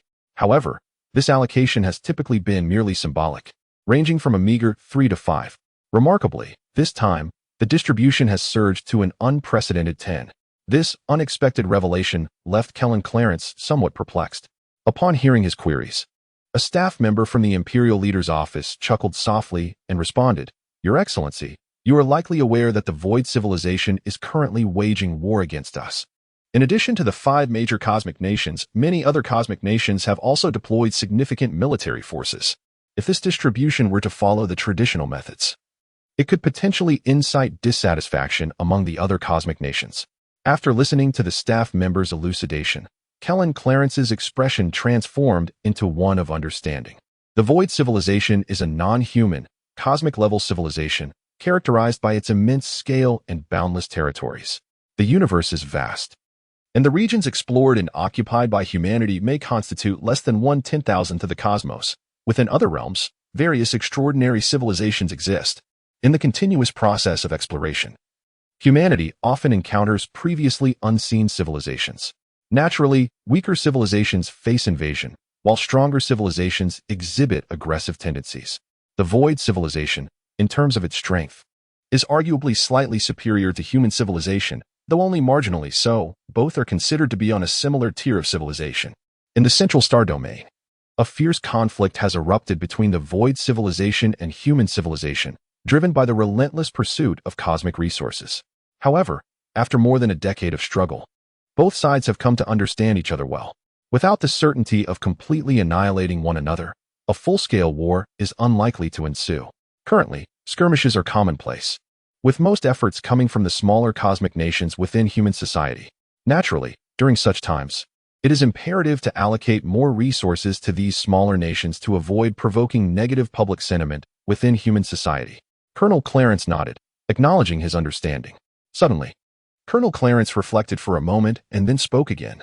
By the way, I will send my eldest son, Surue, to oversee the transportation of the mining resources. This will also serve as an opportunity for him to make his presence known among the higher echelons of the Empire. When the time comes, you can simply hand over the mining resources to him. After speaking, Colonel Clarence rose and departed from the warship. Chapter 69. The Overlord Mecha. It is worth noting that whatever transpires in the distant mining star domain bears little relevance to the Black Domain. The Black Domain does not belong to the legitimate forces of human society, while it does not face outright hostility. It exists in a gray area that the authorities are reluctant to acknowledge. At that moment, on the planet Abe within the Black Domain, Su Ming arrived at a military base. Brother Su Ming, the mechanical components you requested have been prepared for you. Here is the workbench, should you require any assistance. Do not hesitate to let me know. Hu Bing casually addressed Su Ming. Today marks the day when Su Ming has come to Tianlin to assemble the tyrant Mecha as promised. At this moment, the crowd at Tianlin could not help but cast curious glances towards Su Ming, followed by murmurs of astonishment. How youthful. Brother Bing, you must keep your eyes peeled. Do not be deceived. Can someone so young truly assemble a D-class mecha? A youth with a somewhat roguish demeanor scoffed, voicing his thoughts. Hu Bing shot a glare at the young man, then disdainfully retorted, "You know nothing. This young brother Su Ming is the very mechanic who previously unleashed the Annihilation Cannon." What? He is the mechanic who activated the Annihilation Cannon? The ability to modify it into a localized weapon suggests this young man possesses considerable skill. Upon hearing Hu Bing's words, the surrounding crowd at Tianlin turned their attention to Su Ming. They were eager to ascertain whether Su Ming truly possessed the extraordinary talents as claimed by Hu Bing. After all, in the vast expanse of the Black Domain, the majority are rather unrefined. Mechanics are akin to academic elites, while gene warriors are comparable to athletes. In the realm of mechanics within the Black Domain, few possess profound knowledge. Even within Tianlin, there are only stellar-level mechanics, and none with the prowess to assemble a star cluster-level mecha. They all observed with bated breath. If Su Ming could indeed demonstrate the ability to construct a star cluster-level mecha, it would undoubtedly affirm his capacity for stellar-level repairs. Such a mechanic is undoubtedly a coveted asset in the future. It is entirely possible that the magnates of the Black Domain will seek to establish favorable relations with this mechanic named Su Ming, even within the realm of celestial beings. There are numerous individuals requiring repairs for their star cluster-grade mechanical equipment, and it is likely that many will turn to Su Ming for assistance. At this moment, Su Ming, without hesitation, extended his hand and deftly grasped the mechanical components. Prior to this, he had already assembled his Overlord mech within his base and successfully awakened its spirit. Thus, for Su Ming, this was merely a familiar task of reassembly, his speed surpassing that of the Overlord mech in his base by an unknown margin. His fingers transformed into phantoms, swiftly assembling the mechanical parts one by one. Beep. Disassembly of mechanical components successful, earning 1 starlight point. Beep. Assembly of mechanical components successful, earning 3 starlight points. The process of assembling the mech is also a frenzied accumulation of starlight points. In his previous assembly of the Overlord mech, Su Ming garnered over 3,000 starlight points from scratch. At this moment, he estimated that this new Overlord mech could yield over 2,000 starlight points. The reason for the reduced starlight points compared to the first mech is solely due to the extensive modifications Su Ming implemented during its assembly. The original Overlord mech lacked ranged weapon capabilities, rendering it a purely melee combat machine. However, the absence of ranged weaponry was unacceptable to Su Ming. With resolute determination, he equipped his formidable mecha with a remote weaponry function. Subsequently, in accordance with his unique combat style, Su Ming enhanced his mecha with a rudimentary spatial teleportation device. Upon activation, this device allows for instantaneous relocation within a 2-kilometer radius, significantly augmenting operational efficacy. However, the spatial teleportation device cannot be used indefinitely, Much like a spacecraft cannot engage in continuous space jumps. During a teleportation, one must endure the onslaught of a spatial storm, should one attempt to teleport repeatedly. Both the Mecha and Su Ming would likely find themselves overwhelmed. Despite outfitting his Mecha with such advanced technology, Su Ming was reluctant to make extensive modifications to Hu Bing's machine. He believed that a standard completion of his Mecha would suffice, given Su Ming's unique electric engraving patterns. Once assembled, this Mecha would possess approximately a 10% greater power than a typical one. This should undoubtedly bring satisfaction, if not delight, to Hu Bing, rendering further enhancements unnecessary. Upon arriving in the Black Domain, Su Ming maintained a vigilant mindset, shaking his head to dispel superfluous thoughts. He devoted his undivided attention to the Mecha components before him. One by one, the pieces were meticulously assembled. Su Ming toiled from dawn until dusk at the Tianlin base. And after a brief rest of a few hours in the evening, he rose to resume his efforts on the Mecha. The complexity of constructing a Mecha far exceeds that of assembling a single mechanical apparatus. Even though Su Ming had successfully assembled a Mecha before, achieving a remarkable enhancement in efficiency, it still required 2 full days to complete the assembly of this particular machine. On the afternoon of the second day, Su Ming inserted the final circuit board into the Mecha's chassis, and a satisfied smile graced his face. The Mecha erupted with a significant surge of energy the moment it was completed, startling the members of Tianlin nearby. They quickly gathered around, marveling at the imposing presence of the tyrant Mecha. Master Su Ming is extraordinary. I have witnessed other mechanics assemble Mechas before. Even an E-class Mecha took one craftsman 3 weeks to complete. Yet, Master Su Ming accomplished this in merely 2 days, exclaimed a previously dismissive young man, now in awe of Su Ming's prowess. Throughout the assembly process, any doubts he had harbored about Su Ming's skills had vanished, replaced by profound respect. A skilled mechanic commands admiration from all. The onlookers gazed in wonder at the Mecha before Su Ming, feeling the palpable energy radiating from it. And they couldn't help but express their envy. This Mecha looks immensely powerful. When will I have my own? I truly envy Brother Bing. Possessing one's own Mecha is akin to reaching the pinnacle of life, they all remarked.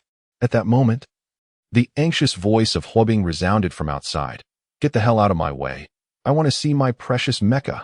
Chapter 70. The mighty tyrant Mecha before long. Huobing squeezed through the crowd and entered the room. As soon as he stepped inside, his gaze was captivated by the dark red Mecha before him. With excitement, he extended his hand to caress the magnificent machine, feeling the powerful energy emanating from within, its cold yet intoxicating metallic texture sending waves of exhilaration through him. Possessing a Mecha meant that his combat strength would experience a significant enhancement in a remarkably short time. In the Black Domain, combat prowess was a symbol of status and wealth. One can only imagine the depth of Huobing's excitement. After a considerable time, he finally regained his composure and glanced apologetically at Su Ming, saying, I apologize, Master Su Ming. I became so thrilled upon seeing the Mecha that I forgot to greet you. My sincerest apologies. At that moment, Huobing felt a profound respect for Su Ming, unconsciously shifting his address from little brother to master. He had firmly resolved to cultivate a friendship with Su Ming, recognizing that he would require his assistance not only for future modifications of mechanical equipment, but also for the maintenance of his Mecha. Such is the esteemed position of a mechanic in interstellar society. There was no choice once a Mecha was assembled. Any wear and tear or damage sustained during combat would inevitably necessitate repairs. Other mechanics were somewhat unfamiliar with this Mecha, and even if they managed to repair it, the results might not reflect its original capabilities. Only the creator of the Mecha could restore it to its former glory through personal intervention. Unless there was no combat, maintenance was undoubtedly necessary. For Tsubing, it was imperative not only to establish a good rapport with Su Ming, but also to ensure his safety. Should any misfortune befall Su Ming, it would essentially render half of his Mecha inoperative. He could not allow any such incidents to occur. Su Ming, however, had not considered this aspect. He smiled and said to Tsubing, It's all right, Brother Tsubing. You can now sit in and test the Mecha's performance. Tsubing was taken aback for a moment, then chuckled. You're right. I almost forgot in my excitement. I'll give it a try right away. With that, Tsubing's figure shifted, and the energy from his mind surged forth, establishing a connection with the Mecha ahead. In an instant, the Mecha split apart, the components soaring towards Tsubing. Upon contact with him, they united, forming a cohesive entity. Before the onlookers, a 3-meter-tall Mecha warrior materialized.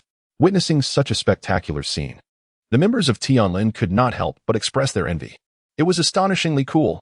After donning the mecha, Xubing wasted no time and proceeded into the testing chamber. The testing chamber was a facility constructed by every faction, equipped with powerful energy absorption capabilities, unless it was breached from the outside.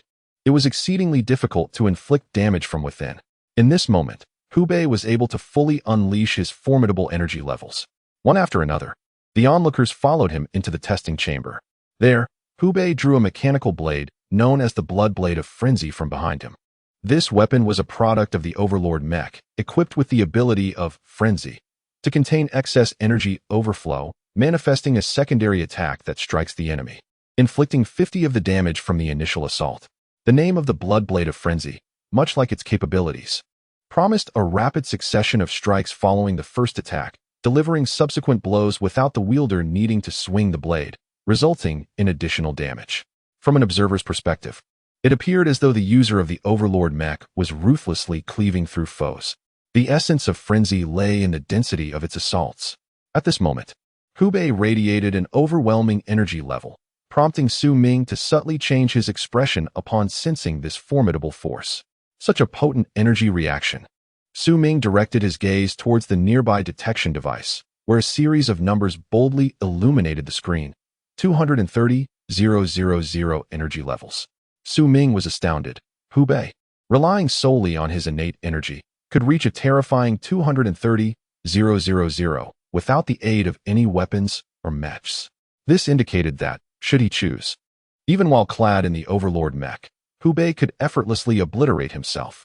This is the nature of a genetic warrior. Initially, their growth is relatively straightforward, but as they progress, particularly at levels 8 through 90, each advancement becomes a steep ascent, with increasing difficulty to attain further growth.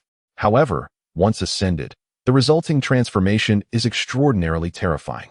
In the span of these 2 weeks, Su Ming's physical energy level and cerebral domain energy level have surged to 9,100 and 12,000 points, respectively. Even when combined, they amount to merely around 20,000 points, which is but a fraction in the presence of the 9th-level genetic warrior, Hu Bing. As Hu Bing's energy level erupted, the mecha began to emit energy fluctuations. In the next moment, Hu Bing let out a mighty roar and, piloting the mecha, struck fiercely at the testing apparatus. The ferocious energy enveloped the entire testing chamber. Had it not been for the unique material of the testing room, which possesses the ability to absorb energy, this single blow could have potentially toppled the Tianlin base. A resounding crash echoed, drawing everyone's gaze involuntarily to the testing apparatus. There, a vivid crimson numeral appeared, 35W. 35W. This indicates that the D-Class Tyrant Mecha has enhanced Hu Bing's energy level by a substantial 12W. Most importantly, upon reaching an energy level of 35W, he has already entered the realm of a 10th-level genetic warrior. With the mecha, Hu Bing's combat power astonishingly achieves the strength of a 10th-level genetic warrior, transcending an entire realm. The members of Tianlin within the testing chamber exchanged astonished glances, followed by an outburst of exclamations. It's incredible. I must develop my cerebral domain energy now. I too wish to become a mecha warrior. But let us be realistic. Developing cerebral domain energy is no easy feat otherwise. We Wun-Ti have only 13 individuals in Tianlin who have unlocked their cerebral domain energy. Without unlocking the brain domain energy level, one is destined to remain incapable of operating the mecha. This constitutes the most critical threshold for mecha warriors. At this moment, Hu Bing suddenly bellowed, "Attack me. I wish to test the capabilities of the tyrant armor." The crowd was momentarily taken aback, only to witness a thin layer of energy shield manifesting atop the tyrant mecha. This energy shield represented the tyrant armor, which could absorb attacks of up to 25W energy level and convert kinetic energy into offensive power, subsequently releasing it anew. The onlookers exchanged glances, and without hesitation, they unleashed their assaults upon the tyrant mecha. Ahem. Some classmates have expressed that the classification of energy levels is not particularly clear, so let me clarify. Level 1, 0, 100. Level 2, 100 to 300. Level 3, 300, 1000. Level 4, 1000 to 5000. Level 5, 5000 to 10,000. Level 6, 10,000 to 40,000. Level 7, 40,000 to 100,000. Level 8, 100,000 to 180,000. Level 9, 180,000 to 300,000. Level 10, 300,000 to 600,000. There are additional levels beyond these, but we shall discuss them later. For now, let us focus on the first 10 levels. Chapter 71. The Establishment of the 10,000 Vines. As a second-tier force within the Black Domain, although the members of Tianlin may not rival Hu Bing, they are far from being innocuous. Among the spectators, there were certainly several level 6 and level 7 gene warriors.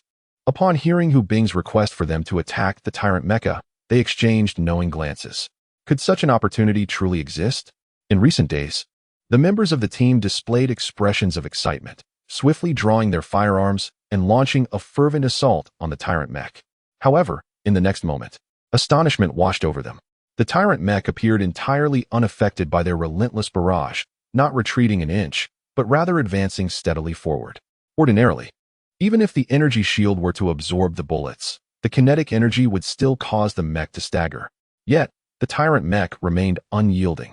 This remarkable resilience was attributed to the kinetic energy conversion device within the mech.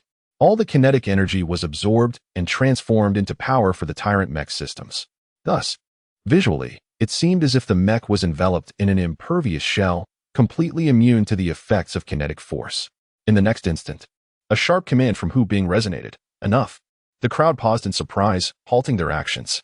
Despite the tyrant mech's formidable armor, which could only absorb up to 25 W of energy damage, Hu Bing's unwavering approach meant that their collective attacks would soon fill the damage threshold, rendering the energy shield ineffective. Hu Bing regarded the tyrant mech as a precious asset and would not allow the others to continue their assault once the energy shield was depleted. At that moment, with a decisive shout, Hu Bing swung his blade once more, not towards the crowd but aimed at the testing wall behind them. Charge strike. The tyrant mech could unleash all the previously absorbed kinetic energy in a powerful counterattack. A resounding crash echoed through the air. The crowd was taken aback, promptly turning their heads towards the adjacent monitor. The digits displayed there were astonishing, reaching an exaggerated 42 W. This surpassed the previous maximum output by 7 W. Although the description of the charged attack indicated an increment of 10 W, that was merely in an ideal scenario. Under normal circumstances, an increase of 3 to 7 W would already be considered impressive. As they gazed at the numbers on the screen, a look of ecstatic joy spread across Hu Bing's face. This was a trump card. It could indeed be regarded as the secret weapon of the Overlord Mecha. Hu Bing found himself increasingly enamored with the Overlord Mecha. A machine capable of augmenting one's own capabilities was essentially the embodiment of his dreams. In a swift motion, Hu Bing removed the mecha and stored it within the spatial storage device he possessed, carefully threading the device into a necklace that he wore around his neck. In times of peril, he could summon the mecha instantly by merely connecting with his brain's energy levels. "Thank you, Master Su Ming," Hu Bing exclaimed with a smile after shedding the mecha. Soon after, Su Ming departed from Tianlin's military base. Observing Su Ming's retreating figure, the others at Tianlin displayed expressions of contemplation. Many among them had already exchanged contact information with Su Ming. When time permitted, they intended to seek Su Ming's assistance in repairing their mechanical equipment. In the foreseeable future, Su Ming's reputation would undoubtedly soar throughout the Black Domain, especially as Hu Bing increased his usage of the Overlord Mecha. In a realm known for its brutality, those who could enhance the strength of others would forever be held in high esteem. After a visit to Tianlin, Su Ming reflected on the strength and structure possessed by a secondary power. Currently, his own faction consists of merely 20 individuals, which includes 11 former researchers from the Lhasa Alliance who joined the spaceship midway. This implies that only 9 individuals possess combat capabilities. Such an organization would struggle against even a 5th-tier power, let alone a Western Tier 1. The classification of powers is not merely determined by the leader's cultivation level. It would be erroneous to assume that Su Ming's ability to rival a 7th-level genetic warrior qualifies him as a Western-tier power. In reality, the assessment of a faction's strength hinges on its organizational structure, influence, operational scope, and the normal flow of personnel. At present, Su Ming's base is nothing more than a stark edifice, hardly worthy of being called a base. Were it not for Tianlin announcing an alliance with his organization, he might not have been able to construct this building with such stability. Upon returning to the base, Su Ming gathered a few core members for a brief meeting to discuss 3 matters. He addressed them directly, stating, "First and foremost, we cannot remain nameless. It is essential to establish a title for our faction. How will others refer to us otherwise? Hearing this, Warren, Locke, and the others exchanged glances before curiously inquiring. What do you suggest? I propose we name it the 32nd Legion. What a farce. Do you wish for the Empire to discover our presence even more swiftly? I believe the crowd began to voice their opinions, each sharing their thoughts. After a thorough discussion, Su Ming spoke up. Let us call our faction 10,000 Vines. This name embodies the fact that we hail from various star domains and even different forces, yet we have converged from the western corners, intertwining like countless vines, forming a resilient strength. Furthermore, these vines will extend. In the future, 10,000 vines will reach into every domain, establishing dominance in each sphere. This is the essence behind my proposed name. Upon hearing Su Ming's words, the crowd's eyes sparkled with understanding, and they nodded in agreement. 10,000 Vines is excellent, and the deeper meaning resonates well. Henceforth, we shall be known as 10,000 Vines. Seeing that there were no objections, a faction led by Su Ming, named 10,000 Vines, quietly took root within the Black Domain. After finalizing the name, Su Ming nodded in satisfaction and continued. Now, there are two more crucial matters to address. First, how shall we generate revenue? Second, how can we entice others to join 10,000 Vines? For those familiar with my previous works, you may recognize that I have already utilized the name 10,000 Vines in my book The Strongest Race. I admit to being somewhat lazy in naming, as I genuinely appreciate the name 10,000 Vines. Chapter 72, Expanding the Business upon hearing Su Ming's inquiry. The expressions of those present reflected a contemplative demeanor. Revenue generation and team expansion are dilemmas that every faction, regardless of its nature, be it virtuous or nefarious, must confront. Within the shadowy realms, all factions, despite some lacking legality, undeniably possess corresponding revenue streams, colloquially referred to as business. The Orcstar bandits thrive on plundering the cosmos, while Tionlin engages in mercenary activities. Other factions may deal in various materials, both illicit and legitimate, such as mechanical components. So, what is the business of want? Clearly, with Su Ming's exceptional capabilities, he could easily assume the role of a mechanic, aiding others in the repair and modification of mechanical equipment to amass substantial wealth. However, if a faction's survival hinges solely on the relentless efforts of its leaders, what purpose does such an organization serve? It is imperative for the group to identify a venture that provides meaningful engagement for all members, thereby ensuring sustainable growth. At that moment, Wang Ku, who had been relatively silent, suddenly interjected. We could sell gene serums, along with various specialized potions, such as enhancements, restoratives, and toxins. Upon hearing Wang Ku's proposition, the group swiftly turned their attention towards him, their gazes flickering with a peculiar intensity.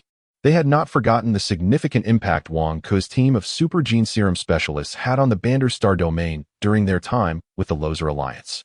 The entire Star Domain's cosmic beings had been afflicted by the super gene virus. At this moment, upon hearing Wang Ku's intention to develop genetic agents, the minds of the crowd involuntarily conjured images of the recent catastrophic riots that transpired in the Bander galaxy. Noticing the strange expressions on their faces, Wang Ku could not help but smile wryly and hastily clarified. What I mean is, standard genetic agents, not those extraordinary genetic enhancers. Our technology for that remains underdeveloped and requires further research. However, regarding the standard genetic agents that unlock genetic potential available in the market, our technology is relatively mature, and there are no issues. This holds true for other agents as well. After all, we are elite researchers, and we possess considerable confidence in the development of standard agents. Upon hearing Wang Ku's explanation, the crowd's faces brightened with realization, finally understanding their misunderstanding of his intentions. The previous riots had left an indelible impression on them, and the mention of genetic agents inevitably reminded them of that turmoil. Nevertheless, the prospect of genetic agents and various other formulations sounded promising.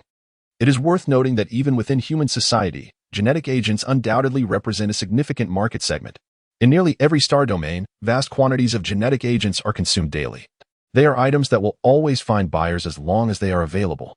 Furthermore, similar to other agents, in the Black Domain, a region often rife with conflict, these agents are bound to be in high demand. Conflict implies injury, which necessitates the use of restorative agents, among others. This is a reliable venture. I share your sentiments. However, aside from the gene serum, we can explore other avenues of business. For instance, Warren, you could assist others in repairing mechanical equipment. In the future, we might establish a mechanical repair factory and recruit a cadre of apprentices. As for Locke and your team, you could entirely engage in contracting services, Su Ming remarked with a smile. The value of researchers is undeniable, although they may not possess the immediate, tangible influence that combat personnel do in strengthening a faction. Their impact is subtle yet profound. When viewed from a long-term perspective, the contributions of researchers far surpass those of formidable combatants. The establishment of any faction is inherently multifaceted, and within the Black Domain, it is estimated that no more than 10 factions can boast the presence of researchers, all of which are major powers. The likes of Wang Ku and his associates are even entities that the two great cosmic nations vie for, underscoring their formidable status and capabilities in the realm of research. With the inclusion of Wang Ku and his team, Wanting need not fret about future endeavors in medical and biochemical fields. After solidifying the gene serum as our primary business focus, the group promptly engaged in a discussion regarding the third query posed by Su Ming, recruitment. However, recruitment for a faction is an ongoing process, and as a faction grows in strength, it naturally becomes easier to attract talent. The consensus among the group was that once Wanting is on a stable trajectory and begins selling gene serums, we should subsequently recruit at a premium, ensuring that the talents we attract are of superior quality. With the direction of our future endeavors now clearly established, the group felt a renewed sense of purpose. As the meeting concluded, the attendees promptly departed the conference room, each engrossed in their respective tasks. However, Su Ming, after a moment of contemplation, decided to make a phone call. Su Ming, my young friend, it has been quite some time since we last communicated. Are you looking to purchase something? A middle-aged man's voice resonated through the line as it connected. It was none other than Walter, the businessman previously acquainted with Su Ming. Without delay, Su Ming addressed him directly. Mr. Walter, I wish to procure a substantial quantity of research and production equipment from you. Do you have such items available? Walter seemed taken aback by Su Ming's request. You have brought along researchers? What type of production equipment do you require? I can certainly arrange it for you. But as per our usual agreement, it will be at a price 20% above market value, as I must earn my keep.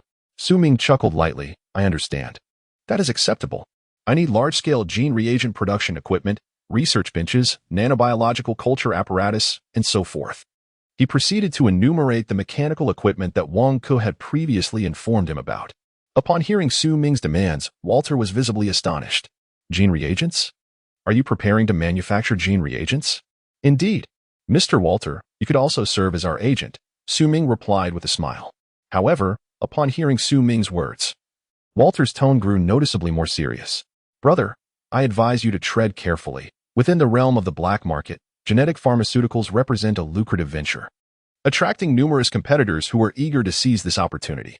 The waters are exceedingly treacherous, and should you choose to engage in this business, it is likely to encroach upon the interests of others, Walter solemnly remarked. In the black market, profit reigns supreme, and any infringement upon another's interests will undoubtedly provoke severe retaliation.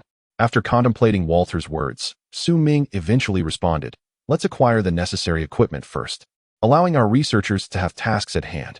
As for when we will commence sales, I have a plan in mind. Upon hearing Su Ming's declaration, Walter sighed and replied, these devices do not come cheaply. They are strictly regulated by the major cosmic nations.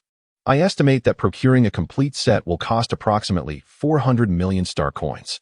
400 million star coins? Su Ming gasped in astonishment. Is research equipment truly this exorbitant? That amount could sustain the daily expenses of billions on a single planet. Not even an E-class mech costs this much.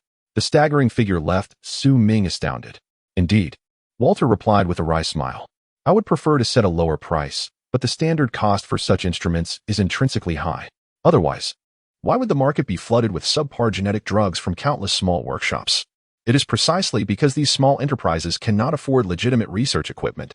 After absorbing Walter's insights, Su Ming took a deep breath. Let us proceed with the purchase. It is imperative to procure legitimate products. One must avoid the shoddy equipment produced by small workshops. From the outset, the reputation of Wanting must remain untarnished. If we are to manufacture, let it be high-quality genetic agents. The competition in the realm of genetic pharmaceuticals is exceedingly fierce, and those who can produce cost-effective yet superior products are undoubtedly more favored in the marketplace. Although the initial investment is steep, One must embrace the notion that without risk, there can be no reward. With determination, Su Ming inquired, Mr. Walter, do you accept mechanical components? I have an abundance of them. Upon hearing Su Ming's words, Walter chuckled lightly and replied, indeed, I do accept them. However, let us agree that I will purchase them at 80% of the market price. I cannot operate at original cost without incurring losses. Su Ming was not taken aback by Walter's response. It was a reasonable expectation. The sale of mechanical components cannot realistically adhere to the market buying price. Even reputable institutions typically sell at around 80% of market value. Walter's terms were fair and not exploitative. Without hesitation, Su Ming decisively utilized his spatial transmission capability to send 1/5 of the components he acquired from York to Walter. After receiving and inspecting the mechanical parts, Walter expressed his satisfaction, stating, well, these are valued at approximately 1 billion star coins, so we have settled our accounts. The equipment you requested should arrive in 2 days. Su Ming nodded, then sighed with a wry smile, after this batch, I will truly be financially depleted. Upon hearing Su Ming's words, Walter suddenly became intrigued. My young friend, would you be interested in undertaking a significant venture? A significant venture? Su Ming was taken aback. After listening to Walter's proposition, he decisively shook his head and replied, Mr. Walter, I appreciate your goodwill, but as far as I know, the transportation of these minerals is handled by beings of cataclysmic strength. I can barely reach the standards of a Tier 10 genetic warrior. Confronting a being of such caliber would surely lead to my swift demise. Do not fret. Allow me to elaborate, Walter said with an air of mystery. Among the transport team, there exists a wealthy scion from an empire, a certain Starry, who has been specifically dispatched for this task. You understand these affluent individuals, don't you? They merely seek to embellish their prestige. However, this means that within Starry's transport team, there lies a vulnerability, one that is not of cataclysmic strength. Such an opportunity has not presented itself in previous years, and now it stands as a grand prospect. Walter exclaimed with fervor, What? Starry?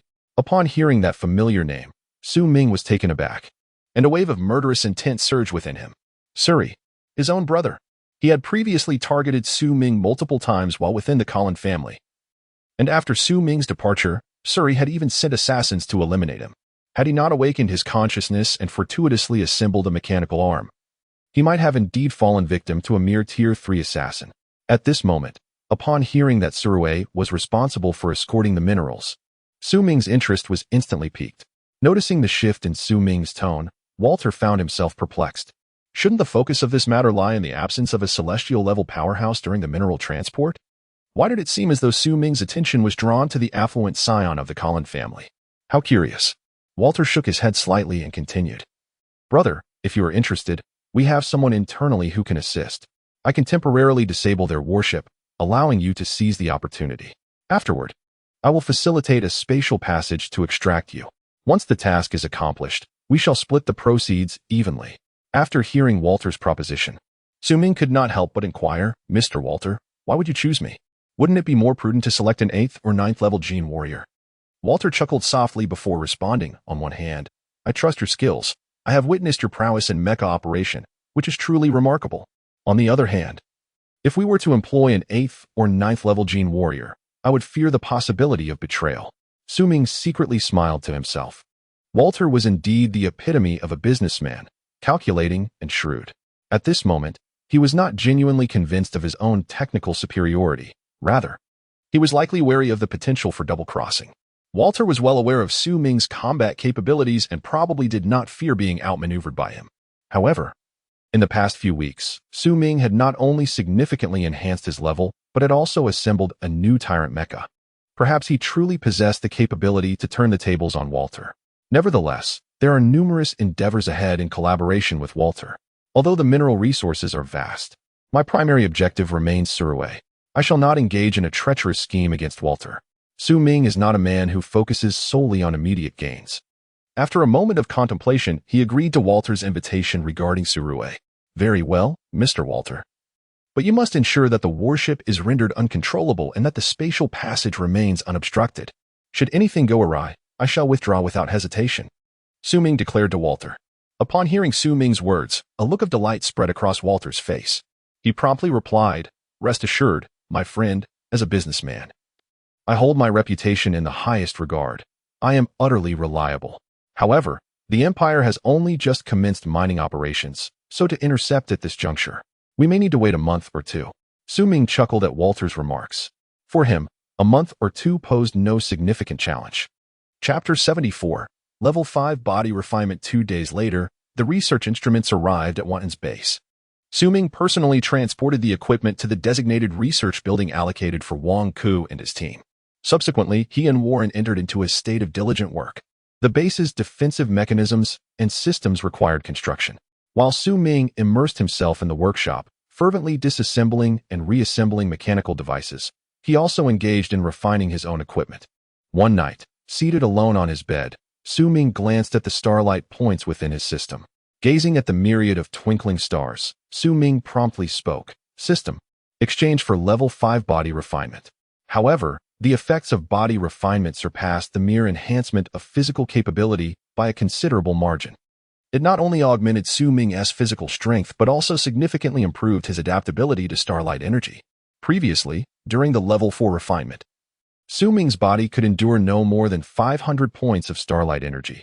Anything beyond that would inflict severe damage upon his physique. Now, with the Level 5 refinement, it was uncertain how much more his body could withstand. Soon, a tremendous surge of starlight flooded into every part of Su Ming's being. Under the tempering of this celestial energy, he felt his body gradually solidifying and growing robust. In mere moments, Su Ming sensed a qualitative leap in his physical form. Ding! Body refinement successful. Host refinement level has risen to Level 5. The starlight points required for the next level, 10,000 points. The system's voice resonated, and Su Ming opened his eyes, gradually becoming aware of the immense power his body had acquired through this process. Level 5 refinement provided a strength enhancement that was more than double that of Level 4. Su Ming's capacity to endure starlight points was now estimated to reach around 1,000 points. Such a vast reservoir of starlight points could potentially unleash an energy level of 50,000. This meant that by exchanging for 1,000 starlight points, Su Ming could enhance the energy level of his next attack by 50,000. For Su Ming at this moment, this was undoubtedly a formidable weapon. Moreover, not only that, as Su Ming's physical enhancement progressed, his bodily energy level surged from the initial 9,600 to an impressive 11,000, officially surpassing the significant threshold of 10,000. This remarkable leap of nearly 1,500 energy points marked his formal entry into the realm of Level 6 Gene Warriors. A satisfied expression graced Su Jiaming's face. He then cast a glance at the imposing tyrant mech position within the room, a faint smile of irony playing on his lips. The minimum energy requirement to operate the tyrant mech stood at 30,000 points. This meant that only upon combining his cerebral energy level with his bodily energy level to reach the requisite 30,000 could he hope to pilot the mech. Presently, the sum of his two energy levels barely exceeded 20,000, rendering him wholly incapable of operating the tyrant mech. Su Ming now experienced the disheartening sensation of being surpassed by a mere mechanic in skill. The mechanical constructs he assembled were beyond his current capabilities, leaving him in a state of helpless frustration. No longer hesitant to expend his starlight points, he resolutely began a relentless exchange of these points, committing himself to rigorous training daily, as long as his body could endure the strain. Time flew by swiftly, and in the blink of an eye, a month had elapsed.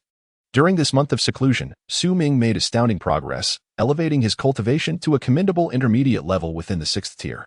At present, Su Ming's attributes are as follows. Host, Su Ming, physical energy level, 21,000, brain domain energy level, 20,000, gene lock activation level, intermediate level 6, physical vitality, 100, body refinement level, 5, starlight points required for the next level of body refinement, 10,000, starlight points possessed, 4,800. After a month of relentless cultivation, his two energy levels have nearly doubled. Su Ming's gene level has also ascended to an intermediate level 6. With the combined energy levels, Su Ming's total energy has risen to 40,000. At last, Su Ming has reached the point where he can pilot the tyrant mecha. A satisfied expression graced Su Ming's face as he pushed open the door and stepped outside. At the very moment Su Ming emerged from his seclusion, a strikingly handsome young man arrived in this star domain. hailing from the distant interstellar society. This young man is none other than the eldest son of the Kellen family. Kellen Surue. Upon arriving in the mining star domain, Dewey promptly came forward to greet him. "Young master, you have arrived." Dewey spoke with utmost respect. Hearing Dewey's words, Kellen Surue smiled and replied, "Mr. Dewey, there is no need to address me as young master. Simply call me Surue." True aristocratic education fosters approachability rather than arrogance. In this regard, Kellen Surue's superficial demeanor is remarkably commendable. Both Surue and Dewey are acutely aware of the underlying sentiments in their hearts. The arrangement orchestrated by Colin Clarence was merely intended to embellish Surue's credentials, facilitating his future endeavors within the Empire. Surue remarked with a smile, acknowledging that he did not embark on this journey alone. The vastness of the cosmos harbors countless uncertainties, and one cannot guarantee the absence of peril along the way, such as encounters with star pirates and other criminal syndicates. Thus, Surue was accompanied by an 8th-level Gene warrior and a squad of 7th-level mech warriors. In due course, his father would be able to append a notable entry to his resume, having participated in the execution of strategic-level affairs for the Empire and achieving successful outcomes in a leadership capacity. As Surue contemplated this, a self-satisfied smile graced his features.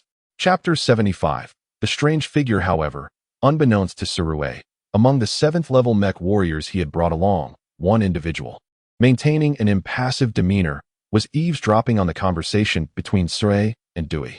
The recipient of the information was none other than the black market merchant, Walter. At that moment, Walter was piloting his spacecraft to solicit business when he received a message that piqued his interest. Upon reading Surue's communique, a look of delight spread across his face. Without delay, Walter dialed a number, and after concluding the call, a satisfied smile emerged on his countenance. This was a resource classified as strategic level by the Empire, indicating an astonishing quantity. Although the final agreement entailed a 50-50 split with Surue, it nonetheless represented a substantial sum. Acquiring this batch of goods could effectively reduce Walter's workload by a decade. Such a prospect was, for him, an unimaginable fortune. While Walter was scheming for the upcoming operation, Surrey leisurely awaited the miners in the mining star domain, anticipating the extraction of valuable resources to be presented to him. The Empire had organized 5 transport fleets to carry these minerals, with each fleet tasked with transporting resources worth nearly trillions of star coins. Among these were special minerals possessing radioactive properties, intended for energy replenishment. In summary, the discovery of a mining star domain would undoubtedly yield significant benefits for interstellar society, potentially enriching the entire community. "Young master, this is a non-radioactive mineral storage unit," Dewey announced as he lifted a chest, roughly half the height of a person, into the warship and placed it within the vessel's secure system. This sizable chest offered an immense storage capacity, given the sheer volume of minerals to be stored. Conventional storage rings and watches proved inadequate, necessitating the use of storage chests to accommodate such quantities. Despite its modest stature, the chest contained minerals estimated to be equivalent in volume to 1/3 of a habitable planet. The value of these minerals was astronomical, capable of sustaining countless planets for an extended period. Furthermore, this was merely a fraction of the total mineral haul, as radioactive minerals also remained. Known for their exceptionally potent energy, the value of radioactive minerals far exceeded that of their non-radioactive counterparts when compared by mass. Surue nodded thoughtfully and then curiously inquired, "Has the extraction of the radioactive or not yet concluded?" Dewey's face broke into a wry smile as he responded, "We initially anticipated it would be finished by now, but it seems we encountered some unforeseen obstacles during the extraction, causing a slight delay. However, we are making progress." Surue's expression shifted to one of realization, and she chuckled softly, saying, "No worries, we can afford to wait. Take your time." At that moment, neither Surue nor Dewey noticed that during the mining of the radioactive materials, one of the workers suddenly exclaimed in surprise, "Old Ma, did I just see a fleeting silhouette of a person within that metallic mass?" The worker scrutinized the radioactive minerals ahead. "What are you talking about? With such high levels of radiation, how could anyone possibly be inside?" Workers engaged in the extraction of radioactive minerals are required to don protective radiation suits. Without such protective gear, under the intense energy concentration, a person would likely be instantaneously reduced to mere liquid. Consequently, these workers are unable to visually inspect the minerals directly. They must rely on imaging technology within their protective suits to observe the surroundings. If, At that moment, someone were able to gaze at these minerals with the naked eye. They would undoubtedly discover, within the translucent, pale red, peculiar radioactive ores, dozens of crimson figures lying amidst the veins. Such a sight, if witnessed, would surely leave onlookers astounded. After all, the energy emanating from this radioactive mineral is so dense that if these minerals were to encapsulate anyone, even a 10th-level genetic warrior would be reduced to mere blood and flesh. Yet at this moment, dozens of crimson figures lie quietly among these minerals, as if these deadly substances are, for them, akin to water for fish, a natural habitat in which they thrive. Intriguingly, these figures can only be perceived by the naked eye. No advanced photographic or surveillance technology has managed to detect them. From the perspective of the workers' cameras, these pale red minerals appear devoid of any figures, appearing entirely transparent. Perhaps I've been working for too many consecutive days and my eyes are playing tricks on me, one worker muttered. When he glanced back at the pale red minerals, he indeed found no trace of any figures. Subsequently, a few individuals operated mechanical equipment to transport the pale red minerals into specially designed radiation-proof storage boxes. Unbeknownst to them, as they moved these minerals, one of the crimson figures suddenly opened its eyes, a vigilant expression directed towards the workers. The earlier notion of the worker's eyes deceiving him was not a mere illusion. The awakening of that figure and its movement had been captured by the equipment. It seems that these crimson figures can only be detected by the devices when they are in motion. In the stillness of immobility, only the naked eye could perceive. At this moment, the figure encased within the pale red mineral had just awakened, still unable to fully discern its surroundings before being swiftly confined within a storage box. Subsequently, several workers clapped their hands with a chuckle, momentarily concluding their task, speculating that the next transport would not occur for several months. The comrades finally had the chance to rest and indulge in a drink together. Amidst laughter and joviality, the workers completed the extraction of the final mineral. Dewey nodded with a smile, subsequently placing the box into the security system. Chapter 76. The intrusion. A cosmic battleship is not to be confused with a spacecraft. The relationship between the two is akin to that of a tank and an automobile. One is designed for military purposes, while the other serves in warfare. A true cosmic battleship, in terms of both functionality and might, surpasses a spacecraft by an immeasurable degree. At this moment, the three cosmic battleships raced through the void with astonishing speed, leaving behind ephemeral trails in the emptiness as they surged forth into the distance. These three vessels were indeed the cosmic battleships that Starry was aboard, tasked with transporting the mined minerals to the Empire. Presently, Starry sat contentedly within the battleship, leisurely engaged in a virtual mech game. He brimmed with confidence, believing that this endeavor was all but assured. After all, although their team lacked a being of apocalyptic caliber, their strength was formidable nonetheless, comprising dozens of 7th-level mech warriors and one 8th-level genetic warrior. Moreover, during the past 6 months, Starry has made remarkable progress in his cultivation, reaching the realm of a level 6 gene warrior. When combined with his mech, he is capable of exhibiting the prowess of a level 7 elite.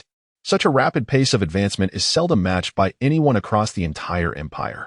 Coupled with his father's political influence and the recent elevation of his status, it is nearly a foregone conclusion that Starry will become a significant figure within the empire, wielding immense power. The future appears bright, and Starry is in high spirits. Yet, at that moment, the warship he was aboard suddenly came to an abrupt halt, while the other two vessels continued to advance at their normal speed. What could be the matter? Starry swiftly removed his gaming helmet, rising to his feet with a resolute expression and inquiring about the situation. Why had the warship stopped so suddenly?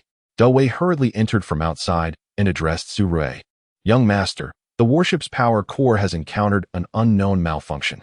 It is currently initiating self-repair functions, which are expected to take approximately half an hour to complete. Upon hearing Dewey's words, Starry furrowed his brows slightly. He certainly did not wish for any unforeseen complications along the journey.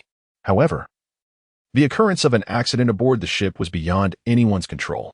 Reluctantly, Starry instructed, "Have the other two warships halt and wait until our vessel is repaired before we return together." Dewey nodded, then exited to issue the command. Meanwhile, in the vast expanse of space, an unremarkable dark mech quietly hovered in the void. It was none other than the tyrant mech piloted by Su Ming. Originally, the color of the Overlord mech was a vibrant crimson. However, to align with the current operation, Su Ming decided to transform his Overlord mech into a matte black hue. When light struck it, only darkness was reflected, as if it were merging seamlessly with the tranquil void of night. At this moment, Su Ming observed 3 warships racing past him at high speed.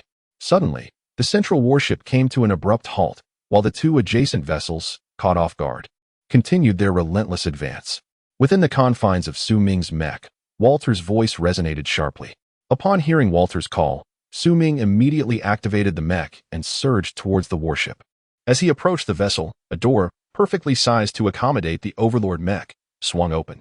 Su Ming understood that Walter's contacts near Su Rue had facilitated this opening, allowing for his covert entry. He silently admired Walter's considerable influence, realizing that even within the ranks of the prestigious Apocalypse-class progeny, he could infiltrate with ease. This granted him a golden opportunity to board the warship effortlessly. When he was 2 kilometers away, Su Ming swiftly engaged the Overlord mech's spatial jump device, vanishing into the ether. When he reappeared, the mech had precisely entered beneath the warship's hatch. Su Ming, you have 5 minutes remaining. After 5 minutes, the other 2 warships will arrive alongside this one. Walter's voice echoed through Su Ming's communication system. This is the schematic of the warship, within which lies a chamber containing crates of minerals. Remember, my team can only disable the security system for a mere 10 seconds. Once inside the room, it is imperative to seize the crates within that brief window.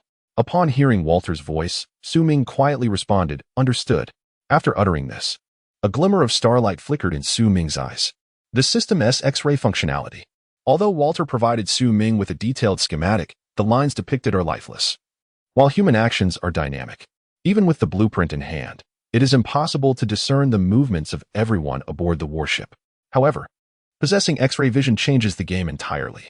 Su Ming can effortlessly perceive the movements of all individuals within the warship, allowing him to select the most optimal path. Through the system's X-ray vision, Su Ming clearly observed the distribution of skilled individuals throughout the vessel. Narrowing his eyes slightly, he directed his gaze toward the central chamber. Within that room sat a strikingly handsome young man, bearing a resemblance to Su Ming himself, leisurely reclined on a sofa. Upon seeing this youth, a surge of murderous intent welled up within Su Ming. Su Rue, the very individual who had tormented him during his moments of lost consciousness and subsequently sought assassins to end his life. This man is one whom Su Ming must eliminate. Has he already attained a mid-level 6th rank cultivation? Su Ming mused, yet he did not let Su Rue weigh heavily on his mind. Although Su Ming too is a 6th-level genetic warrior, his prowess is on par with Su Rue's. However, Su Ming harbored doubts regarding Su Rue's ability to assemble a D-class mech. Only through one's own craftsmanship could a D-class mech be wielded amidst the mastery of the 6th level. Otherwise, an ordinary individual would find it utterly impossible to operate a D-class mech at such a level. It was evident that Su Rue was utilizing an E-class mech, which meant that in terms of both raw energy and skill, Su Ming would utterly dominate him. With a solemn expression, Su Ming mentally traversed the layout of the entire warship in an instant. Without hesitation, he unleashed a formidable surge of energy. The tyrant mech transformed into a shadow of darkness, shattering through the walls of the warship and charging forward with ferocity. Beep! Intruder detected. Intruder detected. The warship's defense systems activated automatically. Chapter 77. The dash. Upon hearing of an intrusion, the crew of the warship was momentarily stunned, unable to comprehend the gravity of the situation. Was this some kind of jest? What had become of the ship's detection system? Where was the defense mechanism? How could someone infiltrate so quietly? Surely, there should have been some commotion when the energy shield was attacked. Perhaps there was an issue with the power core, rendering the entire defense system inoperative. One staff member mused. Inoperative, my foot. If it were truly disabled, the alarms would never have sounded. The only plausible explanation for such a silent invasion is that there is a traitor aboard the warship. A mech warrior bellowed. The news of an intruder sent shockwaves through the sensitive nerves of everyone aboard the vessel. The security system swiftly identified the number of intruders, their energy levels, and positions. The 8th-level genetic warrior, the strongest among the crew of the battleship, commanded attention. Although he had not activated his cerebral energy level and was unable to pilot a mech, his combat prowess surpassed that of any ordinary mech warrior. In an instant, he calmly addressed the security system with a commanding tone. His extensive experience informed him that, given the current situation aboard the battleship, it was paramount to ascertain the intruder's capabilities and positions, and subsequently to intercept them at the periphery. Should the intruders breach the core of the battleship, it could lead to a catastrophic paralysis of the vessel. Almost immediately, the security system relayed Su Ming's location and energy level range to all personnel aboard the battleship. As the crew gazed at the moving red dot on their screens, their expressions turned grim. The intruder was remarkably swift. However, this also meant that they were aware of Su Ming's position, prompting them to converge upon him to obstruct his progress. 5 of you go to intercept him, while the other 5 remain to guard the core chamber. We must ensure the minerals are secure. The 8th-level genetic warrior, named Henry, a master of the blade, shouted as he led 5 mech warriors towards Su Ming's trajectory. Through the system, Su Ming observed the enemy's movements and realized that his own trajectory had likely been exposed. There was no alternative. The entire battleship was enveloped by the security system's surveillance, rendering his movements akin to traversing a room under constant 360-degree monitoring. There was no possibility of concealment. However, all of this was well within Su Ming's expectations. The adversaries could see him, yet he could not fail to perceive them in return. Moreover, he possessed a distinct advantage over them: the ability to breach the battleship's metallic walls at will, completely indifferent to the extent of damage inflicted upon the vessel. In contrast, his opponents were constrained to follow the meticulously designed paths of the battleship to intercept him. Without a moment's hesitation, Su Ming aimed at the adjacent alloy wall, swiftly drew the combat knife from his mecha, and struck with ferocity. With a resounding crash, the alloy wall of the battleship was cleaved open, leaving a gaping hole through which the Bawang mecha instantly surged. What? He breached the wall? Curse it! Henry's eyes widened in shock as he observed the mecha's maneuvers on the monitor, his mood decidedly bleak. The group had been poised to traverse this passage to obstruct him, but upon reaching the midpoint, the adversary had already broken through the alloy wall and darted into the adjacent corridor. This situation was rather awkward. After all, they had just taken a circuitous route to encircle the invading mecha. Now, with the wall breached, it rendered their previous efforts futile. Henry faced 2 choices to pursue. Without hesitation, he pressed onward, determined to select a path forward. However, the shift in momentum transformed the dynamic between Henry's group and Su Ming. Initially, they were in a position to obstruct him, yet now, they found themselves in pursuit, with Su Ming leaving them in his wake. Unfazed by the pursuit behind him, Su Ming propelled himself towards the core chamber with unwavering resolve. Before long, Su Ming arrived at the core chamber. Within this room lay mineral storage boxes and Surue. However, prior to that, Su Ming must confront 5 7th-level mech warriors. His gaze remained composed as he discerned through the system the 5 mech warriors stationed at the entrance, their expressions filled with vigilance. It was evident that the opposing side had also utilized the battleship's security system to ascertain his location. Now, both parties were acutely aware of each other's positions, and the conflict was on the verge of erupting. Without hesitation, Su Ming swiftly dismounted from his mech and brandished his battle blade. Although he was more adept at long-range shooting, employing high-powered ranged weapons aboard the battleship would likely result in collateral damage affecting himself as well. Thus, Su Ming relinquished his sniper rifle in favor of the battle blade. System: exchange 800 starlight points. Su Ming remained calm and focused. In his mind, he had rehearsed the scenario of battling these 5 mech warriors numerous times. Instantly, a vast expanse of starlight surged into every corner of Su Ming's being, far more abundant than before. The youth was no longer the same as he once was. Now, having undergone rigorous physical training, Su Ming could effortlessly withstand the terrifying starlight energy that would have been insurmountable in the past. Thud, thud, thud. The sound of mech striking the floor reverberated throughout the entire battleship, each step taken by the tyrant mech amplifying its energy output. This energy level had already surpassed 100,000. Upon sensing the surge in the tyrant mech's energy, Henry could not help but turn pale.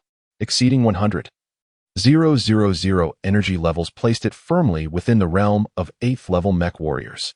Confronted with an 8th-level mech warrior, even 5 7th-level gene warriors might struggle to withstand its might. Furthermore, this power level was steadily escalating, reaching an astonishing intensity of approximately 130,000. Curse it! Wasn't this individual only registered with an energy level of 110,000 during the detection?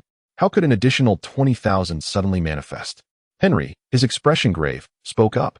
Minerals are of paramount importance. Should they be lost, we would bear the brunt of the responsibility. Gritting his teeth, Henry drew forth his mechanical blade and forcefully sliced through the nearby alloy wall. Without a second thought, he surged towards Su Ming's direction. Meanwhile, Su Ming had finally arrived outside the core chamber, where he beheld 5 mech warriors, poised and vigilant, their gazes fixed upon him. "Step aside," Su Ming commanded sharply, then propelled himself forward with tremendous speed. Brilliant starlight erupted within the warship. Chapter 78. The overbearing tyrant mech. The 5 mech warriors also noticed Su Ming charging towards them. In an instant, they activated their mechs, preparing to confront him head-on. Within the confines of the warship, only close combat weaponry could be employed, prompting each of the 5 mech warriors to brandish the mechanical arms built into their suits. What struck the 5 warriors as peculiar was the fact that their opponent charged forth without flinching or attempting to evade, as if time were so constrained that he had no opportunity to escape. Upon witnessing this scene, the 5 mech warriors were suddenly filled with immense joy, each brandishing their mechanical soldiers and fiercely charging at the black mech. However, at that moment, a thin layer of energy shield materialized around the black mech's body. The 5 mech warriors, undeterred, continued their assault. It was entirely normal for a D-class mech to possess an energy shield. Regardless, through their relentless offensive, they believed that even if they could not breach the shield on the first strike, the sheer force and momentum generated would impede the opponent's advance. In such circumstances, the opponent's momentum would undoubtedly be affected, effectively halting their progress. They could then either launch a second wave of attacks or await the arrival of Captain Henry. Yet, to their astonishment, an unexpected phenomenon transpired. Upon their mechanical soldiers colliding with the energy shield, the black mech remained utterly unscathed, as if the kinetic energy had been rendered entirely ineffective against it. How could this be? The 5 mech warriors were bewildered, having never before encountered such an inexplicable occurrence. It was akin to exerting all one's strength to strike a person, only to find that not only had they not sustained any injury, but they had also not been hindered in the slightest. What was this situation? The opposing mech seemed to embody an indomitable force, impervious to their energy, relentlessly surging forward. The crowd, taken aback, prepared to mount a second assault.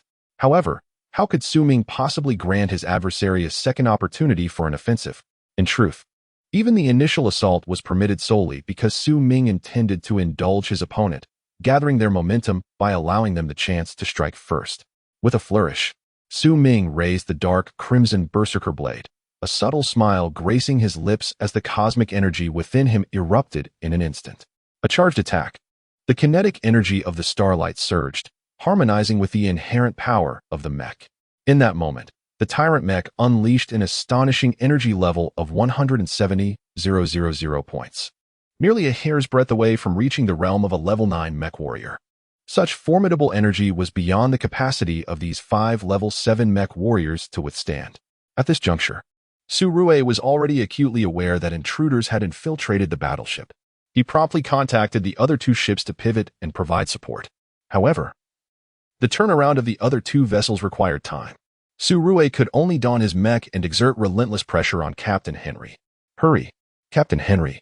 They are about to breach my quarters. Forget the damage to the ship. Break through the walls, if you must. What time is it?" At that moment, Su Rue could sense the energy fluctuations emanating from outside. Beads of sweat began to form on his brow. Judging by the energy signature of the intruder, it was evident that they were a level 8 mech warrior, possessing the power of an 8th level genetic fighter. Meanwhile, he himself, augmented by his mech, was merely a level 7 mech warrior in terms of combat prowess. If the opponent were to breach the defenses set by the 5 guards at the door and manage to infiltrate, it would be unequivocally disastrous for me. At this moment, Su Rue could only fervently hope that these 5 mech warriors could stall for just a little longer, allowing Henry to arrive. Once Henry reached the scene, he could effectively impede the intruder, granting the 2 other ships time to come to their aid. Should those 2 vessels turn back, they would undoubtedly possess the capability to thwart this invader. Su Rue's heart was overwhelmed with a mixture of anger and dread. His foremost concern was that if this intruder succeeded in seizing his resources, he would inevitably face political repercussions within the empire. While punishment was not guaranteed, his prospects for advancement would undoubtedly suffer severe setbacks. "Damn it, you must hold your ground," Su Rue's mind screamed desperately. Yet, it was apparent that his prayers were in vain. In the next instant, an extraordinarily terrifying surge of energy erupted from beyond the door, causing Su Rue to momentarily doubt his assessment of the invader as merely an 8th level mech warrior. This energy fluctuation was nearly on par with the strength of a 9th-level mech warrior. Under the influence of this force, the reinforced walls of the room were instantly breached. Almost immediately, Surue witnessed the 5 mech warriors being hurled into the room from the shattered wall. Among them, 3 mech warriors found their machines obliterated in an instant, blood gushing forth from the wreckage. Evidently, the driver within was instantly slain by the impact, perishing within the confines of the mech they piloted. The other 2 mech warriors were violently propelled backwards, crashing against the wall, their breaths rapidly diminishing as they succumbed to unconsciousness. Surue gazed upon the black mech that had invaded the room, feeling an overwhelming aura of malevolence emanating from it, akin to a demon emerging from the depths of hell, intent on annihilating the entire world. In that moment, Surue's mind was a blank slate, the specter of death looming before him. He frantically maneuvered his mech, fleeing in desperation. However, despair washed over him as the black mech swiftly closed the distance, a colossal force surging from behind. Boom! A thunderous sound reverberated, and Surue felt himself hurled through the air by an immense power. Alert! The mech's protective shield has been compromised, with damage exceeding 20%. Although both belonged to the E-grade category, Surue's mech was undoubtedly of a far superior caliber compared to those of the other 5 mech warriors. The others were rendered incapable of combat with a single blow from Su Ming. Yet, Surue's mech boasted a formidable shield that had withstood the initial assault, but it could only endure that first strike. The dark mech continued to advance towards him after the initial attack, its energy fluctuations gradually intensifying. Chapter 79, The Guardian Corporation. Damn it! Upon witnessing this scene, Surue felt an overwhelming sense of despair. Yet he understood that passively waiting would only hasten the destruction of his mech. Gritting his teeth, Surue swiftly extracted a colossal battle axe from within the mech, his entire being surging with energy, imbuing the axe with a potent force. Die! Surue bellowed, launching himself at the black mech with ferocity. However, in that instant, the black mech evaded his assault with an otherworldly grace, maneuvering at an astonishing angle that rendered Surue's strike futile.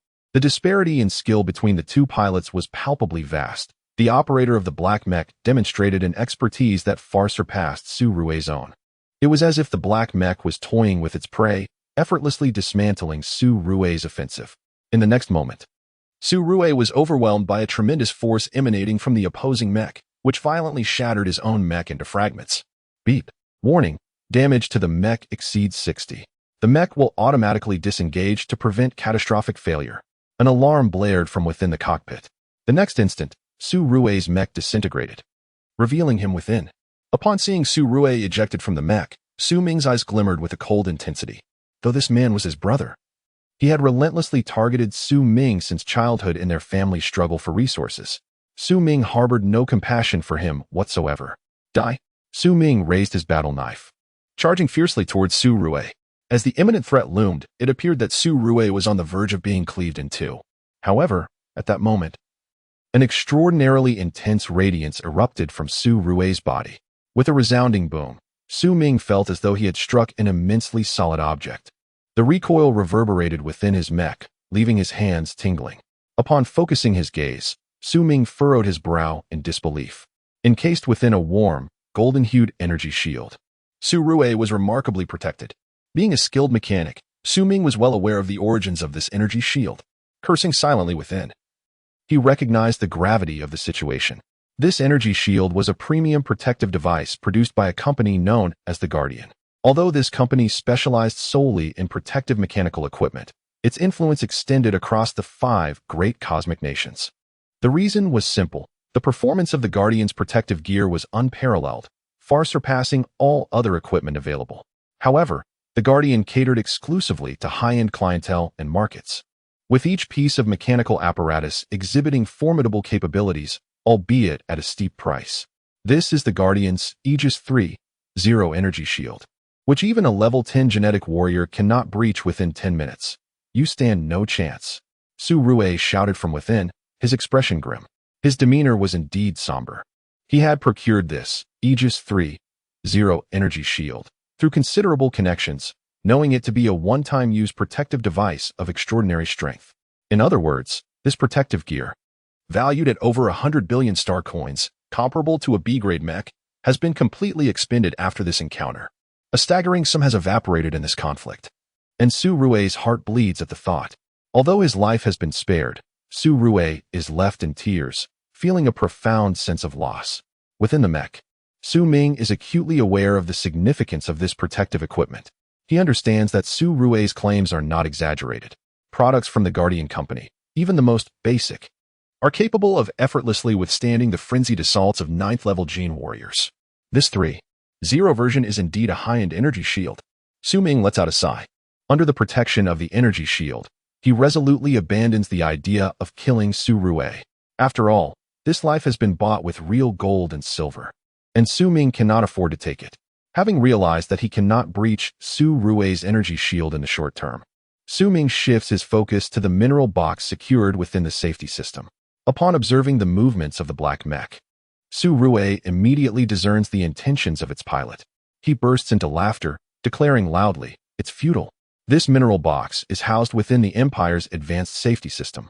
Not even a 10th-level powerhouse can breach it, let alone you. Give up, you shall gain nothing." His expression turns somewhat sinister, as the loss of such a valuable energy shield fills Su Rui with immense resentment. At this moment, witnessing the black mech attempting to seize the mineral container, Su Rui could not help but erupt into loud laughter. The frustration and pain within him could only be alleviated by the sight of his enemy faltering. As he had articulated, the safety system protecting the mineral container was developed by the Empire. The technological prowess of the Empire was indeed formidable, far beyond the capabilities of an 8th-level mech warrior to breach.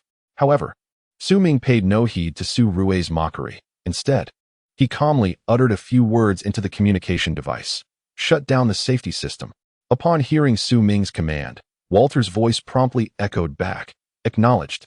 The safety system will be disabled in 3 seconds." With only 10 seconds to complete the shutdown, urgency was paramount.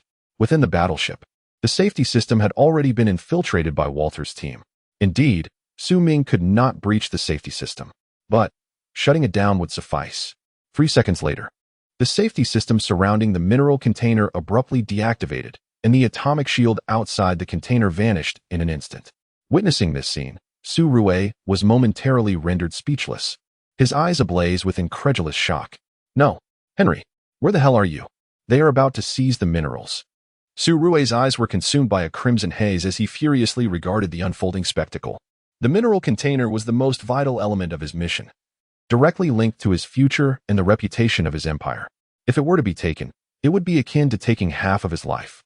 His mind was a tempest of chaos, nearly driving him to madness, as he cast aside his previous elegance and composure, bellowing frantically into the communication device. A profound sense of powerlessness engulfed Su Rui.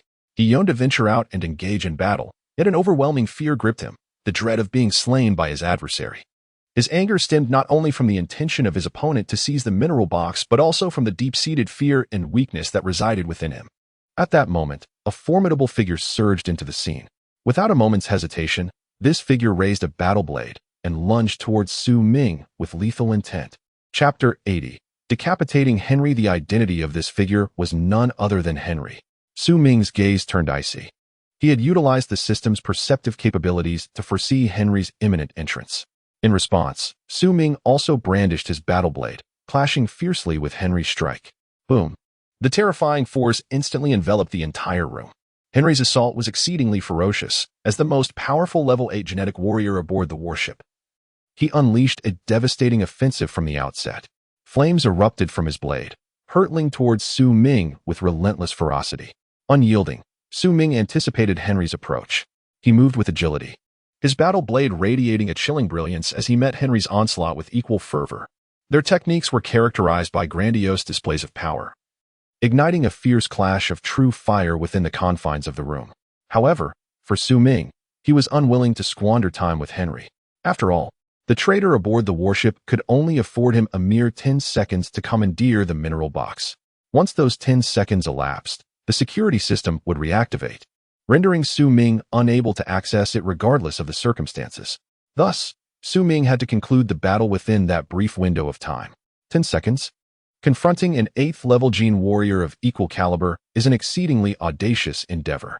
Yet, Su Ming maintained an extraordinary composure as he mentally replayed various scenarios of their impending duel. With unwavering confidence, he never engaged in ventures lacking certainty. In an instant, Su Ming lunged toward Henry, unleashing a terrifying arc of blade light that reduced a nearby table to mere ashes. Henry, undeterred, responded with a disdainful smirk, his long knife clashing fiercely against Su Ming's attack. As the confrontation escalated, a brilliant cascade of starlight erupted from Su Ming, a manifestation of the 600 starlight points he had exchanged within the system. As he advanced, the Berserker blade triggered its furious effect, launching a second wave of assault that rendered the brawler mech akin to a frenzied warrior, brimming with fighting spirit. Henry's brow furrowed in surprise. He had not anticipated the continuation of force following the initial strike.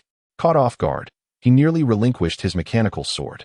Nevertheless, the jolt from the impact left his grip with a severe sensation of numbness. Martial technique, wave surge. Martial technique, wave surge effect. The second strike inherits 20 of the energy from the first attack, and this principle continues. Stacking limit, 3 physical penetration, 30 defense breaking capability. 50 were it not for the urgency of the situation, Su Ming would have refrained from employing this technique. After all, it necessitated the blade's material hardness to counterbalance significant potential energy, imposing a considerable burden on the weapon. Following a single battle, the blade could sustain damage exceeding 30. At present, Su Ming could no longer afford to concern himself with trivial matters. Should his battle blade sustain damage, he could simply repair it later. Boom, boom, boom. With fervor akin to a frenzied swordsman, Su Ming unleashed 3 successive strikes as the tyrant mecha bore down upon Henry with overwhelming force. Each slash was more potent than the last, increasingly difficult to withstand. Following the third strike, Henry's longsword was cleaved in twain by Su Ming's blade, a testament to the formidable strength behind the attack. The impact caused Henry to lose grip on his weapon, which tumbled to the ground beside him. Meanwhile, Su Ming's stellar-grade mechanical sword bore signs of wear from the relentless onslaught, with its blade becoming slightly warped and its energy level diminished by approximately 50%. 7 seconds. Su Ming, dismissing any pangs of regret, pressed on with his long sword aimed at Henry. However, this assault was deftly evaded by Henry, who sidestepped to the side. 6 seconds. Rather than attacking, Su Ming opted to maneuver strategically, forcing Henry into a corner while simultaneously honing in on him with his own energy. 5 seconds. The process of locking onto Henry's energy with his longsword bore similarities to the targeting mechanism of a sniper rifle, and soon Su Ming successfully pinpointed Henry's presence. As Henry's expression shifted in alarm, Su Ming executed a decisive downward strike at an angle that left no room for evasion. For seconds, with a swift motion, Henry's body was severed in two, blood spraying forth and staining the surroundings. The gravitational system of the battleship intensified the chaos, transforming the ground into a crimson tableau. 6 seconds. Su Ming swiftly dispatched Henry in a mere 6 seconds, concluding the battle with such rapidity that it left Su Rue feeling a chill run down her spine. With a profound glance at Su Rue, Su Ming utilized the final moments to seize a mineral box from the security system, and in an instant, he darted back along the path he had come. However, on this original route, several mech warriors had positioned themselves to intercept him. A cold glint flickered in Su Ming's eyes as he prepared to eliminate these foes. Just then, a voice emanated from his communication device, Walter's voice. No need for you to intervene. Upon hearing Walter's voice, Su Ming's expression shifted, and he sheathed his battle blade. Indeed, in the next moment, he witnessed 2 of the mech warriors suddenly turn on their comrades, ruthlessly eliminating them one by one. Su Ming's countenance revealed astonishment. He had initially believed that there was only one traitor among the ship's crew, but to his surprise, there were 2. It was no wonder they wielded such considerable power, granting him access and disabling the security system. After dispatching their fellow warriors, the 2 mech soldiers gestured to Su Ming, saying, "This way. The spatial passage is over here." With that, they led the way, guiding Su Ming as they charged through another door. With a resounding crash, a massive hole was blasted into the side of the warship. Subsequently, 2 standard mechs, accompanied by a formidable black mech, surged through the breach. "Activate the spatial passage." 2 responding mechs shouted through the communication devices, and suddenly, a spatial wormhole materialized before the 3 individuals. Without hesitation, Su Ming and his companions piloted their mechs and charged boldly into the wormhole. The silhouettes of the 3 mechs quickly vanished. Approximately a minute later, Two Imperial warships arrived in the vicinity of the first vessel, where numerous combat personnel donned their space battle suits, or Mechs, rushing into the warship where Su Rue was located. Chapter 81. Dividing the Spoils. Whoosh. Three figures swiftly traversed the wormhole and entered the Black Domain. The location where the Imperial warship had been hijacked was situated in a very distant star region within the Black Domain. No matter how much Su Rue and the Empire racked their brains, they would likely never discover that it was the denizens of the Black Domain who had seized the mineral containers. Su Ming once again marveled at Walter's capabilities. During the 2 days of preparation, Walter had established two one-way spatial transmission channels. This created the wormhole, enabling Su Ming and the two mech warriors to depart together. Establishing a spatial transmission channel in such a remote star region was undoubtedly no simple task. Walter's prowess exceeded Su Ming's expectations. My dear brother Su Ming, you are truly remarkable. I am utterly astounded by your maneuvers. Walter had been waiting in the Black Domain. At this moment, the rendezvous point was merely an inconspicuous barren planet, unlikely to attract anyone's attention. Upon hearing Walter's words, Su Ming removed his mech and subsequently stored it within the spatial device. Su Ming smiled and began to exchange compliments with Mr. Waite, saying, "Not at all. Without Mr. Waite's planning and the spatial passage, this operation could not have proceeded so smoothly." The two exchanged knowing glances and shared a silent laugh.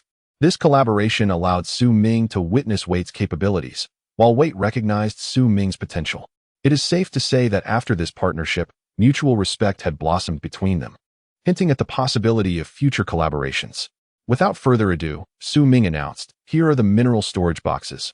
Let us divide the minerals." He chuckled as he placed two enormous boxes on the ground. Although he regretted not having eliminated Su Rue, the acquisition of these two Imperial mineral caches filled him with immense joy. This was a sight Su Ming relished. Each of the large boxes, when lifted individually, felt surprisingly light, weighing approximately 100 kilograms each. This weight was trivial for a first-tier Gene Warrior, let alone for Su Ming, who had already attained the 6th-tier Gene Warrior level. However, despite their light appearance, the boxes concealed a vast storage space within.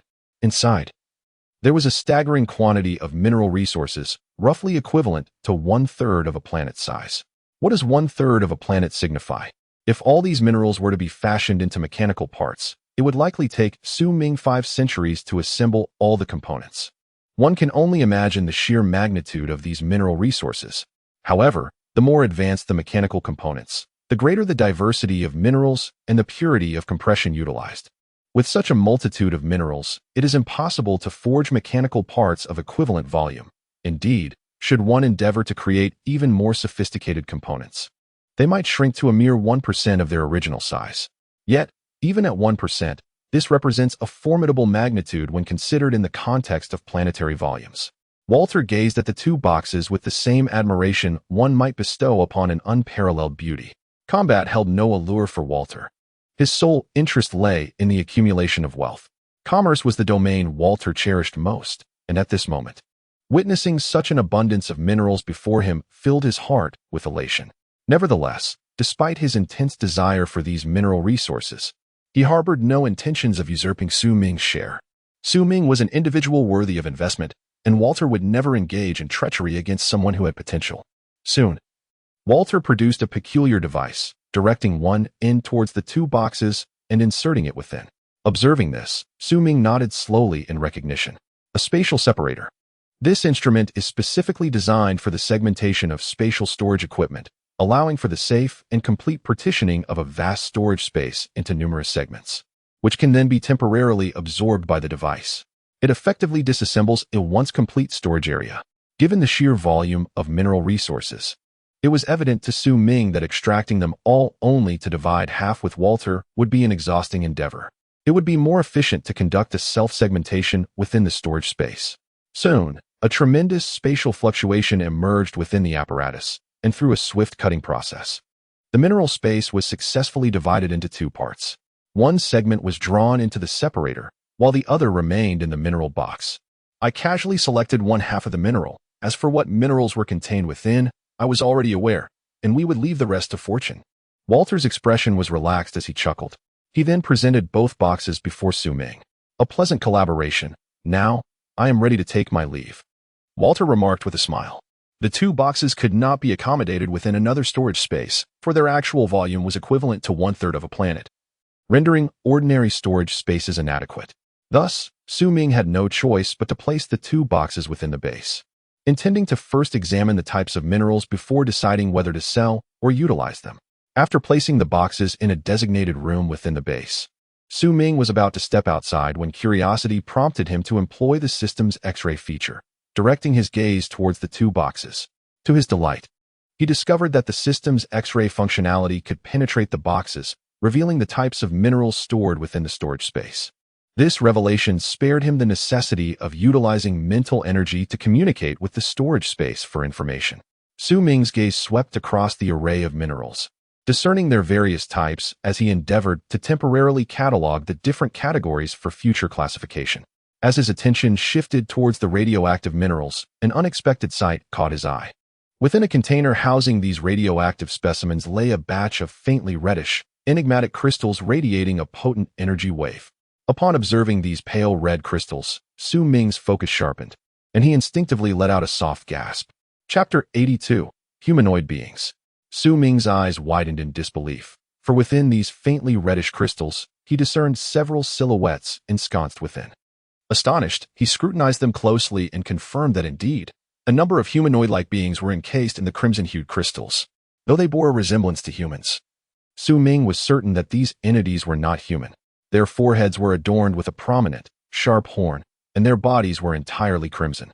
Furthermore, their arms were disproportionately long compared to those of humans, while their legs were considerably shorter. Judged by human aesthetic standards, these beings appeared strikingly discordant and even somewhat grotesque. If a typical human were to develop in such a manner, they would undoubtedly be considered a malformed child. However, the sight of dozens of such identical beings resting within the faintly reddish crystals led Su Ming to conclude that they were not mere human deformities, but rather a distinct biological species. Su Ming's gaze curiously scrutinized these humanoid beings, pondering why they were encased within this pale red crystal. Could it be something akin to amber? He mused aloud that if this were the case, once the pale red crystal was severed, there might indeed be a possibility of acquiring samples of these humanoid beings.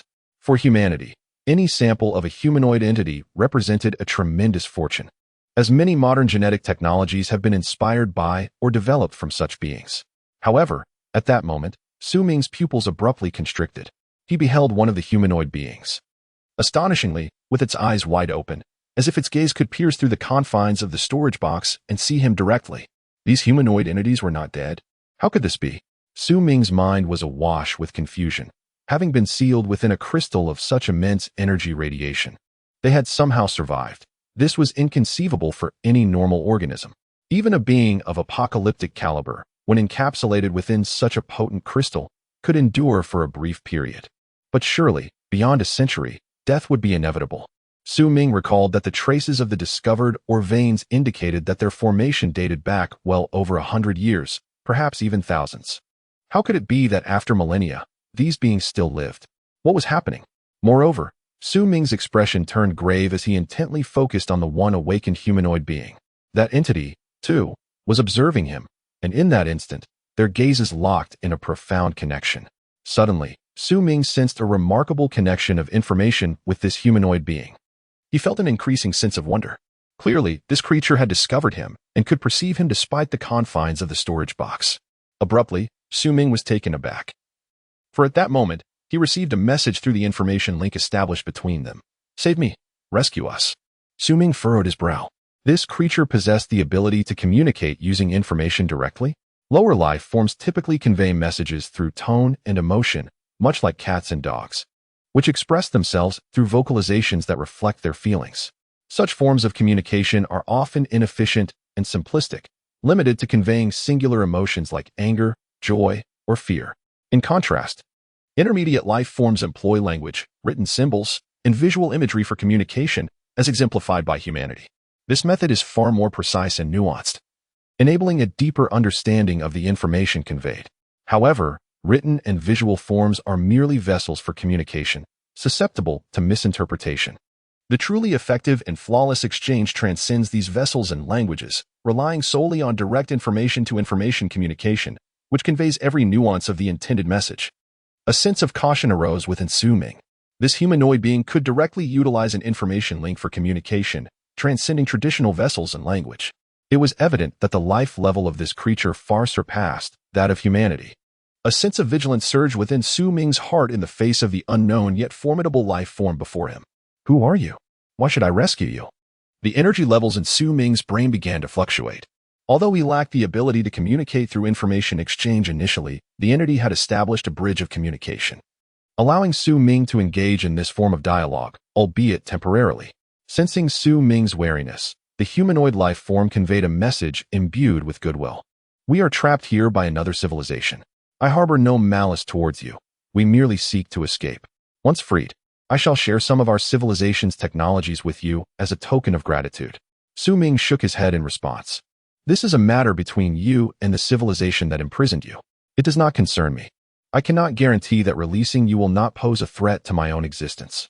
The humanoid being pondered for a moment before transmitting another message to Su Ming. This civilization is exceedingly aggressive. Should you encounter them, you too will be attacked. We share a common enemy. Follow my thoughts, and I shall lead you to witness the horrors of this civilization. With that, the humanoid cautiously projected its thoughts into Su Ming's mind. After a brief moment of perception, confirming that it was merely a straightforward transmission of thought devoid of ulterior motives, Su Ming felt reassured and followed the stream of consciousness presented by the humanoid. Soon, a vivid tableau of civilizational conflict materialized in Su Ming's mind. In the midst of a conflict between two civilizations, one of them is represented by a humanoid species. To Su Ming's astonishment, the original appearance of this humanoid skin bore a striking resemblance to that of humans, predominantly white and yellow. However, it was not long before this civilization faced an invasion from a terrifying entity. Upon witnessing the invading civilization, Su Ming's pupils contracted sharply, his disbelief palpable as he beheld this immense civilization. The invading force manifested as a pale red crystal, colossal enough to encompass an entire star system. It bore an uncanny resemblance to the crystal that encased the humanoid life form. This gigantic crystal emanated a menacing radiation and thermal energy, swiftly intruding into the star domain inhabited by the humanoid beings. Any planet that encountered this enormous crystal was incinerated and melted by the terrifying radiation and heat, subsequently transforming into nutrients that were absorbed into the crystal's mass. Chapter 83. The Pale Red Crystal Civilization. The pale red crystal rapidly advanced towards the star domain of the humanoid species. Naturally, the civilization of the humanoids became aware of the invader's approach and resorted to various means to repel or annihilate the intruder. Countless powerful humanoid beings soared from their planets, confronting the invading civilization. What is this? Is it a civilization or a cosmic peril? Su Ming involuntarily inquired, because, within his line of sight, he did not perceive any signs of life emanating from the pale red crystal. It appeared akin to a bizarre celestial body, incessantly consuming the surrounding entities. Civilization. I am certain. The information regarding humanoid life forms resonated within Su Ming's mind, and he soon beheld numerous pale red entities manifesting within this crystal, each displaying a distinctive form. These entities, reminiscent of candy figures, surged forth from the pale red crystal, subsequently transforming into various shapes. It seemed these entities possessed the ability to alter their appearances at will, rendering themselves more suited for combat, or rather, more adept at battling humanoid beings. Each individual that coalesced from the pale red crystal appeared to evolve abilities specifically designed to counteract humanoid life forms. Even their physical enhancements seemed to evolve towards the blind spots of humanoid defenses. What is this? Su Ming's eyes widened. These entities emitted no trace of life essence. Yet once formed from the pale red crystal, they exhibited independent consciousness, capable of making varied decisions regarding invasion. These entities exhibited no life fluctuations. Why do they possess independent consciousness? Su Ming pondered. Life forms and consciousness are merely ingrained patterns of thought within your minds. In the vast universe, there exist many entities that transcend your comprehension. Each individual of this civilization is devoid of life, thus allowing for unrestricted reorganization and transformation. Humanoid beings conveyed information into Su Ming's mind. Momentarily taken aback, Su Ming slowly nodded in acknowledgement. Only living entities can forge civilizations and possess wisdom. Otherwise, they do not qualify as life forms. This is a widely accepted notion within human society and a fundamental aspect of human cognition. However, given the vastness of the universe, The existence of civilizations that challenge this established mindset is not an extraordinary occurrence. Yet, Su Ming found himself momentarily perplexed by the operational patterns and behavioral trajectories of this civilization. At that moment, the scene continued to unfold, and Su Ming soon witnessed a fierce conflict between the humanoid civilization and that of the pale red crystals. To his dismay, he realized that the humanoid civilization faced utter defeat. Even beings that had evolved to communicate through information and possessed a life tier superior to humans were effortlessly annihilated by the pale red crystal civilization. Within the humanoid civilization, Su Ming also observed individuals who rivaled the most formidable humans, engaging in fierce combat against the pale red crystal entities. These individuals, akin to apocalyptic-level warriors, shattered their adversaries into fragments. Yet, in the next instant, the pale red crystal entities reassembled as if no damage had been done. For them, recovery was a trivial endeavor. As the battle raged on, an increasing number of humanoids were slain, until only a mere few hundred strong individuals remained, with continuous reinforcement from their main body. Even singular pale red crystal entities eventually evolved to apocalyptic-level strength. Upon witnessing the scene, these surviving humanoid beings fled in a frenzy. Each of them was a formidable entity among their kind. However, when confronted with the pale red crystalline civilization, they possessed little means of resistance. Only a select few managed to decipher the method of counteraction, while the majority fell victim to the annihilation wrought by the crystalline civilization. Those who did unravel the method were subsequently confined by the immense energy of the pale red civilization, ultimately imprisoned within the very crystals. Left to languish and perish in the vastness of the universe, the individuals who successfully deciphered the pale red crystalline civilization now stand before Su Ming, their forms entirely suffused with a crimson hue. Throughout their prolonged odyssey, even these once mighty beings have succumbed to the corrosive influence of the pale red crystals, no longer embodying their former strength. Su Ming inhaled deeply, the recent spectacle having left him profoundly shaken. The collision of two civilizations of such magnitude. This was a clash of cosmic proportions. A civilization of such formidable power, surpassing even that of humanity, had quietly faded into the annals of history, extinguished by the hand of another civilization with alarming ease. If the pale red crystalline civilization were to encroach upon human civilization, would humanity be able to withstand such an invasion? Rest assured, this civilization shall not arrive in the near future, a voice echoed in Su Ming's mind. Why? Su Ming inquired, astonished. The humanoid being let out a sigh, and then spoke. We have been sealed for so long that part of our essence has been assimilated. Utilizing the information flow technology of our civilization, I can sense the trajectory of this crystalline civilization. Upon hearing the words of the humanoid, Su Ming displayed a contemplative expression. He then addressed the being, I can assist in your release, but not at this moment. You shall be freed only when I can place my trust in you. Curiosity sparked in the humanoid as it inquired, how can we earn your trust? Su Ming smiled and responded, first, power. When my strength surpasses yours, I will be inclined to trust you. Second, sincerity. I will consider trusting you based on the assistance you can provide during this process. Though he believed that the humanoid's claims were likely true, he remained cautious of potential hidden motives. The most crucial point was that even if the faint crimson crystal represented a mutual adversary for both civilizations, who could guarantee that the enemy of my enemy is indeed a friend? There was a possibility that they could also be adversaries. Su Ming understood that unless he attained sufficient cultivation to confidently suppress these beings again, releasing them was out of the question. Chapter 84. The Assault of Tianlin. Upon hearing Su Ming's words, the humanoid could not help but let out a bitter laugh, saying, Indeed, however, we have been sealed within this crystal for such an extended period, we are not in a rush. Upon concluding his statement, the humanoid being transmitted a portion of their civilization's knowledge into Su Ming's mind through an intricate flow of information. To demonstrate our sincerity, I shall first impart some knowledge from our civilization to you. It was a remarkable process, akin to the sudden emergence of knowledge within Su Ming's consciousness.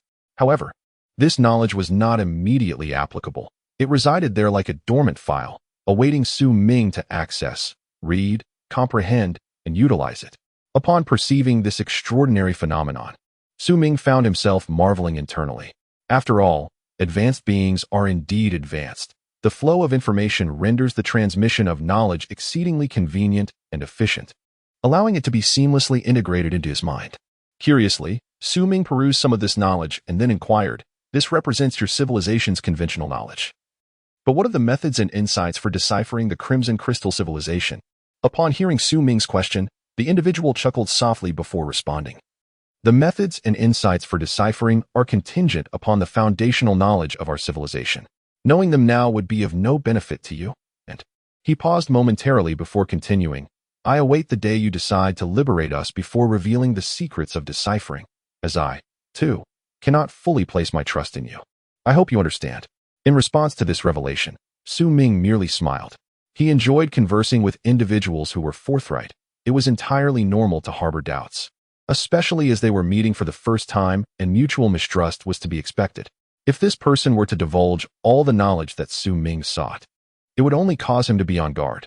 "Very well, I shall find a suitable time to extricate you from the storage compartment. It is not ideal for you to remain there indefinitely." Since both parties had reached an understanding, Su Ming smiled and spoke. Extracting these individuals from the storage compartment was also a gesture of his sincerity. They exchanged knowing smiles. And then Su Ming severed the information link between them and exited the room. Upon leaving, Su Ming exhaled softly. The humanoids and crystal civilization within the storage compartment were now dismissed from his mind. There was no clarity on this matter yet. Haste would not serve him well. He resolved to focus on the tasks at hand, deferring subsequent matters for a later time. After successfully securing the minerals that were to be transported alongside Su Rue. Although Su Ming had acquired a considerable haul, numerous follow-up tasks still awaited him. He entered his workshop and immediately retrieved the tyrant mech, placing it to the side. His tyrant mech had sustained minor internal damages during the recent battle. Higher-tier mechs typically possessed internal nanobots that could facilitate repairs, showcasing remarkable self-healing capabilities. Thus, it was rare for advanced mechs to require comprehensive repairs and recalibrations after each encounter. However, the lower-tier mechs have yet to incorporate such advanced technology and are burdened with the necessity of frequent repairs and maintenance after each use. Especially the Berserker Blade, which, during its fierce clash with Henry, was relentlessly hacked at by Su Ming, now lay in tatters, its blade already curled from the onslaught. These are all matters that Su Ming must painstakingly attend to. Without hesitation, Su Ming plunged into a state of focused labor. Shortly after Su Ming immersed himself in his work, a significant event unfolded in the Black Domain.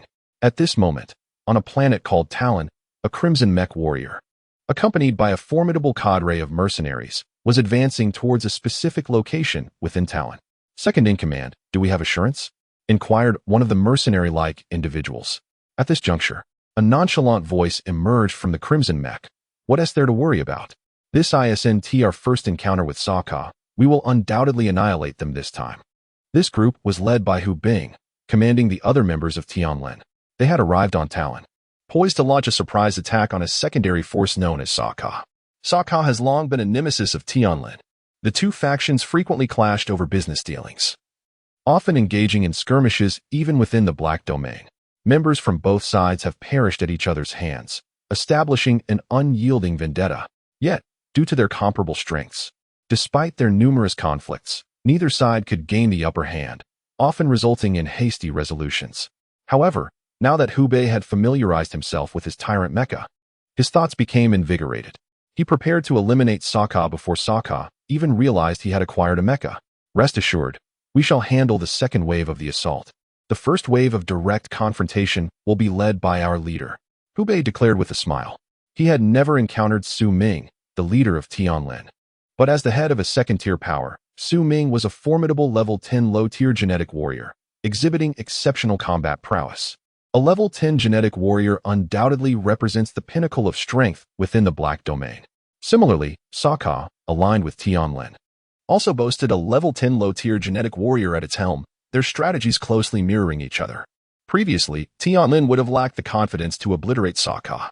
However, now, Hubei sat within the tyrant Mecha, his eyes shimmering with determination. Having acquired the Mecha might very well become the pivotal factor in altering the tide of battle. Boom, boom, boom.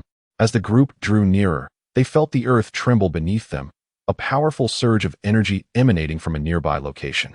They exchanged solemn glances, a sense of gravity settling among them. It began.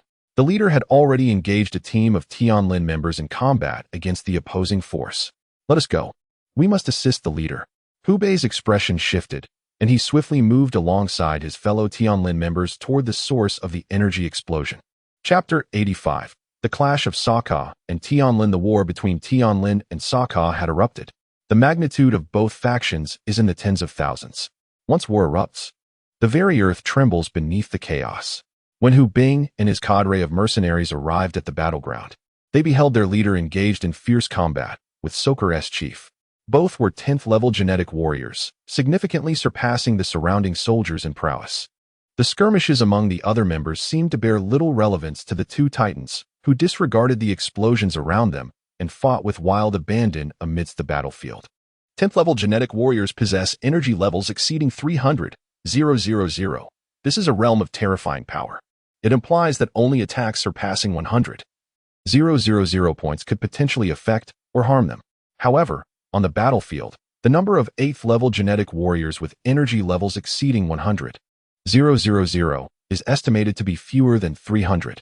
These individuals could only contend with 10th level warriors by banding together, yet in reality, these 8th level warriors were not of the same faction, engaging in a fierce and chaotic exchange.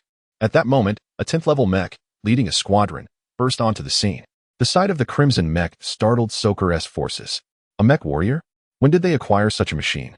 One Soker member muttered. What alarmed him was not the mech itself, but the overwhelming energy emanating from its pilot in conjunction with the machine. Lose, come and meet your demise. Haha. Hu Bing laughed maniacally as he charged toward a 9th level genetic warrior. Tianlin possesses his second in command, just as Saka has a similar figure. Both sides have long been embroiled in conflict, each fully aware of the other's capabilities and combat prowess. In this moment, upon entering the battlefield, Hu Bing immediately charged at a 9th level gene warrior named Russ. This adversary was his old nemesis, yet there was no camaraderie of heroes or any such sentimental nonsense between them. Only a profound animosity. Hu Bing's gaze was icy as he piloted his mech, surging forward with a fierce velocity towards Russ. Upon witnessing Hu Bing commanding the striking crimson mech and sensing the energy fluctuations emanating from it, Russ's expression shifted dramatically. Previously, their energy levels had been nearly equal, hovering around 200,000 to 250,000. However, now, with the addition of a mech boasting an energy level exceeding 100,000, Hu Bing's overall power surged to a staggering 300,000. This was no trivial matter. A disparity of 100,000 in energy is not a mere fraction. Such a significant gap could easily result in overwhelming dominance. Where did he acquire this mech? Surely, it must be a Class D mech. Russ, in a state of disarray, attempted to flee, his heart heavy with frustration. Class D mechs are exceedingly difficult to obtain, tightly regulated, and monopolized by numerous cosmic nations. The engineers capable of assembling such mechs would never venture into the black domain, nor would they deign to engage in transactions with black market merchants. Thus, a Class D mech is indeed a treasure within the black domain. Now that Hu Bing wielded a Class D mech, how could Russ possibly contend? He could only run. Yet, the speed of the mech was far beyond Russ's capabilities to match. In an instant, Hu Bing caught up with Russ, raising the frenzied war blade in his hand and fiercely swinging it towards Russ. It must be said that although both were utilizing the Tyrant Mecha, the power that Hu Bing could unleash with it far surpassed that of Su Ming. After all, Su Ming had merely reached the threshold of usage. Piloting the Tyrant Mecha felt akin to wielding a cumbersome heavy weapon. However, for Hu Bing, his current energy level was perfectly suited for the Tyrant Mecha, enabling him to unleash its full potential. Upon witnessing the Tyrant Mecha charging towards him with such ferocity, Russ realized that merely fleeing would ultimately lead to his demise at the hands of the Mecha. Instead, he resolved to confront it decisively, hoping to find a way to escape amidst the clash. Yet, the combat prowess of the Tyrant Mecha was far beyond what Russ could withstand. The blade's power was activated instantaneously. With each strike, 50 of the attack was reabsorbed, transforming into a subsequent strike, creating the illusion of the Mecha relentlessly cleaving its opponent. Clang, clang, clang. A cacophony of metal colliding resonated in the air. With each ferocious swing of the Tyrant Mecha, Russ felt a growing numbness in his hands. After enduring approximately 3 strikes, a sharp pain shot through his grip, causing his war blade to slip from his fingers and fly away. Seeing this, Hu Bing was filled with elation, his frenzied war blade descending upon Russ with deadly precision, cleaving him in two. There was no chance of survival. Having vanquished a formidable foe, Hubei felt an overwhelming sense of exhilaration. He let out a triumphant roar, then piloted the tyrant Mecha, charging fiercely towards the leader of Sokka. At this moment, Sokka's leader was engaged in a fierce battle with the leader of Tianlin. Both combatants were consumed by their fury. Sokka's leader, in particular, was seething with rage. An unusual sensation stirred within him, as if the opposing leader was resolutely intent on annihilating him during this encounter. With a scoff, Sokka's leader thought, "Annihilate me?" He was acutely aware of Tianlin's capabilities. The notion that they could extinguish his life was sheer folly. However, suddenly, his expression shifted as he sensed an exceptionally potent energy level surging towards him. Another level 10 genetic warrior? The absurdity of it struck him. Wasn't there only one level 10 genetic warrior in Tianlin? Where could a second one possibly emerge? Turning around, he was confronted by a striking red mech charging at him. "You? Hubei?" Sokka's leader widened his eyes in disbelief as he beheld the mech before him, sensing the energy fluctuations emanating from within it. He felt an ominous premonition creeping in. Seeking death, he bellowed furiously, his form shifting as he swung his battle axe with ferocity towards the tyrant mech. Observing this, Hubei's lips curled into a smirk, and a thin layer of energy shield manifested around the tyrant mech, boldly meeting Sokka's leader's assault head-on without flinching. Sokka's leader, witnessing this, felt a twinge of disbelief. It was commonplace for mechs to possess energy shields. Yet his energy output was a staggering 300,000. Any ordinary mech shield would undoubtedly shatter under such a blow, sending the mech hurtling away. The plot had already been meticulously crafted in his mind, and his hands moved with unwavering speed, relentlessly striking at the tyrant mech. However, the unfolding events swiftly surpassed his expectations. The energy shield was shattered, yet this formidable mech, despite sustaining a massive gash, remained unyielding. It seemed as though it had entirely absorbed the impact of his assault and continued its fierce charge towards him. In the next moment, having gathered sufficient potential energy, the tyrant mech unleashed its most devastating move, the charged strike. A deafening explosion resonated as Sokka and Huobing clashed in combat. Sokka's gaze was laced with derision. Even though Huobing piloted a D-class mech capable of contending with a level 10 genetic warrior in terms of energy output, it was merely a contention. In reality, a level 10 genetic warrior wielded the advantage of mechanical enhancements, thus their energy output inevitably surpassed that of Huobing's D-class mech. The two engaged in a fierce confrontation in an instant. Yet, at that moment, Sokka's eyes widened in astonishment. He sensed a formidable surge of energy emanating from across the battlefield, accompanied by an overwhelming force. Sokka was profoundly shocked. He had previously gauged the energy level of Huobing's D-class mech to be around 33W at most. But now, Huobing had unleashed nearly 40W of energy, an astonishing increase of 7W. Where could this additional energy have originated? Sokka, the leader, remained oblivious to the fact that the energy levels he was experiencing were derived from his own offensive momentum, now entirely accumulated by Huobing and thrust back upon him. In an instant, the explosive force of the attack exceeded Sokka's expectations, catching him off guard. The mechanical device in his grasp was violently hurled away by the strike. Alarmed and panicked, Sokka realized that without his mechanical equipment, he could not possibly contend with the formidable Tianlin leader behind him. Instinctively, he attempted to retrieve a backup battle knife from his storage space. Yet this process inevitably required time. Boom! Another resounding explosion echoed across Talent Star, and the energy fluctuations unleashed at that moment were far more potent than those of the previous charged strike. Sokka did not even have time to utter a cry of despair before being obliterated into a gruesome pulp by the terrifying energy impact. With Sokka's demise, the Sokka faction fell into disarray, its members losing the will to fight and scattering in retreat. Observing this, Huobing commanded the Tianlin members to pursue relentlessly, while he himself dismounted from his mech, gazing with satisfaction upon the battlefield before him. Initially, the strengths of the Sokka and Tianlin factions were comparable. However, with Huobing's additional mech augmenting his power by approximately 100,000, the scales of victory tipped decidedly in favor of Tianlin. With Sokka eradicated, Tianlin stood poised to absorb some of Sokka's influence and operations, thereby enhancing its own power. The leader of Tianlin, known as Canes, was a towering figure with golden hair and striking blue eyes. At this moment, he gazed at Hubei with envious eyes. If you were to elevate to the intensity of a level 10 gene warrior, the energy you could unleash would likely surpass my own. The mech warriors remained the predominant force in interstellar society. Keynes was consumed by envy, yet regrettably, he was not a developer of cerebral energy levels. He possessed only physical capabilities and could not wield a mech. Otherwise, he might have sought a mech from Master Su Ming. For now, he could only harbor envy. We must cultivate a good relationship with Master Su Ming in the future.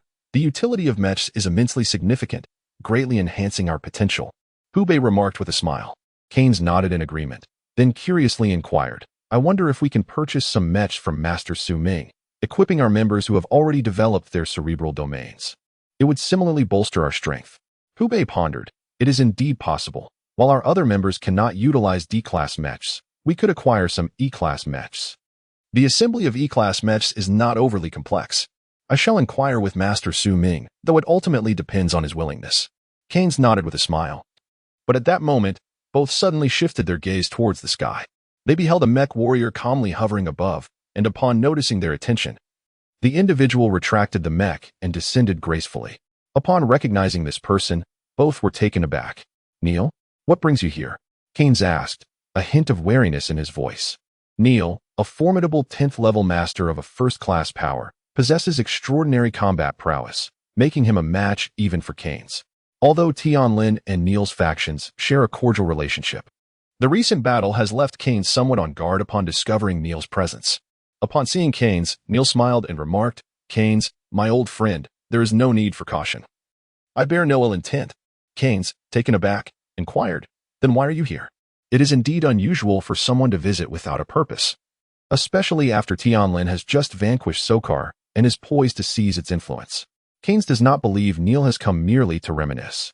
Following Keynes's question, Neil's gaze shifted to the armored mech nearby as he cheerfully stated, I have come to inquire if you two might know a mechanic capable of assembling a D-class mech. Upon hearing Neil's words, both Hubei and Keynes exchanged glances, their initial wariness slightly dissipating. Hubei then replied, I recall that your faction also boasts mechanics skilled enough to assemble D-class mechs. Why not enlist their assistance? Neil's faction, being a first-class power, is indeed remarkably strong and even possesses its own stellar-class mechanics. For a D-class mech, a stellar-class mechanic would be more than adequate. However, after Hubei's suggestion, Neil sighed with a hint of exasperation and explained, the mech I wish to assemble, while classified as D-class, presents significant challenges, and the mechanics at my base are not equipped to handle it. Witnessing the formidable power of your mech, it is evident that the craftsmanship of the assembler is remarkably high, thus I am inclined to give it a try. Upon hearing Neil's words, Huobing exhibited a moment of realization and then nodded in response, stating, I can introduce you. However, whether this esteemed mechanic is willing to assemble it for you depends on your own capabilities. After hearing Huobing's words, Neil smiled and nodded, subsequently saying, Rest assured, my faction possesses a wealth of knowledge that would surely pique the interest of many mechanics, and I am confident that this stellar-level mechanic will be intrigued. Huobing nodded and then addressed Keynes. Boss, I shall take my leave for now. The subsequent matters are entrusted to you. And it is also the perfect opportunity for me to seek assistance from Master Su Ming in repairing some of my mechs. Chapter 87. The Mother-Child Mech at this moment. Within the confines of Planet Abe, the Wantung base is undergoing continuous construction and development. Initially comprising only 3 buildings, Wantung has now expanded with numerous additional structures. Although they are predominantly Class 5 genetic warriors, for Wantung, this marks a significant enhancement of their power. Locke and Warren are traversing the Wantung base. Has the air missile system that Su Ming mentioned been assembled? Locke has now assumed the role of the steward of Wanting, curiously inquiring at this moment. Su Ming, being exceedingly busy, has entrusted the construction of the base's military defense system to Warren. Fortunately, Warren has matured into a competent mechanic, fully capable of adeptly managing the military defense system within the base. Rest assured, I have deliberately equipped several electromagnetic pulse firearms, even in the event of an aerial assault. We shall be capable of neutralizing the threat, Warren declared with a sense of pride. Locke nodded in agreement, then shifted his gaze toward one of the towering edifices nearby. Within this building, numerous researchers clad in white lab coats were busily traversing the space. These individuals constituted Wang Ku's team. At this moment, Wang Ku, accompanied by his team, had resumed their previous research on the supergene serum. Previously, the supergene serum developed by the Lasso Alliance could only be deemed a semi-finished product. lacking the requisite stability and safety to be considered a mature technology. However, now, Su Ming had proactively encouraged Wang Ke and his colleagues to re-engage with this research topic. After all, Su Ming had witnessed the remarkable effects of the supergene serum, which could instantaneously elevate cosmic organisms to a significantly higher level. Should they succeed in developing it for human application, it would undoubtedly represent a groundbreaking innovation, embodying immense value. Even the Empire and the Federation had begun to covet the supergene serum. Nevertheless, the research process demanded substantial time and resource investments, essentially amounting to a continuous expenditure of funds. Currently, the most financially draining department within the entire Wanten organization was the research division, which incurred daily costs exceeding tens of millions. Locke felt a growing sense of urgency regarding this matter. Although Wanten could sustain itself for a considerable duration through the sale of mechanical components and various minerals acquired by Su Ming, this was ultimately a precarious situation. The income sector had become a vulnerability. One cannot rely solely on past achievements, for the resources will eventually be depleted. One must find a means to achieve profitability swiftly. With this thought in mind, Locke did not hesitate and promptly knocked on Su Ming's door. Today, Su Ming had just completed the repairs on the machinery and found himself momentarily unoccupied. Locke, what brings you here? Su Ming inquired curiously upon seeing Locke enter. Without delay, Locke candidly expressed his concerns. After a moment of contemplation, Su Ming gradually responded, the development of superpowered genes must undoubtedly continue. It is a groundbreaking innovation that may one day alter the very course of the universe. Should this occur, Wanten could rise rapidly. However, the issue you raised is indeed a pivotal one, Su Ming mused. Locke nodded in agreement and then suggested, I was contemplating. Perhaps we should seek out some channels to market the gene serum? Currently, within Wanten, there exists advanced production equipment and technology for gene serums, yielding products that are undoubtedly on par with the legitimate offerings available in the cosmic marketplace. In comparison to the small workshops where failure rates often exceed 10, our products are nothing short of exceptional. Once introduced, they could potentially dominate the entire market. However, after a moment of contemplation, Su Ming shook his head, stating, now is not the opportune moment. The quality of our genetic agents is extraordinarily high. Once we commence sales, the small workshops will undoubtedly struggle to compete. This would inevitably affect the interests of certain individuals. I shall devise a strategy later. Currently, Wanten is still quite feeble, and should it encroach upon others' interests, we would undoubtedly face considerable hostility from the dark domain forces, which would be counterproductive. Su Ming fell into a deep reverie, various potential solutions swirling within his mind. Just then, a voice echoed from outside, Leader, there is someone who wishes to see you. Upon hearing this, both Su Ming and Locke displayed expressions of surprise. Su Ming then addressed Locke, you may leave for now. We shall discuss the revenue matters later. Locke nodded in agreement and subsequently exited Su Ming's studio. Before long, Hu Bing entered the studio, accompanied by Neil. Master Su Ming, Hu Bing exclaimed with a beaming smile. In his eyes, Su Ming held a status akin to that of a benefactor. Upon seeing Su Ming, Hu Bing exhibited an unusually warm demeanor. Who is this? Su Ming inquired. Glancing curiously at Neil, Hu Bing quickly introduced, this is Neil from Yaoyang. Upon hearing of Master Su Ming's exceptional mechanical skills, he specifically wished to pay a visit. Upon learning that Neil hailed from Yaoyang, Su Ming felt a slight astonishment. Yaoyang is one of the foremost powers within the dark domain, possessing significant influence and authority therein. The rules of the black domain are partially established by the Radiant Sun organization, which possesses a vast array of business ventures, including the production of machinery, the trade of various materials, and hiring services, among others. Upon learning that Neil hails from Radiant Sun, Su Ming couldn't help but direct his gaze toward him. Neil smiled and then addressed Su Ming, saying, Master Su Ming, your skills are remarkable. However, I wonder if I might be so fortunate as to invite you to assist me in assembling a D-class mech? Of course, feel free to stipulate any conditions or prices. I shall do my utmost to accommodate your requests. Upon hearing Neil's proposition, Su Ming did not hastily agree, but rather inquired with curiosity. You wish to assemble a D-class mech? What type of D-class mech are you considering? Neil glanced at Su Ming and chuckled softly. I am uncertain if Master Su Ming is up to the challenge, but the mech I wish to assemble is rather intricate. It is a mother-child model. A mother-child model? Su Ming exclaimed in surprise. Is there truly a mother-child model among the D-class mechs? Neil nodded and replied, Indeed, Mother-child models are quite rare among D-class mechs. However, Radiant Sun recently invested a substantial sum to acquire the knowledge and blueprints for this particular mech. The mech I am currently piloting is also a D-class. But in terms of power, it certainly cannot compare to the mother-child model at the same level. Thus, I seek your assistance in its assembly. Chapter 88. The Business of Gene Serums. What exactly is a mother-child model mech?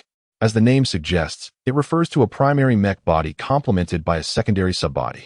In combat, the primary mech not only possesses its own formidable strength, but the subbody equally wields substantial power, functioning as an enhancement or assistant to the primary body.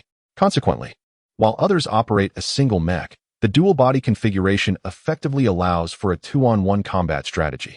In comparison to standard mechs, the dual body variants exhibit a combat prowess that far surpasses that of conventional models.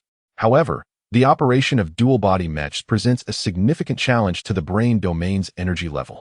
After all, this type of mech requires the pilot to multitask and maintain focus on two entities simultaneously. Of course, with the aid of the mech's intelligence system, one could operate without engaging in multitasking. Yet this would result in the subbody being deprived of the enhancements provided by the brain domain's energy, leading to a substantial decrease in combat capability. Thus, despite the impressive power of dual-body mechs, improper handling by an inexperienced operator can yield counterproductive results. Su Ming was somewhat astonished by the confidence displayed by this individual named Neil, who believed he could master the dual-body mech. After a moment of contemplation, he nodded and said, "I can give it a try, but I have 3 stipulations when assisting others in assembling a mech." Upon hearing Su Ming's words, Neil's eyes brightened, and he inquired, "What are the stipulations?" Su Ming replied with a smile, "First, I require a share of the rights to the knowledge and dissemination of mech technology. Rest assured, I shall not share it with your adversaries." Neil nodded in agreement. "That is acceptable." "Second, I require some mechanical knowledge." Neil smiled and remarked, "This is nothing. Whatever Yao Yang can procure is acceptable." "What type of mechanical knowledge does the young master desire?" Su Ming nodded and responded, "Energy-related. I require all levels of energy-based mechanical knowledge, even the most fundamental, and as for the value equivalence, you can assess that yourself." Scientific knowledge is an exceedingly intricate subject. Beyond Su Ming's familiarity with mechanical assembly and construction, there exists a predominant field of knowledge: energy. Energy-related technological knowledge, along with mechanical assembly, construction, and repair, constitutes the mainstream of scientific knowledge. However, Su Ming had previously focused on mechanical assembly knowledge, and his current desire to acquire knowledge in the energy domain stems from a significant reason: the knowledge of humanoid civilizations and the threat posed by the crystalline civilization. The information imparted to Su Ming by the humanoid beings revealed that this civilization leans heavily towards the study of energy in the scientific realm. Seizing this opportunity, Su Ming aims to fill the gaps in his understanding of energy-related technology. On one hand, he wishes to explore the differences between the knowledge of the two civilizations. On the other, he aspires to carve out a new path within the knowledge systems of both civilizations. Of course, there is also a primary motivation: the crystalline civilization. The crystalline civilization is evidently a pure energy-based civilization, having presumably reached the pinnacle of energy development and application. Su Ming himself has simulated the odds of contemporary human civilization confronting the crystalline civilization. The answer is infinitely approaching zero. The energy erosion of the crystal civilization is indeed formidable. Even an apocalyptic-level powerhouse's attack would be devoured by it. To unravel the capabilities of the crystal civilization, one must certainly delve into the realm of energy-related technological knowledge. Upon hearing Su Ming's request, a flicker of intrigue crossed Neil's eyes. Energy-related technological knowledge is seldom pursued by mechanics, as it represents 2 distinct focal points. Mechanics typically have limited energy and focus on mastering one area. Attempting to study 2 would be overwhelming. However, some mechanics might choose to learn it as a secondary subject, intending to enhance their mechanical knowledge through peripheral understanding. Neil harbored no doubts about this. Nonetheless, energy-related knowledge within the realm of the Son of Radiance is rather scarce, which would require him to invest considerable effort in searching. Neil nodded, then inquired, "And the third?" Su Ming smiled, then moved a chair closer. "Sit. Let us converse leisurely." Neil and Hu Bing exchanged glances, both puzzled. Even Hu Bing felt a twinge of confusion. Su Ming's 3 conditions had previously been articulated to him, so Hu Bing had a rough idea of what Su Ming sought. However, Su Ming's current demeanor left both of them somewhat bewildered. With a sly smile, Su Ming leaned in and quietly asked, I wonder if Tian Lin and the Son of Radiance are engaged in the gene potion business? Upon hearing Su Ming's words, Hu Bing and Neil nodded. Their expressions tinged with curiosity as they inquired, this is a significant venture. Naturally, we are both involved. Su Ming, with a cheerful demeanor, responded, What if I were to propose becoming your supplier of genetic agents? Upon hearing this, Neil and Hu Bing exchanged glances, their brows furrowing slightly. The genetic agent business is a lucrative domain within the Black region, and everyone is keenly eyeing this substantial opportunity. Observing the expressions on their faces, Su Ming chuckled softly before continuing, Of course, I understand that if I were to suggest a change in suppliers, there must be an incentive for you both. Perhaps you might consider my proposition. My genetic agents boast a success rate of 99.5. They are of superior quality, and in addition to the black market, you could even expand into some of the smaller, resource-scarce cosmic nations.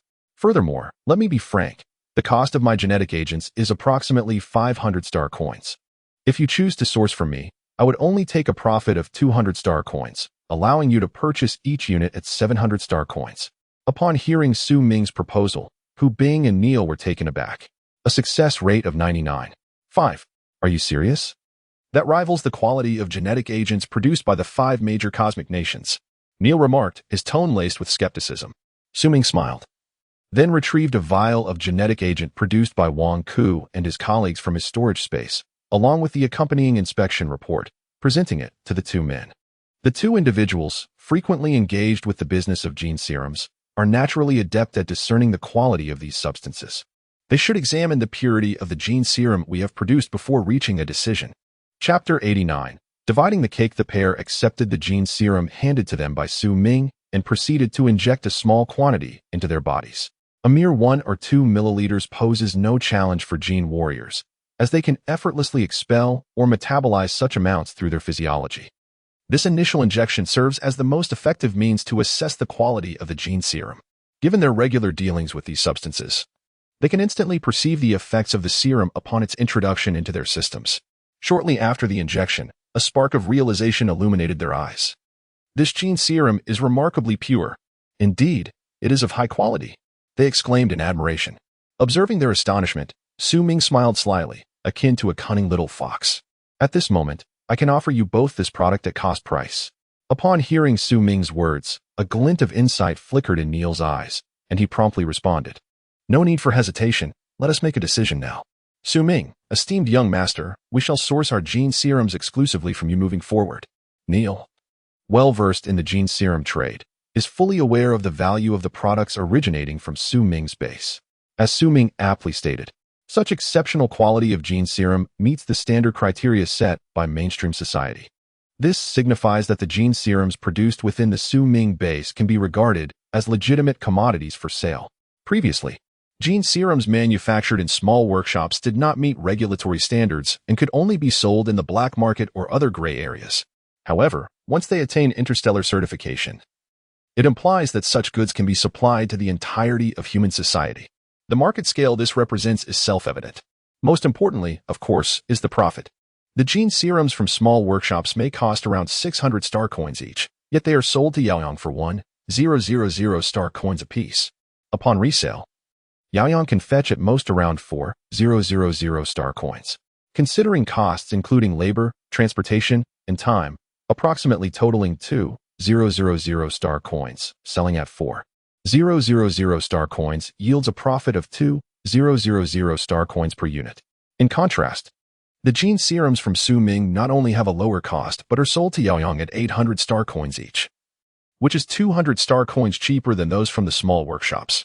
Crucially, the quality of these gene serums allows them to be resold for around 5,000 to 6,000 star coins. This results in a profit margin of 3,200 to 4,200 star coins, exceeding the profits from the serums acquired from small workshops by more than 50.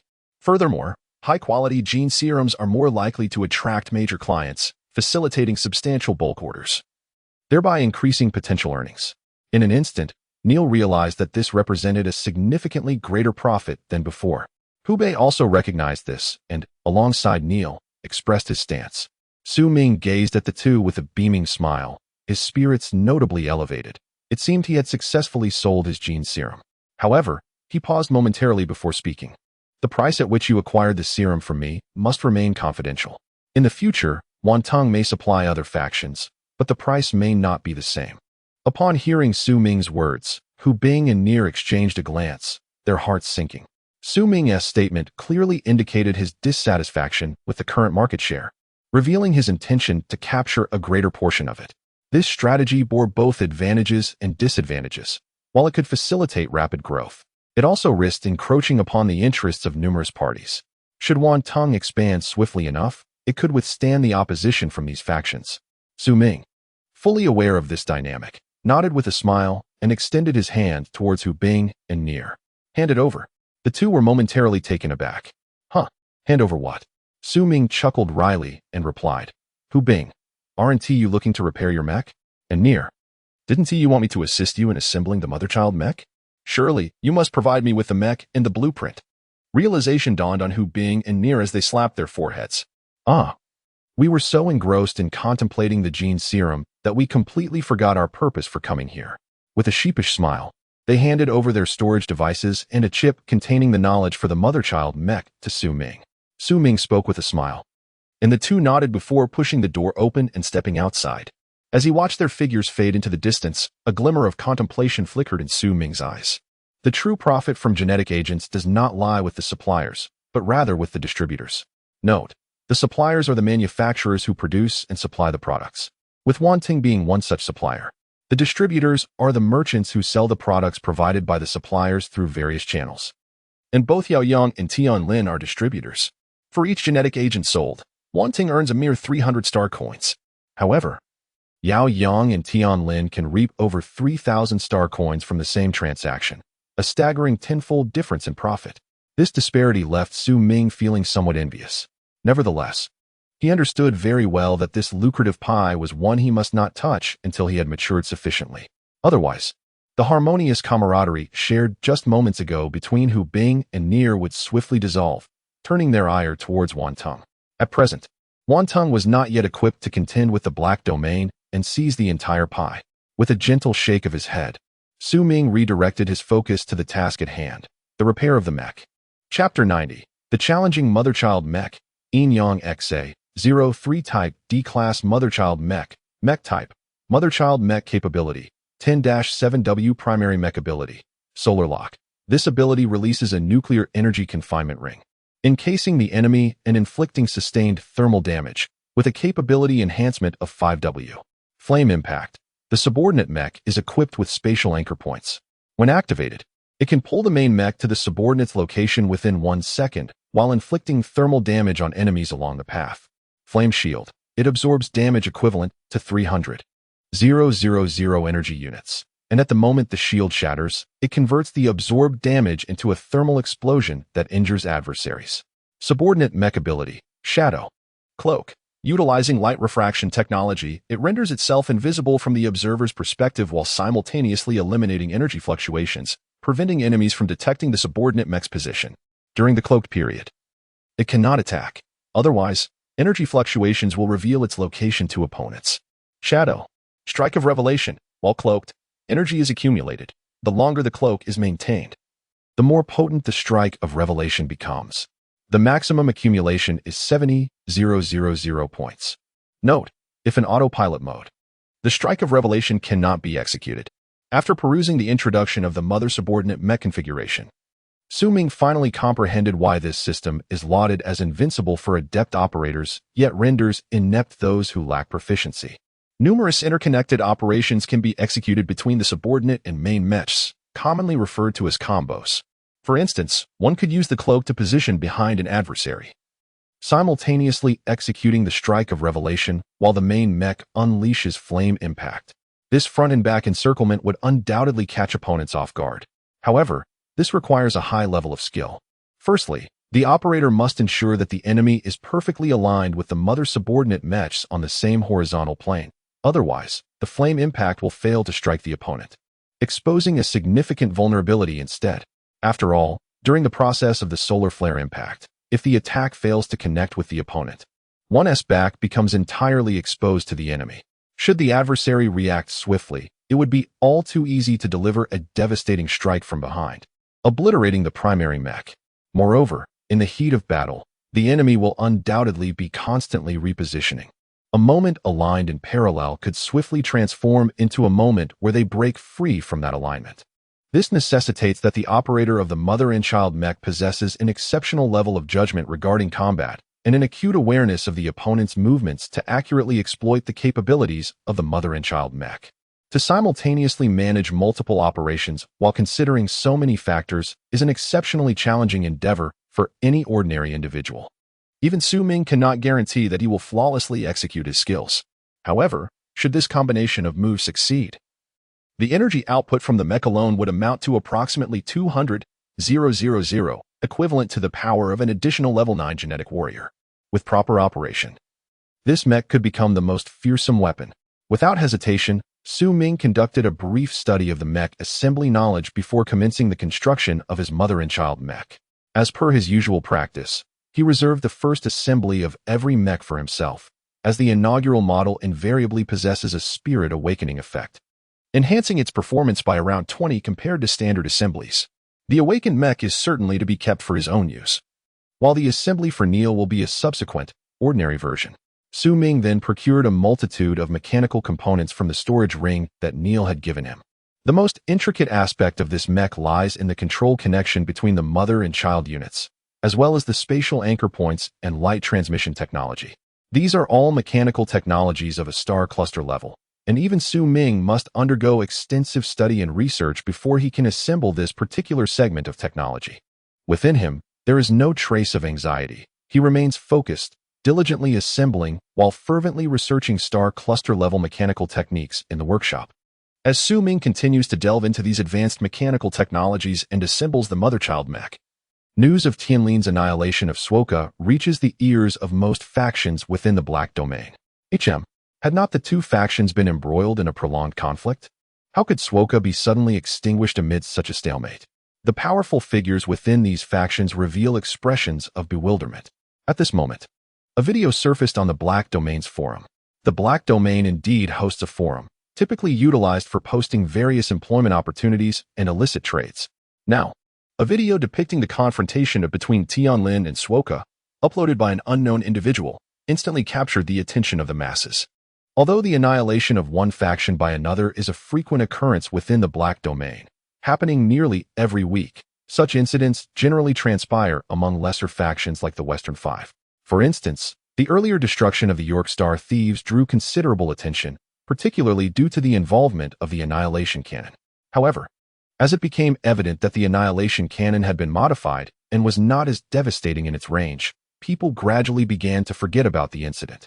The rise and fall of the fifth-tier powers hold little significance for the Black Domain.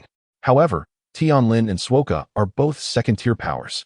The annihilation of one by the other has stirred considerable commotion, as second-tier powers are regarded as dominators within the Black Domain. Consequently, attention gravitated towards a particular video, with many curious to uncover the reasons behind Tianlin's defeat of Swoka. It was the Mecha, that striking crimson Mecha. An observer of the video quickly discerned the pivotal factor in the balance of victory. I heard that Hubing had previously acquired the blueprints for a D-class mecha and had been seeking a formidable mechanic within the Black Domain to assist in its assembly. Yet, either the mechanics he encountered were lacking in skill or were affiliated with other major powers, causing him to feel uneasy. Unexpectedly, he discovered a mechanic outside the realm of the major powers. This mecha, if I recall correctly, is called the Overlord Mecha, isn't it? The mechanic's proficiency is commendable. I sense that the performance of this Overlord Mecha surpasses that of any I have previously encountered in other locations. A D-class mecha? Witnessing the Overlord Mecha, many experts fell into contemplation. Some among them were developers of brain domain energy levels, and as members of the Black Domain, they had, to some extent, acquired knowledge of mecha through various channels. Upon seeing Hubing's Overlord Mecha, these experts' thoughts began to flourish. If this mechanic could assemble a D-class mecha, could he also assist in assembling mine? Chapter 91. The extraordinary abilities of the Master Mechanic. Is Master Su Ming available? I am from the Jikong Mercenary Corps, and our leader wishes to visit you at a convenient time. Might Master Su Ming spare a moment to assemble a mech for our leader? The price is negotiable. At that moment, outside the establishment of Wantan, A group of mercenaries resembling Gene warriors awaited at the entrance, craning their necks in an attempt to glimpse inside. Locke, with a pained expression, gazed at the mercenaries before him and exchanged a glance with Warren, their eyes filled with resignation. It was evident that the extraordinary capabilities of a high-level mechanic were gradually revealing themselves. Su Ming, one of the few in the Black Domain capable of assembling D-class mechs, whose performance surpassed that of the average D-class by 20%, soon attracted the attention of numerous factions eager to enlist his expertise. During his time in Tianlin, where he assisted Hubing in assembling a mech, many members of Tianlin bore witness to the event, thus the origin of Hubing's mech. Crafted by Master Su Ming, was no longer a secret within the Black Domain. Now, the major factions were well aware of the arrival of a formidable mechanic in the Black Domain, who had established a force known as Wantan. While these powerful figures showed little interest in the strength of the mechanics faction, they were exceedingly intrigued by Su Ming's mechanical prowess. Those capable of piloting D-class mechs were at least 8th-level Gene warriors, or even stronger individuals. Indeed, even 10th-level Gene warriors fell within the realm of D-class mechs. At this level, who isn't a powerful figure entrenched in the shadows? Now, a group of individuals has come to Wantong, seeking to acquire a mecha from Su Ming. Ladies and gentlemen, our leader has been preoccupied these past few days, assembling mechas for others in the workshop. Perhaps you could return in a couple of days? Locke said with a wry smile. The people before him were all subordinates sent by prominent figures, and Locke could only speak to them with utmost respect, not daring to show even a hint of disrespect. If he were to offend these powerful individuals, it could spell trouble for Wantong. Certainly, we must give face to Master Su Ming, but you must remember, it was our Shanhui mercenary corps that sought you out first. We should be prioritized in this queue. Nonsense. I was clearly the first to arrive. Do you think you can cut in line? It's laughable. I've been waiting here since morning. And who do you think you are? Soon, these Gene warriors began to engage in a heated dispute over the issue of who arrived first. Locke observed the unfolding scene with a bitter smile and quickly interjected, "There is no need for contention. I will consult our leader on this matter, and if necessary, we can hold a bidding meeting where the highest bidder will take precedence." If these esteemed individuals continued to quarrel, it seemed that the base Wantong had painstakingly constructed might be dismantled by the very Gene warriors they sought to appease. Locke felt a deep sense of helplessness within. Upon hearing Locke's words, the Gene warriors displayed expressions of contemplation before nodding in agreement. Indeed, our Winterflower mercenary corps possesses abundant mechanical knowledge and ample star coins. Thus, we can simply compete under the conditions we set. Others also nodded in affirmation, subsequently leaving their leaders and factions' names and contact information with Locke before dispersing. Locke did not deceive these Gene warriors. Su Ming was indeed immersed in his workshop, diligently assisting others in assembling mechas. The mechas being assembled were none other than the mother-child type. After nearly 2 weeks of dedicated study, Su Ming had thoroughly grasped the mechanical knowledge required for this type of mecha and began to construct his own Qi-Ling mother-child mecha. Once his Qi-Ling mecha was completed, Su Ming would then turn his attention to assembling a mecha for Neil. It is worth noting that with each new mecha assembly and the acquisition of new knowledge, Su Ming experienced a remarkable elevation in his energy level. Each mecha, upon its initial assembly by Su Ming, not only exhibited an awakening effect, but Su Ming himself also reaped significant benefits from these awakenings. The concept of awakening is shrouded in mystery. However, following the third transformation of human society, it has become evidently clear. Awakening is indeed a tangible phenomenon, and it is only after a mechanic completes the assembly of a specific model for the first time that the awakening effect materializes. This process is akin to a mechanic imbuing their inaugural creation with a soul, a profoundly intricate phenomenon that is nonetheless grounded in scientific principles. The awakening not only enables the mechs to attain growth but also bestows significant advancement upon the mechanist. With each awakening process, the mech that undergoes transformation reciprocates a portion of its energy and growth back to the mechanist. With the assembly of an awakened mech, Su Ming is able to derive substantial progress and enhancement from it. Following the elevation of these awakened mechs, Su Ming's physical energy level and cerebral domain energy level have ascended from their previous values of 21,000 and 20,000 to the realms of 24,000 and 25,000, respectively. The awakening has granted him an increase of 3,000 in physical energy and 5,000 in cerebral energy. It is worth noting that the enhancement of 5,000 000 in cerebral energy is not solely attributable to the awakening.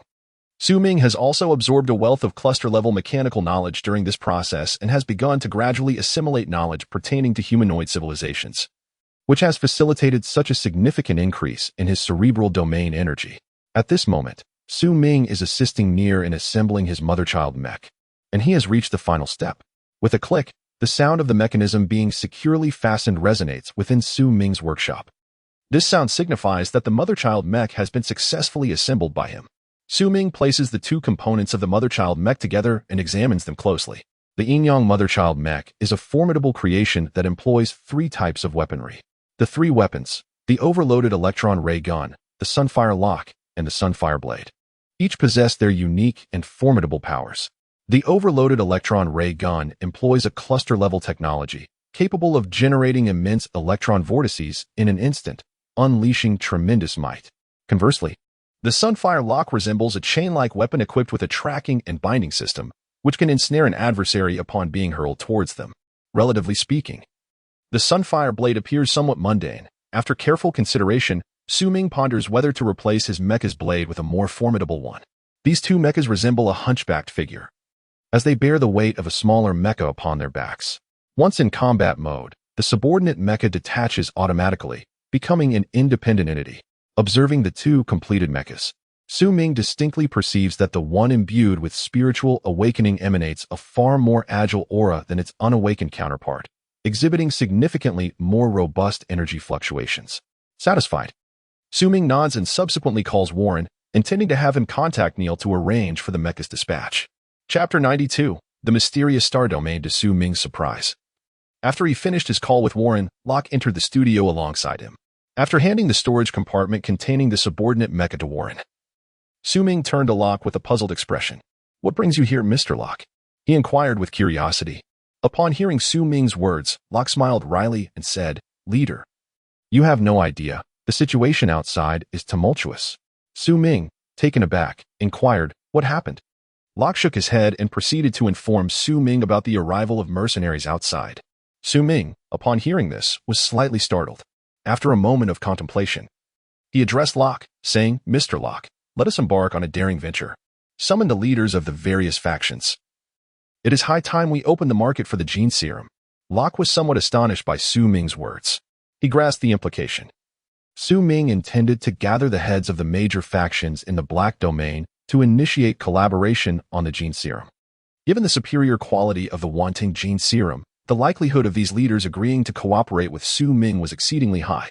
However, this would inevitably leave the small workshops in the Black Domain with no means of survival. Consequently, Wantung would likely face a fierce backlash from numerous small enterprises. Locke felt a twinge of concern. Although he referred to these gene serum manufacturers as small workshops in a somewhat mocking tone, it was merely a jest at the expense of the researchers within these factions who had failed to respond, possessing outdated technology. In reality, the power wielded by these factions was far from insignificant. At least, Locke was aware that one such small workshop was backed by a prominent force within the Black Domain. While the other small enterprises may not belong to the first tier, their capabilities were not to be underestimated. Should Su Ming attempt to monopolize the supply of gene serums by reaching out to the leaders of these factions, it was likely that the small workshop factions would rise in rebellion, banding together against him. Observing Locke's hesitance, Su Ming couldn't help but chuckle before speaking. "Rest assured, I am aware of your concerns. However, fortune often favors the bold. How can one know without venturing a try?" Locke cast a glance at Su Ming, feeling increasingly perplexed by this individual. At times, Su Ming exhibited a chilling calmness, reminiscent of an emotionless automaton. Yet, on other occasions, he would unveil a wildly unpredictable side. This had been evident during the previous escapade with the York Star Pirates, where Su Ming audaciously contemplated using a planet-destroying cannon against Abe. Fortunately, he managed to rein in that reckless impulse just in time, or else they would have faced annihilation at the hands of various factions within the Dark Domain. Now, Su Ming aimed to seize control over a significant monopoly within that very realm, an endeavor undeniably audacious. Locke felt a chill run down his spine. What was happening? Wasn't this an exceedingly composed mechanic? Why did his moments of madness leave even him feeling overwhelmed? In truth, Su Ming himself remained unaware of this contradictory nature within him. an extreme calmness juxtaposed with bouts of wildness. This dichotomy stemmed from the stark contrast in his upbringing across 2 lifetimes. Yet, at this moment, Su Ming had not attained any significant realization regarding it. It settled then, Su Ming declared with a grin. Locke swallowed hard and numbly nodded in agreement. The leader is quite mad, and there is no choice but to accompany him in his madness. After Locke departed from Su Ming's office, he reached out to the heads of various factions one by one. Just as Su Ming contemplated monopolizing the gene serums within the Black Domain in the Empire, the head of the Corlin family, Corlin Clarence, wore a grim expression as he regarded the youth before him. This young man was none other than his eldest son, Corlin Surue. At that moment, Corlin Clarence was seething with frustration. Just moments ago, he had leveraged various connections within the Empire to extricate his son from a military tribunal. Consequently, he had incurred a considerable debt of gratitude to numerous individuals. However, this was not the crux of his anger. What infuriated Corlin Clarence the most was that his promising son had failed to accomplish a task that was almost effortless. Originally, Corlin Clarence had hoped Surue would cultivate a commendable reputation, but now that reputation lay in ruins. The entire Empire, everyone within the military system, was aware that a formidable apocalyptic-level powerhouse of the Empire had a son incapable of even completing basic tasks. Given his recent performance and reputation within the Empire, it seemed Surue's future prospects would be severely hindered, with little hope of securing any significant standing. Corlin Clarence's heart burned with indignation. He felt utterly unfortunate. For although his eldest son appeared exceptional, he was, in reality, nothing but a complete failure. Initially perceived as a mere wastrel, the second son, upon further investigation, revealed himself to be a prodigious talent. The one previously deemed unworthy now displayed an astonishing level of ability that even astounded his father. Corlin Clarence suppressed the tempest of anger within him and addressed Surue with a measured tone. At that moment, Surue, having been thoroughly frightened by the Empire and his prior experiences, wore a face once marked by confidence and grace, now etched with trepidation and concern. Corlin Clarence sighed inwardly, feeling a pang of disquiet at his son's state. Should his son manage to emerge from this shadow, he could potentially forge a remarkable destiny. However, if he succumbed to despair, even his status as a being of apocalyptic strength would be of no avail. After Surue departed from his chamber, Corlin Clarence rose abruptly, a chilling glare flashing in his eyes. "Dare you to hijack my mineral box? You must be seeking death," he uttered in a low voice. With a flicker of determination in his gaze, he swiftly made his way to a warship. Once aboard, he addressed the ship's autopilot system with an air of nonchalance, set course for the enigmatic star domain of the Eastern Underworld Alliance. Upon hearing Corlin Clarence's command, the intelligent robotic system of the autopilot inquired, "The enigmatic star domain, located on the periphery of the Eastern Underworld Alliance among the 5 great cosmic nations, is perpetually fraught with peril. Are you certain you wish to proceed to the enigmatic star domain?" Upon hearing the words of the intelligent robot, Corlin Clarence nonchalantly nodded. Chapter 93, The Oracle. The Eastern Underworld Alliance, one of the 5 great cosmic nations, stands as a colossal entity on par with empires. The formation of the Eastern Underworld Alliance diverges markedly from that of other Western cosmic nations. While the latter typically progress from civilization to technology and ultimately to powerful individuals, the Eastern Underworld Alliance emerged in a reverse order. First, the emergence of formidable beings, followed by technological advancements, and finally the establishment of civilization itself. This approach starkly contrasts with the conventional developmental trajectory of interstellar societies. Moreover, the Eastern Underworld Alliance is the youngest and least historically entrenched among the 5 cosmic nations, coming into being only after the other Western cosmic nations had largely solidified their structures. Despite its relatively brief history and the peculiar nature of its societal organization, no one dares to underestimate this rising cosmic nation, for it was only after the establishment of the Eastern Underworld Alliance that the curtain was lifted on the 3rd cosmic era. The precursor to the Eastern Underworld Alliance was, in fact, an organization composed of powerful individuals, each of whom had mastered technology to its utmost limits. In their quest for the pinnacle of scientific knowledge, these formidable beings founded the Eastern Underworld Alliance. Through years of research and exploration, they uncovered the theological endpoint of technology. This theology, however, is not of a religious nature akin to certain idealistic schools of thought, but rather a tangible, scientifically grounded theology that can be perceived and measured. The realms of brain energy levels, mech awakening, divine mechs, multidimensional information states, dark matter tidal energy, and the phenomenon of divinization are all groundbreaking studies and technologies accomplished under the auspices of the Dongming Alliance. This universe nation, characterized by its epic-defining nature, possesses an exceptionally formidable national strength, despite its political structure being entirely distinct from that of other cosmic entities. At this moment, a warship suddenly pierced into the enigmatic star region of the Dongming Alliance. It was the vessel commanded by Corin Clarence.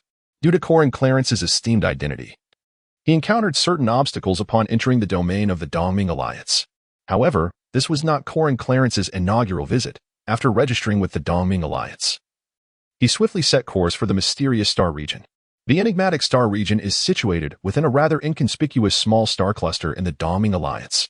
The environmental conditions of this entire star region are exceedingly harsh. Even in the void, there are frequent surges of nuclear radiation resulting from stellar explosions, enveloping the region in a shroud of nuclear fallout. The rampant thermal and nuclear energy within this domain creates an atmosphere akin to a dead zone.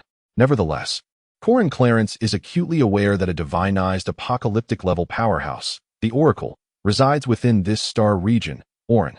Corin Clarence's visit to Orin is motivated by a desire to inquire about certain matters. As the warship traverses the void, the overwhelming thermal energy erupting around it is entirely deflected by the ship's energy shield. This warship is not piloted by Starry, as the chariot of an Imperial-level powerhouse. This warship's performance far surpasses that of ordinary vessels. Even under the terrifying temperatures soaring to thousands of degrees Celsius, the ship's protective shield effortlessly withstands the onslaught, leaving it unscathed. The warship continues its course, and at this moment, Colonel Clarence rises, his gaze sweeping through the enigmatic starfield. Suddenly, his attention is drawn to an inconspicuous white dwarf star. A white dwarf is a planet formed at the end of a star's evolution, possessing extreme temperatures and gravitational forces that would incinerate any ordinary being attempting to draw near. Yet, at this moment, Colonel Clarence perceives a familiar energy fluctuation emanating from this very white dwarf. A smirk graces his lips as he swiftly departs from the warship, venturing alone into the cosmic void. To the astonishment of onlookers, Colonel Clarence is devoid of any protective gear. He does not even don a space suit. Standing resolutely amidst the emptiness as if the menacing vacuum were merely his own backyard, he gazes upon the white dwarf, then in a swift motion, descends onto its surface. The fearsome gravity and searing heat of the white dwarf merely prompt a slight furrow of his brow, before a surge of energy envelopes him, allowing him to swiftly acclimate to the harsh conditions. Colonel Clarence, indeed. Upon a white dwarf star, an unremarkable bald man sat cross-legged, unperturbed by the arrival of Colin Clarence at his side. He opened his eyes and greeted Colin with a smile. Colin nodded but furrowed his brow as he scrutinized Shisho. "Owen, my dear brother, you always choose to cultivate in such inhospitable surroundings." I fail to comprehend the appeal.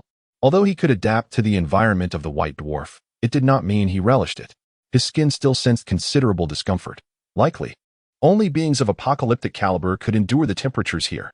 This bald man was Owen, an apocalyptic-level powerhouse of the Eastern Ming Alliance, known as the Oracle. At that moment, Owen spoke with a smile. Only by allowing will and suffering to coexist can one glimpse divinity within the realm of the mind.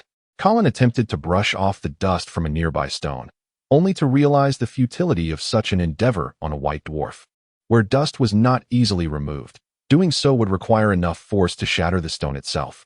Shaking his head, he abandoned the thought and sat down heavily on the stone. This is precisely why I have little inclination towards cultivating divine transformation. It is far too arduous. Colin grumbled. As a grand general of the empire, he was an imposing figure, typically exhibiting a demeanor of utmost seriousness, revealing only a superficial emotion in the presence of peers of equal strength. "Did you come here seeking my assistance for a particular matter?" Colin inquired. Owen turned his head out of curiosity and inquired, "Are you not the Oracle, a being reputed to possess omniscience? Why then must you question me?" Colin Clarence shook his head and replied, "I am here to request your assistance in discerning the identity of the one who has seized the Empire's minerals and their whereabouts." Chapter 94. The bewildered Colin Clarence. Upon hearing Colin Clarence's words, a flicker of intrigue passed through Owen's eyes. He then closed them as if to sense something. After a brief moment, he opened his eyes, astonished, and remarked, "I see now, the Empire's minerals have indeed been commandeered." By merely shutting his eyes, Owen grasped the intricacies of the situation with remarkable clarity.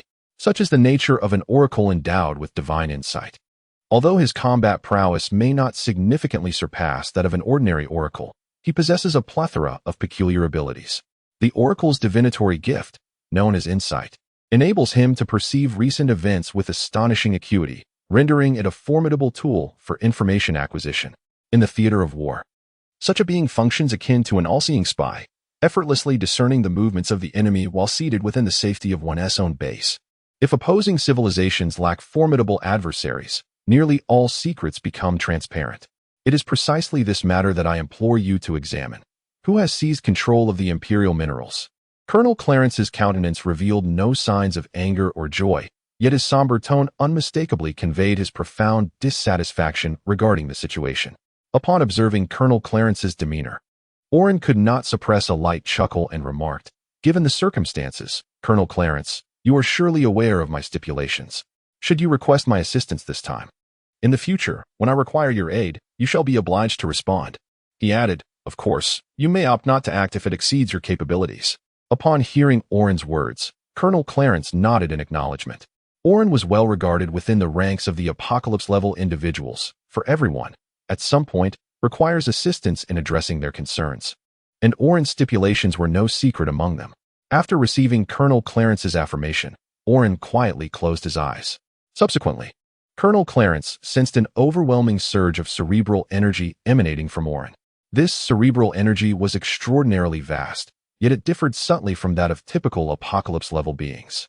Within Orin's cerebral energy, there seemed to be an innate sentience, as if it possessed its own consciousness, creating the sensation of two distinct thoughts coexisting within a single body. Colonel Clarence understood that this phenomenon was indicative of a cultivation method known as divine attachment, akin to the attachment of divinity to a mech, except that it replaced the mech with cerebral energy. This is a distinctive cultivation approach characteristic of the Eastern Ming Alliance.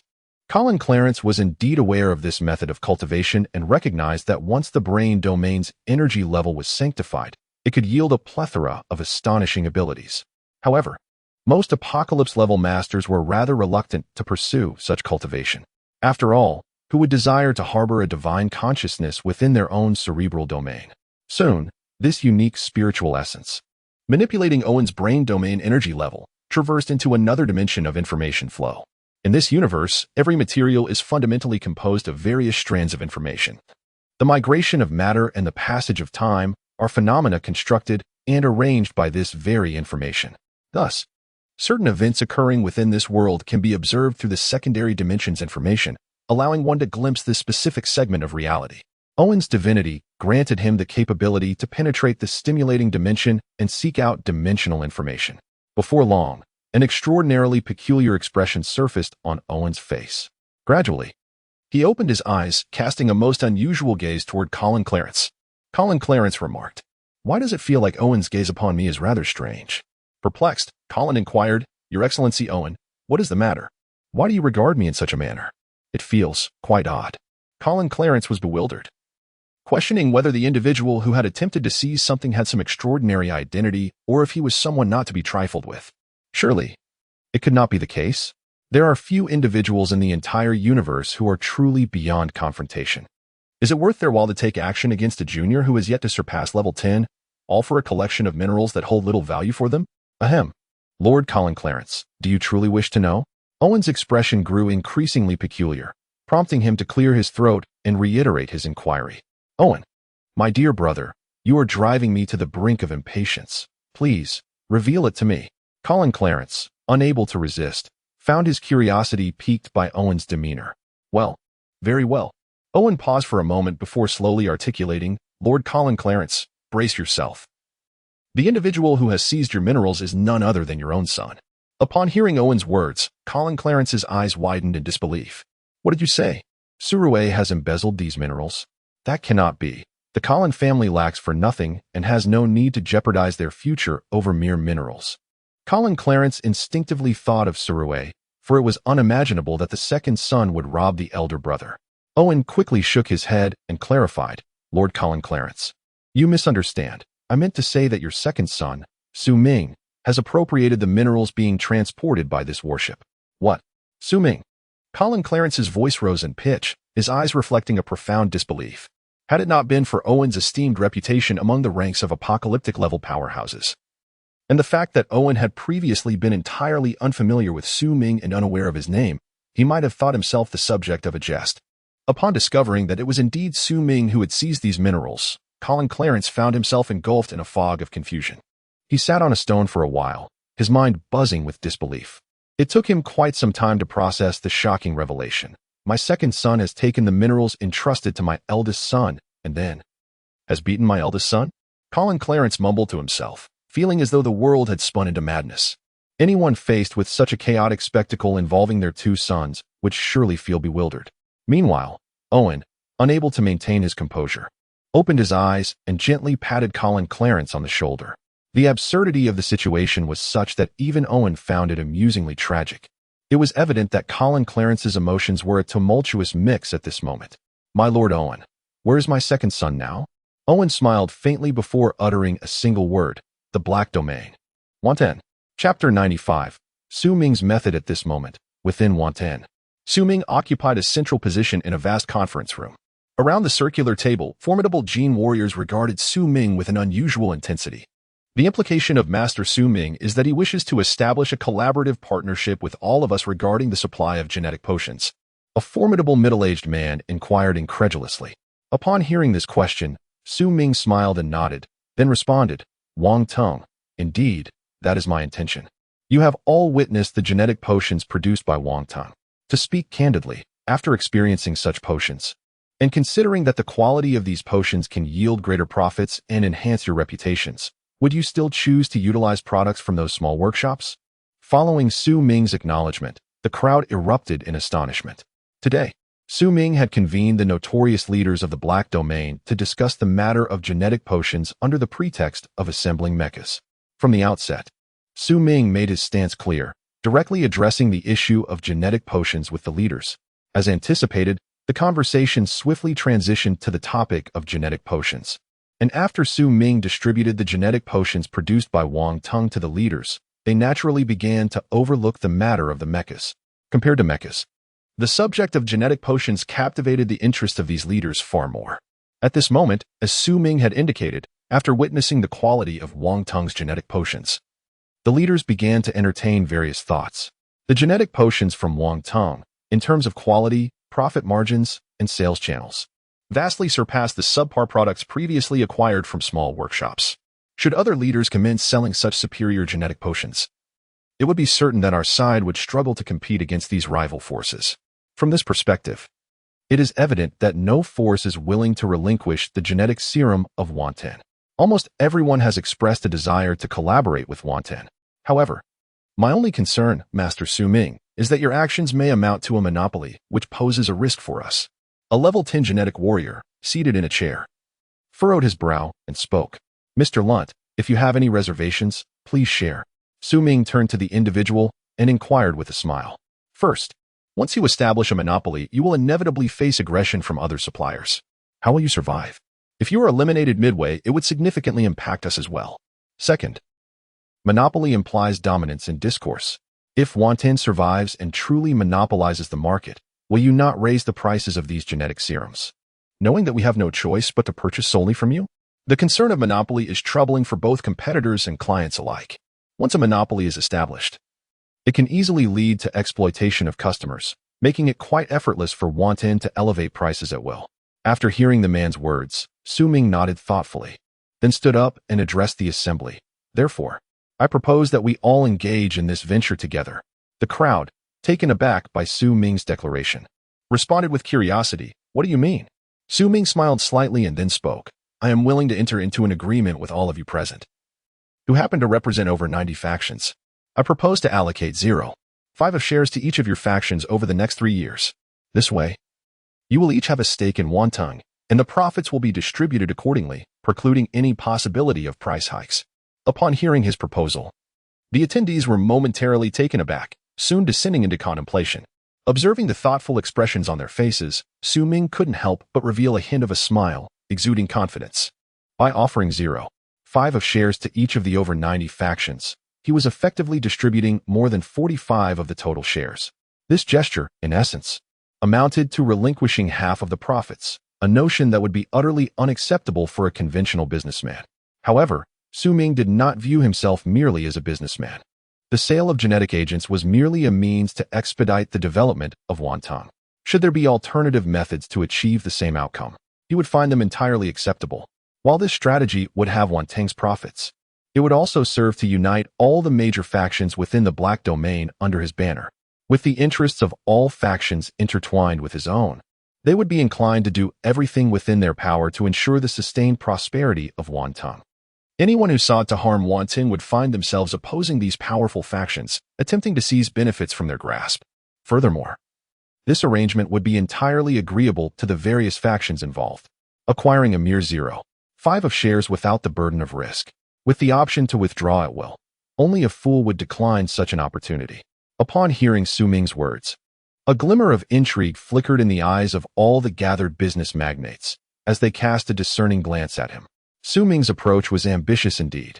He sought to unify the entire power structure of the Black Domain into a collective interest group, with Wantong at its nucleus. Once established, Wantong would inevitably thrive under the support of various factions, yielding substantial benefits for them in return.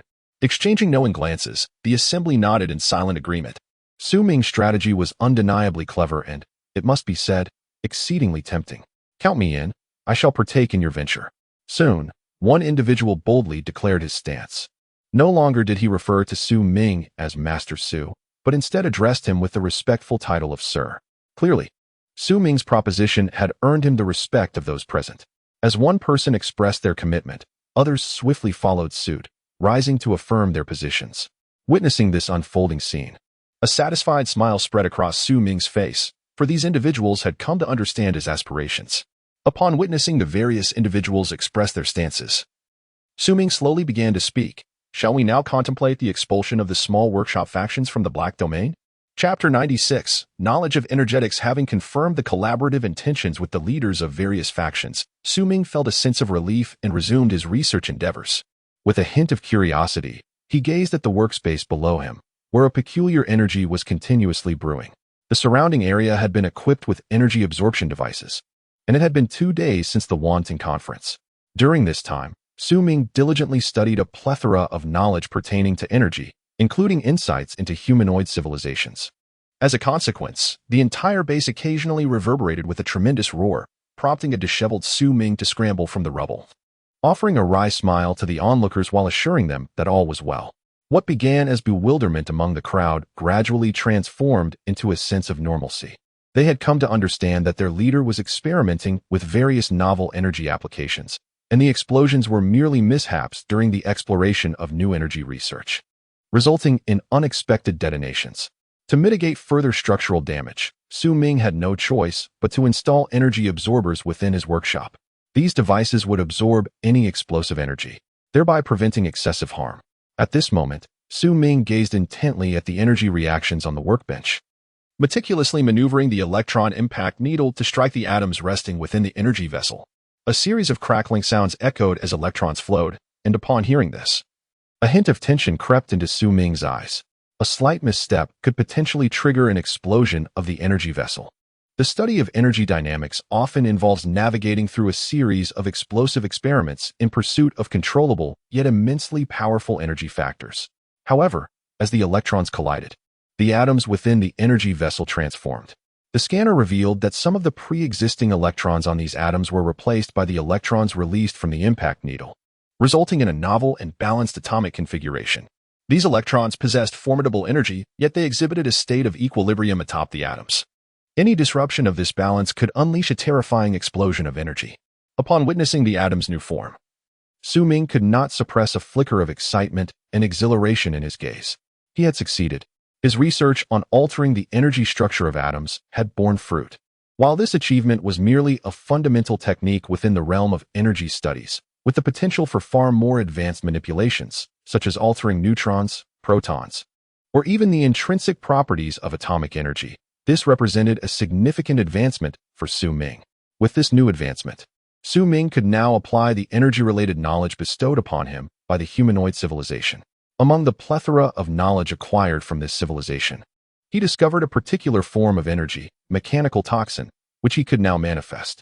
Mechanical toxin, Beginner paralytic type. Type. Energy effect. The energy of the attack is infused with mechanical toxin. Upon striking the enemy's energy shield or machinery, the toxin becomes effective. Note: applicable only to conventional energy shields. It obstructs the transmission of energy levels and damages the internal circuitry of machines. After 10 seconds, the enemy's machinery will be rendered completely inoperative and unable to be activated. Hidden effect. Once the enemy's machinery is thoroughly eroded by the toxin, a portion of the control over the mech will briefly transfer to the toxin's wielder, allowing them to manipulate the mech for self-destruction. The knowledge of energy has undoubtedly opened a new realm for Su Ming. Previously, his mastery over energy was rather limited, predominantly restricted to nuclear, electromagnetic, and thermal energy. These forms of energy, while potent in their explosive potential, exhibited rather singular characteristics, merely facilitating straightforward attacks. However, now, it must be acknowledged that the humanoid civilization's exploration of energy science surpasses that of human society. After delving into the knowledge of this civilization, Su Ming developed a profound fascination for energy science. Various forms of energy can indeed manifest distinct effects in diverse scenarios. Even the study of energy has reached its zenith, proving to be no less formidable than Mechas, with the crystalline civilization serving as a quintessential example. A wave of exhilaration coursed through Su Ming's mind. If humanity's Mechas could be integrated with the energy sciences of the other two great civilizations, would it not unleash an extraordinary potential? He could faintly envision a radiant path unfolding before him. Without hesitation, he retrieved his submother mech and proceeded to install the mechanical toxin energy converter upon it. Just as Su Ming was ardently modifying the mech, the phone abruptly rang. Surprised, he furrowed his brow slightly. Typically, he would inform everyone in advance during work hours, instructing them not to contact him unless it was of utmost importance. The sudden call left him somewhat bewildered. "What is it, Warren?" he inquired as he answered the call. Warren's large face promptly appeared on the screen, appearing breathless and exceedingly anxious. "Leader, trouble has arisen. A batch of our gene serum samples has been hijacked, and several of our brothers have been captured. They demand that you personally intervene to negotiate their release." Upon hearing Warren's words, Su Ming's expression shifted, and he promptly asked, "Do you know which organization has taken our samples?" Warren nodded and replied, "They claim to be from the Zyso family." The mention of the Zyso family sparked a surprising sense of delight within Su Ming. The Zyso family is a well-known producer of genetic pharmaceuticals within the Black Domain, representing a prominent force organized around familial ties. Under normal circumstances, one would expect Su Ming to feel apprehensive upon realizing that a top-tier power had set its sights on him. However, at this moment, a flicker of concealed delight crossed Su Ming's features. News had circulated for 2 days regarding various factions seeking to procure genetic pharmaceuticals from Wanting. Yet it was only now that they began to take action. Su Ming had patiently awaited their approach, eager for them to initiate conflict. With this development, he hesitated no longer. After ending the call, he promptly dialed several numbers anew. Chapter 97. Spatial Traction Device. The Zyso family, a distinguished power located on the ring planet of the Black Domain, primarily engages in the production of genetic pharmaceuticals. As a leading force within this realm, the Zyso family commands nearly 50% of the market share of genetic pharmaceuticals in the Black Domain, a significant portion indeed. Yet, the head of the Zyso family finds himself in a particularly foul mood. At this moment, he holds a vial of genetic pharmaceuticals, prominently labeled with the words "produced by Wanting." He cannot deny that this product far surpasses the quality of those manufactured by his own family. Even from his discerning perspective, he finds no faults. However, the absence of flaws presents a grave concern. A chilling intensity flickered in the eyes of the head of the Zyso family. On the market, there have emerged gene serums far superior to those produced by the Hisoka family, and at a more affordable price. This implies that it will not be long before the major factions within the black market will seek to procure gene serums from Wanten, rather than the Hisoka family. This is a scenario he is loath to witness. Moreover, in the past couple of days, he has caught wind of various factions contemplating a change in suppliers, opting to source their gene serums from Wanten instead. How could this be permissible? If these factions were to switch suppliers, the Hisoka family would be left to languish in obscurity. At that moment, a gene warrior approached the family head and whispered, "Head of the family, the leader of Wanten has arrived." Upon hearing this, the family head was momentarily taken aback, his confusion evident as he responded, "He truly came?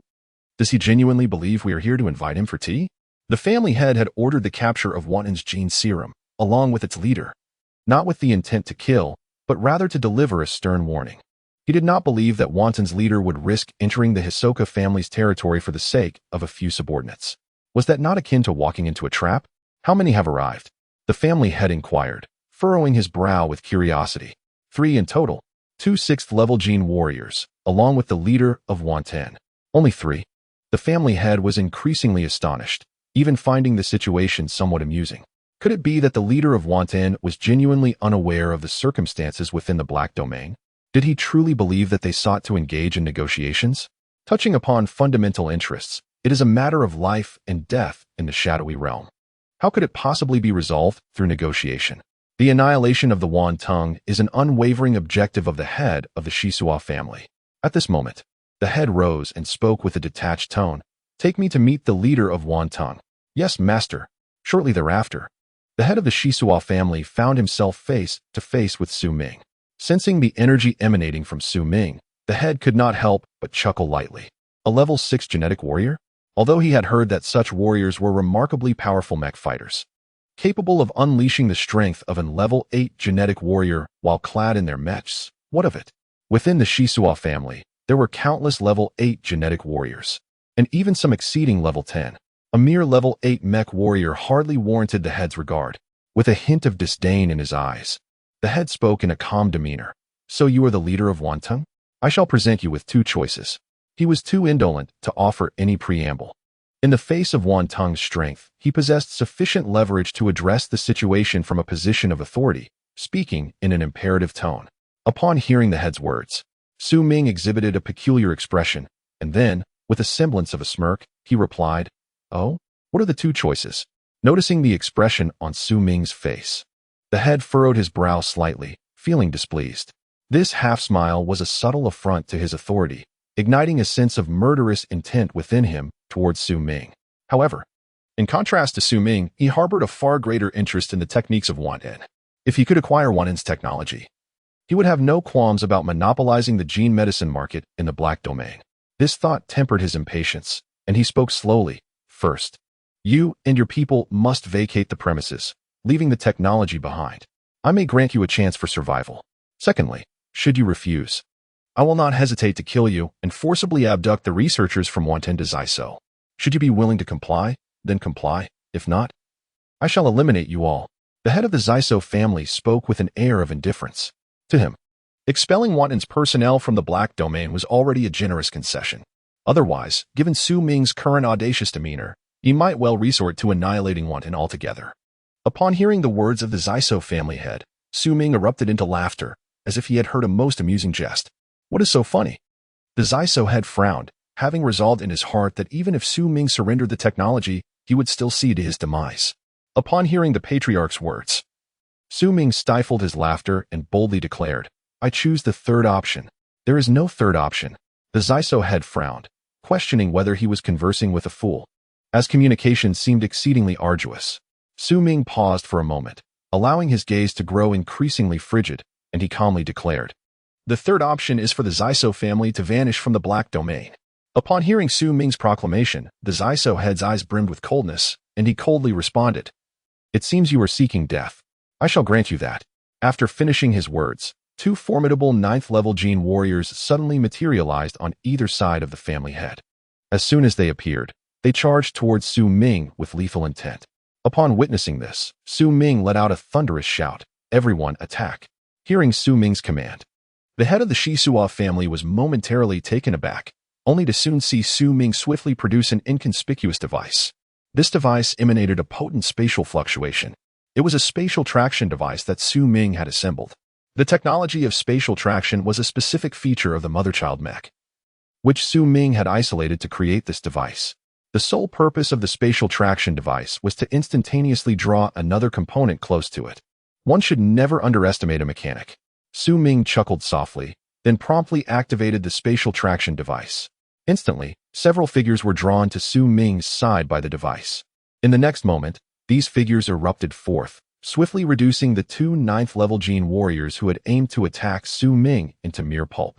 Chapter 98. The experts emerge upon seeing the emerging figures. The head of the Shisua family was utterly astonished. Who are these individuals? He gasped, his eyes widening in disbelief as he beheld the scene. Soon, however, he recognized the identities of these figures. They were none other than the prominent leaders or second-in-commands of well-known factions within the Black Domain. At this moment, they had inexplicably appeared from the mechanical device of the leader of the Wanten. Originally, the Zyso family possessed their own formidable defense system, such that even a united force of strong adversaries would find it impossible to breach without incurring significant losses. However, the astonishing revelation that a young boy had employed an extraordinary device to summon formidable experts from the various factions of the Black Domain left the patriarch of the Zyso family in a state of disbelief. What is your intention? Do you seek to wage war against the Zyso? The patriarch glared furiously at the figures emerging before him. Su Ming let out a soft chuckle, his energy level surging once more as he activated the spatial attraction device again, drawing 2 more experts into the fray. This had been meticulously orchestrated. Had the Zyso family not allowed him entry into their territory, the other factions would have been reluctant to risk their lives in a direct assault on the Zyso defenses. Thus, Su Ming had to devise every possible means to infiltrate the Zyso family. In doing so, he could successfully lure the powerful adversaries lurking outside the Zyso family into this location. Naturally, this attraction device had its limitations. It could only draw a maximum of 3 individuals at a time and could not reach those situated more than 10 kilometers away. In the vastness of the cosmos, where distances often spanned hundreds of kilometers, this proved to be of little utility, functioning effectively only on planetary surfaces. Moreover, the attraction device was not invincible. Certain energy shields endowed with spatial defense capabilities could intercept its effects. Su Ming had witnessed such functionality within the protective energy shield of the Colin family. Similarly, many noble families among the 5 great cosmic nations possessed corresponding energy shields. However, this can be considered a rather advanced and pivotal technology. Su Ming does not believe that a force from the Black Domain could configure its protective shield to serve as a defense against spatial traction. A series of faint sounds resonated, and soon, the space around Su Ming began to ripple violently.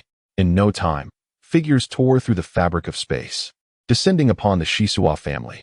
Today marks the day when Su Ming, in alliance with various forces from the Black Domain, aims to eliminate the Shisua family from the game. The device in his possession possesses the capability of spatial transmission.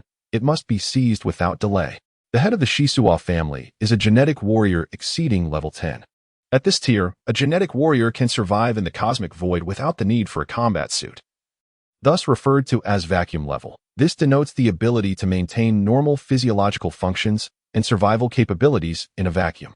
The vacuum level transcends the constraints of the 10 genetic locks, representing a complete breakthrough in the realm of life, reaching a terrifying new echelon. Upon attaining this level, one acquires an array of unimaginable abilities. Nevertheless, while he is at the vacuum level, there are also numerous adept individuals from the Black Domain who share this status. The first to be transmitted over by Su Ming were 2 vacuum-level experts from the Black Domain. Upon their sudden arrival, they swiftly reduced 2 level 9 genetic warriors to mere pulp and then charged directly towards the head of the Shisua family, engaging him in a fierce struggle.